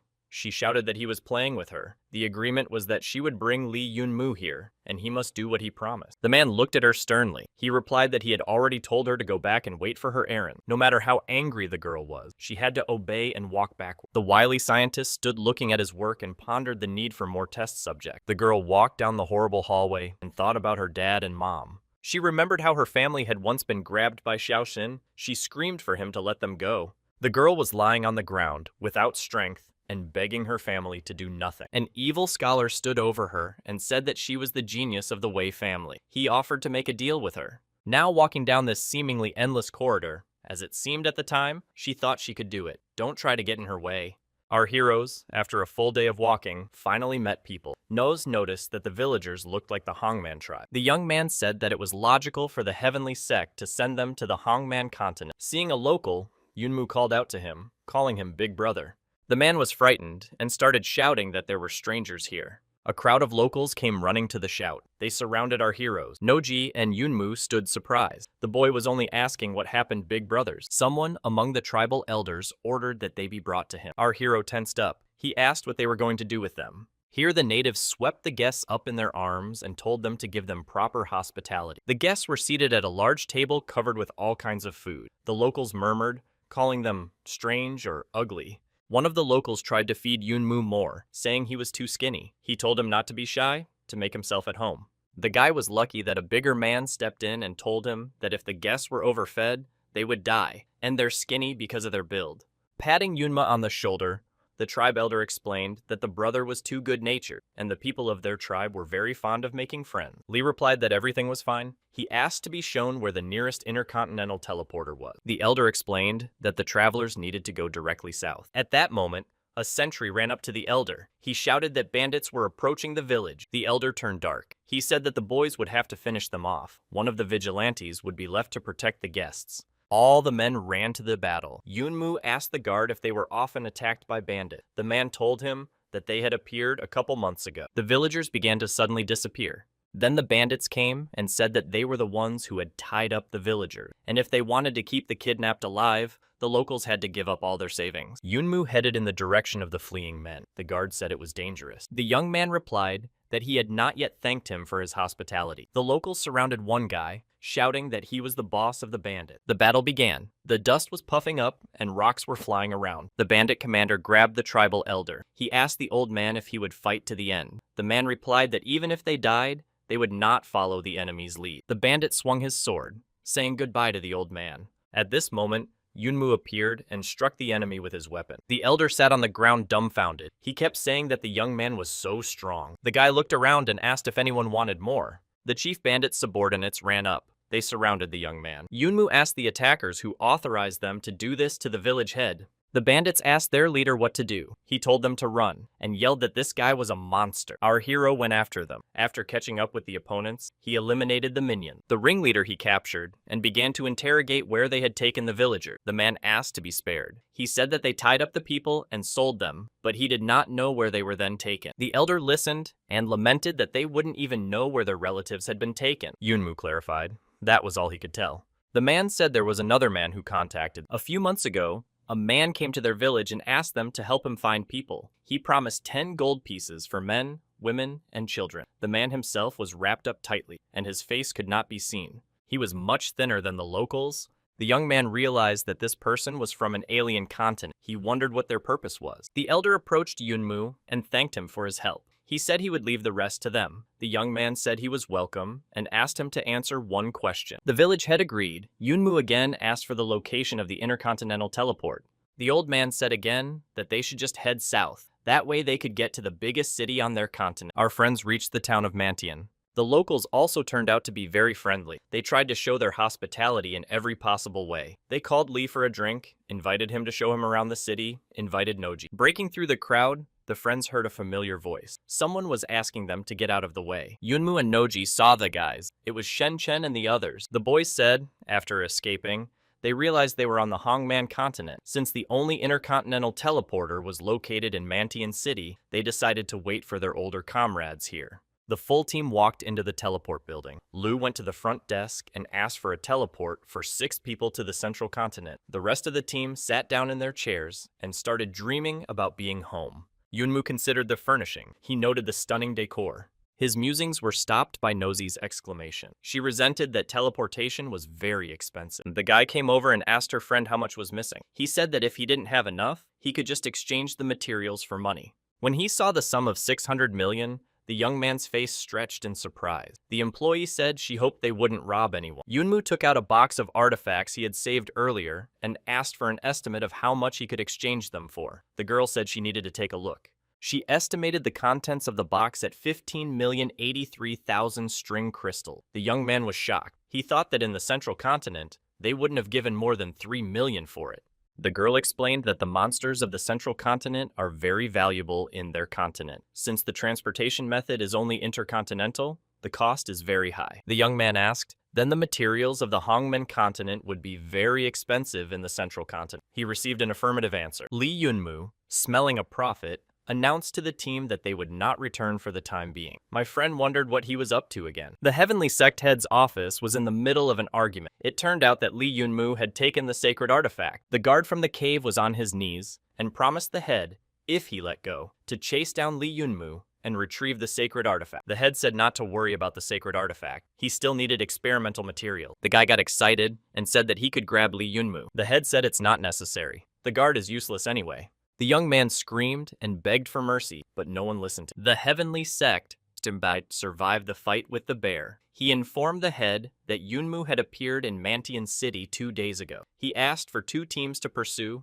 destroy our hero, and recover the artifact. The head replied that he would entrust the matter to Wei Sin Ran and sent her a letter. The master said he had many connections in the city and could find him faster. Rising from his chair, the head replied that he would not repeat himself a second time. The head approached the master, took the cigarette from his mouth, and asked him not to spoil his mood and the grand celebration. Already heading for the exit, he added that otherwise his entire family would go with him to his operating table. In the mysterious forest of the Hongman continent, hunters walked around. They were discussing that usually 3 steps were enough to catch a beast, but today there were none at all. One of the boys suggested going deeper into the woods. The other resented the surprise, asking, "Did he forget?"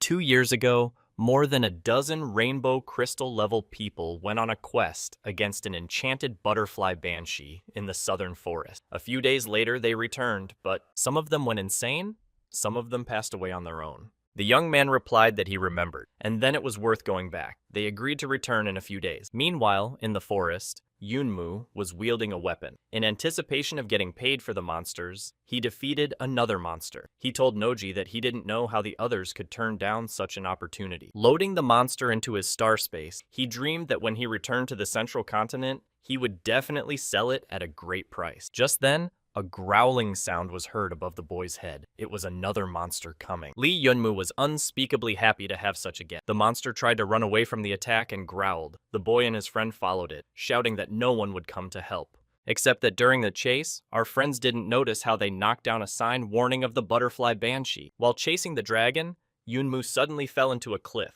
Although he couldn't be seen as he approached, Lu Noji sat down on the edge of the crevice. She screamed in panic, but there was nothing she could do to help. The girl saw Li being swallowed up by the darkness of the gorge between the rock. She was suddenly a galligram, who was glad that the guy was dead. Lai Noji started to move away from the cleft, giggling. Yunmu, using his wings, flew out of there. The boy wondered if this monster possessed illusion. He didn't notice that it wasn't his friend. Approaching his friend, the young man reasoned that magical monsters cost a lot of money. As he approached the girl, Li asked if she saw where the monster had run to. She pointed in the direction. The young man rushed to run in the direction indicated. Fake Lu's eyes lit up with a fire of hatred. The real Liu Nojie wandered through the forest confused. She couldn't understand where her friend had gone. He had just chased after a beast and disappeared in the blink of an eye. Off the trail, she heard some unintelligible sounds. Between the trees, she saw Li Yunmu. He was wounded. The girl approached the boy, asking what had happened to him. Li replied that it was that beast, but it was nothing, and called her after him, saying he knew where to go. Noji followed the young man, but it wasn't the real Lee Yunmu. She too had fallen into a trap. The guy led her to the monster's location. He said he was very cautious, so Lu would go first, and then he would block its escape route. The girl followed forward, and the false Yunmu followed her with his sword. The young man prepared for the attack. He had already drawn his sword to strike. As suddenly, Noji herself used the Iron Mountain Strike to attack the outsider first. The girl stood in a fighting stance at the ready and said that he was not the real Lee Yunmu. The hologram twitched slightly, distorting. The liar asked how she figured it out. Lu replied that she had to use her brain. Noji explained that that beast, although it was of the golden string level, it was very stupid. It wouldn't be able to injure Lee, even if the guy was just standing there. The illusion began to dissolve. She said afterward that he had been careless this time, but it didn't matter. Either way, they couldn't escape. Liu Noji rushed to find her friend. She needed to tell him everything as soon as possible. It must be very difficult for him. Meanwhile, Lee Yunmu was sitting under a tree to rest, but then his friend started acting strange. Like a cat, she started sneaking up on him. He even wondered what she was doing. The girl would sneak up on him and say with lust in her voice that her body was so hot. She was asking for his help. She was clearly trying to seduce the young man. The guy started to panic. It was very hard for him to restrain himself. She came close to Yunmu. The young man didn't understand what was wrong with her. He yelled for her to calm down. Her eyes glowed with a hypnotic light. The enchanted boy was already tempted, but then he was sobered by a familiar ringing voice. The girl shouted for him to stop now. The real Noji was furious. She shouted how dare he use her appearance for such things. The girl, with a cry of imposter, struck a blow at her opponent's head. The friend complained that she was annoyed by the imposter. Lee Yunmu couldn't understand how one Liu Nojie blew the head off another Liu Noji. The angry friend yelled at the guy, explaining that it was an illusion. These illusions can affect hearing as well as vision, but if they are struck, they do not retain their shape. Disappearing into space, the hologram said one last time that she wanted the guy to die in pleasure. The distorted space turned into Butterfly Banshee in the next instant. She said, for that matter, destroying prey with your own hands also felt good. The boys looked up at the monster that appeared. Yunmu asked, is it a big moth? Noji said that this old woman looked more like a butterfly. The evil butterfly has already begun its attack. The young man said that since it was an insect, he should use fire, so he drew his sword.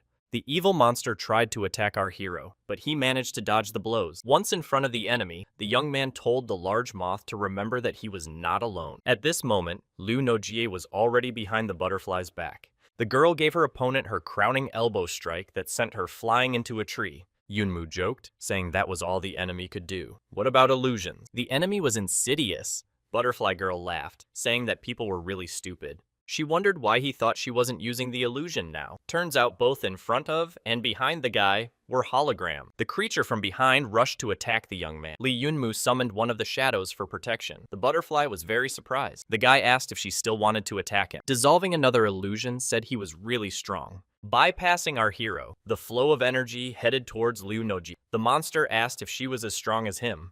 The girl managed to avoid the blow from the front, but she was unable to repel the attack from the back and was swallowed by a cloud of energy. Yunmu, with the help of his wings, rushed to his friend's aid. The banshee butterfly appeared again in front of the young man. She said that his friend was not dead. However, the creature had turned her into one of its illusions, and the boy was asked to guess which one was Liu Nojie. Lee was both angry and confused, and Butterfly teased, asking why he wasn't attacking, afraid of accidentally injuring his girlfriend.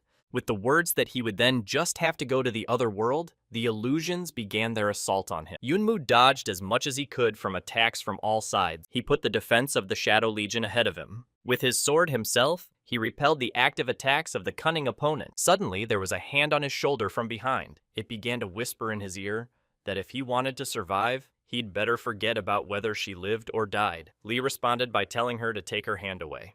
The monster screamed at what he was doing, and a sudden blow flew into his back. The boy fell to the ground. Breathing from his injury, the young man thought that it wouldn't go on like this. At that moment, the scale pendant, obtained during the illusion tests, on his chest glowed. At that moment, 4 butterfly holograms were closing in on the guy. He yelled for them to go to hell. At that moment, the young man heard a familiar voice calling for his daddy. The flying illusions began to explode one by one. Li Linglong's figure grew in front of the young man. She stood up to defend her father. Li Yunomu rejoiced. His daughter imprisoned in the pendant had returned. The enemy wondered why this supreme being would obey an ordinary human. The illusions rushed to attack with renewed vigor. Butterfly thought she had to hurry before Linlin could see through her hologram, but the girl had already scanned everything that was going on. In a second, all illusions were shattered. Only one Butterfly Banshee remained, and Liu no Jie unconsciously began to fall downward. Butterfly was surprised at how easily Linlin got rid of her illusion. Is this really the power of a supreme being? But the captive Liu no Jie was still her ace up her sleeve. The monster shouted that as long as she had her, no one could help Li Yunmu. The butterfly rushed out to catch the falling girl, but then she felt a hand on her throat. The beast couldn't move. It was Li Linglong's attack. Li Yunmu safely caught the still unresponsive friend in his arms. The banshee butterfly could not get out of the girl's hands. It begged to be released, but Linlin replied that there was no mercy for her and destroyed the monster. After a couple of seconds, Li Linglong transformed back into the little shadow queen again. She threw herself onto Yunmu's neck with a cry of "Daddy." Cuddling with the baby girl, Li quipped that his daughter is amazing. Sitting in her father's palm, the girl cried out, "Mommy?" Yunmu looked where she was pointing her finger and was surprised. She called Liu Noji as her mom. The girl lying on the ground began to come to her senses. The young man turned away so Liu wouldn't see the little girl and told the girl not to scream and to go home quickly. The girl must not see her. When Nose regained consciousness, she asked if she had been swallowed by a large moth. Where did it go? The boy replied that he had defeated the monster. But the awakened girl started to attack her friend. She still doubted that the real Yunmu was in front of her. Screaming for the stupid moth not to try to trick her, she punched the guy a few more times. A couple minutes later, the battered boy was wandering down the path. The girl ran after him, wondering if he was all right. Li rubbed the bruises and kept silent. The friends equaled each other and walked together. But suddenly, Yunmu heard some sound. The young man grabbed the girl's hand and saying that they should hide, "Someone is coming," they ran into the bushes. A truck was driving down the road. There were voices coming from it, making someone run. A rope was tied behind the car, at the other end of which a girl was running. The girl was crying. From the cab came shouts that if she didn't say run, she would end up like the guy in the back of the truck. There was a young man lying there unconscious. There were 3 guys sitting in the cab of the truck. They were discussing that they didn't expect to meet an enchanted girl in the forest. One of them said that luckily, they had the deputy head's medicine, and the enchantments didn't affect. The boys guessed that they were people from the sacred heavenly sect, so they decided to follow them. The car stopped, and there was a commotion. Someone was telling the brothers to hurry up. Yunmu and Noji were shocked by what was happening. They didn't understand what this place was. The cult guys dumped the contents of the truck into a huge pit. It was a whole ravine of human remains. Li Yunmu compared what was happening with the information he had received in the past few days. He realized that the disappearance of the locals was related to the heavenly sect. But what do they want to accomplish by doing this? One of the guys brought the bound girl to the cliff and said that when they finished playing with her, she would go to her fellow countrymen. At this moment, Yunmu jumped out from his hiding place. He shouted that their holy sect was a perverted concentration camp. Looking at Li, the guy from the car started asking who he was, how he had entered the forbidden land of the sacred heaven sect. Our hero replied that it didn't matter who he was. It's better for the guy to just answer his question. Otherwise, he'll die painfully. 3 guys started laughing. One of them said he hadn't laughed so hard in a long time. Who did Li think he was? The second one smirked and supported that even Li Yunmu didn't dare to say such a thing to his big brother when he came over. The third added that it looked like the guy had gotten a little lost. We need to teach him some manners. At the same second, the third youth, recognizing Li, rushed forward with a shout of, "For lousy!" Our hero easily dodged the attack and quickly delivered his blow, damaging his opponent's arm. The rest of the sect's minions ran to his aid. From behind these two, Liu Nojie had already attacked. All 3 guys were lying on the ground after the attack. Li Yunmu sat down next to the guy whose arm he broke. He said that if he didn't want him to break the other one, he should answer the question. Li asked what happened to all those people. The boy replied that he didn't know exactly. He had only heard about the experiments that the deputy head was conducting. The young man began to ask where the experimental base was. "Where is the deputy head?" The boy replied that he really didn't know the rest. Yunmu turned around and started to walk away with the words, "What a waste of his time." The guy went to the bound girl. He untied her hands. With the words that she should do whatever she wanted with the offenders, our hero and his friend went away. The girl, sitting on the ground, cried and said thank you. Walking through the forest, our friends reasoned that they didn't know what the heavenly sacred sect was doing this time. How many people had been kidnapped? Obviously, nothing good. Now that they've lost the transportation team, They will definitely investigate as soon as possible. Yunmu said to tell Shen Chen and the team to go back to Mantian City. It's too unsafe here now. At the same moment, someone attacked the friend. Yunmu managed to use his wings to carry Noji out of the attack. Once in the air, the guy saw several energy cannons aimed at them. The guy said it started even earlier than he expected. While saving his friend, Yunmu couldn't completely dodge the shelling. One of the shells hit him. Yunoa hung in the air. He could no longer move. Another shot rang out. Fortunately, the guy had the defense of the Great Flame Art. He was able to repel the blow. Staying in the air, the young man turned to the direction the attack had come from. He said that those things couldn't handle him, and it was time for the attacker to come out. A man appeared from behind the trees and said he admired him. Yunmu was amazed at what he saw. He asked in surprise, "Is it really you?" Wei Shinran walked towards them. The girl looked at her former friends with a hard stare. The young man went down to the ground. He asked Wei, "Did they send her to destroy him?"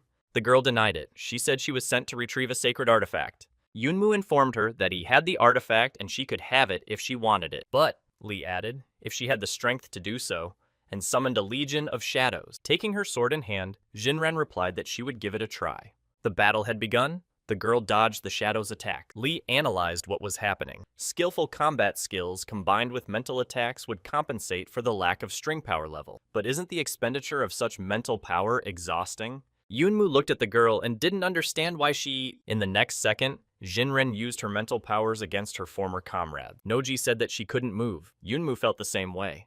The girl rushed to attack, but she was stopped by one of Li's shadows. Yunmu looked at the already exhausted girl. The continuous mental attacks put a great strain on her body. He couldn't understand if the sacred Heaven Sex artifact was really worth such an effort. Wei Shinran, being at her limit, remembered about her family. She remembered how the deputy head had said that she had to find a way to take the sacred artifact away from Li Yunmu. Otherwise, Yunmu shouted at her not to continue. But Wei's eyes lit up with fire. She replied that she had no way out. Li drew his sword and asked Liu Noji to stand still for the time being. He said that it was his own business from here on out. With the words, "Let's see what you can do," Yunmu went to attack the girl. The battle began. Sinran launched another mental attack against. The young man asked why she would use a mental attack if she knew the consequences. The girl weakened completely. The guy knocked the sword out of her hands and said it was over. Applying the standing water sword technique, Yunmu knocked Wei down. Rising from the ground, Shinran asked why Li hadn't destroyed her. The guy replied that if he did that, the Jifeng Academy team would hate him,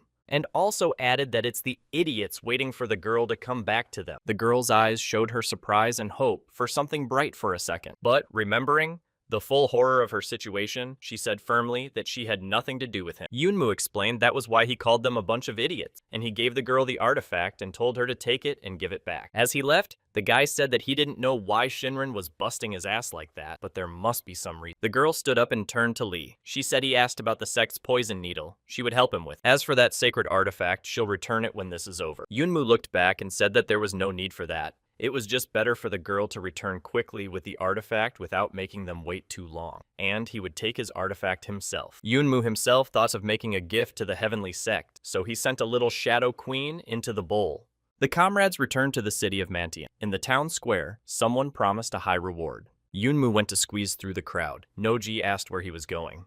The guy replied, "It looks like there's a good reward for catching some guy. Maybe he could make some money." After sneaking into the center of the crowd, our hero heard that 100 million is given for the capture of one guy. He must be captured alive and go to the palace to collect the reward. The young man told his friend who came up next that the guy in the drawing was so funny, they need to catch him. But then the handcuffs snapped on our hero's arm. The guy who caught him said he wasn't on the wanted list. He didn't expect to catch him so easily. Yunmu snatched the portrait from the herald. Sal shook it and shouted for the guy to open his eyes and look closely. Where does it resemble? At this moment, Noeji, holding back laughter, noted that it was indeed a bit similar. Li, at that moment, really began to question his appearance. The man who caught Yunmu said to follow him. Liu Nojie tore the guy up. The man's handcuffs remained empty in his hands. He shouted that the man was missing. Nosy, dragging her friend away, screamed why she always had to save him. The townspeople were left in the square, arguing that the handcuffs were designed for their size. They were too big for the young man. There were men scurrying around the square trying to figure out where the couple had gone. They couldn't just disappear. Eventually, everyone decided they weren't in that square and went looking elsewhere. When the hunters for Li Yunmu dispersed, the guys who had dressed up as roast puppets took off their masks. After catching his breath, Li Yunmu put his suit back on and beckoned his friend to go. Noji was surprised. asking where to go. The city is full of wanted ads. The boy confidently stated that he needed to go to the palace and ask them everything. The young man walked and resented being painted so ugly. It almost made him angry. Meanwhile, in the meeting room of the palace, the city governor, while reviewing the orientation, reasoned that Lee Yunmu was famous in the central continent. How could he be related to the disappearance of the local population? His assistant replied that he didn't believe it either, but as they see it, there was a huge number of anonymous letters of complaint on the table. The governor suggested that someone is deliberately framing the young man. Even if this is the case, the only thing left to do is to catch him and ask him personally. At that moment, the doors to the meeting room opened and two men in growth suits entered. The guy in the dog costume asked who was in charge. The governor responded by asking who they were. Noji and Yunmu took off their masks. The young man said that he was the one everyone was looking for. The governor's aide shouted to catch them sooner rather than later. The governor asked the aide to calm down. He said that since they had come here on their own, they would talk frankly. Lee listened to the man's story in silence. Someone had reported that the guy was kidnapping people from their continent. He sacrifices them and learns forbidden spells. The governor looked sternly at the boys and asked if it was true. At this time, a lonely Wei Shinran was sitting in her room. She was huddled on her bed. The happy faces of her friends looked at her from the picture frame. Someone called out to her. A girl of the Wei family. The assistant bishop wants to see her. Yunmu sat in the chair across from the governor. He said it was absurd that he was involved in the missing persons case. The man replied that they were not going to falsely accuse the guy. They could leave if the results of the investigation proved innocent. The young man showed some flame and asked what if he refused. The city manager asked that if that is the case, they should not judge them. The man called the guards and asked them to invite respectable people to visit them. The man called the guards and asked them to invite respectable people to stay with them. One of the guards held out his hand to Noji and asked that she come with them. The girl shouted not to be touched. Yunmu, still sitting in the chair, called out to the guy and told him not to go near her. The guard sensed Lee's strong aura. He thought that the guy was emitting the aura of a flux master. If he fought him, he would definitely lose. The silence in the office was interrupted for a moment by a man who entered. He said hello and was curious why no one had come to greet him, and they were all in the office. One of the guards addressed the entrant as young master. He said he felt a strong aura and asked to look at the guest. Yunmu smiled and said when he saw him enter, he knew that he was born into an influential family of the Desolate clan, but he didn't expect him to be able to sneak into the palace easily. It's been a long time. They greeted each other with their hands in a friendly manner. The man who came was the giant with whom Lee had been tested in the Nuiwa kingdom. A friend asked Yunmu what he was doing. He suggested we go to his place and have a drink, and was surprised to notice that the guys are very strangely dressed. Our hero replied that it's a long story. The governor's aide began shouting after them, telling the young gentleman to wait. This man is involved in the disappearance of people. The people would be angry if he just left like that. The giant looked back and asked, the man wanted to say that his brother was involved in this. Is it true? He turned to Yunmu.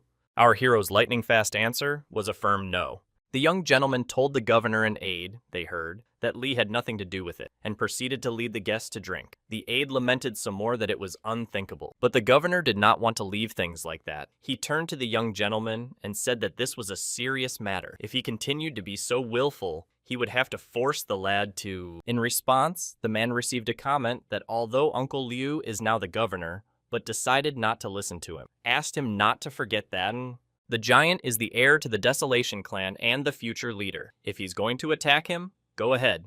Taking his friend by the shoulder, the young gentleman informed him that his buddy was going to be a big man in the future. How can he treat him like a murderer? Lee despises such horrible acts. He added that the governor will not find any evidence and can only rely on letters of advice to find the true culprit. It turns out that only Uncle Liu is the willful. Yunmu grinned. Turning to the governor, he said that he didn't come here just to mess things up. He asked if they needed any evidence on the case. The guy said he had one piece of evidence and it was very important. Meanwhile, Wei Xinren entered the deputy bishop's office. He started the conversation by saying that she had finally arrived, and he hoped that the girl had brought what he wanted. Xinren placed a bowl on the table, saying that this was the weapon Lee Yunmu had taken. The man was surprised that it was intact. He said it was a big surprise. The girl with anger in her eyes asked decisively where her family was. The deputy bishop asked her to relax. She would see her relatives, but they looked a little different. Wei Xinren yelled out what he meant. The man replied that he was willing to bet she had already seen his zombie army. The girl was angry. She gritted her teeth and could barely contain herself, and the torturer continued to taunt her by saying there was a problem. He didn't remember her family's capsule numbers, and suggested that maybe she could find them herself.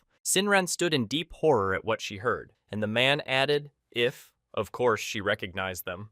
The girl sat up in despair, almost falling to the floor. Her legs gave out and panic enveloped her whole body. Already confused, she heard a mocking comment that her reaction was funny. That's how people react to a nervous breakdown. A wild roar erupted from the girl's chest. She bent over and couldn't stop.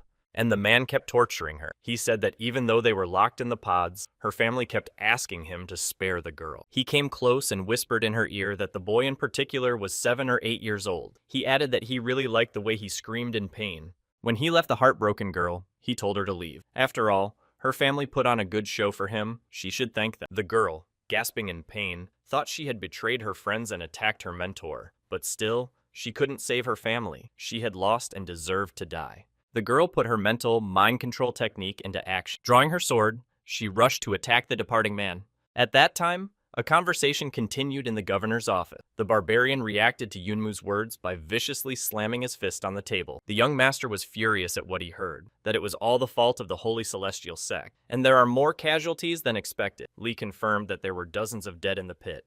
The guy was getting angrier and angrier. He said, how dare she touch his people? The barbarian shouted that on behalf of the desolate clan, he was declaring war on the heavenly sect. The governor interrupted the young master. The boy listened to the man through clenched teeth. The governor had warned if he knew what it was like to fight against a first-class force on the sacred continent. Worth considering again. A pit of people doesn't prove the sect's guilt. If we rashly start a war, we'll be in big trouble. He continued that even if Lee Yunmu is a major general, what he said was only one side of the coin. It doesn't prove anything. People ran into the office shouting that they believed him. The governor, seeing the crowd arriving with astonishment, began to ask why the elder. His speech was cut short by the elder calling his granddaughter, who turned out to be the same girl released by the boys into the forest. When she contacted the governor, she said that she could confirm that the Holy Heaven sect had kidnapped. The young gentleman asked if she could confirm. The girl answered in the affirmative. Nosy said that this girl rescued from the pit of corpses. The girl said that it was the guys from the sect who caught her while she was hunting in the forest. Those present listened with horror in their eyes, as she told them that she had seen many dead people from their clan in the truck. She overheard the guys discussing that the celestial sect was catching their people to experiment on them. The outraged crowd began to demand that the young lord declare war. There's no room for cowards in their clan. They want to avenge their brothers. How dare the sect treat them like this? They will pay for everything. The giant turned to the governor to ask if he still wanted to stop them. Crumpling the letters lying on the table, the man shouted, "Do they really think he is a coward? Since there is now enough reason, he officially declares war on the Sacred Heaven sect." Out of anger, he scattered the letters of denunciation around the office. After calming down a bit,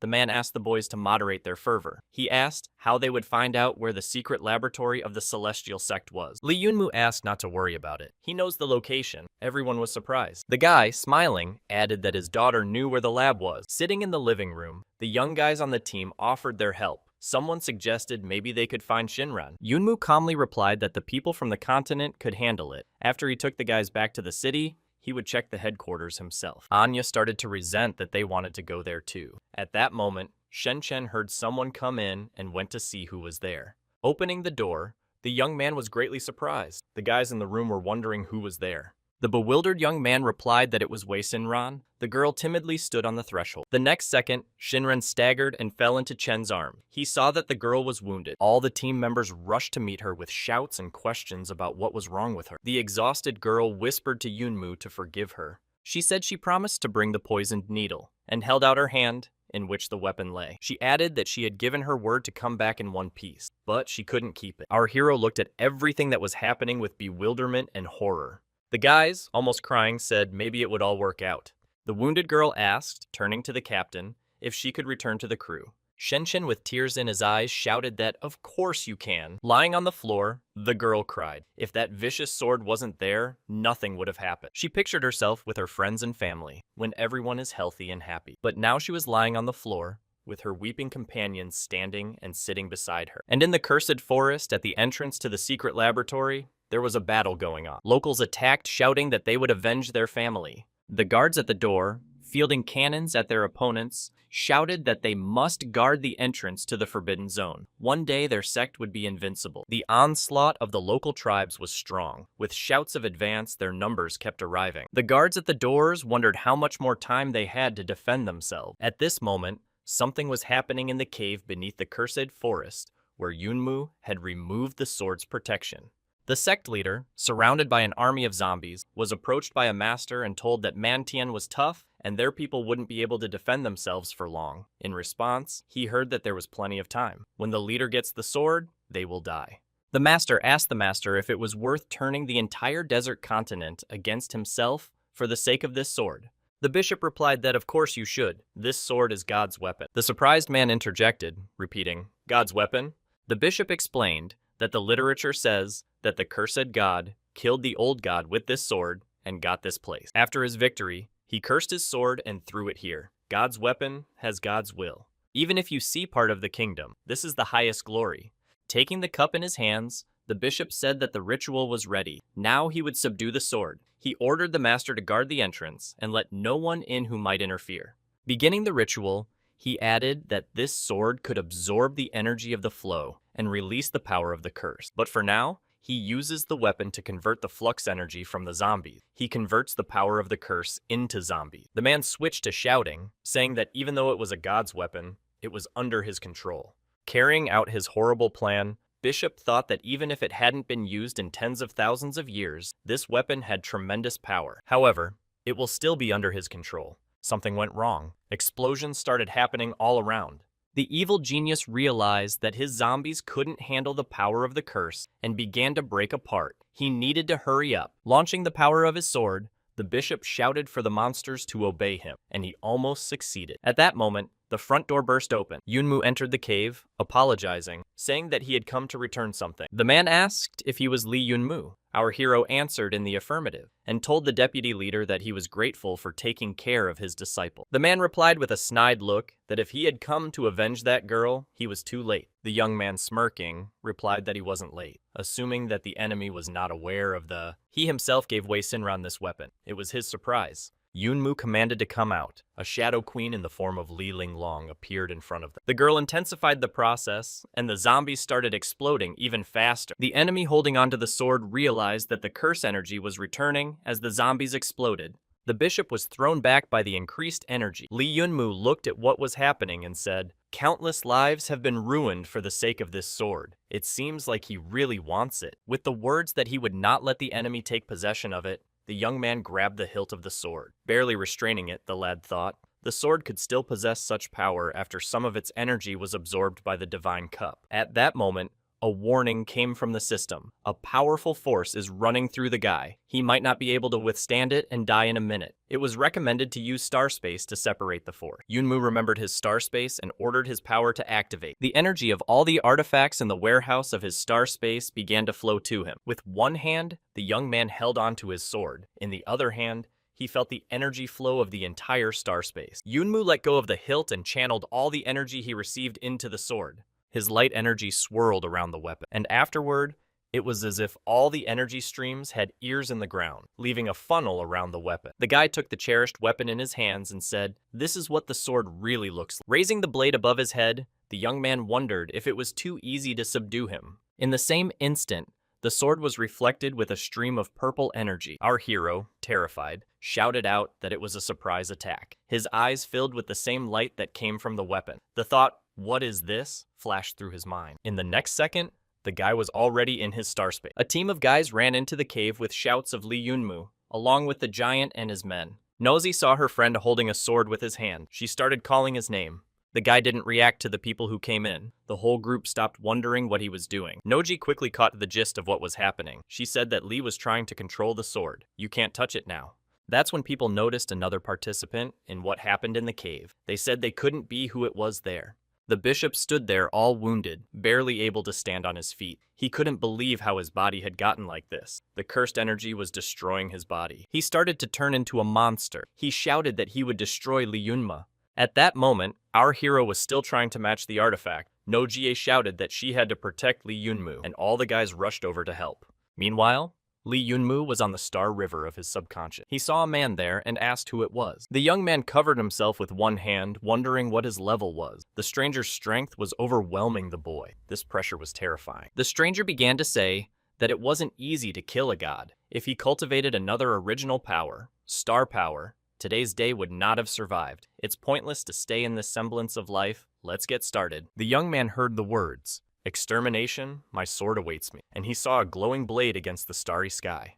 Energy streams swirled around him. The voice continued that, although tens of thousands of years had passed and everything might have changed, as long as the power of the star stream was renewed, it would always be the right time for him to return. Yunmu struggled to stay on his feet. He thought he was in the memories of this sword. This power was so familiar. Suddenly, the energy swirled around him. It was the power of star space that was about to engulf him, the young man thought. At this time, the monster massacred our hero's friends. Standing on the giant, it said, "How dare he stop it?" Looking around at the wounded guys, he said they were overconfident. The evil monster looked at our hero. He asked how the hell Lee Yunmu dared to disrupt his plan and steal the cursed sword. He headed towards the young man, saying that it wouldn't be too late. After he destroyed him, Noji shouted after him to stop the monster from doing that.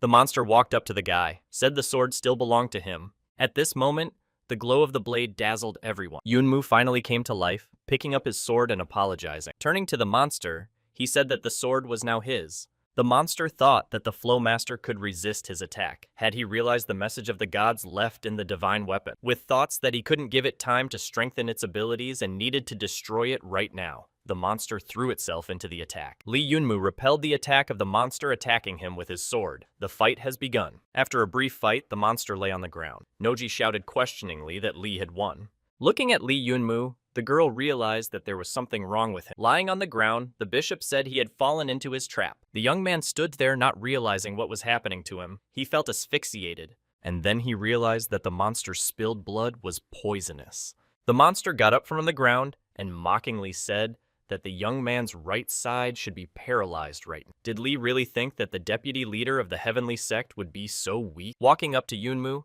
he told him that he had been studying poisons all his life, conducting experiments on countless people. The perfect experiment is himself. Saying that, the monster reached for his sword. He grabbed the blade and yanked the cherished sword out of the young man's hand, kicking him. Our boy screamed in pain. Leaning over to the injured Yunmu, the monster told him to close his mouth. Finally, the sword was his. Sitting on the ground, Lee said that an unholy man and a cursed blade were the best combination in the world. If it were him, he would have thrown away the sword. The enemy looked at the wounded enemy in surprise. Yunmu continued asking if the bishop had forgotten how he became like this. The opponent ignored Yunmu's words. He told the Annihilator to release the curse. Dark energy began to ooze out of the sword. But something went wrong. The monster screamed and fell to his knees in pain. He felt like his body was about to be torn apart. It needed more flesh and blood to support it. The monster went to the pile of failed zombies. Absorbing them, he gradually transformed completely into a monster, losing his human form. Walking over to Yunmu, Noji offered him a medicine. It could help neutralize the toxin. Lee, thanking, ate what was offered and went off to fight another battle. Noji looked after him and asked him to be careful. The guy replied as usual, telling her not to worry.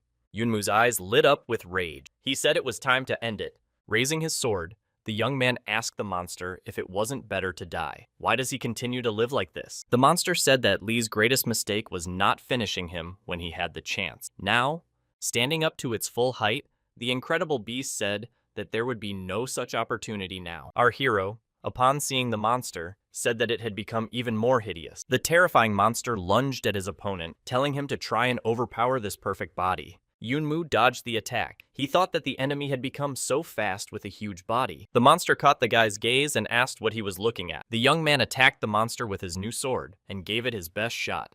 The boy was shocked. No amount of manipulation was doing any damage to this monster. The monster smiled and said that this body was perfect. It has instant regeneration. He explained that every zombie he had turned was now 100% integrated into his body. They all make up his power. Snatching the sword out of Yunmu's hands, the monster shouted what Lee possessed to overpower it.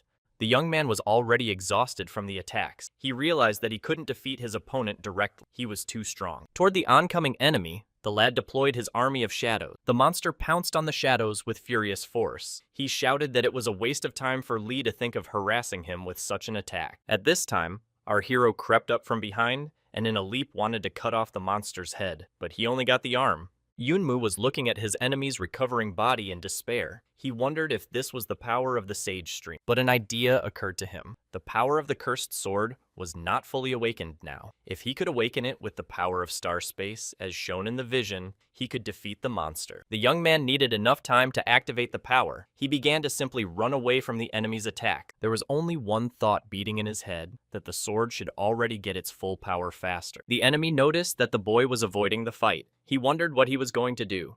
Gathering all his beastly strength, the monster moved on the young man. He thought he had the cursed sword in his hands, and it didn't matter what he wanted to do. With thoughts that he would just destroy Yunma, the monster swept through him. The friends were watching the fight. They were shocked by what was happening. Liu Noji screamed in panic, calling out for Li Yunmu. Turning back to the girl, the monster said he had completely forgotten about her. Heading towards Nozi, he kept saying that she shouldn't worry because she would see her friend soon. But then a cursed sword shone across the cave. Yunmu stood up to Noji's defense. The opponent was surprised that the guy was still alive. Our hero replied that he seemed to be luckier, and he asked the enemy if he was ready to die. Beast grinned at Li's words, asking what he was even talking about. But at this moment, the enemy sensed Li's increasing energy. He couldn't understand why his power had become overwhelming. Could it be because of the cursed sword? Looking at the confident Yunmu, his opponent couldn't believe that he was able to fully master the power of the cursed sword. As the monster continued to think whatever it was, our hero instantly attacked it with the words, "Take that." The monster's eyes darkened. He only had time to say that the boy had become faster than the wind. The guy dealt thousands of blows to his opponent in an instant. There were many wounds running through his body. The monster started laughing at Yunmu's attacks again, saying that this was the full power of his sword as well. His body is endlessly regenerating when he exhausts Li. The guy interrupted his opponent. He asked him to take a closer look at his body. The beast was surprised. The wounds were indeed not healing. But how could that be possible? After all, this body is perfect. Could it be the fault of the cursed sword? Then the voices of the people he had tortured began to echo in the monster's head. He started screaming for them to be silent. It was the cells of the dead people that were turning against him. The beast screamed at full force. How dare they? He is their god. Yunmu responded to this cry by asking if the one deserved to be a god. He's just scum. Go to hell and repent of your sin. The young man gave the final blow. The beast fell to the ground and said he had lost, but everyone still did not believe it. Our hero replied that nothing is impossible. With one last swing of his sword, the guy said it was over. Friends cheered and shouted for Li Yunmu's victory. The boy, looking at his reflection in the blade, said he didn't know this power would be so hard to give him. Maybe he's too weak, and the boy's eyes closed. When our hero came to his senses, there were happy faces of friends all around. An said that she was sure everything would be all right. Li Yunmu started grumbling that they had made a mummy out of him. The others listened, saying that this was something to celebrate. Liu Nojie yelled at everyone, telling them to leave. The guy needs peace. Pushing everyone out the door, the girl said she would take care of him herself. Left alone with Yunmu, Nojie asked how he was doing. The boy, getting out of the bandages, asked why he was twisted like that. Then he said he was fine, not to worry. He touched the sword next to him, but he couldn't feel its power. Something wasn't right. Just then, to Naz's annoyance, a giant came crashing through the door. He ran up to his friend and started rubbing him on the shoulder, said he meant a lot to his people. If he didn't survive, they would be very upset. Yunmu asked if they had cut ties with the celestial sect. The giant replied that it was understandable. The inhabitants of the continent wiped out everyone in the cursed land, and the rank-and-file followers were banished from the continent. The young man asked what their real purpose was. Do they really need this sword that much? The comrade replied that if the captives were to be believed, that was the purpose of this sword. God damn. The young man began to resent that the name was dumb and sounded like someone secretly shitting under the door. Liu Noji turned to Yunmu, saying that she thought the guy was in a very dangerous position.